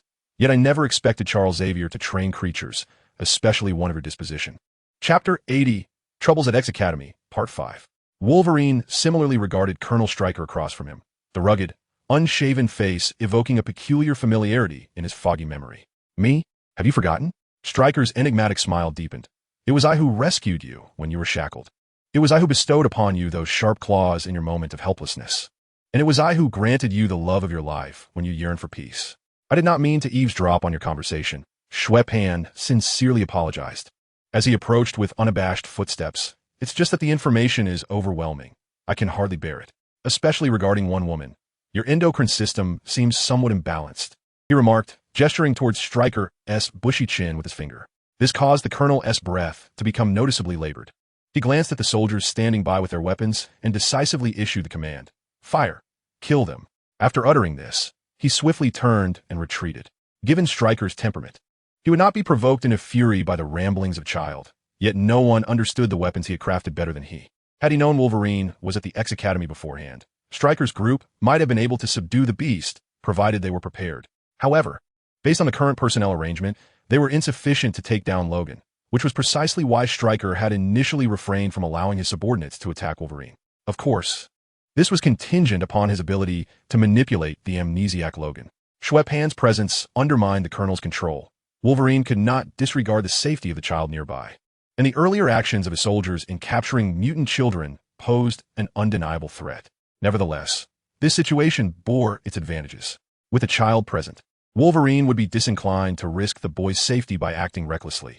He would prioritize the child's well-being, at least not subjecting him to such perilous circumstances. And once Logan departed, Stryker's plans could proceed as intended. The number of casualties that might occur during this decision would not fall within the Colonel's considerations. Logan's reaction was precisely contrary to what Stryker had anticipated. The moment he heard the order to fire, Wolverine immediately unsheathed his claws. However, before he could leap into action, he hesitated, considering Xue Pan's safety, and positioned himself in front of the reckless youth. To everyone's astonishment, Xue Pan was utterly oblivious to danger. After carelessly hurling a harpoon, he boldly charged across, fully aware of the risk of being riddled with bullets. His speed was such that even Logan could not react in time before he landed amidst the adversaries. "Don't shoot. Stop. Halt." As the distance closed, some individuals discerned the fragments dangling from the boy, prompting them to urgently halt their actions. With a knowing smile, Xue Pan fully unzipped his jacket, revealing a chaotic bundle of grenades and plastic explosives.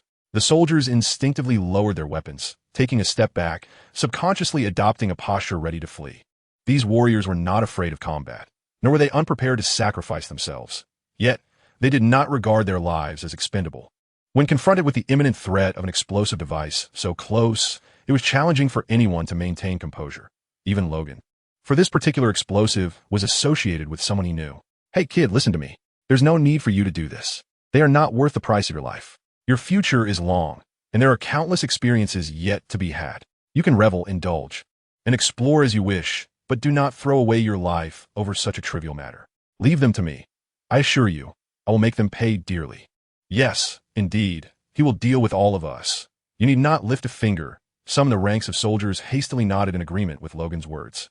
While such sentiments were spoken lightly, without knowledge of Wolverine's abilities, these American soldiers felt confident in their odds, given that they were a group of armed men facing an unarmed individual. However, the situation changed dramatically in light of the human bomb, particularly with the boy's fingers gripping the grenade's pin. The soldier, taken aback by the query, opened his mouth, seemingly unprepared for the boy's follow-up question. At this moment, you should say, "No, I merely wish to ensure a corpse for myself," the boy earnestly suggested. Suddenly, gunfire rang out, striking him at the back of the head with tremendous force, causing him to collapse. Even verbal distractions require timely execution. The police often engage in such tactics to divert attention and neutralize threats. Given the proximity, despite the high risk, attempting something seemed preferable to inaction. Xue Pan felt ensnared in a trap. Rubbing the spot where he had been shot, he resolved to learn from this lesson. Flipping over on the ground without rising, he shouted "Allahu Akbar" and flicked the pin from the grenade with his thumb. Boo-boo. A violent explosion and blinding flames engulfed everyone. The wooden floors and walls of the corridor succumbed to the intense pressure change, shattering into fragments of varying sizes that scattered in all directions. This catastrophe was largely attributed to Colonel Strick's provision of equipment to his subordinates, which included 4 high-explosive grenades each, alongside an indefinite quantity of plastic explosives, capable of obliterating aircraft carriers. Xue Pan had adorned himself with the explosives scavenged from soldiers, some of whom lay dead or unconscious. However, given the vastness of X Academy, he could not predict from where Strick would emerge. Initially, he intended to ambush Strick outside the underground psychic enhancement chamber. Yet, plans often fall prey to unforeseen circumstances, and encountering this scene along the way was an inevitable consequence. Moreover, had he refrained from intervening, the amnesiac Wolverine might have once again been deceived by Strick, a scenario with a precedent. It was well known that when Wolverine's memories were intact, Strick had lured him into voluntarily participating in the Weapon X program.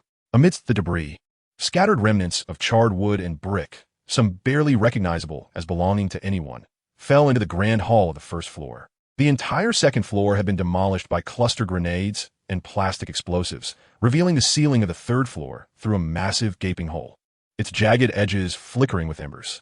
The night breeze swept through the doors kicked open by soldiers, dispersing the acrid smoke as if it were a gentle hand. caressing the tattered edges of the soul-standing figure's garments. Notably, this figure was devoid of hair. As the wind brushed over his scalp, it stirred not a single ripple, remaining as steady as a mountain, in stark contrast to the flamboyant individuals whose hair would dance wildly upon descending the stairs. Suddenly, a soldier, with a tranquilizer dart protruding from his rear, was hurled down through the large opening above. Anticipating this, Xue Pan sidestepped, allowing the man to slide past him, landing in a position that seemed to kiss the earth. Shortly thereafter, Winstead's delicate visage peeked from the edge of the hole, surveying her elder brother, who, aside from his tattered clothing, appeared relatively unscathed before swiftly vanishing from sight. This was a precaution set by Xue Pan. After all, he could not guarantee that the explosives would detonate simultaneously. If the surrounding individuals were obliterated before his health bar depleted, his suicidal assault would truly become an act of self-destruction. Fortunately, such a calamity did not transpire.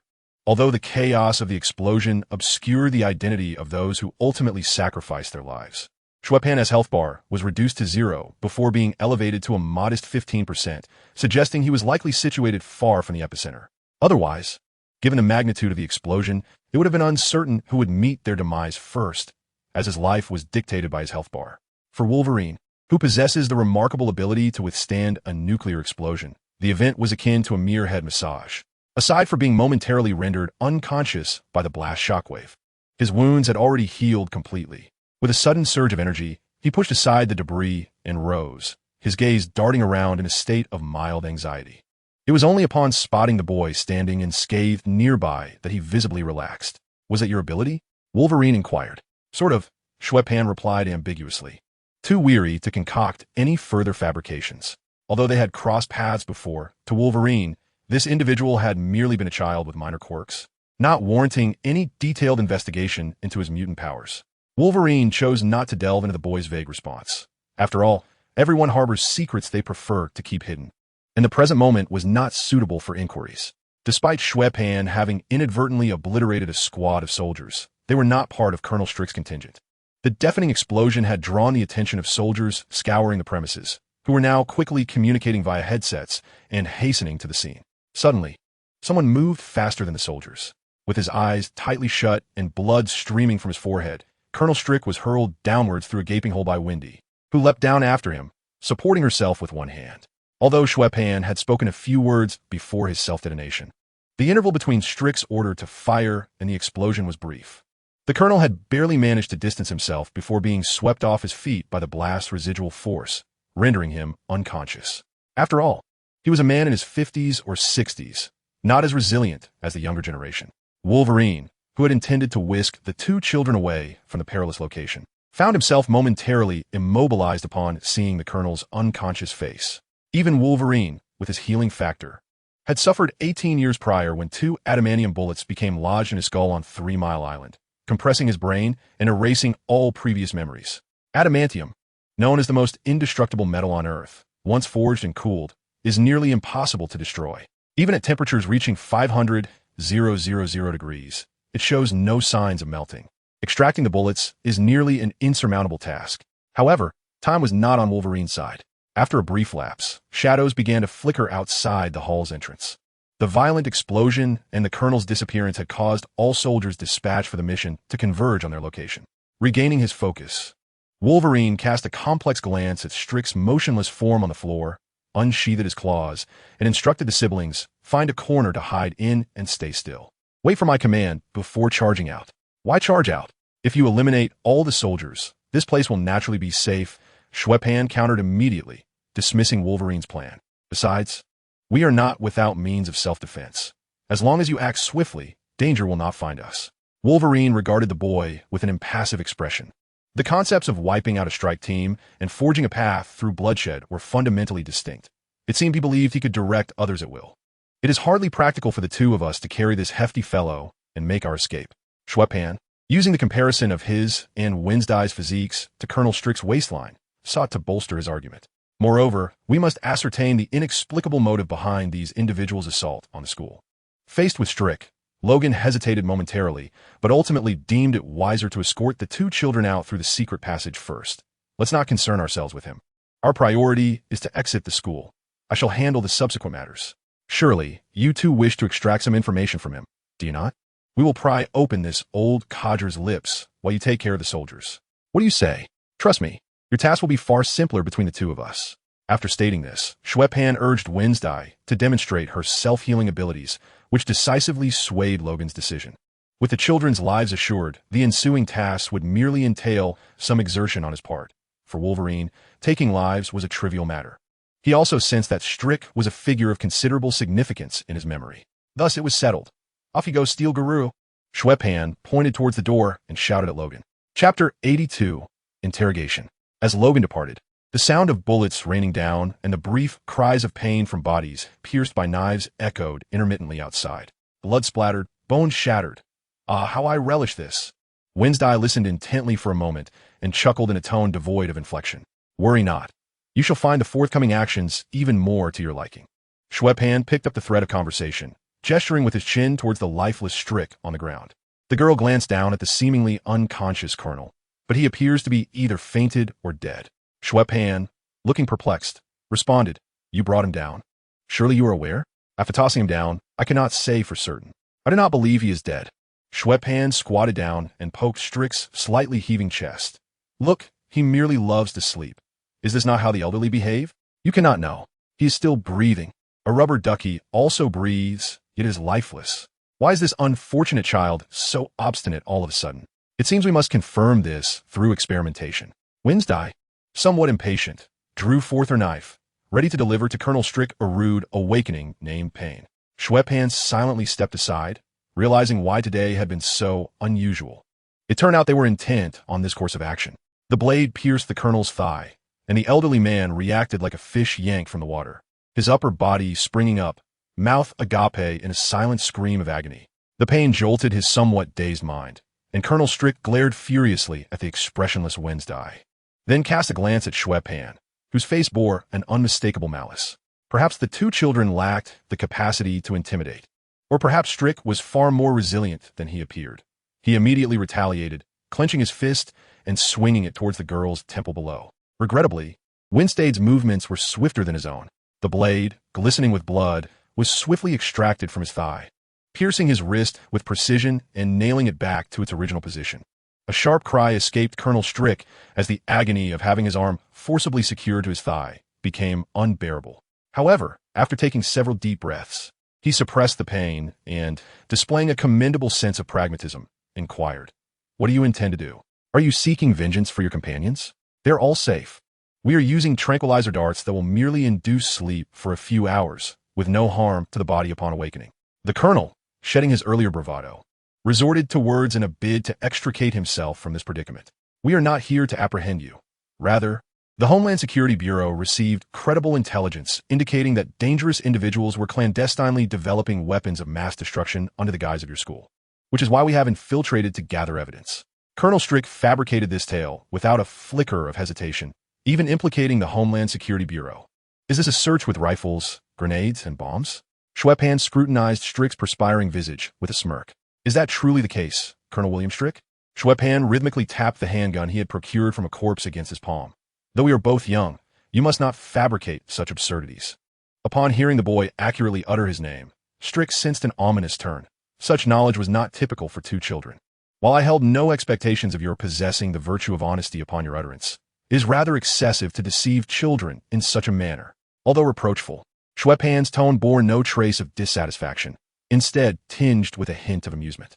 Thus, I am now prepared to see if I can persuade you. I must declare in advance, however, that I can be exceedingly ruthless when necessary. With that, the boy swiftly tore open Strick's shirt, revealing a hairy chest and abdomen. What are you doing? Both Winstade and Strick exclaimed in unison. The girl's tone was flat, while the colonel's complexion turned pale, his voice quivering, deliberately ignoring Strick. Xue Pan cheerfully explained to Winstade, Did you think I would subject him to torture? No, I intend to perform a vivisection on him without anesthesia, allowing me to extract and explain each organ to him one by one, occasionally providing a thrilling spectacle of a human fountain. Rest assured, there will be no severing of major arteries leading to immediate death. You can enjoy this for an extended period, ensuring he divulges the information we seek. Are you a devil? William Strick's eyes nearly bulged from their sockets. As the lead of various mutant research projects, he was no stranger to vivisection. Yet it was precisely this familiarity that made him dread the thought of being restrained on an operating table like livestock, subjected to examination and critique. Moreover, he harbored doubts that these children possessed the extensive anatomical knowledge they claimed. Even if they did, it was implausible that they would provide him with a sterile operating room. Might there be some missing components unmentioned? Bacterial infection could indeed lead to a fatal outcome. As for whether this is an attempt to intimidate, the girl with the perpetually stern expression could hardly contain her excitement, her eyes sparkling with anticipation. Moreover, the boy began to retrieve his mobile phone. What do you intend to do with that? Colonel Strick's taut nerves instantly relaxed. Oh, I thought I might look up where a conventional hospital would begin the incision. With a resigned sigh, the colonel admitted defeat, abandoning his struggle. If you accuse me of dishonesty, you must first clarify your intentions. I have already conceded. So let us skip the tormenting phase, the colonel said weakly, gesturing with his uninjured hand toward his wounded arm and leg. Otherwise, your plans will come to naught. For if I do not staunch the bleeding, I shall surely succumb within half an hour. Chapter 83. Endless Ramblings. Very well, for the sake of time. Let us attempt to merge the two steps. Xue Pan mused for a few moments before nodding. However, I hope you'll be wise, for I shall discern whether you speak the truth. As he spoke, the boy seized the knife from Wendai's hands and pressed it against Strick's abdomen. If you are lying, I shall follow the anatomical guide from Google. For each falsehood, a corresponding step. The colonel hastily nodded in agreement, compared his own life. Any mutant extermination plan seemed trivial. Now, let me ponder where to begin, Xue Pan said, tapping the blade lightly against Strick's belly, the cold, sharp steel raising goosebumps on the warm skin. First, divulge the location of your secret base. Ah, that's true, the boy replied, a hint of disappointment evident as he gestured toward his sister. He then inquired, what about the recent uproar concerning the presidential assassination? Someone of your stature should possess considerable insider knowledge. What I know is inconsequential, Strick retorted, though Xue Pan refrained from clarifying his intentions. Instead, gripping the knife handle lightly with 2 fingers, the blade poised to plunge at any moment. Yet, he hesitated to gamble on whether Xue Pan's confident demeanor concealed any ability to detect falsehoods. After all, during his decades of dealings with mutants, Colonel Strick had encountered an array of peculiarities, body swapping, spoon bending, schizophrenia, and living an entire day as if it were 48 hours. One could never ascertain a mutant's unique capabilities solely by their appearance. Thus, faced with the precariously dangling knife and the choice between an early demise or a later one, Colonel Strick hesitated but ultimately opted for the latter. That was my brainchild. I extracted a substance from a mutant's cerebral fluid capable of momentarily controlling others' thoughts. The corners of Strick's mouth twitched, embodying a resigned acceptance as he continued. I undertook this endeavor to secure presidential authorization. I cannot simply storm a school with troops. It appears you are truly reluctant to undergo surgery. This is rather unfortunate. Xue Pan mused, stroking his chin, half genuinely, half mockingly. Proceed. What was your purpose for barging in? In pursuit of weaponry and the creation of controllable mutants. Colonel Strick gritted his teeth and struggled to adjust his posture to a more comfortable position. Since the day I enlisted, I have been entangled with mutants, working alongside them for decades and holding a profound admiration for their abilities. I believe mutants are both humanity's saviors and its adversaries. However, the most troubling aspect is the uncertainty surrounding the number of mutants in this world and the means to identify them. Aside from Xavier's School for Gifted Youngsters, an institution dedicated to mutants, there exists no other sanctuary. So, are you suggesting your purpose here is to capture some fresh experimental subjects? Xue Pan flashed a brilliant smile at Colonel Strick, then tilted his head toward Windstand, remarking, I believe our opportunity for the first lesson in dissection has arrived. Wait, I'm not lying. Colonel Strick exclaimed in a panic. Is that so? Yet, I feel that Professor Charles has lingered a tad too long in visiting old friends. The boy implied. Colonel Strick stared at Xue Pan, his voice hoarse as he queried, do you possess the ability of mind control as well? You seem to know everything. Why do you continue to question me? Is it merely to torment me under the guise of a valid reason? Who knows? Xue Pan responded ambiguously with a chuckle. Strick stood silent for a moment, ultimately managing a wry smile as he confessed, but I truly did not deceive you. It is merely that you interrupted me. In addition to capturing you, the brainwave amplifier underground is also one of my objectives. Your principal can connect with every individual in the world through it. I have already brought Charles Xavier to the underground base at Alkali. Now I am here to retrieve the amplifier and apprehend you. He had anticipated this moment after listening to the lengthy discourse. After all, extracting information from uncooperative individuals cannot commence with direct inquiries. Employing already known intelligence to exert pressure is vital, as it simultaneously verifies their willingness to cooperate. Well, that is how it is portrayed in films, Xue Pan mused, uncertain about the efficacy of such methods, especially as it was his inaugural experience in interrogation, leading to inevitable clumsiness. Strick failed to recognize the peculiar nature of this topic, which was not particularly worthy of concealment. You are aware that the brainwave amplifier was not solely constructed by Charles, correct? He inquired. Indeed, he is unable to stand and cover the ceiling with it. Xue Pan nodded, expressing his disdain. The colonel's lips twitched slightly before he continued with a somber expression. It was built with the assistance of his two friends, Henry Philip McCoy and Eric Lenshare. Magneto's whereabouts are elusive. The latest intelligence regarding him surfaced around the time of the United Nations Summit, where individuals near Liberty Island claimed to have spotted him. Yet our operatives failed to trace his path. Thus, I have set my sights on the beast. You refer to him as such, do you not? He indeed embodies that moniker. Xue Pan smacked his forehead in realization. Indeed, when one seeks to cause trouble, no task is insurmountable. Chapter 84, for instance.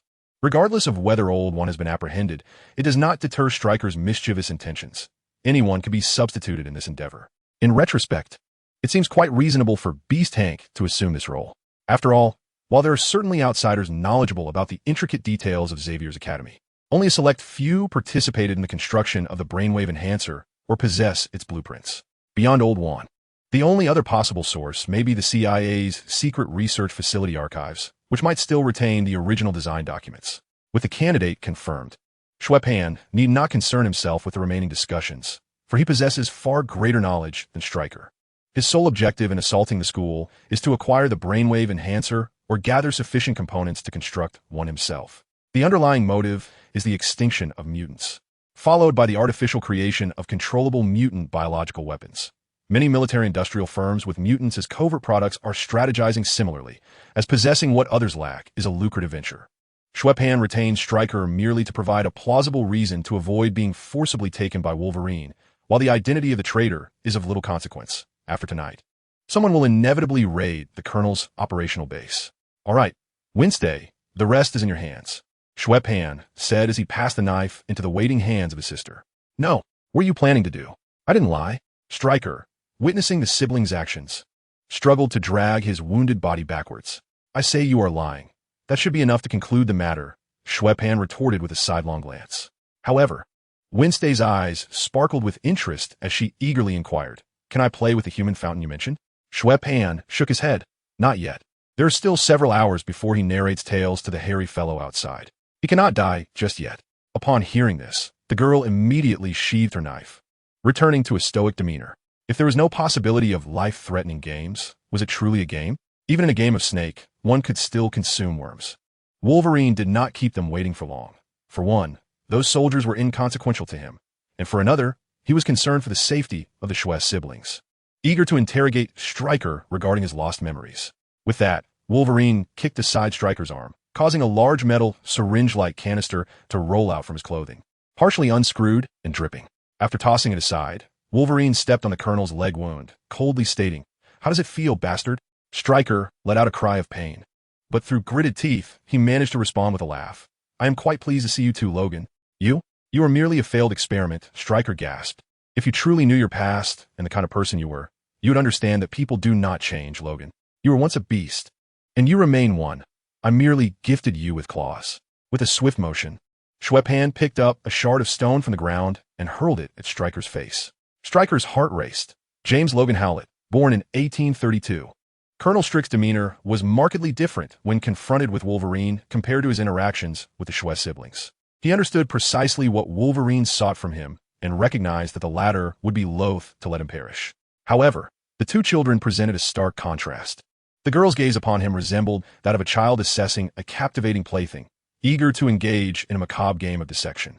The boy's expression was one of mockery and disdainful amusement, as if he relished in witnessing Strick's struggle, much like an observer watching a clown's futile performance. He would allow his sister to toy with Strick's life, akin to a child unperturbed by the crushing of an ant. In this scenario, Logan was the sole individual who genuinely cared for his survival, for a fallen enemy is indeed a worthy adversary. In the ensuing moments, Colonel Strick dutifully elucidated the circumstances of their collaboration to Wolverine, deliberately prolonging the conversation with meticulous detail, uncertain if he would survive the exchange. As for matters beyond Wolverine's involvement in various wars, they were beyond William Strick's comprehension. He found himself seated amidst a chaos of shattered stone and splintered wood, staring blankly at the adamantium claws protruding from his fingertips, grappling with the overwhelming flood of memories. Those ominous events he had forgotten, yet once endured, loomed large. War, brotherhood, the woman he cherished most, and the innocent souls who had once extended their kindness to him. Yet, these were merely fragments of his lost memories. If one were to chronicle Wolverine's life, it would be an unrelenting narrative of tragedy. Xue Pan observed the oppressive aura surrounding Wolverine, pursed his lips, and tucked his phone into Winstead's pocket. He retrieved a fallen weapon from the ground and, with a swift motion, dispatched Colonel Strick, whose life was hanging by a thread due to excessive blood loss. Xue Pan shrugged, discarded the firearm, and approached Wolverine, laying a comforting hand on his shoulder, offering a solemn yet earnest counsel. "Cheer up, Logan. Life unfolds in such a manner. Where there is joy, there shall also be sorrow. Some individuals are primarily tasked with your happiness, while others are designated to bear your misfortunes. You must not allow the presence of one who brings you misfortune to cloud your perception of existence. Focus instead on the more favorable aspects." Wolverine's resilience surpassed what anyone could have envisioned. He regarded the boy, who, despite his inexperience, endeavored to uplift him and could not resist inquiring. "For instance, perhaps the allure of Jean Grey?" Xue Pan replied, scratching his chin in uncertainty. Wolverine responded with a quizzical expression. X. Chapter 85, Mission Accomplished. "You know, this is far from what I envisioned doing," Wolverine remarked, surveying the heap of dismembered bodies with a furrowed brow. "We must cleanse this site, at the very least rendering it less reminiscent of a human slaughterhouse." Xue Pan approached, dragging along a disembodied lower half of an unknown individual. Logan assisted in heaving it atop the pile of corpses, muttering with dissatisfaction, "I'm not a janitor. Come on. This is the sort of task a competent caregiver ought to undertake." The boy chuckled and patted Logan's arm, urging him to continue. "Speaking of assistance, we merely need to enlist some people to join us." Wolverine's eyes gleamed. He was adept at killing. It was rare to witness a superhero personally engaged in the act of cleaning. Xue Pan, upon hearing this, kicked the lifeless body at his feet, saying, "Hey, buddy, care to lend a hand?" "No, it seems we must proceed on our own." Wolverine, faced with this proposition, immediately retreated in defeat. He opened his mouth to speak, but no sound emerged. Before losing his memory, mobile phones had yet to become widespread. After his memory was lost, he found no need for such devices, and thus had never acquired one. As for memorizing anyone's phone number, that was out of the question. Did he have friends before meeting Professor X? Xue Pan certainly did not divulge that the vehicles in the garage were equipped with direct communication devices to the school's aircraft. Hence, during their wait, the initial dialogue unfolded, with Xue Pan urging Wolverine to tidy up the scattered bodies, a far better option than allowing him to rummage through the room in search of Jean Grey's phone number. When the sun crested the horizon, Wolverine ceased all activity altogether. Task accomplished. Whatever happens next is of no concern to him. Since its establishment in 1965, Xavier's School for Gifted Youngsters has weathered many storms. Now, it merely bore a few additional holes in a ground littered with corpses, hardly a significant occurrence, as it had previously been reduced to ruins and rebuilt. Upon accessing the system panel, he immediately leveled up twice, and the monetary value in his backpack surged to 2,125. After deducting the 925 he had previously amassed and the 450 earned from this mission, the surplus funds were solely attributed to the soldiers he had slain. By this calculation, each ordinary soldier contributed $50 and 50 experience points. Engaging in this bloody endeavor was akin to robbing a bank twice, an unequivocal profit. Xue Pan, brimming with excitement, opened his reward boxes, convinced that fortune was smiling upon him. 2 boxes were at his disposal. One offered a skill, the other an item of equipment. Judging by their effects, it was hard not to suspect the system was intentionally presenting him with a challenge. The potency of the skill was undeniable, yet it appeared rather foolish. He pondered how, in a future confrontation against the universe's population control director, who had yet to gather all 6 Infinity Stones, the opponent might clench their fist from afar, transforming Iron Man into mere soap bubbles. As for the equipment, aside from serving as a wig, it was utterly useless. It not only lacked any special effects, but also rendered his newly acquired skill ineffective. Xue Pan let out a cold chuckle and resolutely donned it. Almost immediately, He felt a tingling sensation on his scalp as dark, lustrous strands of hair penetrated his slick skin, indistinguishable from naturally grown hair. The boy hastily retrieved his phone to take a picture. Upon seeing the disheveled mop atop his head, he grinned foolishly, unable to resist ruffling his hair further. It was only upon becoming bald that one could truly appreciate the preciousness of hair. After indulging himself in preening for a while before the screen, he finally contentedly accessed the special sales section to see if his current savings were sufficient to purchase a discounted item. He found himself just $20 short of affording a powerful shotgun. Xue Pan deemed it wise not to replenish his health immediately. With a click, the boy extracted a grotesque, wasteland-inspired shotgun from the panel. The weapon felt heavy in his hands, its body a deep black, and the three-barrel design gave it a robust and formidable appearance. The muzzle painted a vivid crimson reminiscent of flames. It radiated a raw, wild ferocity. Chapter 86. Hair Diminishes Intelligence. Xue Pan tightened his face, deliberately trying to suppress a smile, while subtly shaking his newly acquired locks. Wolverine scrutinized the boy, a hint of surprise in his voice as he inquired, "Where did you acquire that gun?" His gaze fixated on the fearsome weapon. "It's the hair, Xue Pan thought. "Why are you staring at the gun?" He swiftly stowed the spotlight-stealing shotgun into his system backpack, feigning ignorance, and shrugged. "Gun? What gun?" "There's no gun here. The one you were just holding." Wolverine circled around the boy. "Haven't you noticed anything else amiss?" Xue Pan shook his head vigorously. "Yes, I was wondering where you put it." His expression darkened, rolling his eyes as he turned to leave.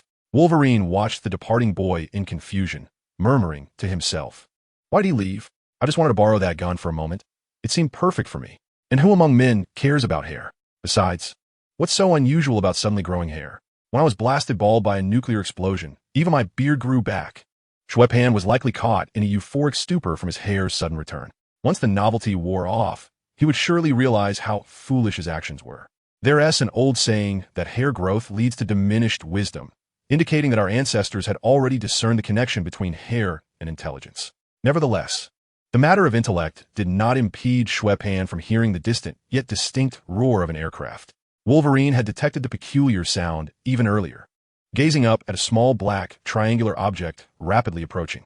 As the jet hovered above the campus, its pilots, Jean and Storm, clearly recognized the unusual changes on the ground below.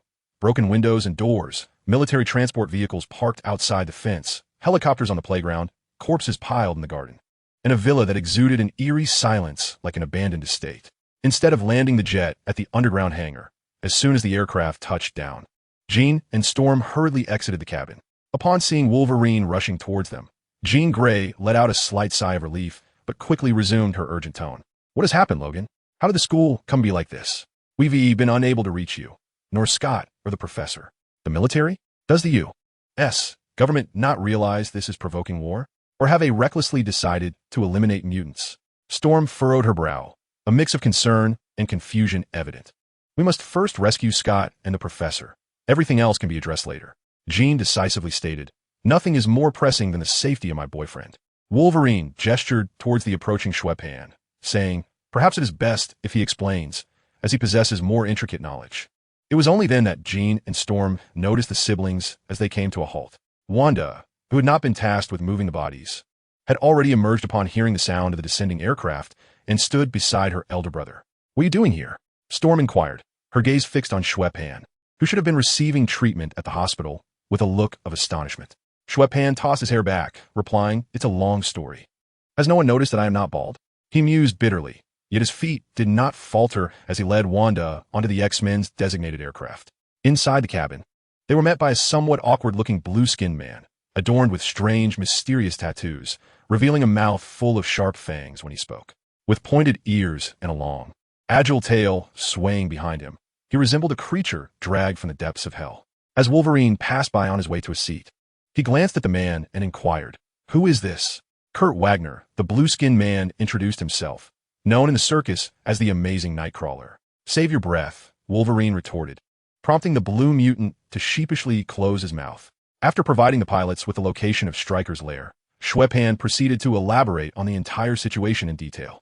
Upon grasping the full scope of events, Storm realized that war might indeed yield a more favorable outcome, should Stryker succeed in executing his plans. It would spell doom for mutants. The flight was long yet smooth, traversing from New York to British Columbia, diagonally crossing the entirety of North America. Given that Stryker was deceased and no orders had been issued to specifically target the X-Men's jet, the group successfully crossed the border under the protection of reliable cloaking technology, directly arriving at the Alkali Lake Industrial Dam. It was hard to fathom that, while New York was still experiencing mild weather, this place was blanketed in snow. Distant mountains loomed while water lay nearby.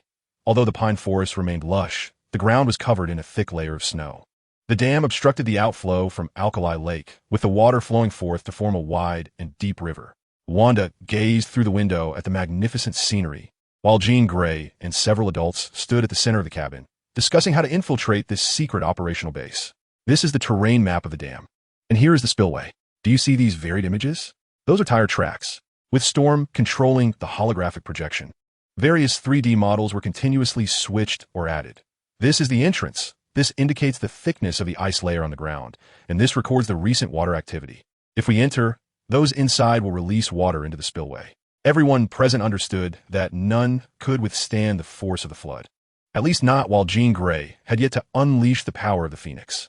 Moreover, the Phoenix force within Jean had little hope of breaking free from the mental cage set by Professor Charles. A month prior, Old Man Magneto had planned to stir trouble at the United Nations Summit, dispatching Mystique to secretly infiltrate the X-Mansion and poison Professor Charles, intending to dispose of his old friend in advance. Regrettably, the intervention of the troublesome Xue Pan has culminated in the capture of the shapeshifter. Chapter 87. The Underground Base. With the shapeshifter apprehended and the poison not administered, Charles remained unscathed, rendering Jean Grey's attempts to forcibly employ the Cerebro to locate anyone unnecessary. The mental prison within her remained steadfast, and the Phoenix force within her would likely require a decade or more to break free. However, this offered little utility in addressing the current dilemma. Jean turned her gaze towards the blue mutant, who was squatting with his feet perched on the chair. The reason Jean and Storm had departed the school to fly to Boston was to seek him, the scapegoat manipulated by Stryker to assassinate the sitting president. Yet, being chosen for such a grave task indicated that this obscure circus performer possessed exceptional abilities. He could teleport to any location within his line of sight, typically within a range of 2 to 3 miles, even while carrying substantial weights or individuals. Can you teleport inside? Jean inquired. No. The blue mutant replied with a slight shake of his head. I find it exceedingly difficult to teleport to unseen locations, and without knowledge of the interior environment. I might end up materializing within a wall, whether by squeezing through the thick concrete of the dam or merging with the wall itself. The thought alone was rather unappealing. The group reluctantly set aside this gamble and fell back into contemplation. It was hardly advisable for Wolverine to claw a hole through several meters of concrete dam. After a prolonged silence, Jean Grey finally broke the stillness as if a revelation struck her. She clapped her hands together. We've all fallen into a mental trap.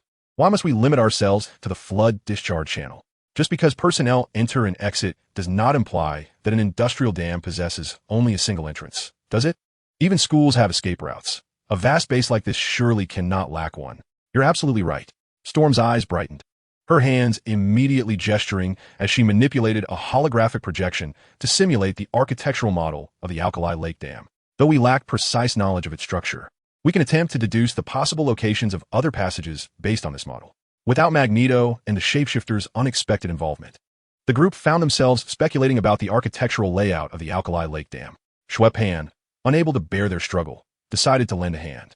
Stryker has a helicopter specifically for emergencies, the boy remarked softly, fidgeting with his fingers, to prevent any potential situations where the underground base might be inaccessible. It is stationed in a snowy clearing just outside the dam. I suspect there might be a concealed entrance nearby. With a reference point established, the task became considerably simpler. Over there, Winstead, who had been quietly admiring the scenery outside, suddenly spoke up. Xue Pan and Wolverine, who had been gazing down through the window, quickly huddled beside the girl. They discovered that at the juncture of the forest and the riverbank, a twin-rotor helicopter lay quietly on the ground, its grayish-white paint rendering it inconspicuous against the snow. The jet swiftly descended, and the group spread out from the helicopter's center, searching for any potential secret passages. It took little effort. Sheltered from the wind on a low slope near the helicopter, the heavy iron-gray gates of cement stood exposed, seemingly mocking the fool who suggested using the flood discharge channel. Leading the way, Wolverine had no intention of straining himself to pull the gate. Instead, he unsheathed his claws, and, with a few deft strokes along the frame, the massive iron door was kicked open. Xue Pan and his sister were ordered to stay behind, given a rather Buddhist reason, to guard the aircraft. However, shortly after the silhouettes of the four adults vanished, he stealthily led his sister inside. Wasn't his purpose for coming here to find those soldiers stationed at the operational base? It was economical and practical, with a low danger level, truly an excellent opportunity to make money. Xue Pan, unable to afford even a bottle of blood medicine, felt the dire need to replenish his dwindling purse. The passage only bore traces of bricks and stones at the entrance and ground. The remaining walls were adorned with irregular stone blocks, indicating that this route had been hewn directly from the rocky slope.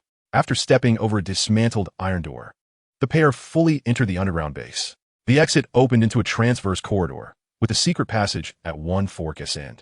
A thrill danced at the corners of the boy's mouth as he boldly chose a direction and strode forward. Money monsters, your player has logged in. Unfortunately, this exhilaration did not last long. The desolate corridor and the frequently encountered locked gates made Xue Pan sense an anomaly. If it wouldn't open, why not find another way? Curiously, the boy inquired. Rest assured, the plane won't be a problem. I've locked it up. Xue Pan gave a thumbs up, flashing a grin. Wolverine retorted, you mean the bicycle, right? Ignoring Wolverine's attempt to speak further, the boy independently discovered the gate's power switch, flipping it up and down several times, only to find it ineffective. A brilliant idea struck him. You be the fuse. He snapped his fingers and said to Wolverine, if you connect those two live wires, you can restart the gate. Chapter 88, a step too late. However, upon seeing the wires above, as thick as 3 fingers and sparking with electricity, he realized that Xue Pan wasn't as clever as he thought. Don't just stand there. Old Baldy might be over there, sitting in a wheelchair, facing execution, Xue Pan urged, pushing Wolverine to quickly position himself between the two sparks. Wolverine chuckled awkwardly. Sounds painful. No, it will definitely be painful. Xue Pan gestured invitingly. As a mutant whose entire skeleton was covered in adamantium, Wolverine was indeed an excellent conductor. High-voltage electricity coursed from one hand to the other, and as Wolverine's muscles convulsed uncontrollably, Xue Pan leisurely reached for the switch. Accompanied by a gentle metallic friction, the circular metal door gradually ascended. Through the gap that opened below, one could glimpse a heavy metal door behind the metallic wall, slowly retracting into the walls on either side. As the gate fully opened, Wolverine swiftly released his grip, shivering as if he had just finished a necessary call of nature. However, he did not voice any complaints. The soldiers sprawled haphazardly across the floor bore testimony to the gravity of the situation. Slashes, bullet holes, and scorch marks marred much of the room, with crimson blood seeping everywhere. Although the number of corpses was far fewer than at Xavier's academy, the brutality of the scene rivaled Wolverine's own handiwork. He leaned down to inspect the fatal wounds on the bodies, occasionally furrowing his brow as he surveyed the room. Suddenly, his expression shifted, and he urgently exclaimed, "There's no time for discussion. Follow me swiftly. I've discovered something exceedingly ominous." With that, he hastened toward the door that stood ajar at the far end of the room. "Hey, you two." The suddenness of the situation caused Wolverine to reach out, but he was unable to grasp the 2 slippery youngsters, who dashed away, prompting him to call out in frustration as he followed suit. Yet, before he could exit the room, the weary but calm voice of Professor Charles echoed in his mind. "It's all right. Let them come. The base is quite secure now. The soldiers have all succumbed to slumber." "Professor, are you all right?" Wolverine inquired, both astonished and relieved. "Aside from the inability to feel my legs, I am quite well." Professor X jested lightly.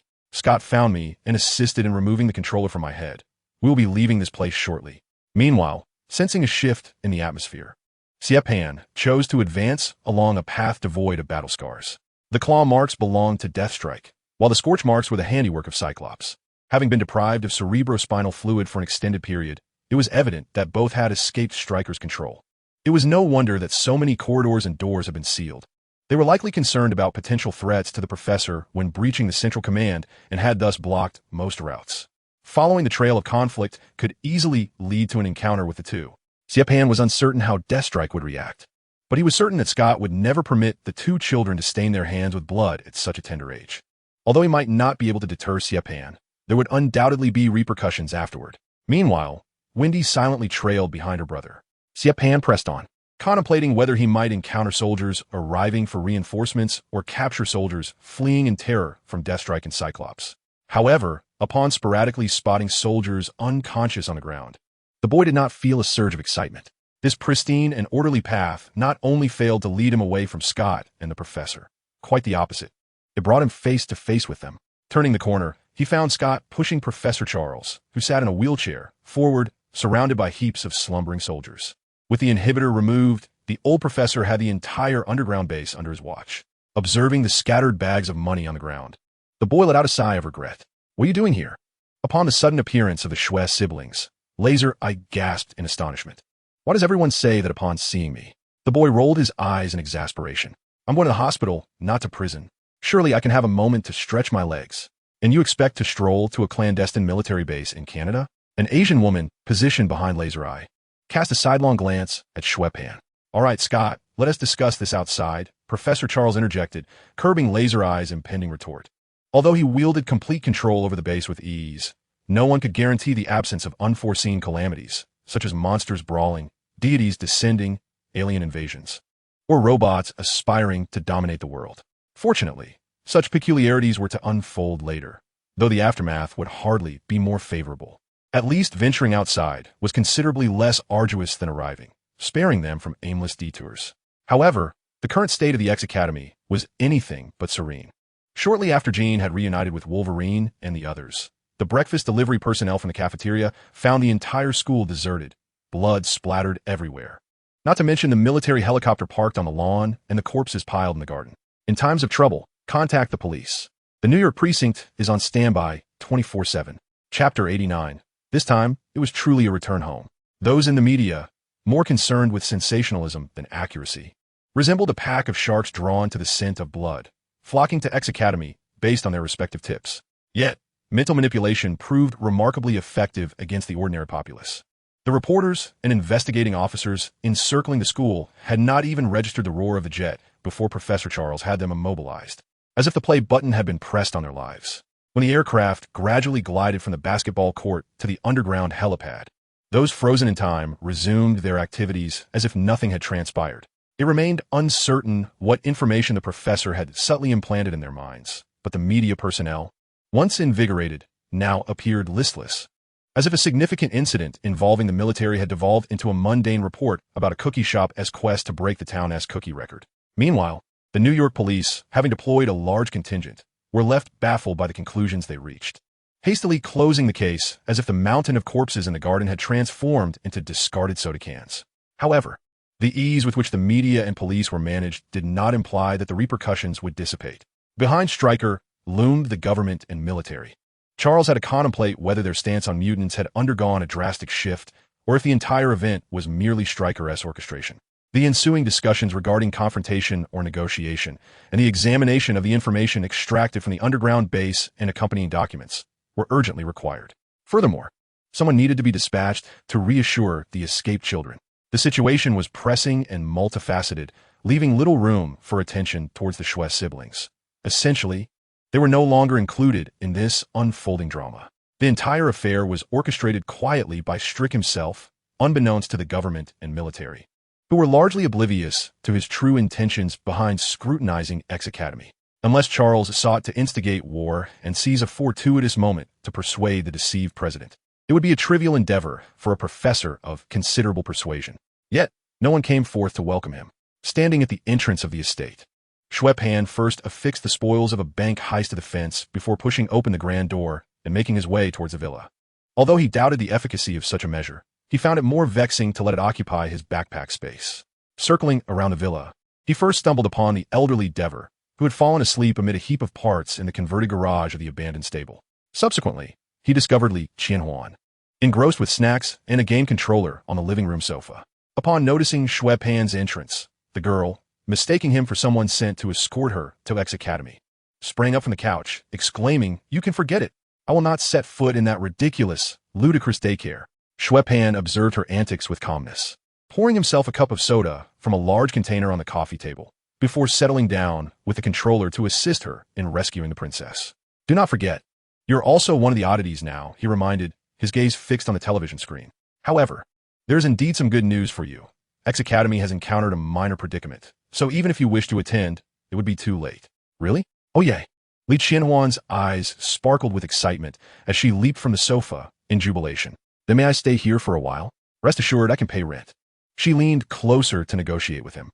If she were not being coerced into attending X Academy, Homerside Manor would seem like a veritable paradise. Given her age, no one would rent her a place. Even hotels were limited to those nameless budget inns. Now, this grand estate, with its myriad rooms for her to choose from, was far more comfortable than the cardboard boxes and newspapers she had previously endured as a homeless individual. Of course, orphanages and schools were even less appealing than cardboard. Rent is waived, Xue Pan replied, waving his hand dismissively. Just sweep the floors whenever you have a moment. Whether you choose to engage in chores or not is entirely up to you. He had no intention of sending Li Qianhuan to a conventional school. If she wished to skip classes, there would be no way to prevent it, not to mention the outstanding charges of assaulting a police officer still looming over her. Nonetheless, life had seemingly settled into a temporary tranquility. However, this had little to do with the few individuals who spent their days cooped up in the manor. The elderly Dever, with some modest funds and under Xue Pan's patronage, had completely transformed the garage into a laboratory, devoting himself to his grand aspirations while neglecting his duties as a gardener, spending all his time immersed in his work. She possesses a resilience that surpasses many children I have encountered. Despite facing an unjust life, she remains optimistic. Yet beneath this demeanor lies a profound fear. She trusts no one, and I can sense it. Throughout my life, I have endeavored to assist those children in need, learning that coercing them yields no favorable outcomes, just as I would not pressure you. Her decision to choose you reflects a firm resolve, akin to your reluctance to visit the hospital. After all, at least she could be assured that you would not report her to the authorities. This is a paraphrase of the professor's original words, as revised by Xue Pan. Chapter 90. 20 years later in this vast estate. Winstead hardly uttered a few words each day, and old Dever remained secluded in the garage, lost to sight. A vibrant personality is bound to enliven the atmosphere. Thus classmate Li Qianhuan temporarily took residence as the head maid of Homerside Manor and an intern nurse at Arkham. Yet, in her quest to alleviate the somberness of the household, she often found herself enduring occasional exuberant antics. For instance, on a morning following a night of fervent gaming, the sound of an explosion served as an alarm, jarring her from slumber. 3 parts of explosive and nitroglycerin, suitable for small households, garages, and tool sheds, Winstead demonstrated with an impassive expression. Or on another morning, the cacophony of chaotic struggles downstairs, furniture overturned, roused her from her dreams. A clean murder necessitates a roll of duct tape, a cloth, a plastic bag, and a small bucket of popcorn, all readily available in any kitchen. Winstead rummaged through the closet for the tools required. Then, blindfolding him with the cloth, securing the bag over his head, and binding his hands with tape. This way, he would first experience cold, then extreme cold, but warmth would eventually follow, accompanied perhaps by asphyxiation, convulsions, and vomiting, culminating in death. I suggest handling this matter at home. Li Qianhuan diligently took notes. What about the popcorn? To keep you entertained while you wait, Winstead replied, popping 2 kernels into his mouth. Next, there are 69 methods to dispose of a body. Regardless, as a companion, Li Qianhuan proved exceptionally competent, at least during their gaming sessions. Winstead had never articulated so many words at once. However, the influence between individuals is reciprocal, and the outcome of mingling with Winstead validated Xue Pan's prior conjecture. Classmate Li Qianhuan seemed to be veering further away from the path of normalcy. Of course, compared to the research-obsessed Dever and the studious Li Qianhuan, Xue Pan was not perpetually lost in gaming. Occasionally, after the system issued tasks, he would venture outside to confront those misguided criminals or a band of ordinary, superpowerless ruffians. Throughout the past half-year of turmoil instigated by Strick, Xue Pan felt he had encountered very few supercriminals.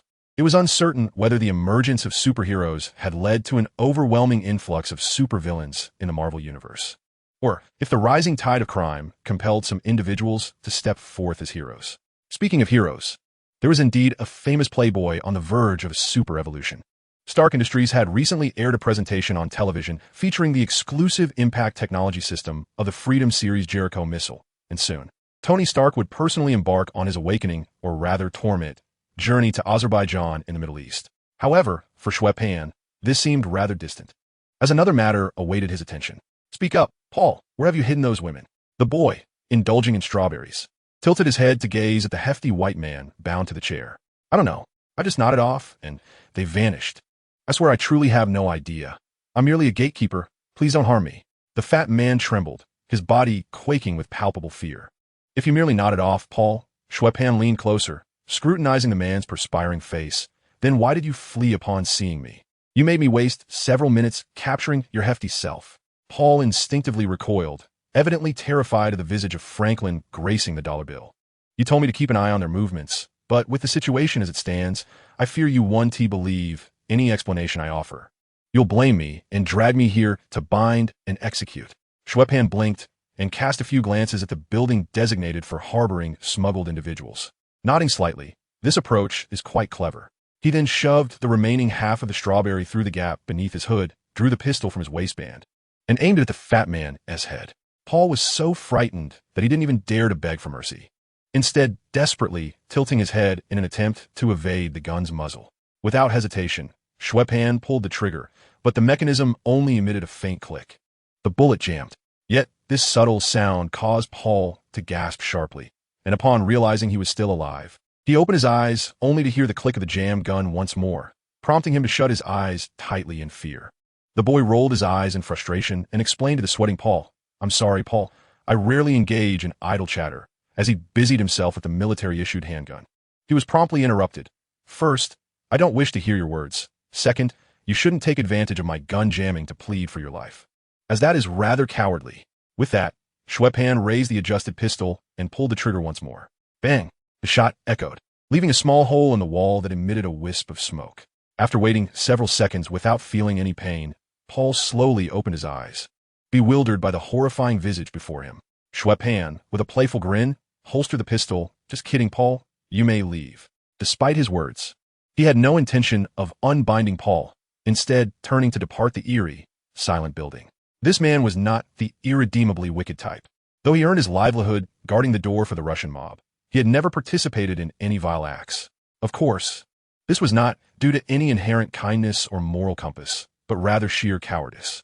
He understood that the women who had been abducted for sale would meet grim fates. Yet he lacked even the slightest courage to extend even the smallest assistance. Likewise, he had no audacity to join the ranks of those scoundrels to partake in any wrongdoing. Had it not been for a distant relative of his who thrived within the Russian mafia, he would have never even been granted the opportunity to stand guard at the door. If that relative had not dared to contradict him when he sought assistance, he might very well be leading a respectable life today, enjoying the mundane routine of a 9-to-5 existence, free from the incessant dread of being imprisoned for selling himself. Chapter 91. Is it you, blind monk? At the port and docks, let us ascertain how many harbors Manhattan truly possesses. At the very least, he gleaned some valuable information from that rotund individual. Xue Pan retrieved his phone, preparing to search for the next convenient location. It is essential to understand that his late-night excursion to Hell's Kitchen in Manhattan to engage in conversation with a 200-pound man was not merely for heartfelt discussions. The system's task required him to rescue a certain number of individuals, and he had contemplated this Russian mafia's human trafficking detention site. His knowledge of this place stemmed from an inadvertent intrusion during a previous mission, where he had been hastily pursuing a group from the Japanese Yakuza, inadvertently threatening the portly Paul who was engrossed in a film at the entrance. To his surprise, upon seeing Xue Pan, bloodied and adorned with remnants not belonging to him, the coward immediately knelt and divulged everything with a rapid-fire confession, making it impossible for Xue Pan to forget. Fortunately, the information retained often proves useful, which is why Xue Pan sought out this location tonight. Initially, a mafia human trafficking detention center would have been an ideal mission site, allowing him to rescue individuals while simultaneously gaining experience, eliminating the need for aimless wandering. However, due to the recent dismemberment of several Yakuza members in the vicinity, the Russians had grown wary and promptly relocated their captives, resulting in the recent exchange between Xue Pan and Paul. The cruise terminal on South Street, the harbors of New York Bay, Lower New York Bay, and the East River docks on the west side of Manhattan. Why are there so many? As he perused Google Maps, the sheer number of docks compelled Xue Pan to exclaim in frustration. Nevertheless, lives must still be saved. Consulting the map, he selected the largest and nearest location to Hell's Kitchen, Upper New York Bay, New York Harbor. In truth, Xue Pan held no dissatisfaction with these routine tasks of either harming or rescuing, as they resembled mundane errands akin to those found in video games, often granting him the opportunity to encounter rewarding adversaries. Xue Pan had begun to sense an underlying unease, yet he was irresistibly drawn into the allure of completing tasks. It was akin to gaming, leveling up, acquiring equipment, unlocking new skills. Each incremental enhancement of power was irresistibly captivating. The docks at Upper New York Bay were not desolate. The open-air cargo area was orderly, filled with various loading equipment, and although no figures were visible from the entrance, it did not exude a foreboding atmosphere. The bright lights from the tall poles dispelled the darkness and the discomfort it brought. However, just as light inevitably casts shadows, the gangs in New York would not allow the docks to appear as serene as they seemed. Xue Pan circumvented the security at the entrance and slipped into the docks, swiftly surveying the activities in each area. As they traversed the warehouse and the miscellaneous cargo area, several white vans, seemingly out of place at the dock, emerged from the secluded depths of the container zone, their red tail lights catching Xue Pan's attention from afar. If one listened closely, faint cries for help from women could even be discerned. Fortuitously, the boy found himself content with his initial choice of search location. He donned a hood and withdrew a handgun from the small of his back in preparation. However, after a moment's contemplation, he cast the firearm into the Hudson River and instead retrieved a beeping axe from his backpack, knowing that the quality of non-system products was often unreliable. Help! Help! Please save me! The screams grew increasingly distinct as he drew closer. Gripping the axe, Xue Pan approached the rear of the vehicle and peered into the gaps between the containers under the cover of the headlights. Two men were clutching a young woman, attempting to force her into one of the containers. Opposite them stood a black man and a rotund white man sitting by the river, munching on a sandwich. Hey, shut up. The black man interjected loudly, interrupting the women's cries. Each of you is worth $1,000, so if you keep quiet, I'll give you a bucket. If you don't, he raised the electric baton in his other hand and activated it. The blue arc of electricity startled the already anxious women, and one closest to him couldn't help but scream again. The black man, exhaling impatiently through his nose, discarded the plastic bucket, seized the screaming woman with one hand, and thrust the electric baton forcefully towards her abdomen. The electrified woman screamed, losing her ability to resist as she was dragged into the container by the black man, while the other three women were similarly tossed inside by their captors. Weak and trembling, they knelt within the container, pleading incessantly, "No, please don't. Enough, shout all you want," the black man exclaimed, spreading his arms as he looked at the wretched women, laughing mockingly. "Go on, scream your hearts out. It's fine. No one here cares." Ha! Suddenly, a muffled grunt accompanied by sound of impact abruptly interrupted his boisterous laughter. A light metallic thud resonated from beside the vehicle, and both the black man and his hat-wearing white companion immediately became alert, drawing their firearms and cautiously encircling the car. The already terrified women dared not utter a sound. However, what awaited them was a short-handled harpoon, shooting forth from the blinding light, its sharp tip piercing the shoulder of the hat-wearing white man, inexorably dragging him towards the van. Another faint thud followed as the hat-wearing man, his back scraping against the front of the vehicle, shattered the already damaged side mirror, ultimately being pulled towards the rear of the van. "Stop!" A voice filled with urgency suddenly rang out from atop the container adjacent to the van, leaving uncertain whether it was directed at the black man poised to fire or at the valiant Xue Pan. Regardless, the tense black man swiftly redirected his firearm, firing several rounds at the shadow that had unexpectedly appeared above. Who is he? He certainly isn't one of us. However, this unexpected visitor seemed to have anticipated the situation, deftly evading each bullet with remarkable agility. Xue Pan, standing atop the white hat-wearing man, could not help but be drawn to this enigmatic newcomer. This uninvited guest appeared to have a penchant for black, clad in tactical black boots, form-fitting black pants, and a snug black long-sleeve shirt, topped off with a black scarf that concealed all but his mouth and chin, rendering his eyes entirely obscured. Xue Pan widened his eyes in astonishment and called out, "Blind monk, is that you? Blind monk?" Chapter 92, Night Demon Night.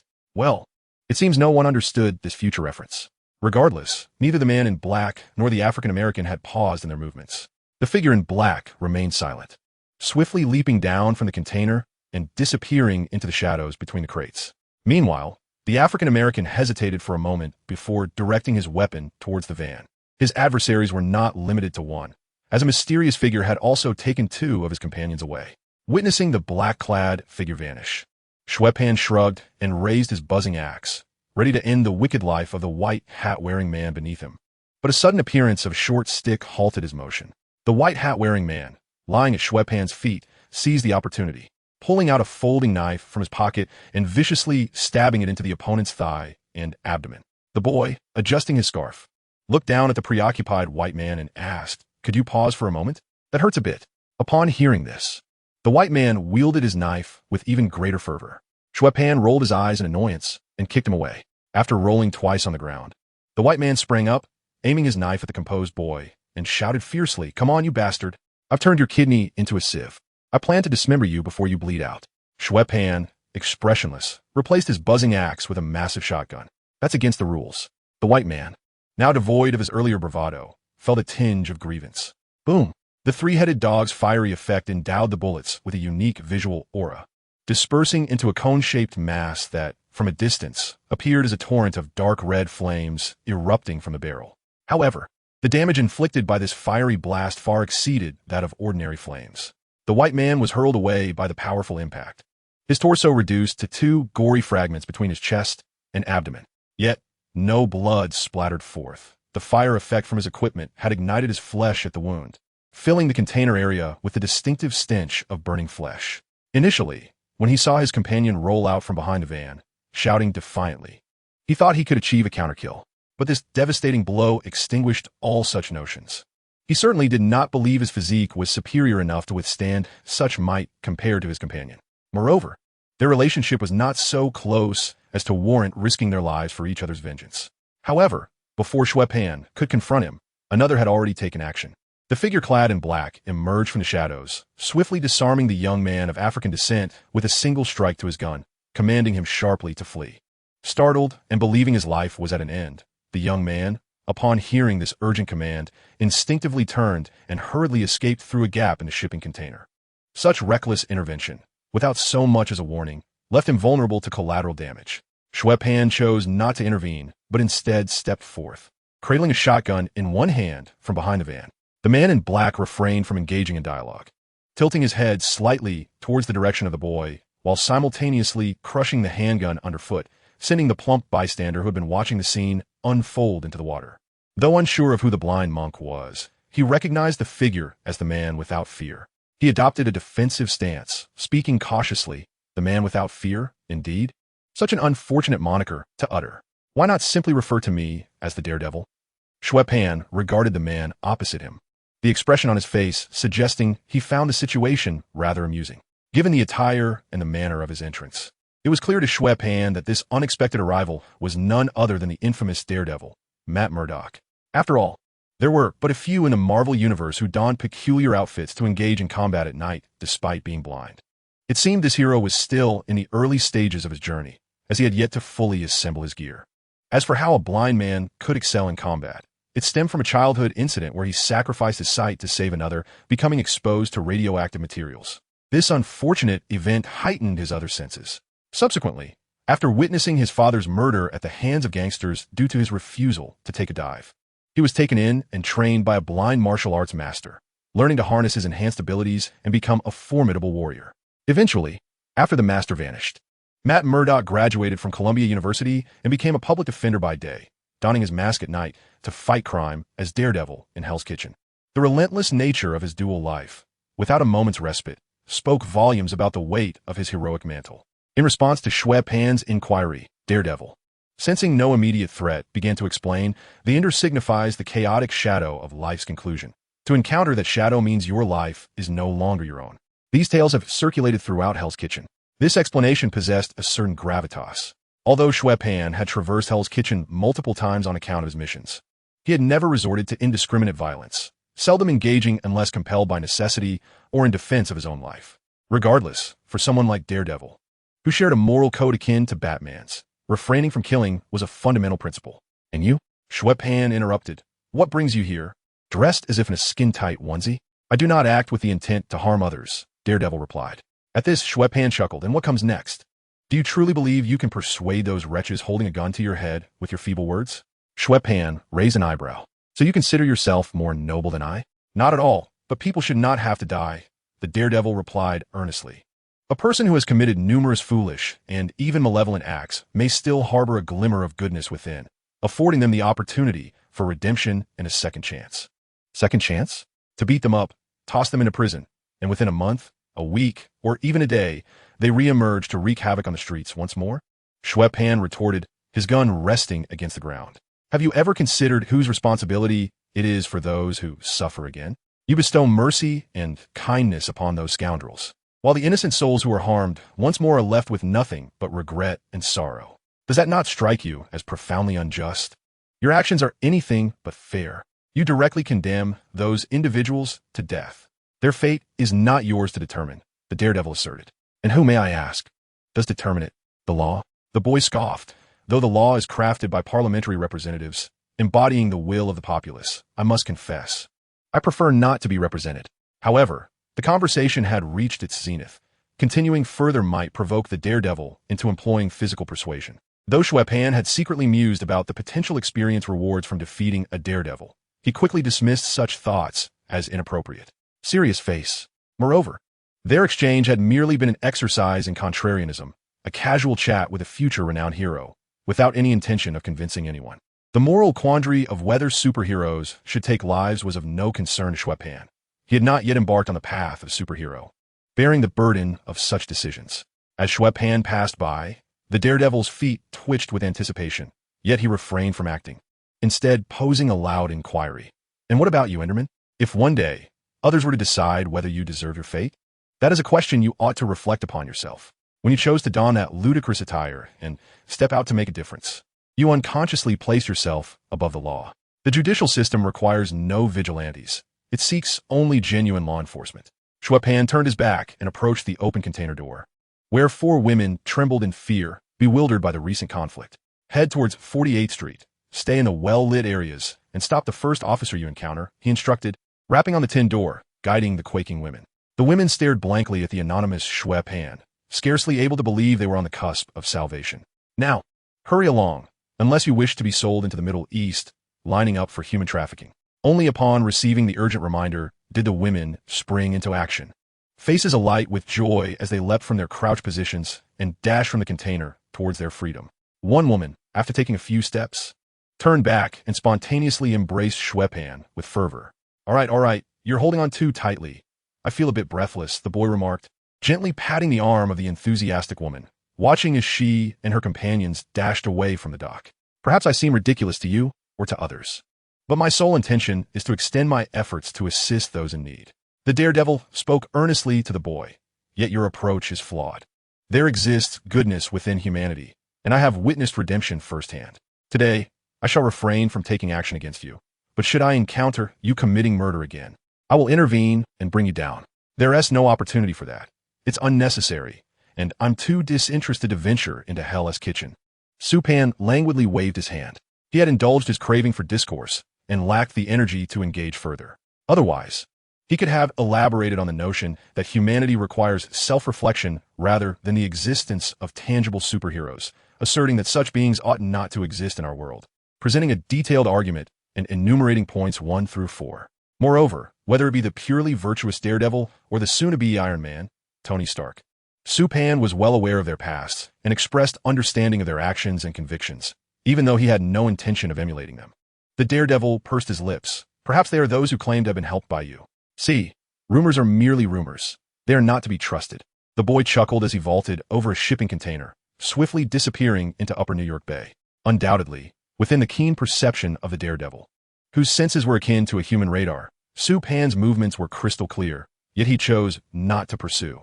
At the time when Iron Man had yet to assume his mantle, the X-Men were also seldom present in the eyes of the general populace, rendering superheroes merely a concept of comic books and films. It can be said that the recent tales of the Spectre played a significant, albeit minor, role in galvanizing Matthew Murdock's resolve to combat crime in Hell's Kitchen. As one of the few kindred spirits, Matthew had no desire to confront Xue Pan. But this would be the singular occasion. His principles and worldview would not allow him to overlook such a disregard for life. Most heroes would not permit such behavior either. Once he had distanced himself sufficiently, Xue Pan removed his hood and collected his mission rewards. The amount he had initially spent on the 3-headed dog had now surged beyond its previous maximum, reaching an unprecedented 2605, and his level had ascended to 9, significantly enhancing his physical prowess, enabling him to confidently subdue a robust adult white thug with a single foot. This was indeed a favorable development. At the very least, Xue Pan could ascertain that he would not be awakened by those 2 exuberant youngsters come morning. Handing over the Scottish-style fried chicken he had purchased as a late-night snack to the girls, Xue Pan reclined on the single sofa with a soft groan. Li Qianhuan stole a glance at the paper bag placed on the table. Where did you buy this fried chicken? The lobster from that Chinese restaurant last time was delightful. Chapter 94. Thankfully, it's merely a fetish. That is called crayfish. It's not the same as lobster. Xue Pan rested his chin on his hand, lazily correcting, moreover, the Manhattan I visited today is not on the way to that store. Wednesday handed the controller to her brother, plucked a small piece of fried chicken, and, after chewing it expressionlessly, remarked, considering the sodium content in this chicken, I am anticipating a stroke. By the way, has old Dever come out today? Surely he hasn't succumbed to a heart attack in the garage. After pressing the controller to make the green plumber stomp on a mushroom, Xue Pan suddenly realized that it seemed like an eternity since he last saw his chief driver, the head gardener, and the supervisor of medical device development. Ah, he is still alive. Li Qianhuan gazed at the television screen, her expression appearing somewhat peculiar. Just yesterday, we saw him through the crack in the garage door, foolishly rubbing his face against a tin toy. Mid-sentence, the girl turned to Xue Pan and inquired, do you think he has become so engrossed in his robot research that he has lost his mind? Yet just a couple of days prior, they had witnessed him taking that robotic toy to bed with him. Li Qianhuan set down the controller. Xue Pan felt no concern. Aren't you often snuggling your handheld device in bed? Well, just yesterday we saw him mumbling and talking to that robotic toy, and he even kissed it several times. The girl persisted, citing her examples. Perhaps he was overwhelmed with inspiration and couldn't help himself. The boy continued to fixate on the television. You know, those who are caught in a state of ecstasy often lack self-control. Li Qianhuan, smiling oddly, responded, what if it were of a particularly affectionate nature? Xue Pan's hand twitched, causing the plumber he controlled to crash into the little mushroom. He turned his head slowly, eyes wide, while Li Qianhuan wore a strange grin and Wednesday remained expressionless. Look, we have spent so much time with him. Yet he has never mentioned his family. Even if he is an orphan, at his age, he must have a wife and children, right? Li Qianhuan gently probed. But why has he never brought it up, choosing instead to associate with us oddballs? He is wealthy now. Moreover, old Dever has no intolerable flaws. Xue Pan furrowed his brow. So, are you suggesting he is gay? No. The girl shook her head, then proclaimed with startling clarity, I suspect he may not like people at all. This revelation genuinely startled Xue Pan. He instinctively glanced at the dark window, his throat feeling a bit parched. So the disturbed grave in the yard wasn't your doing? Oh, that was indeed our doing. Li Qianhuan realized the implications of his words and shouted, Hey, your focus is misplaced. I meant fetishism. Fetish. He may have fallen in love with the robot he created. Xue Pan sighed in relief, grateful it was merely a fetish. As for falling in love with a robot, was it truly novel? How many reclusive individuals had an entire collection of paper figurines as wives? Moreover, even if one were to consider it a verb, there are individuals who have married the Eiffel Tower and still engage in romantic endeavors. Thus, this character nonchalantly resumed his gaming, stating, well, even if that is the case, how does it affect your life? That is his choice, and we ought to respect it rather than make a fuss. Such behavior is quite disrespectful. Li Qianhuan widened her eyes in astonishment and exclaimed, Goodness, you actually know how to spell respect. Xue Pan rolled his eyes. He had merely been a tad sharp-tongued lately, and such sarcasm was unwarranted. Furthermore, the influence between individuals is mutual. His acerbic wit must have been inspired by his sister. Indeed, that must be it. He cast a furtive glance at the expressionless Wednesday, who was seated at the opposite end of the sofa, and promptly immersed himself in the joys of a plumbing-themed game. Nevertheless, regardless of the circumstances, Xue Pan, who only rose from his bed at noon the next day, made a special trip to his garage to check on old man Dever. He found that, despite the old gardener's disheveled appearance, he seemed quite spirited, markedly more so than when they had first met, undoubtedly due in part to having enough to eat. Additionally, the garage, transformed into a laboratory, was far superior to the small storage space the old man had previously occupied. At least it was spacious, bright, and well-equipped. Hey, what brings you here?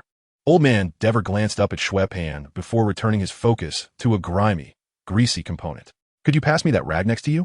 The boy tossed the filthy cloth, which matched the component in dirtiness, over to him. Is there something specific you need today? Dever inquired as he wiped the grime from his hands. Not much, Xue Pan shrugged. I just came to see how your research is progressing. At the mere mention of robots, a look of intense excitement illuminated Dever's face.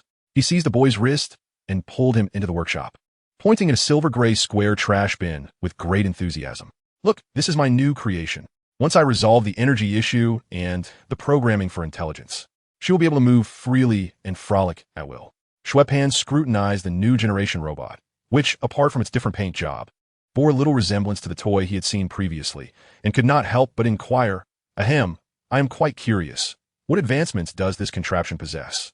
The lower part of her body is forged from the highest quality alloy steel available on the market. ensuring not only high strength and excellent toughness, but also resistance to wear, corrosion, extreme temperatures, and magnetic interference. Dever explained with pride and detail about his beauty. Moreover, her tires are crafted from Belcat steel wire and hydrocarbon isoprene polymer, making them waterproof, slip-resistant, and remarkably elastic, not only wear-resistant, but also adaptable to various terrains. Chapter 95. Keeping Promises. Regarding the creation of this robot, the old gardener could expound endlessly on the origin of a single screw. After listening for a while, Xue Pan could not help but exclaim, "So, you merely replaced it from head to toe with superior materials?" Old Dever pondered for a moment before nodding sincerely. "Well, you could say that isn't entirely inaccurate. Well done. Keep up the good work." Xue Pan forced a smile and, after offering a half-hearted encouragement, turned to leave the garage, ignoring the old gardener's confident assurances behind him. It was unrealistic to expect this old man to assemble an army of robots, aside from his commendable manual skills. Old Dever lacked any semblance of creativity. What uses a wheel garbage can? Should it be sold to the World Health Organization for urban sanitation campaigns? Or perhaps used to crush the purple sweet potato hero during his sightseeing? It would be wiser to stockpile nuclear weapons now and unleash a cataclysmic barrage when the time comes. Nevertheless, despite his grievances, most of the expenses for modifying the robot were borne by the old gardener's own earnings. Aside from funding a small portion from the bank heist, Xue Pan merely provided an abandoned garage. He had no qualms about old Dever's little hobby. Moreover, considering that this old man resorted to robbing a bank to pursue his robotic research, one could only imagine the fervor with which he sought to create a wife. After all, Xue Pan had already verified that, according to legal requirements, minors under the age of 18 cannot live independently. At least one adult guardian must be present at the estate to satisfy the relevant governmental adoption oversight agencies. Hence, after entertaining bizarre ideas of privately acquiring nuclear arms and transforming the estate's underground into a missile launch facility, he calmly dialed for a 4-person pizza order. Then, Colonel Rhodes stood on stage, trophy in hand, delivering his scripted lines. "As a military partner of Stark Industries, I am privileged to collaborate with this true patriot. He is my mentor and friend. Ladies and gentlemen, I am honored to present the Peak Award to Mr. Tony Stark." Tony? Furthermore, the video repeatedly showcased Colonel Rhodes' awkward expressions. Clearly not live, but rather a recording from the awards ceremony at the Universal Center in Las Vegas. Xue Pan changed the channel, where a beautiful host was interviewing a bespectacled businessman. "Mr. Justin Hammer, what are your thoughts on Tony Stark's absence from last night's Peak Award ceremony?" The interviewee adjusted his glasses and replied, "While I do not wish to express a particular opinion, his absence from such a nationally recognized event undeniably reflects poorly on him." Xue Pan pressed the remote to turn off the television. News regarding Tony's no-show at the Peak Awards was flooding every media outlet. The CEO of Stark Industries, who naturally attracted the spotlight, was perpetually the darling of the press. This also indicated that the future Iron Man had officially embarked on his journey as a superhero. The boy glanced at the clock, reveling in the impending misfortune that awaited Stark, who was being forcibly confined with another man for 3 months by a group of men. Stark was compelled to wear a glowing trinket pressed against his chest and was instructed to move his arms up and down in a passionate manner under the pressure of a rigid cylindrical object, all while surrounded by a fiery atmosphere, burly men, and armor that exuded an imposing aura. By this time, Stark might already be aboard a private jet heading to Afghanistan. Fortunately, this was none of my concern. Suddenly, a notification chimed. "Task triggered. Honor your promise. Reward.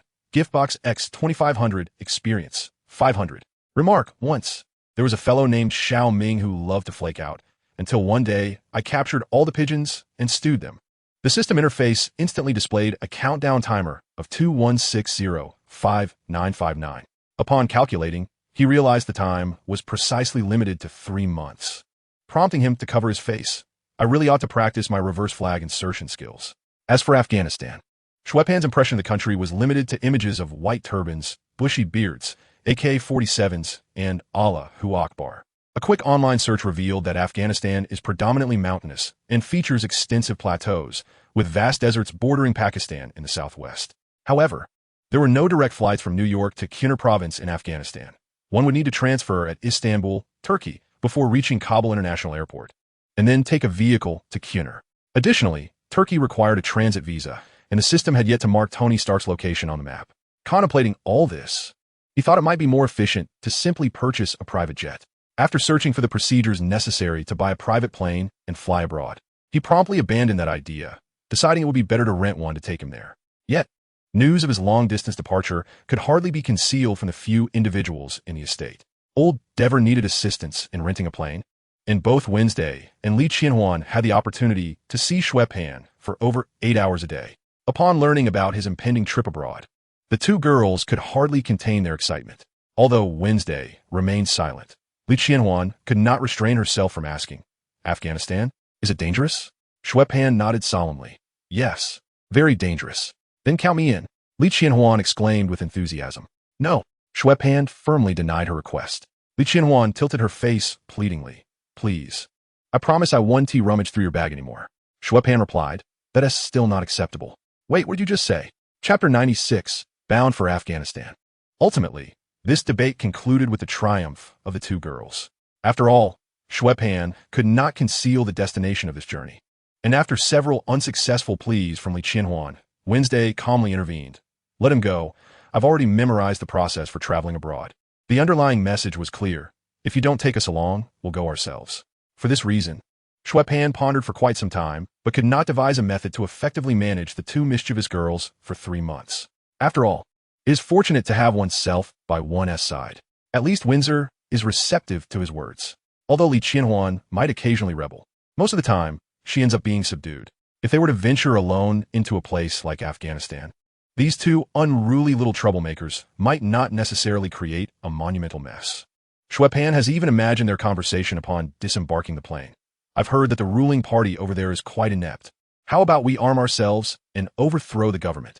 Forming a terrorist organization seems rather intriguing, but establishing a resistance would be even more exciting. Only a child would choose between options. I want it all." The incongruous image of Windsor clad in a military coat, standing atop an ammunition crate, shouldering an AK-47, and bellowing, "I want it all," flashed through Xue Pan's mind, leading him to acquiesce. After resolving the girls' issues, though not in the manner Xue Pan had envisioned, the remaining task was securing a plane. Fortunately, renting a private jet proved to be quite simple.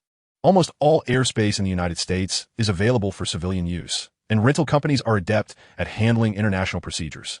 With the intervention of Old Man Dever, who paved the way with his wealth, Xue Pan and his companions boarded a small private aircraft that very afternoon. "You stay home and research robots. When I call you, just rent another plane to pick me up," he said, glancing at the two little heads peering out the airplane window. It was clear that a place like Afghanistan was ill-suited for the elderly gentleman. After all, Xue Pan believed that unleashing his three-headed hound would resolve most troubles, rendering it unnecessary for Dever to accompany them on such a strenuous journey, particularly since his assistance would be minimal.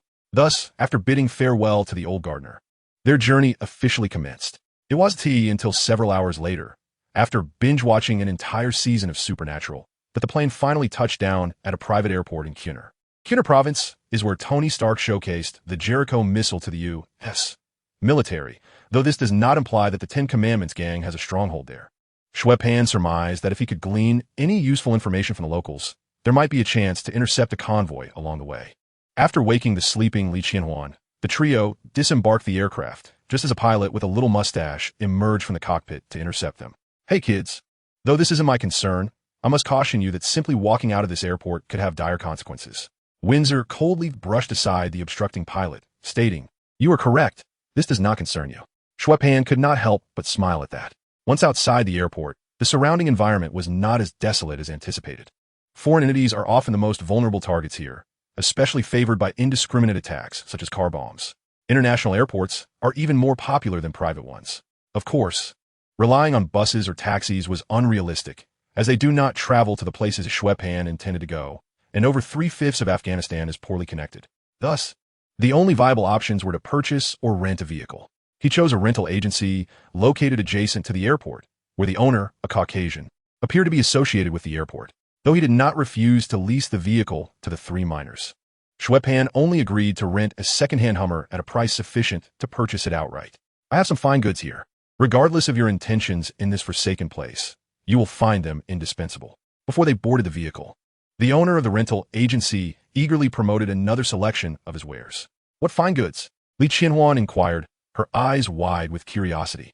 The owner of the agency immediately concluded that these children must be seeking their doom. "Good heavens! Of course, it's firearms. What else could it be? Lollipops? Why on earth would we need guns?" Although phrased as a question, Li Qianhuan's tone was laced with eager anticipation, considering that they were merely children.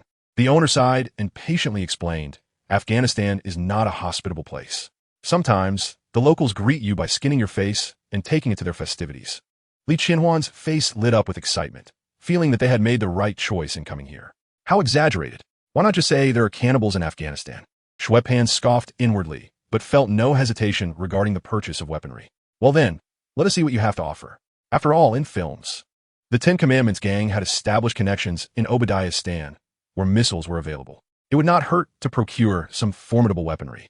The owner of the agency smirked and led them into a room behind a rental office. He retrieved 2 cases from a dark chamber and opened one on the table to display its contents. Take a look at this, he said, presenting a large silver revolver. This is a 357 Magnum revolver, nickel-plated, with a 6-round chamber and an 8-inch barrel. It's expensive, but worth every penny.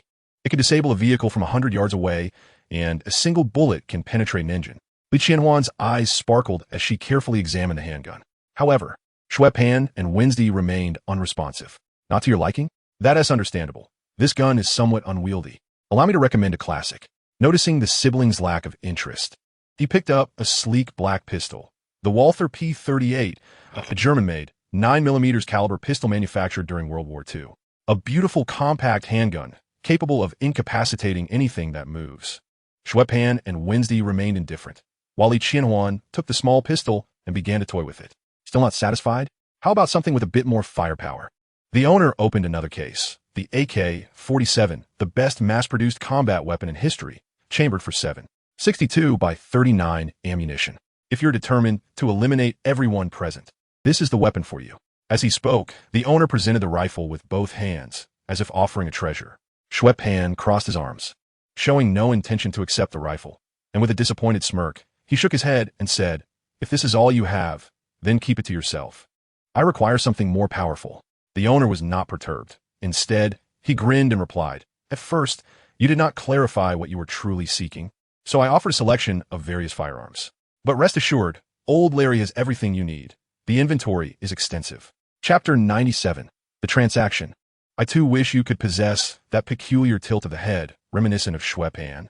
As he counts on his fingers the items he desires, a portable air-to-ground heat-seeking missile, a mini anti-tank rocket launcher, an individual cloud explosive, and a grenade launcher, preferably one capable of firing tear gas and smoke bombs. Moreover, it would be ideal if he could procure at least 3 of each weapon, with ammunition sufficient to fill the trunk of that vehicle. By the way, do you happen to have any nuclear warheads from the Cold War era? If so, I would like one of those as well. The car dealer's smile began to warp under the weight of such demands. Surely, these requests were made by a competitor seeking to provoke a confrontation. He yearned for all these items, especially the nuclear warhead. Such things are not meant for the likes of ordinary folk. The portable rocket-assisted grenade launcher, non-disposable and externally loaded, could effectively strike tanks, armored vehicles, helicopters, and minor defensive installations at close range, showcasing tremendous power. As he spoke, he placed the rocket launcher upon the table, then added with a hint of exasperation, The only item I have that meets your criteria is this one. Even though Afghanistan is awash with weapons, procuring what you seek is no easy task, unless I had a son serving as a supply officer at a U.S. military base, who, suffering from a terminal illness, wouldn't he mind facing a military tribunal. Xue Pan harbored no illusions about acquiring such formidable armaments. Even if they existed here, they would not be sold to newcomers, particularly children such as these. As for arming children, his conscience would surely ache, though the allure of greenbacks could assuage all wounds. Thus, Xue Pan chose to exchange a stack of cash for a single box of launchers and 4 full crates of ammunition. The car dealer, having made a substantial sale, wore an even more distorted grin as he summoned his staff to assist in loading the arms onto the vehicle, all the while promoting another of his wares. While we discuss firearms, do you require anything else? Perhaps marijuana, heroin, cocaine, methamphetamine, tranquilizers, Nembutal, dilaudid, chloral hydrate, stimulants, amphetamines? Should you need it, I can procure you methamphetamine and nitrous oxide. Xue Pan, with a knowing smirk, regarded the car dealer. It seems you're better suited to be an arms dealer or a drug trafficker than merely renting used cars. The dealer, grinning with pride, replied, I engage in any profitable venture, but my true forte lies in information. While I'm not particularly inclined to pry into your intentions for being here, any news you desire, as long as it stays within the confines of Qinghai province, can be purchased for me. Remember, it is any information. When you sold guns, you made the same claim, Winstead remarked with indifference, sounding more like a critique than an observation. This is different, the dealer countered, shaking his head in denial. I was referring to firearms, while you seek a grenade launcher. These are not the same thing. I am uninterested in how you categorize weapons, Xue Pan interrupted, waving his hand dismissively. However, since you mentioned information, we indeed need to inquire about a few matters. Before he could finish, the boy pulled a three-headed dog from his backpack and shoved it under the dealer's chin.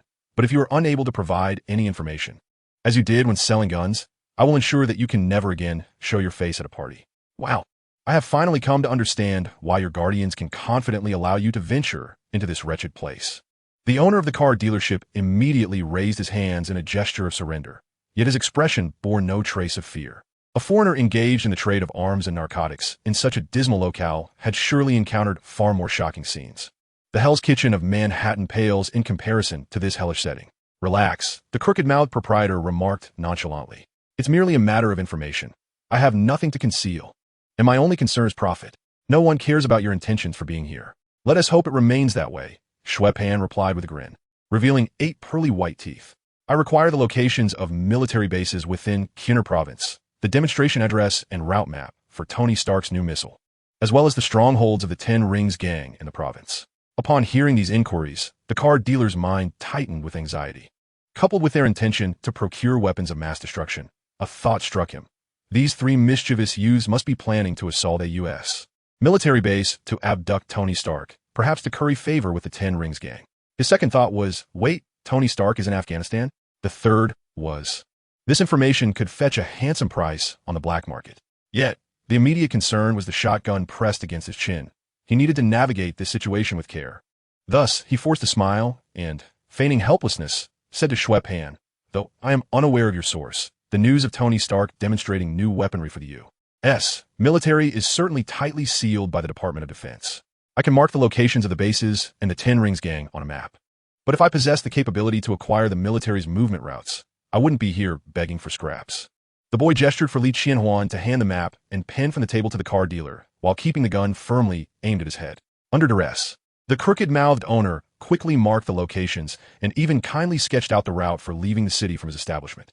Once Li Qianhuan retrieved the map, Xue Pan lowered his gun with a smile, saying, "Thank you for your assistance. These 2 addresses will be immensely useful to us." The car dealer, perhaps unconsciously, returned a brighter smile, and the atmosphere became momentarily pleasant. However, just as he attempted to speak, the boy's expression shifted dramatically. Xue Pan's smile morphed into a menacing grin, and the gun was once again pressed to the crooked mouth's forehead. "But I'm afraid you've omitted a piece of information, and I'm a man of my word." At this, the car dealer's demeanor truly changed. He glared at the boy, questioning, "You wouldn't dare shoot the one who assisted you, would you? I sold you weapons and lent you a hand. But that was merely a transaction," Xue Pan shrugged. "You see, your fate was sealed the moment you attempted to peddle drugs to 3 minors. So, what do you intend to do? Execute me for drug trafficking?" The car dealer shouted incredulously at the boy, "You madman, could the act of killing me, of shattering my skull, truly render this wretched place any better?" Chapter 98. Each and every one deserves to perish. While I cannot assert this with certainty, I'm willing to give a try. The young boy stifled a yawn, seemingly bored by the conversation. Furthermore, as I previously mentioned, Larry, you have omitted a critical piece of information. Damn it, you wish to take my life on my own turf? Then do not expect to leave here unscathed. The owner of the auto shop bellowed, and the 2 associates hauling RPG crates immediately sensed the commotion, rushing in with rifles drawn. Upon witnessing the scene inside, though they were perplexed as to how their boss had incurred the wrath of this young man, they nonetheless aimed their weapons at Xue Pan, the one threatening their boss's life. However, the boy dismissed this threat entirely, cheerfully calling out, "Qianhuan." Wednesday swiftly positioned herself in front of Li Qianhuan, while the latter stood her ground, her fists clenched tightly, appearing as though she were a constipated individual confronting a long-standing dilemma. Her face flushed in an instant. If a sudden flatulence were to occur at that moment, the comedic effect would indeed be remarkable. Yet, as a lady, she would never engage in such a vulgar act. Several irregularly shaped orbs of light rapidly materialized around her, radiating an array of vibrant colors and swirling chaotically in the air, converging upon the 2 armed associates. Before they could fathom the nature of these sudden, colorful spheres, the girl decisively detonated them. A Accompanied by a series of explosive sounds, the two associates screamed in agony, losing consciousness and collapsing to the ground, their bodies devoid of unscathed skin save for the soles of their feet.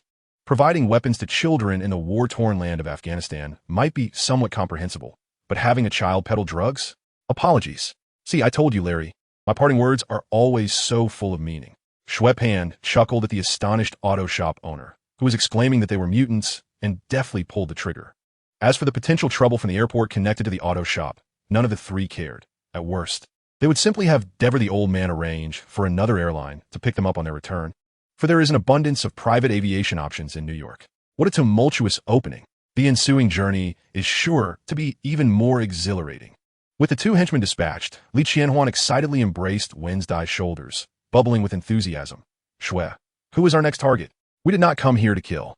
I took his life because he is a complete scoundrel. The boy retracted his three-headed dog, gazing helplessly at the exuberant girl. Yet, this world is teeming with countless scoundrels. They have long deserved to be sent to hell. Li Qianhuan reasoned with clarity. Xue Pan inquired. Such as? Li Qianhuan began counting off on her fingers.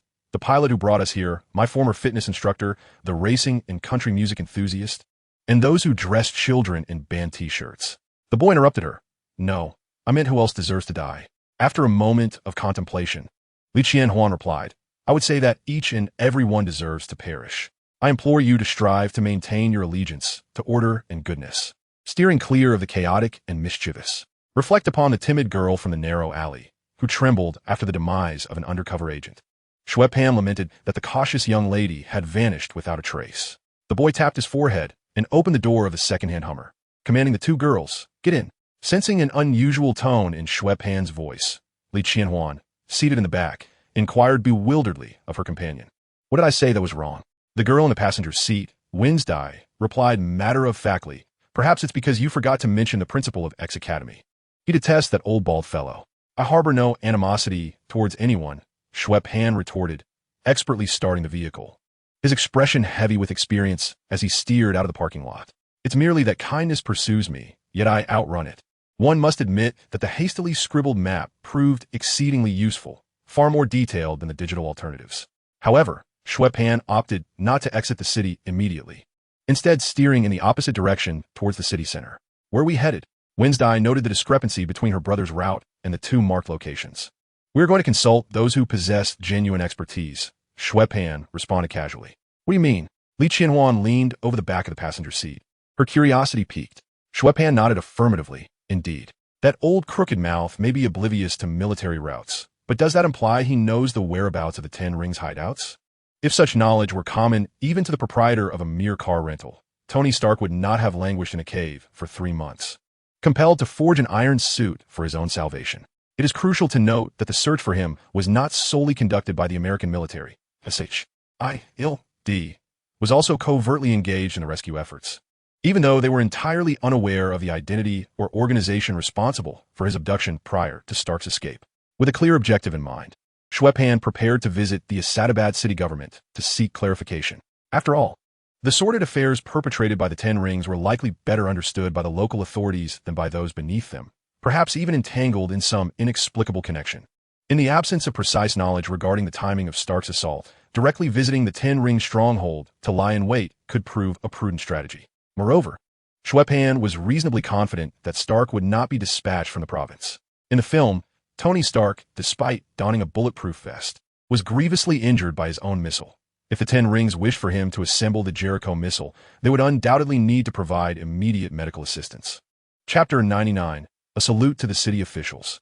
Initially, Xue Pan had presumed that Stark, having been rescued in a seemingly desert region, would be taken to the sands of Kandahar. However, upon arriving in Afghanistan, he discovered that the landscape was riddled with desert-like terrain. As a nation ravaged by drought, the lack of precipitation had exacerbated the desertification of the land. Even in the mountainous province of Kunar, the view from the aircraft reveals a desolate expanse devoid of trees, with only scattered drought-resistant flora amidst the rocky terrain, rendering the land even more barren. Beyond a low hill, one can observe a landscape nearly indistinguishable from the desert. However, even if the Ten Commandments gang's stronghold in Kunar is not the final destination for Stark-esque confinement, Xue Pan could still extract information about the remaining locations of the gang from the personnel at that base. He certainly would not let go of a viable target so easily. The individual they sought referred to himself as the city security officer, a curious amalgamation of mayor and sheriff. Li Qianhuan was perusing information about the person they intended to visit on her mobile device, but the findings were rather scant. The title city security officer sounded utterly ridiculous. Xue Pan scoffed as he parked the vehicle in front of the municipal government-esque grand entrance. Inside lay a pristine little square with a rectangular flower bed prominently situated before the building, adorned with a variety of blossoms and a lush araucaria in the center.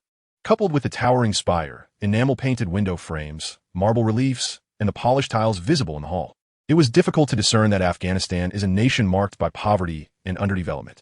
No sooner had Xue Pan halted the car than a burly man, more resembling a bandit than a government employee, approached and rapped on the window. "Please present your credentials. We are here to see the city security officer." Xue Pan replied leisurely as he rolled down the window. "We wish to discuss a substantial investment."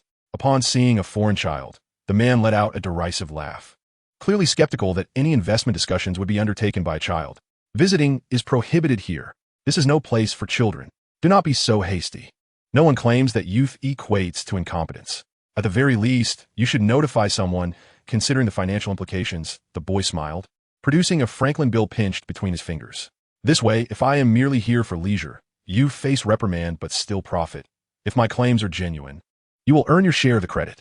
It is merely a phone call away." The burly man eyed the smiling Xue Pan, accepted the dollar bill, inspected it before tucking it into his pocket, and silently retrieved his phone to make a call. This scene evoked envy among his fellow guards. However, the quality of the man's phone seemed lacking, as the sound emitted from the receiver was akin to being on speakerphone.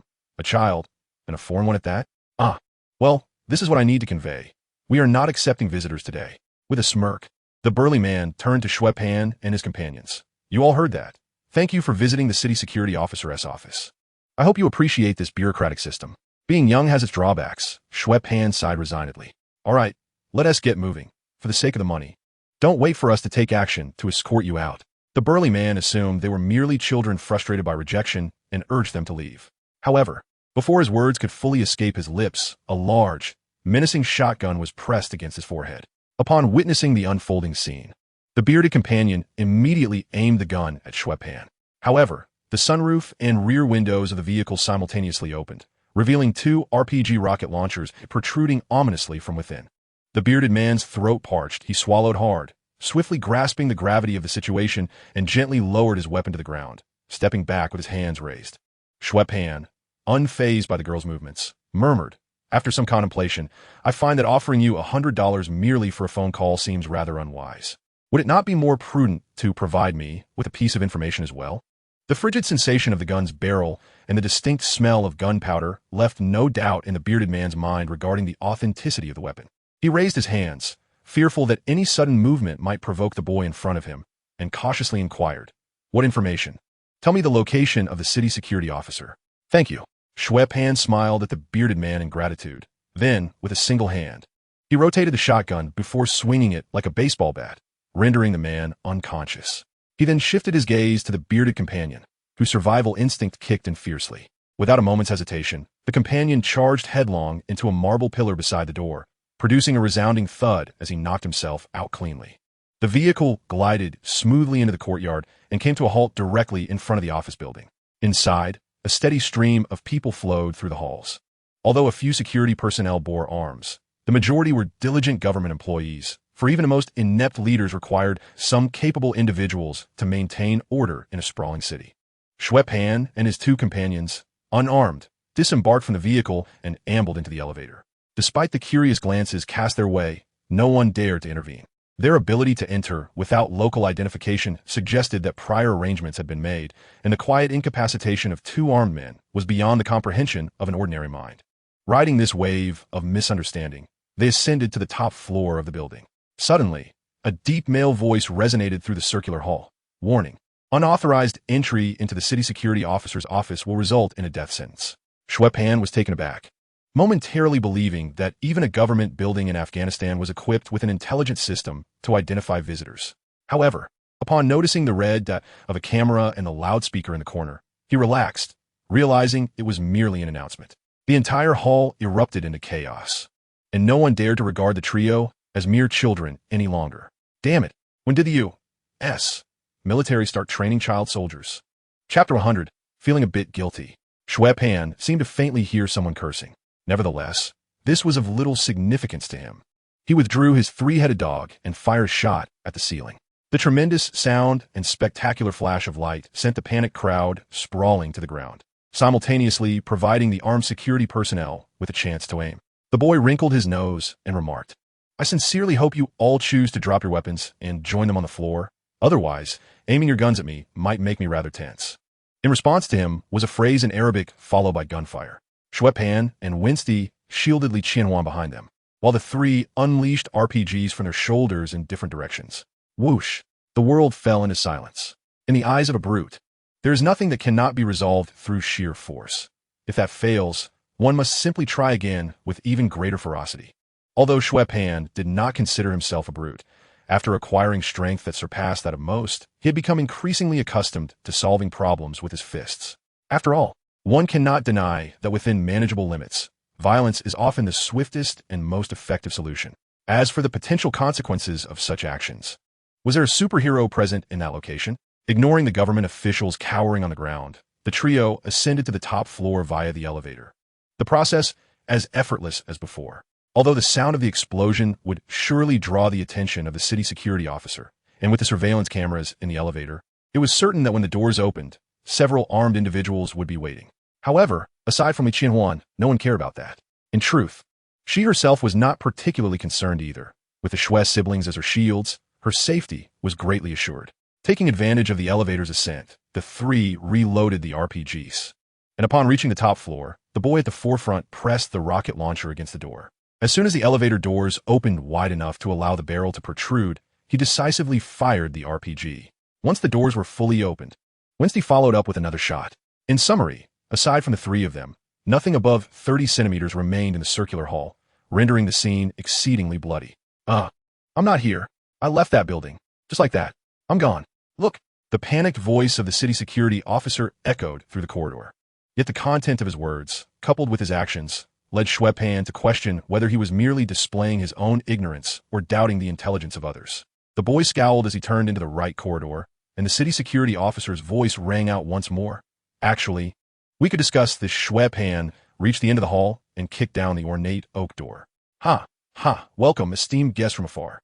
A middle-aged man with graying hair and a corpulent figure sat in a seemingly comfortable genuine leather chair, perspiring as he gazed at the three intimidating figures at the entrance. Struggling to muster a stiff smile, Xue Pan sat across from him at the expansive wooden desk, placing the reloaded RPG before him, and remarked with a wry smile, "I must say, your welcoming ceremony is quite enthusiastic." The city security officer wiped the beads of sweat from his brow. "I intended to invite you all up for a detailed discussion, but those fools misinterpreted my intentions. They are all temporary workers, still unaccustomed to the business. Do you understand?" After Xue Pan expressed his understanding, the city security officer let out a slight sigh of relief. "So, Mr. City Security Officer, it seems you are quite interested in our transaction?" The boy inquired with keen interest. Intrigued, he nodded vigorously before eventually inquiring, "What kind of transaction?" "A trivial piece of information in exchange for your life," Xue Pan replied nonchalantly. The city official shuddered, asking what information. "The stronghold of the Ten Commandments gang." The boy replied, scanning the room. He then retrieved a map of Kunar province from the wall and laid it on the desk. "And please lie to me. I truly prefer that you do not speak the truth." As he said this, he meaningfully tapped the RPG rocket launcher with one hand. "I will certainly tell the truth." The dim-witted and timid city official trembled as if afflicted by a seizure. Grabbing a pen, he awkwardly sketched a region on the map while muttering incessantly. "The Ten Commandments gang approached me. As long as I comply, I can retain my position as the city official in Asadabad. However, they have never taken me to their base. My subordinates have mentioned that their members are frequently seen in this area." Upon comparing the map with the one provided by the car dealership owner, it became evident that the location marked by the crooked old man was worlds apart from the area delineated by the city official. While the accuracy of the information he provided was uncertain, it nonetheless offered another objective. With ample time at hand, making a few extra trips was hardly an issue. After marking the location, the city official nervously asked the boy, "What do you intend to do with me now?" "No worries. I merely came to ask a question and shall be on my way." Xue Pan shrugged, decisively hoisting the rocket launcher before turning toward the exit. Although it was reasonable for the officials to retaliate against his uninvited intrusion, Xue Pan was not one to shy away from a confrontation, swiftly annihilating the official subordinates. Despite feeling that the individuals were less than virtuous, Xue Pan couldn't shake off a sense of guilt. Meanwhile, the frightened city official exhaled deeply. But as he regained his composure, his anger began to simmer, prompting him to mutter a curse against the damned outsider. He retrieved a handgun from beneath the desk and aimed it at the boy's head, pulling the trigger. Unfortunately, his marksmanship was so abysmal that he merely succeeded in creating a few irrelevant holes in the wall at such close range. Xue Pan abruptly turned around, glaring menacingly at the official's pudgy face. The official immediately dropped the gun, raised his hands, and shouted, "I surrender." The boy deftly flung a harpoon, ensnaring the official at his feet. He then produced a shotgun from his backpack, thrusting the barrel into the man's mouth. However, the three menacing barrels were significantly larger than the official's mouth, inevitably tearing the corners and causing at least half of his teeth to shatter and tumble down his throat. "I intended to let you off easy, you fool. Are you out of your mind?" Xue Pan sneered, leaning down ominously while bracing the shotgun. The city official writhed in agony, his eyes rolling back as his throat constricted, seemingly obstructed by broken teeth lodged in his windpipe, gasping for air, yet unable to cough. Disgusted, the boy rolled his eyes, standing tall as he pulled the trigger. Chapter 101: No Cannibals in Afghanistan. In this province, where the Ten Commandments gang reigns with impunity, it is utterly implausible that the upper echelons of the government are entirely unconnected to them. In fact, many of those terrorists are mere puppets propped up by the very authorities, such as the city security officer who was just verbally attacked. Nonetheless, Xue Pan had indeed contemplated sparing him. After all, his lackeys had been reduced to a heap of shattered pastries. And the frequent bombardments of the government building could not be concealed for long. It was uncertain how much longer the city security officer, with his intelligence resembling that of a dog, could maintain his position, given the evident weakness of his armed forces surrounding him. One must remember that Afghanistan's anti-government factions are not limited to the Ten Commandments gang alone. However, since this man had already met his end at Xue Pan's hands, there seemed no pressing reason to depart hastily. The boy resolved to search the city security officer's office, hoping to unearth something of value. The office, though grand and spacious, offered little beyond a desk and a few chairs, a vending machine, a bookshelf, some low tables devoid of drawers, and a collection of ostentatious textile crafts intended to flaunt wealth, yet lacking any discernible taste. He had placed a vending machine in his own office? Well, I must admit, I find that rather impressive. As the search commenced, Xue Pan approached the vending machine situated in the corner by the door, tapping on the glass to verify its authenticity. Yet he remained a scoundrel, or rather, had once been one. Indeed, Li Qianhuan nodded in agreement and promptly seated herself in the chair occupied by the city security officer. Unable to resist, she swayed from side to side, propping her feet on the desk. "This chair is hideous, but it is exceedingly comfortable." Xue Pan glanced up at the girl for a moment before continuing to rummage through the remaining items in the office. However, after a general search, even the most suspicious bookshelf was crammed with magazines featuring scantily clad women on their covers. Xue Pan found this entirely understandable, given the man's intellect. He likely could not manage anything of substance. After confirming with Wednesday that there were essentially no findings, the boy called out to the still-seated Li Qianhuan. Reluctant to rise, "Come on, we must depart." The girl straightened, her hand caressing the armrest of the chair. "But we should at least take something as a memento." Xue Pan crossed his arms. "No, you shall not take this comfortable chair with you." Li Qianhuan's expression fell in disappointment. Utilizing the detailed map provided by the car rental agency owner, the trio deftly navigated out of the city, avoiding the tardy law enforcement officers, and proceeded along the area delineated by the city security officer. Within the city limits, there were even smooth, concrete roads, but beyond that, only the earthen paths, worn by vehicle traffic, remained. As they advanced, the dirt roads soon vanished, and they plunged directly into the vast wilderness of the desert. The expansive yet monotonous scenery quickly rendered the girls fatigued and bored. With the suggestion of taking turns driving dismissed, Li Qianhuan soon found herself drowsy. However, this tranquility did not endure for long. Leaning against the car window, Li Qianhuan stifled a small yawn and suddenly spoke up. "Hey Xue, shut up." The boy replied languidly, "Unless this vehicle ceases to be our sole means of transport, none of you shall touch the steering wheel." The consequences of a novice female driver, who had never before gripped the wheel, venturing onto the road would be tantamount to 3 automotive explosives. Although she and Wednesday undoubtedly possessed commendable psychological resilience, and considering the sparse obstacles in this wilderness, Xue Pan was apprehensive that they might become overly exhilarated and attempt to practice maneuvers akin to Armstrong's spiral jet ascension at 200 miles per hour. He had no desire to experience such recklessness. This was a Hummer, not a hearse. No, I mean look over there, Li Qianhuan indicated the window beside her. A vehicle is approaching us. Well, it seemed he had misjudged the situation. Xue Pan turned his gaze to scrutinize the approaching vehicles for a moment. The mounted machine guns and the individuals half-hanging out of the windows, brandishing rifles, were hardly reminiscent of disciplined American soldiers. It appeared they had not taken long to locate their quarry. The boy's spirits lifted as he spun the steering wheel and drove straight towards them. However, the occupants of those 5 vehicles were evidently quite hospitable, greeting them from afar with a barrage of gunfire. At such a distance, it was difficult to ascertain whether the clattering sound against the Hummer's exterior was caused by bullets or flying gravel. Wednesday closed her book and remarked, "This will be entertaining." She swiftly retrieved a preloaded RPG rocket launcher from the generously sized central armrest. Only weapons that could be readily grasped and employed were truly effective. Storing them in boxes in the trunk to retrieve later when enemies approached rendered them mere supplies. Meanwhile, the volley of gunfire directed at them was merely a greeting. One of the bandits withdrew from the window, addressing the small leader in the back seat. "Boss, they aren't reacting or fleeing. Call me Commander." "Commander, what should we do about those individuals?" The bandit seeking guidance seized the radio, relaying orders. Immediately, 2 vehicles surged forward from the rear, accelerating toward Xue Pan and his companion's Hummer, while the remaining 3 swerved to avoid confrontation. "They're splitting up. What should we do?" Li Qianhuan exclaimed, pointing at the 3 vehicles veering off in another direction. "Forget about those fleeing. Let's deal with what is before us."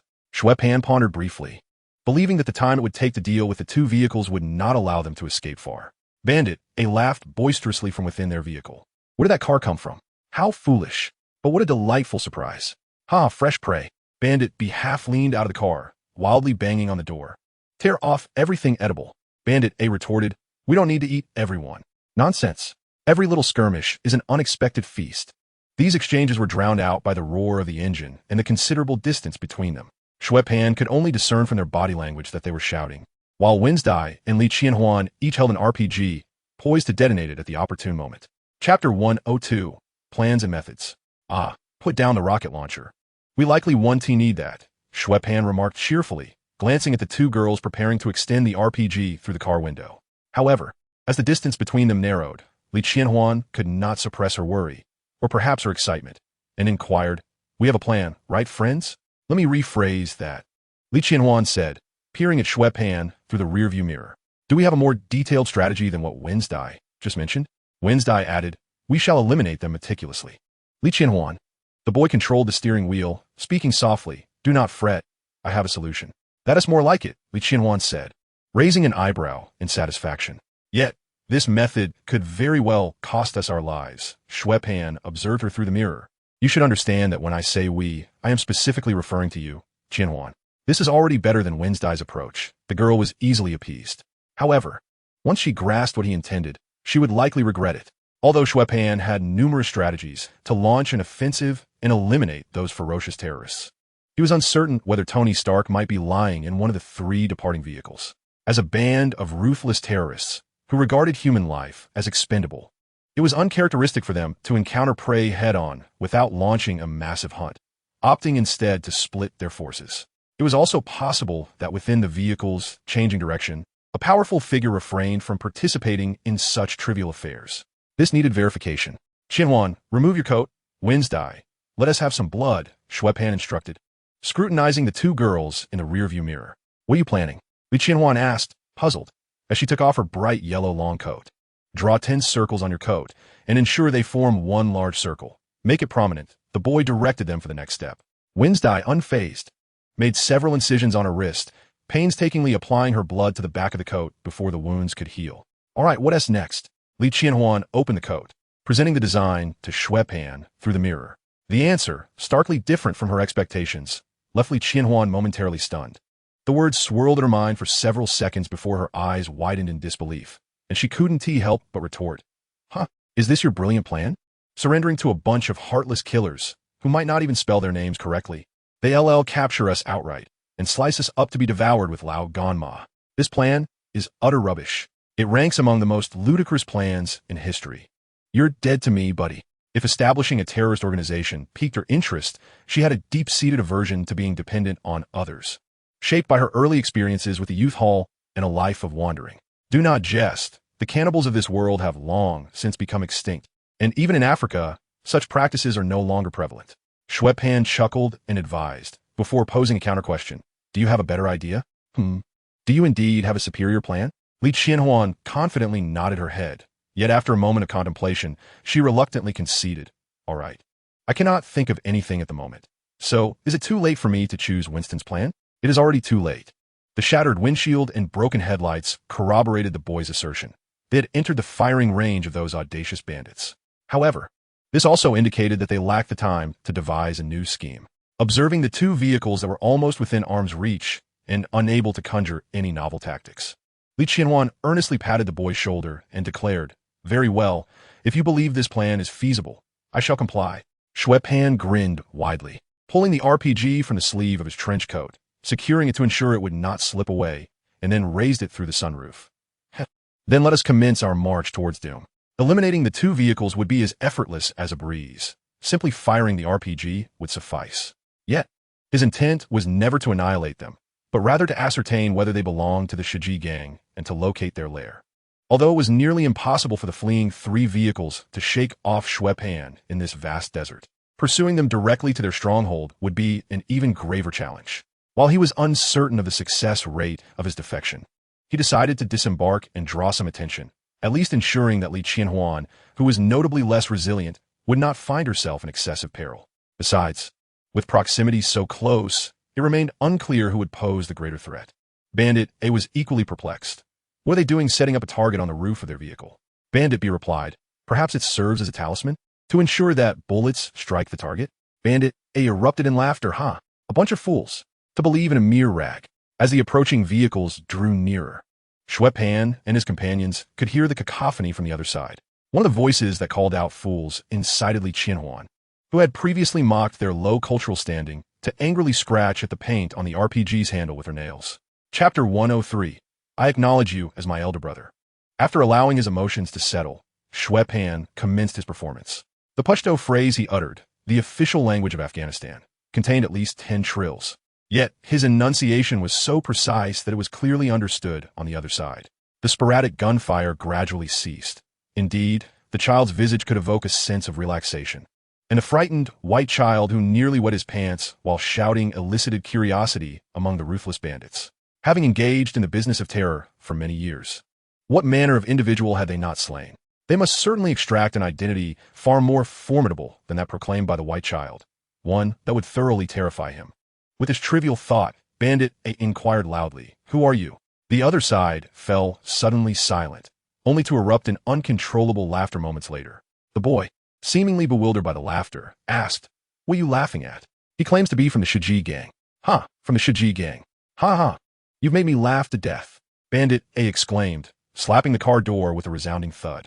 I am a member of the 10 Commandments gang. The boy seemed quite defiant, arguing, though not yet, I soon shall be. This elicited a wave of laughter, as if the child's words were the most amusing joke in the world. It was not until quite some time later that one of the bandits, recovering from their mirth, could not resist inquiring, What did you mean by I soon shall be? The boy hesitated, seemingly torn about whether to divulge his intentions to the intimidating group of men before him. Bandit C fired a volley of bullets into the air, enhancing his comrade's bravado. The thunderous gunfire sent the boy trembling. In a voice tinged with tears, he replied, I heard about the 10 Commandments gang online, and I thought their cause was really cool, so I flew over to join them. This revelation clearly took the group of bandits by surprise, yet upon reflection, they recognized that the privileged children, having too much time on their hands, would indeed do foolish things in pursuit of coolness. After exchanging a few glances, Bandit C called out, What does that rag on your shoulder signify? The group engaged in hushed conversation, and eventually Bandit C pulled something from beneath his seat. Kid, you're lucky to have encountered us first. He then revealed a vibrant red flag, adorned with 10 circular emblems encircling crossed daggers within a larger circle. Look closely. This is the true flag of the 10 Commandments gang. What you have drawn is merely a damn target. Bandit A bellowed, waving his firearm in agitation. The boy's eyes widened with fervor as he gazed at the flag, marked with bullet holes and soot, and without hesitation, he vaulted through the sunroof. landing swiftly on his feet, racing towards the two vehicles that seemed intent on his demise. All guns were immediately trained on him, yet this was merely instinctive. The bandits did not consider that this boy, who had discarded even a target, posed any threat to their group. Are you truly the Ten Commandments gang? You're not deceiving me? The boy looked up at the foolish-looking terrorists with admiration, seemingly unable to believe that his idols were so close. Is there any reason for us to deceive you? Bandit A, prideful and almost arrogant, tapped the flag with his gun, but behold, the genuine Ten Commandments gang. The boy gazed reverently at Bandit A's unappealing visage, his eyes nearly sparkling with admiration. May I join you? Please. I flew all the way from New York to be part of your ranks. To join you even more swiftly and effectively, I even taught myself Pashto, Dari, Arabic, Persian, Urdu, and so forth. Seeing that the boy harbored no hostility, the armed men began to disembark from their vehicles.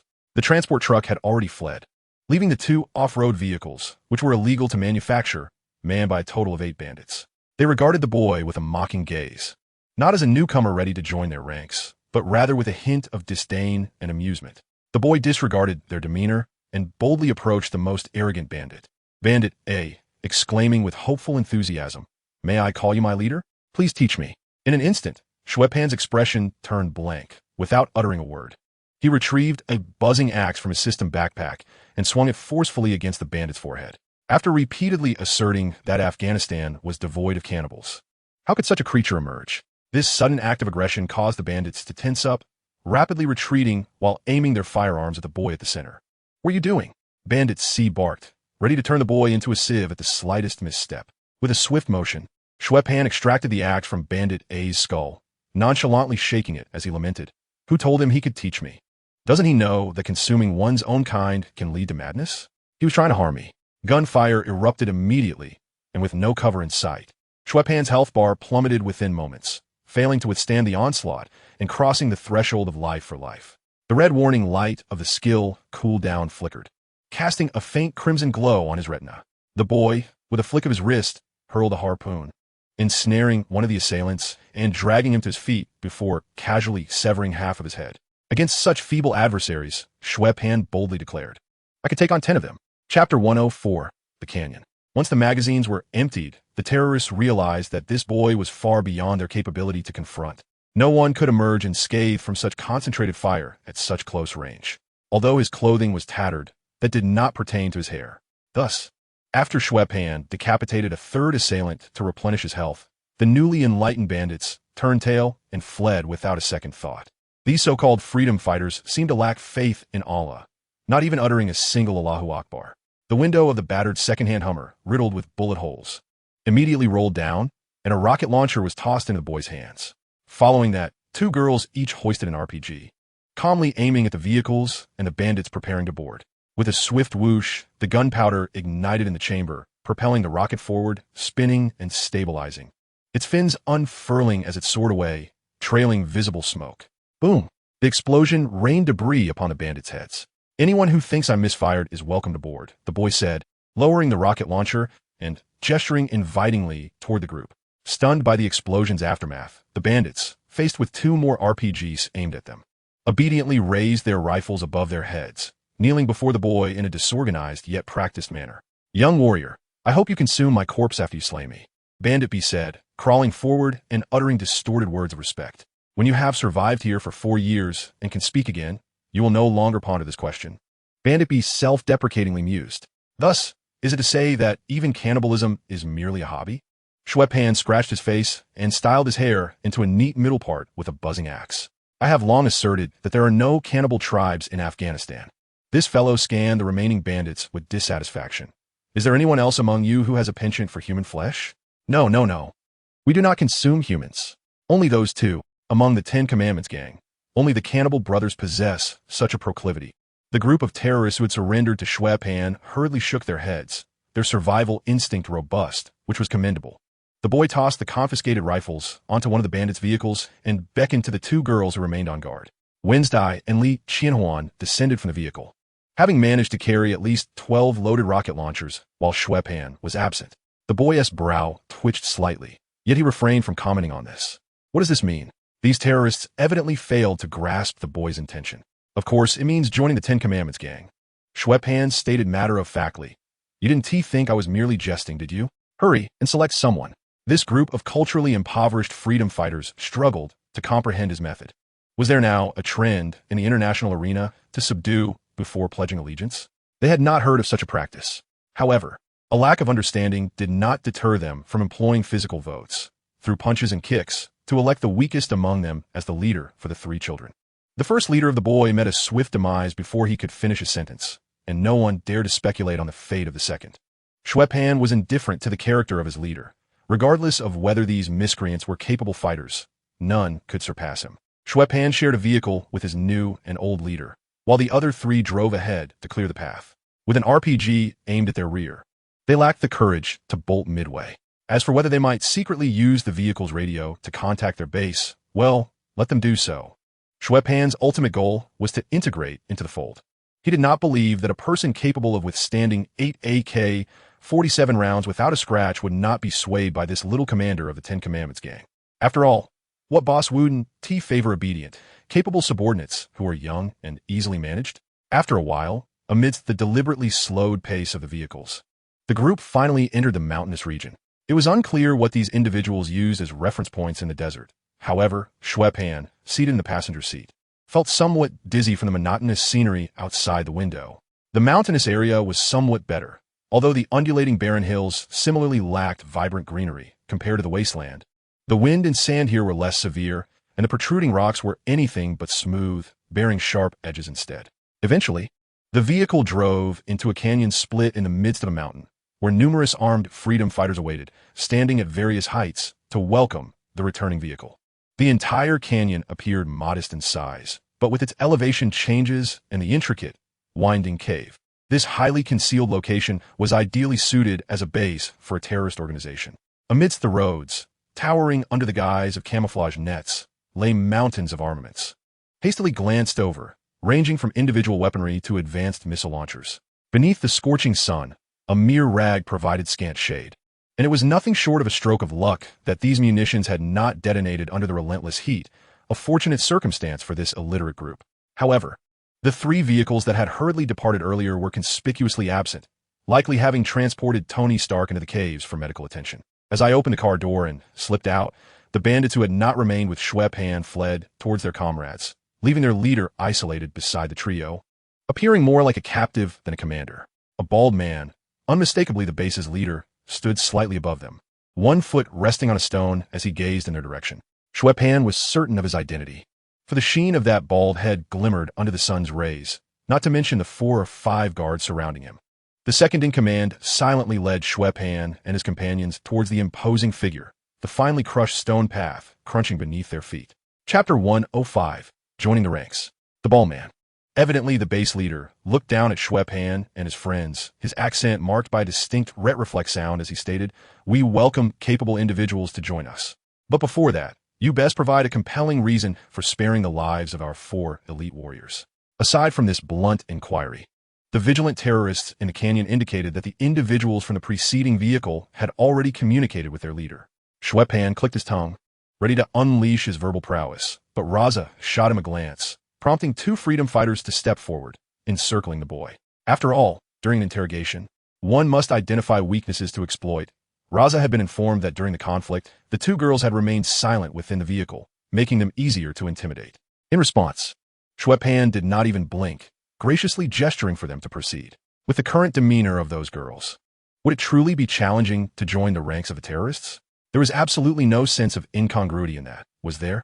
This, indeed, was the correct approach to allegiance, my friend. The girl tilted her head slightly, seriously responding, "You must be assertive, incapacitate your opponents, and then you will attain what you desire." It was akin to when Xue Pan and his companions initially sought to join the Ten Commandments gang, only to be met with resistance from that unsavory lot. Eliminating a few would naturally create vacancies for new members. This explanation was entirely reasonable, logically coherent, and devoid of flaws. At least among these freedom fighters, straddling the line between illiteracy and semi-literacy, they sensed something amiss, but could not quite pinpoint what it was. After all, even their leader, upon encountering the Mark III, could boast that with 20 of them, he could conquer Asia. Such ignorance rendered their cultural awareness rather questionable and dismissive of our great nation. Raza scrutinized the girl, seemingly discerning the veracity of Li Qianhuan's words. Unfortunately, what Li Qianhuan had expressed was indeed her genuine perspective. Xue Pan had only ever spoken to her and Wednesday about betrayal. They had never truly grasped his ulterior motives. Traveling thousands of miles to Afghanistan, he first bombarded the municipal government and then plunged headlong into the lair of terrorists, all for the mundane purpose of calling Tony Stark a fool, an absurd reason indeed. In truth, seeking assistance from Xavier's academy would have been the most leisurely option. After all, the siblings had made an effort to help when trouble arose at school, making it unlikely they would be turned away. This way, Xue Pan could have comfortably remained at home for 3 months, and when the deadline for his mission approached, he could have boarded the X-Men's private jet, flown to Afghanistan, confronted Stark as he emerged from his cave, and casually insulted him before departing. Unfortunately, the bank robbery had come to the attention of Professor Charles. Nevertheless, that man, who aspired to conquer Asia, ultimately accepted Xue Pan and his companions. Although he harbored some doubts, age served as an excellent disguise. After all, a figure capable of leading a base, like Leza, possessed greater insight than his subordinates. He understood that America was not a small entity like theirs, with ample resources, and was not at the point of resorting to child soldiers. No matter how well they concealed their intentions, the chaotic tendencies of the trio were undeniable. One could hardly expect lawful and virtuous individuals to engage in such acts.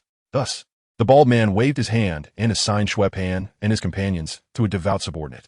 The ranks of the Ten Commandments gang were exceedingly diverse, comprising illiterate individuals from all corners of the earth, many of whom were religious, with some exhibiting fervent faith. As a terror organization stationed in Afghanistan, it was inevitable that they would recruit locals to bolster their strength. Given the previous rule of the Taliban, the country could almost be considered a theocracy, and thus, Xue Pan and his companions were unsurprisingly escorted to class by a man adorned with a turban and a beard. The teachings were essentially as follows: believe in the faith and ascend to paradise. Disbelievers? Infidels.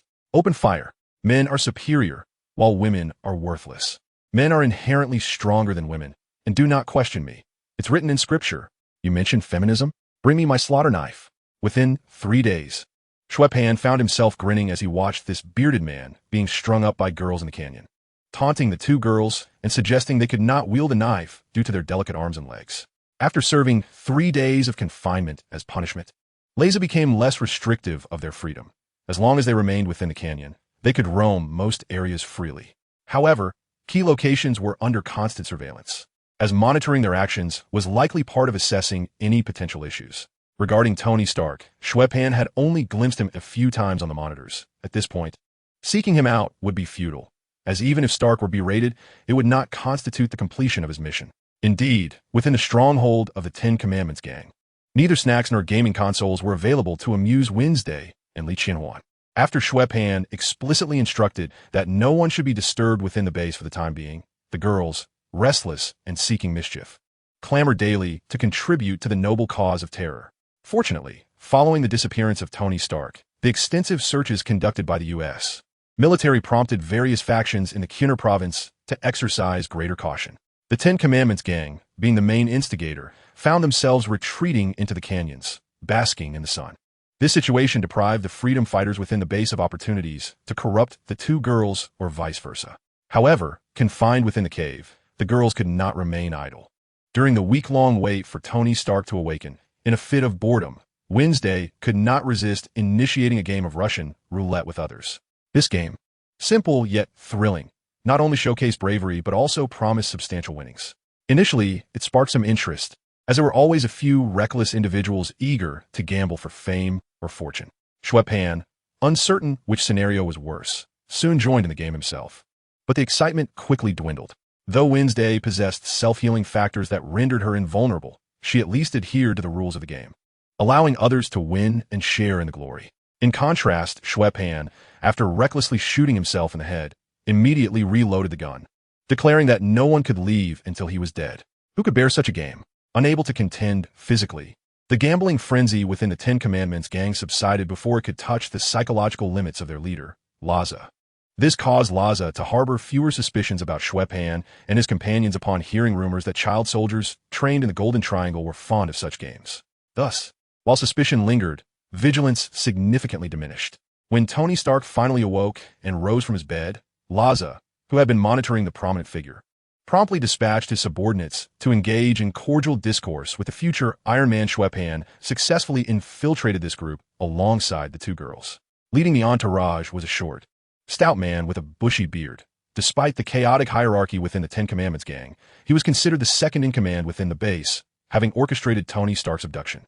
As the iron gate confining the two scientists swung open, the bearded man, flanked by his cohorts, entered and approached Tony and his roommate, Ethan, who stood in the center of the room with their hands clasped atop their heads.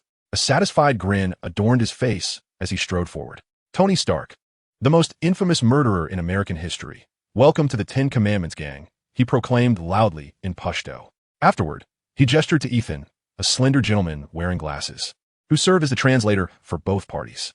Once Ethan completed the translation, the bearded man unfurled a photograph from his right hand and spoke. I am honored to extend this invitation to you, and I hope you can assist us with a small favor.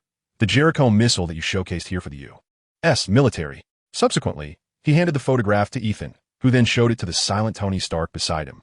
Tony glanced at the weapon he was all too familiar with, then surveyed the group of newcomers with a discerning eye.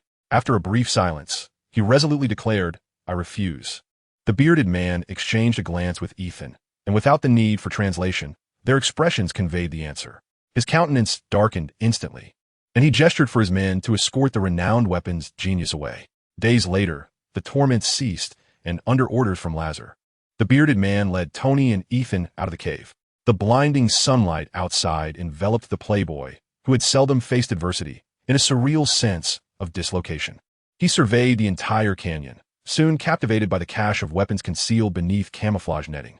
These familiar military products all originated from Stark Industries' armaments division, and many were designs he had personally overseen. What are your thoughts? The bearded man inquired as he reached the center of the canyon, turning to face his captives. Ethan continued to serve as the intermediary, relaying the question to Tony Stark, who, having experienced hardship, was noticeably more cooperative than before.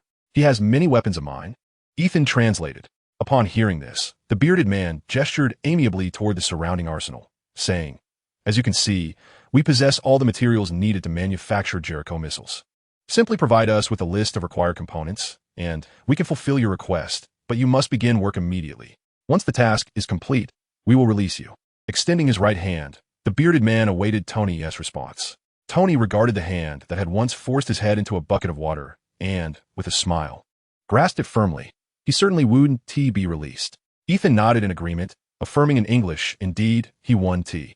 The bearded man, unable to comprehend English, observed their smiles and returned a broad grin, pleased by the exchange. As a gesture of amicable cooperation, the captives were afforded a rare half-day of freedom. Although they could not roam freely, raise their voices, or make any sudden movements in the presence of the armed guards.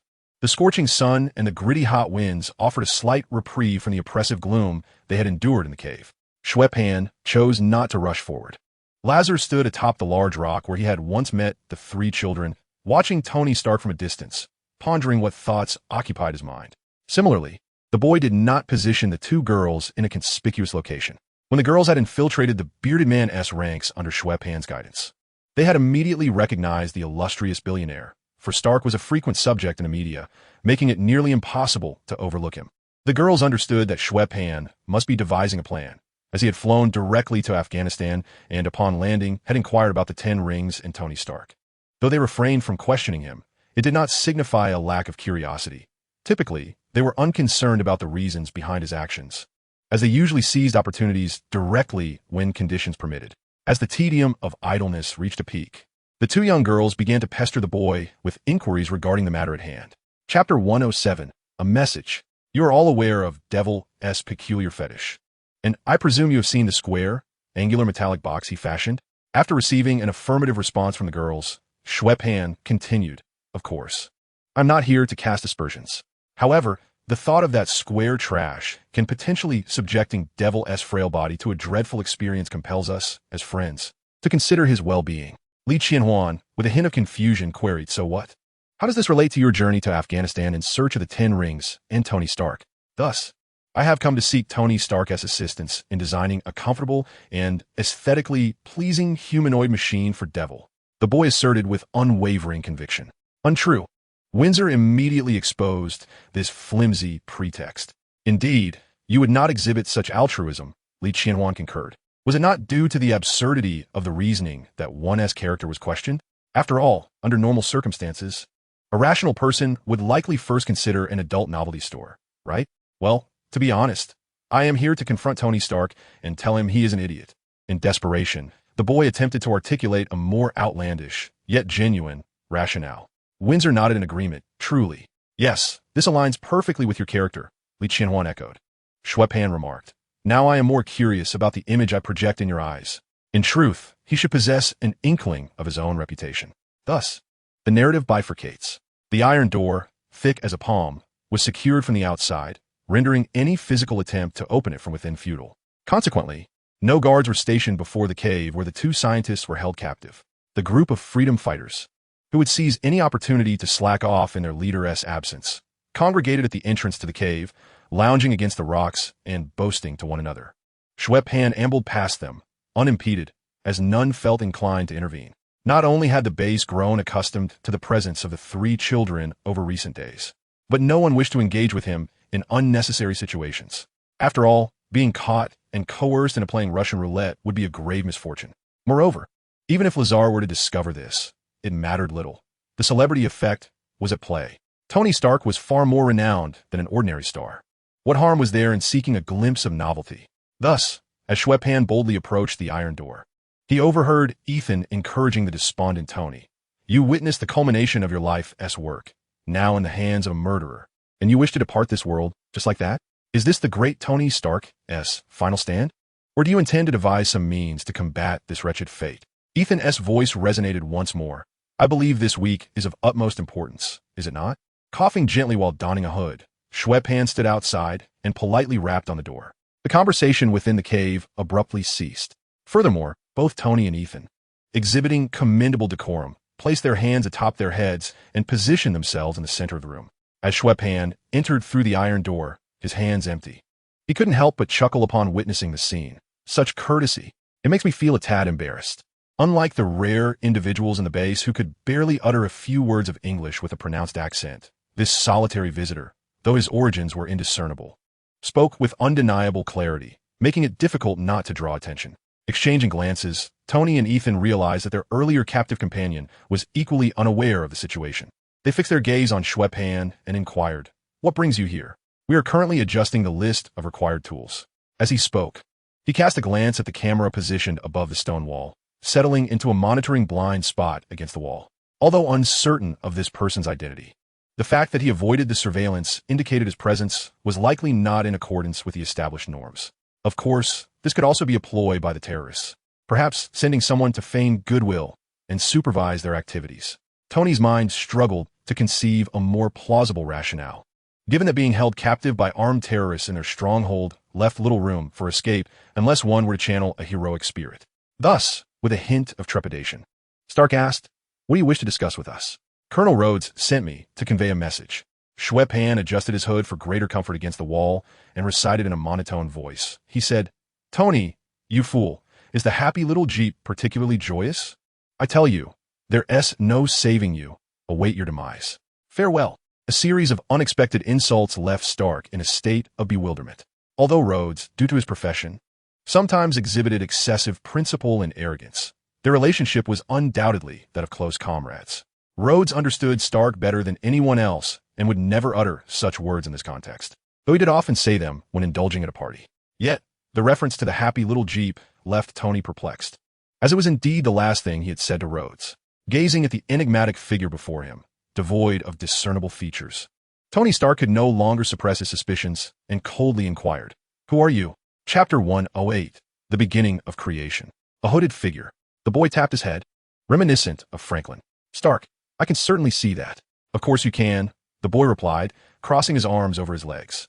"But does it hold any significance to inquire about a masked individual?" "Stark, he does have a point." Observing the taciturn Tony Stark, Xue Pan silently grinned, his mouth curling beneath the mask as he remarked, "Regarding my identity, all you need to remember is that I am not associated with that bunch of rascals. As for your intentions, feel free to pursue them. I doubt I can be of any assistance. After all, the resources and tools required to forge a suit of iron armor would undoubtedly be foolishly provided to Stark by the Ten Rings gang, and Xue Pan considered himself of little utility in this matter. Not to mention, he had never worked with iron, and it was improbable that Leza would allow this rather unreliable newcomer to consort daily with the illustrious Tony Stark. Moreover, the notion of him rescuing anyone was utterly implausible. What kind of Iron Man would he be without the trials he had endured? Without those 3 months of forging experience? Could a playboy with billions truly transform into a hero concerned for the welfare of his nation? Thus, your purpose in coming here is merely to relay a message? Confronted with Xue Pan's dismissive attitude, Tony could not refrain from questioning him. What does a brave soul infiltrating enemy lines to deliver messages astonish you? The boy retorted, the crux of the matter is that your message is utterly useless. Tony felt an indescribable sense of disappointment, merely a hollow sensation within. After all, a person risks their life to infiltrate a terror organization holding hostages, only to convey a message devoid of substance. At the very least, he could have fabricated some comforting self-rescue guidelines for the hostages. Didn't you just berate me? Xue Pan quipped, rising from his perch against the wall and brushing off the dust from his trousers, preparing to leave. However, just as he lifted his foot, he seemed to recall something, placing it back down and inquiring, I suddenly have a question, Stark. Do the weapons your family sells come with manuals or anything of that sort? When you compile a list of necessary supplies, you might want to include those capable of manual detonation. After all, in such a blazing sun, it would be quite normal for a few missiles to explode. With that pointed remark, Xue Pan swung open the iron door and departed the dim cavern. His non-involvement in the creation of the arc reactor and the crafting of the mark did not imply that he would remain uninvolved in Stark's escape thereafter. It was truly a pity to witness the entire experience of the Ten Rings gang squandered while Stark wreaked havoc. Once the boy left, the two individuals in the cave exchanged a glance, their spirits invigorated as they retrieved paper and pen to list the tools they would require. Though Xue Pan had merely come to chastise Tony, his presence symbolized that these two unfortunate souls were not fighting alone. They had reinforcements. In a situation where one's life hangs in the balance, a source of hope can significantly bolster morale, even if that hope appears somewhat fragile. With newfound purpose, Tony Stark set his sights on a goal, and the freedom fighters within the Ten Rings were deprived of the opportunity to slack off the following day.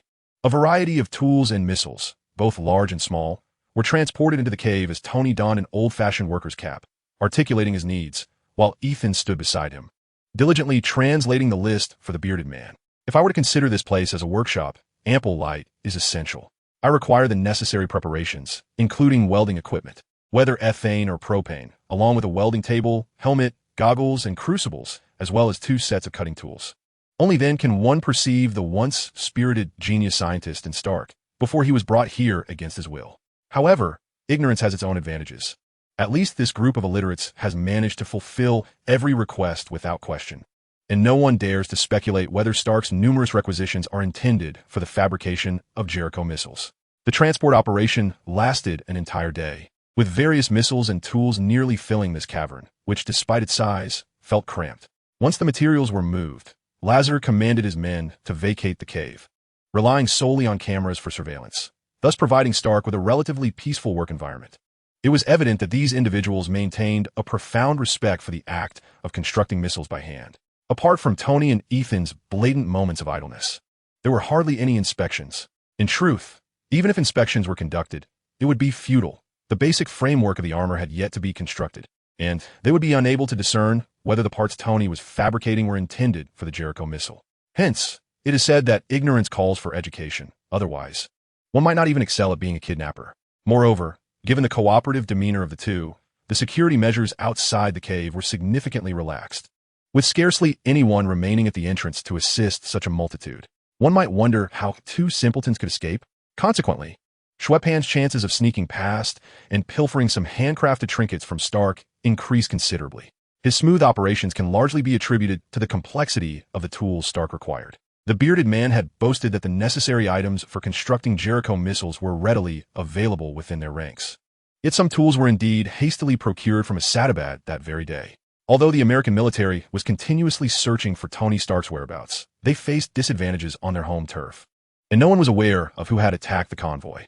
Therefore, while the Ten Rings organization had become considerably more cautious, they had not yet reached a point where they could not even leave their quarters. Furthermore, on this expedition to Asadabad, Lazar personally led the team, daring to include Xue Pan and 2 others, a clear indication of his trust and the importance he placed on them. After bringing Tony out of the cave to display their weapons and Xue Pan's unreserved meeting with Tony, the base closely monitored their actions. The absence of any anomalies significantly bolstered their trust. Chapter 109. The operation begins.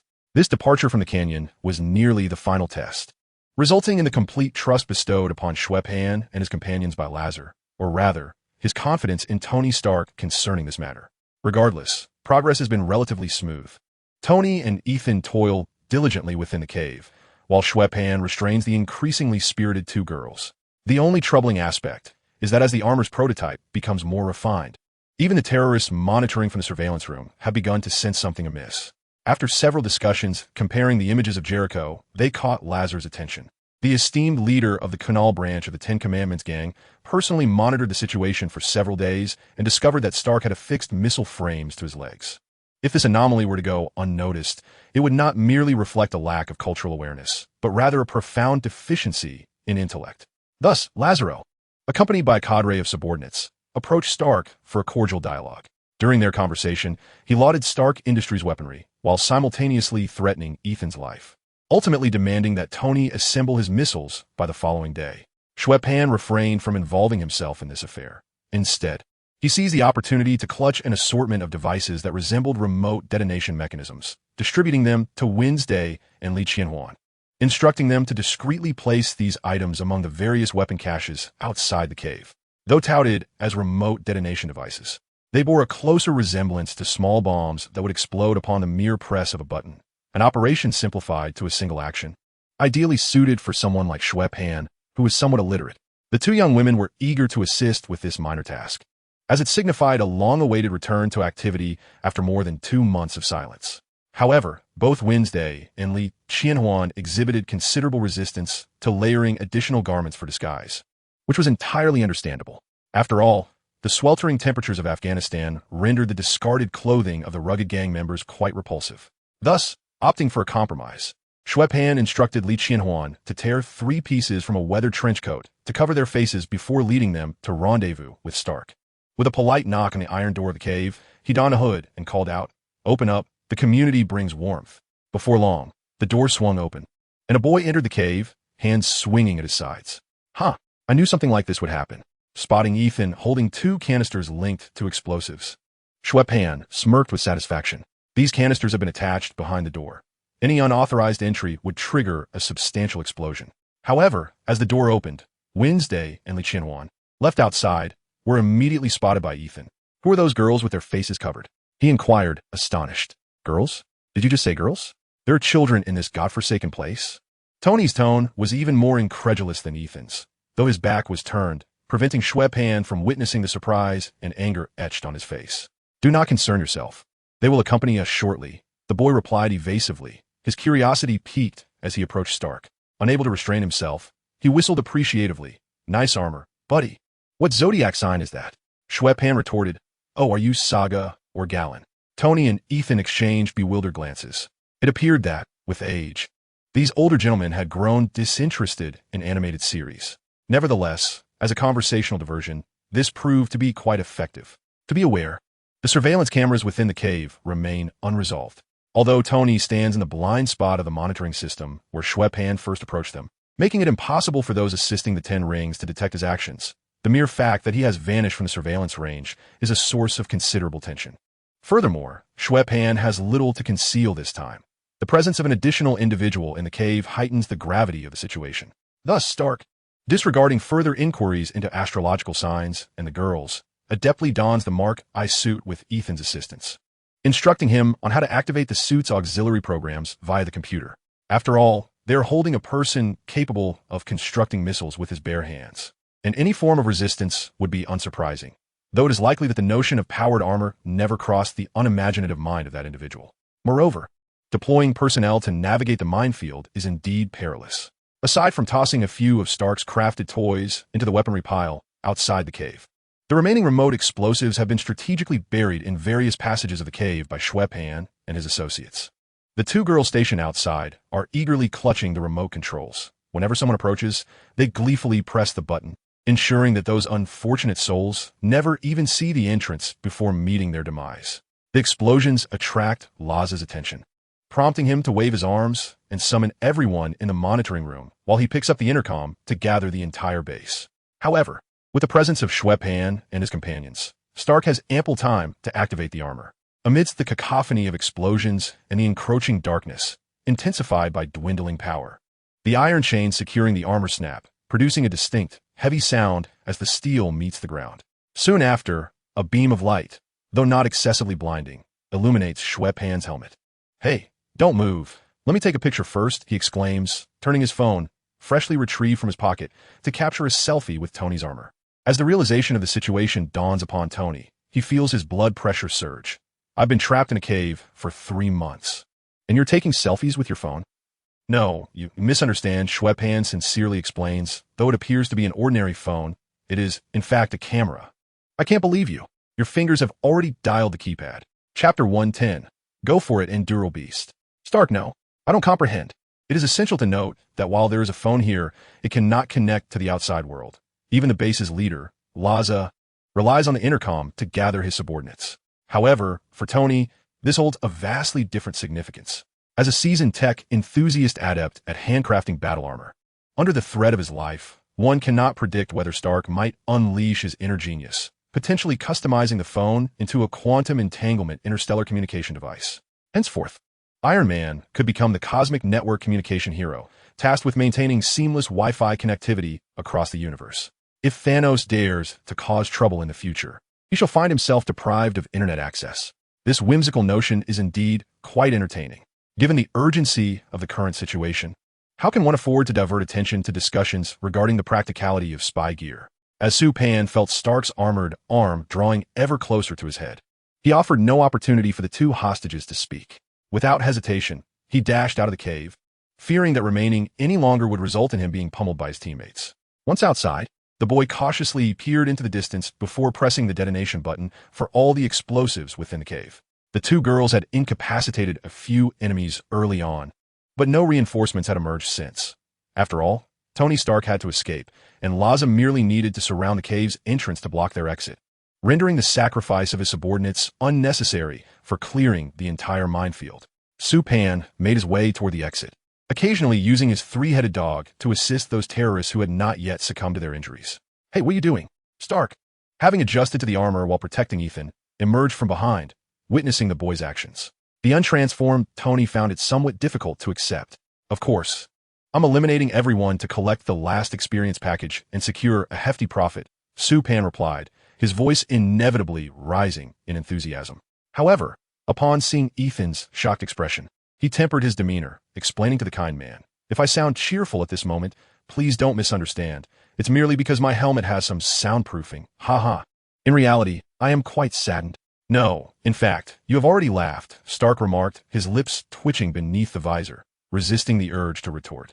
He did not pity the terrorists. Rather, he preferred to let those who had narrowly escaped their fate perish on their own, instead of delivering the final blow to those incapable of resistance. As a superhero not bound by lofty ideals, Tony had never hesitated to strike when necessary in future battles. Unlike those solitary heroes, being a member of the Avengers meant there was no principle of non-lethal force. After all, this was an organization spearheaded by S.H.I.E.L., and one only needed to consider the caliber of its members: a treasonous spy, a seasoned agent, a battle-hardened war hero, a hulking brute who had boosted the income of every construction company in New York, and an extraterrestrial god who had wielded a hammer for millennia. Xue Pan felt that even a person as virtuous as himself would be led astray in such company, let alone the foolish Tony Stark. After dispatching the fallen foes, the boy adjusted his helmet and strode confidently toward the cave's entrance. Stark quickly called out, "Wait, I have a plan." However, before he could finish, Xue Pan had already stepped outside on his own accord. Stark, lagging behind, rushed forward and positioned himself to shield the two girls from following Xue Pan, instructing, "Stay put in the cave and do not wander off. Ethan, keep an eye on them." Having given his orders, he swiftly controlled his armor to pursue Xue Pan. The mysterious figure's ability to evade recognition indicated that he was far from ordinary. However, given his peculiar way of conducting himself, Stark could not fathom whether he would emerge victorious or succumb to the onslaught of the dozens of terrorists surrounding him. The relentless sun blazed down mercilessly, while a group of armed men encircled the cave's entrance, the gunmen at various positions in the canyon poised to unleash their fire at any moment. Laza stood a short distance behind his subordinates, fixated on the boy who dared to step forward. Yet, when Stark emerged from the cave clad in his rudimentary armor, the terrorists instinctively recoiled in shock. The cumbersome armor, which required no auxiliary power to move, sent tremors through the ground with each step, causing the stones to dance. No one would dare believe that this seemingly inferior armor could be easily shredded by machine gun fire, akin to medieval plate. Hey, fellas, though this is not a matter of personal vendetta, I must declare, your doom is upon you, laughed Xue Pan, arms wide and exuberant, relishing the disheartened freedom fighters before him. Open fire, Laza commanded decisively, dispensing with any unnecessary banter. The terrorists, who had hesitated about retreating further, instinctively pulled their triggers. After all, killing the armored man and the indistinct figure was their only chance for survival. To flee would certainly seal their fate at Laza's hands. Huh? Do you truly believe mere bullets can harm me? Xue Pan scoffed, facing the hail of gunfire with disdain. Stark longed to question him. Then why did you rush out here? Yet, the impact and cacophony of bullets striking his armor left him no room for distraction. As an entire magazine was expended, the terrorist paused to reload, staring vacantly at the unmoving steel figure, hoping against hope that it had been incapacitated. Now, it's my turn, Stark murmured to himself, raising his armored arm as two fiery orange dragons erupted from the front, spewing flames forth. Although the Ten Rings gang had been all too willing to provide whatever Stark required for missile production, the creation of two flamethrowers was undoubtedly more suitable than the heavily ammunition-dependent firearms, both for their fuel abundance and their ability to evade the base's vigilance. Chapter 111. Stark has a plan. It was uncertain what he had mixed into the fuel, but the flames from the arm-mounted devices surged forth to a staggering 15 meters, clinging tenaciously to their targets and proving exceedingly difficult to extinguish. Anyone caught in the inferno writhed in agony on the ground. However, Tony's intentions extended beyond merely incinerating them. He sought the hidden cache of weaponry beneath the netting. The wooden ammunition crates and concealed nets had become exceptionally dry after days of exposure to the sun, and the fire spread with alarming rapidity, soon merging into a conflagration. In stark contrast to the vibrant chaos outside, the atmosphere within the cave grew eerily quiet. Seizing the opportunity as Stark drew the enemy's fire, Xue Pan had already taken the two girls and Ethan and made a hasty escape, vanishing without a trace. Stark and Ethan, having been imprisoned for an extended period, were only aware of the cave entrance through which they had been escorted into the canyon. Unlike the two captives who languished in confinement, Xue Pan's 2 months of concealment were not in vain. He had meticulously mapped out various escape routes, both overt and covert. After all, even a rabbit knows to create 3 entrances when burrowing. As the stronghold of the 10 Commandments gang, it was inconceivable that there would be only one point of entry and exit to prevent being trapped within. Thus, as Stark wreaked havoc in the canyon, the quartet of escapees had already vacated the cave and boarded the off-road vehicle that Xue Pan had prepared in advance. Boom! At that moment, the munitions within the canyon could no longer withstand the oppressive heat, resulting in a violent explosion that reverberated through the ground, felt even by Xue Pan and his companions, who had not strayed too far. Fiery, golden-red flames surged upwards, surpassing the barriers of the low hills bordering the canyon, while the ensuing black mushroom cloud was visible for miles around. Xue Pan leaned out of the car window, gazing at the mushroom cloud with a smile. As he opened the system panel, the soaring experience points and wealth confirmed that the individual responsible for igniting those munitions was not entirely Tony Stark.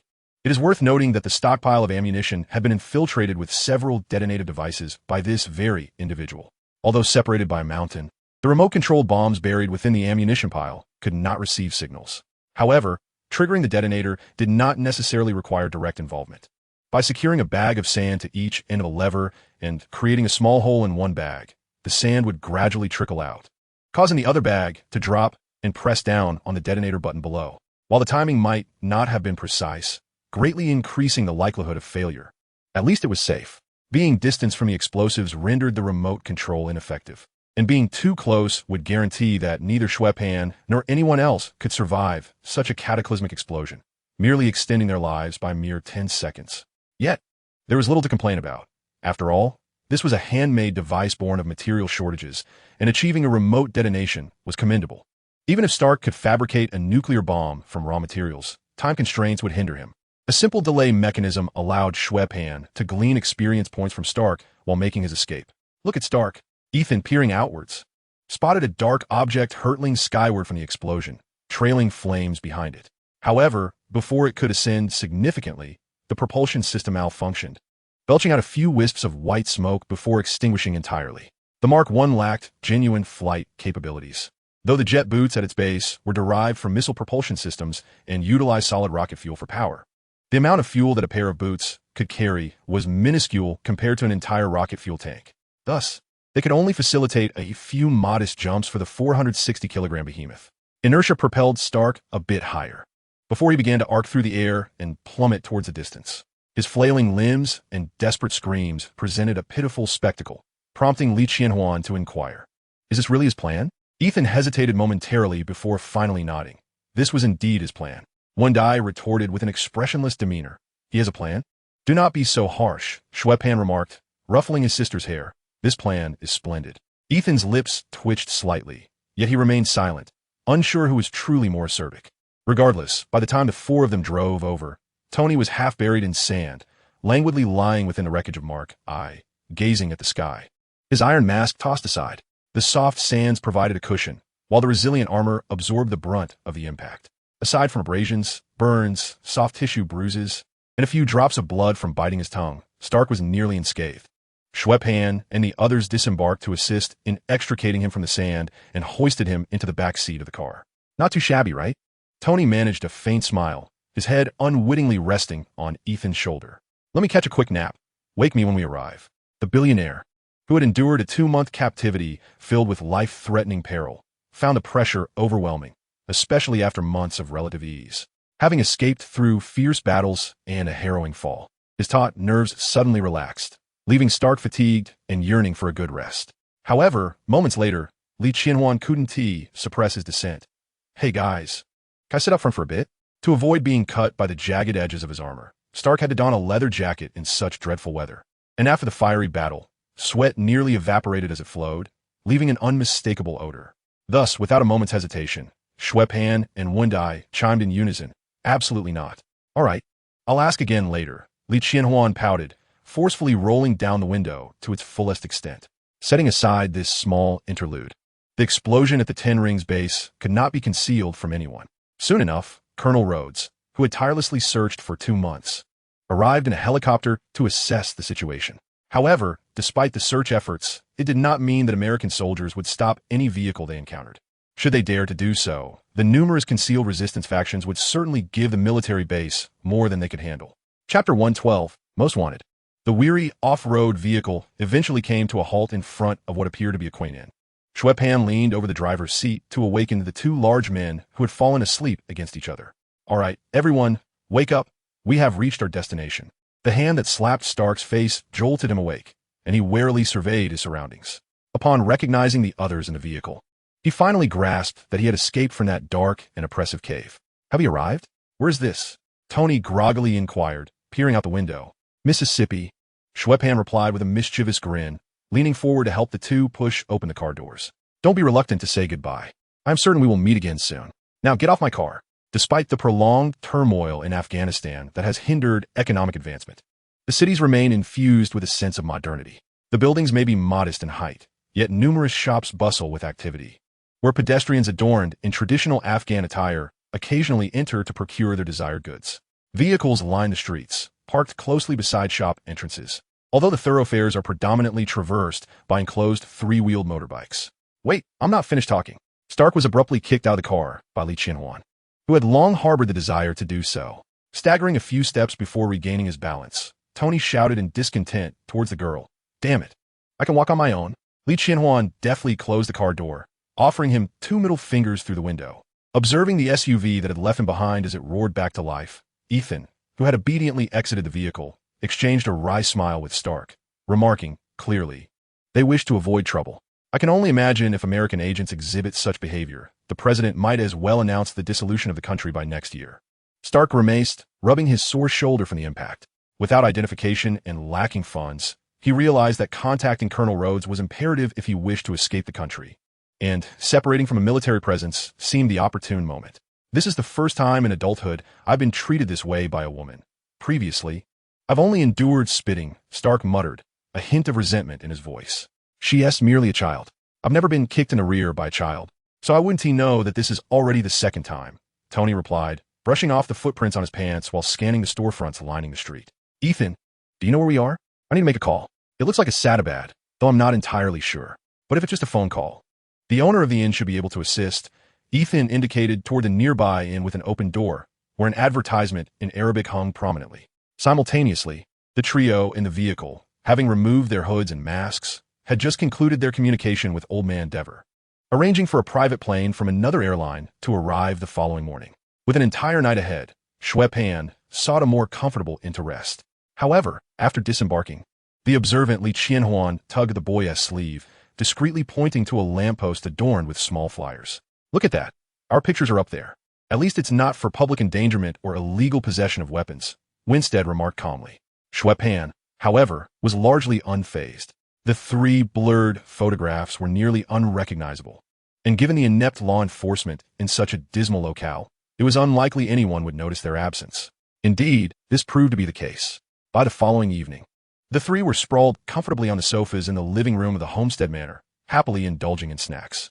Old Man Dever remained oblivious to their activities in Afghanistan, showing little curiosity. For over 2 months, there's been no news, and for the old gardener, who tirelessly toils in the garage with his robots, it feels as if they were just sent away a few days prior. Since moving to the estate, the old man has long since forgotten the date and the day of the week.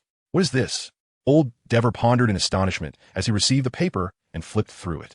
Not wishing to linger, he read it once more, clapped his hands together, and chuckled, "Ah, I've struck gold. Oh no, I haven't tea." The old gardener's fingers gripped the delicate sheets of paper with great intensity. His jaw clenched, his cheeks flushed, and his breath grew labored. Could it be that he was on the brink of a heart attack? Observing the elderly man's fragile state, Li Qianhuan quietly inquired. However, before Xue Pan could respond, old Dever suddenly surged to his feet, bursting through the living room door like an enraged bull, charging into the garage. Seizing the moment, while posing for a photo with Stark, Xue Pan discreetly pocketed the design blueprint for Mark I, a document that sent the old gardener into a frenzy of excitement.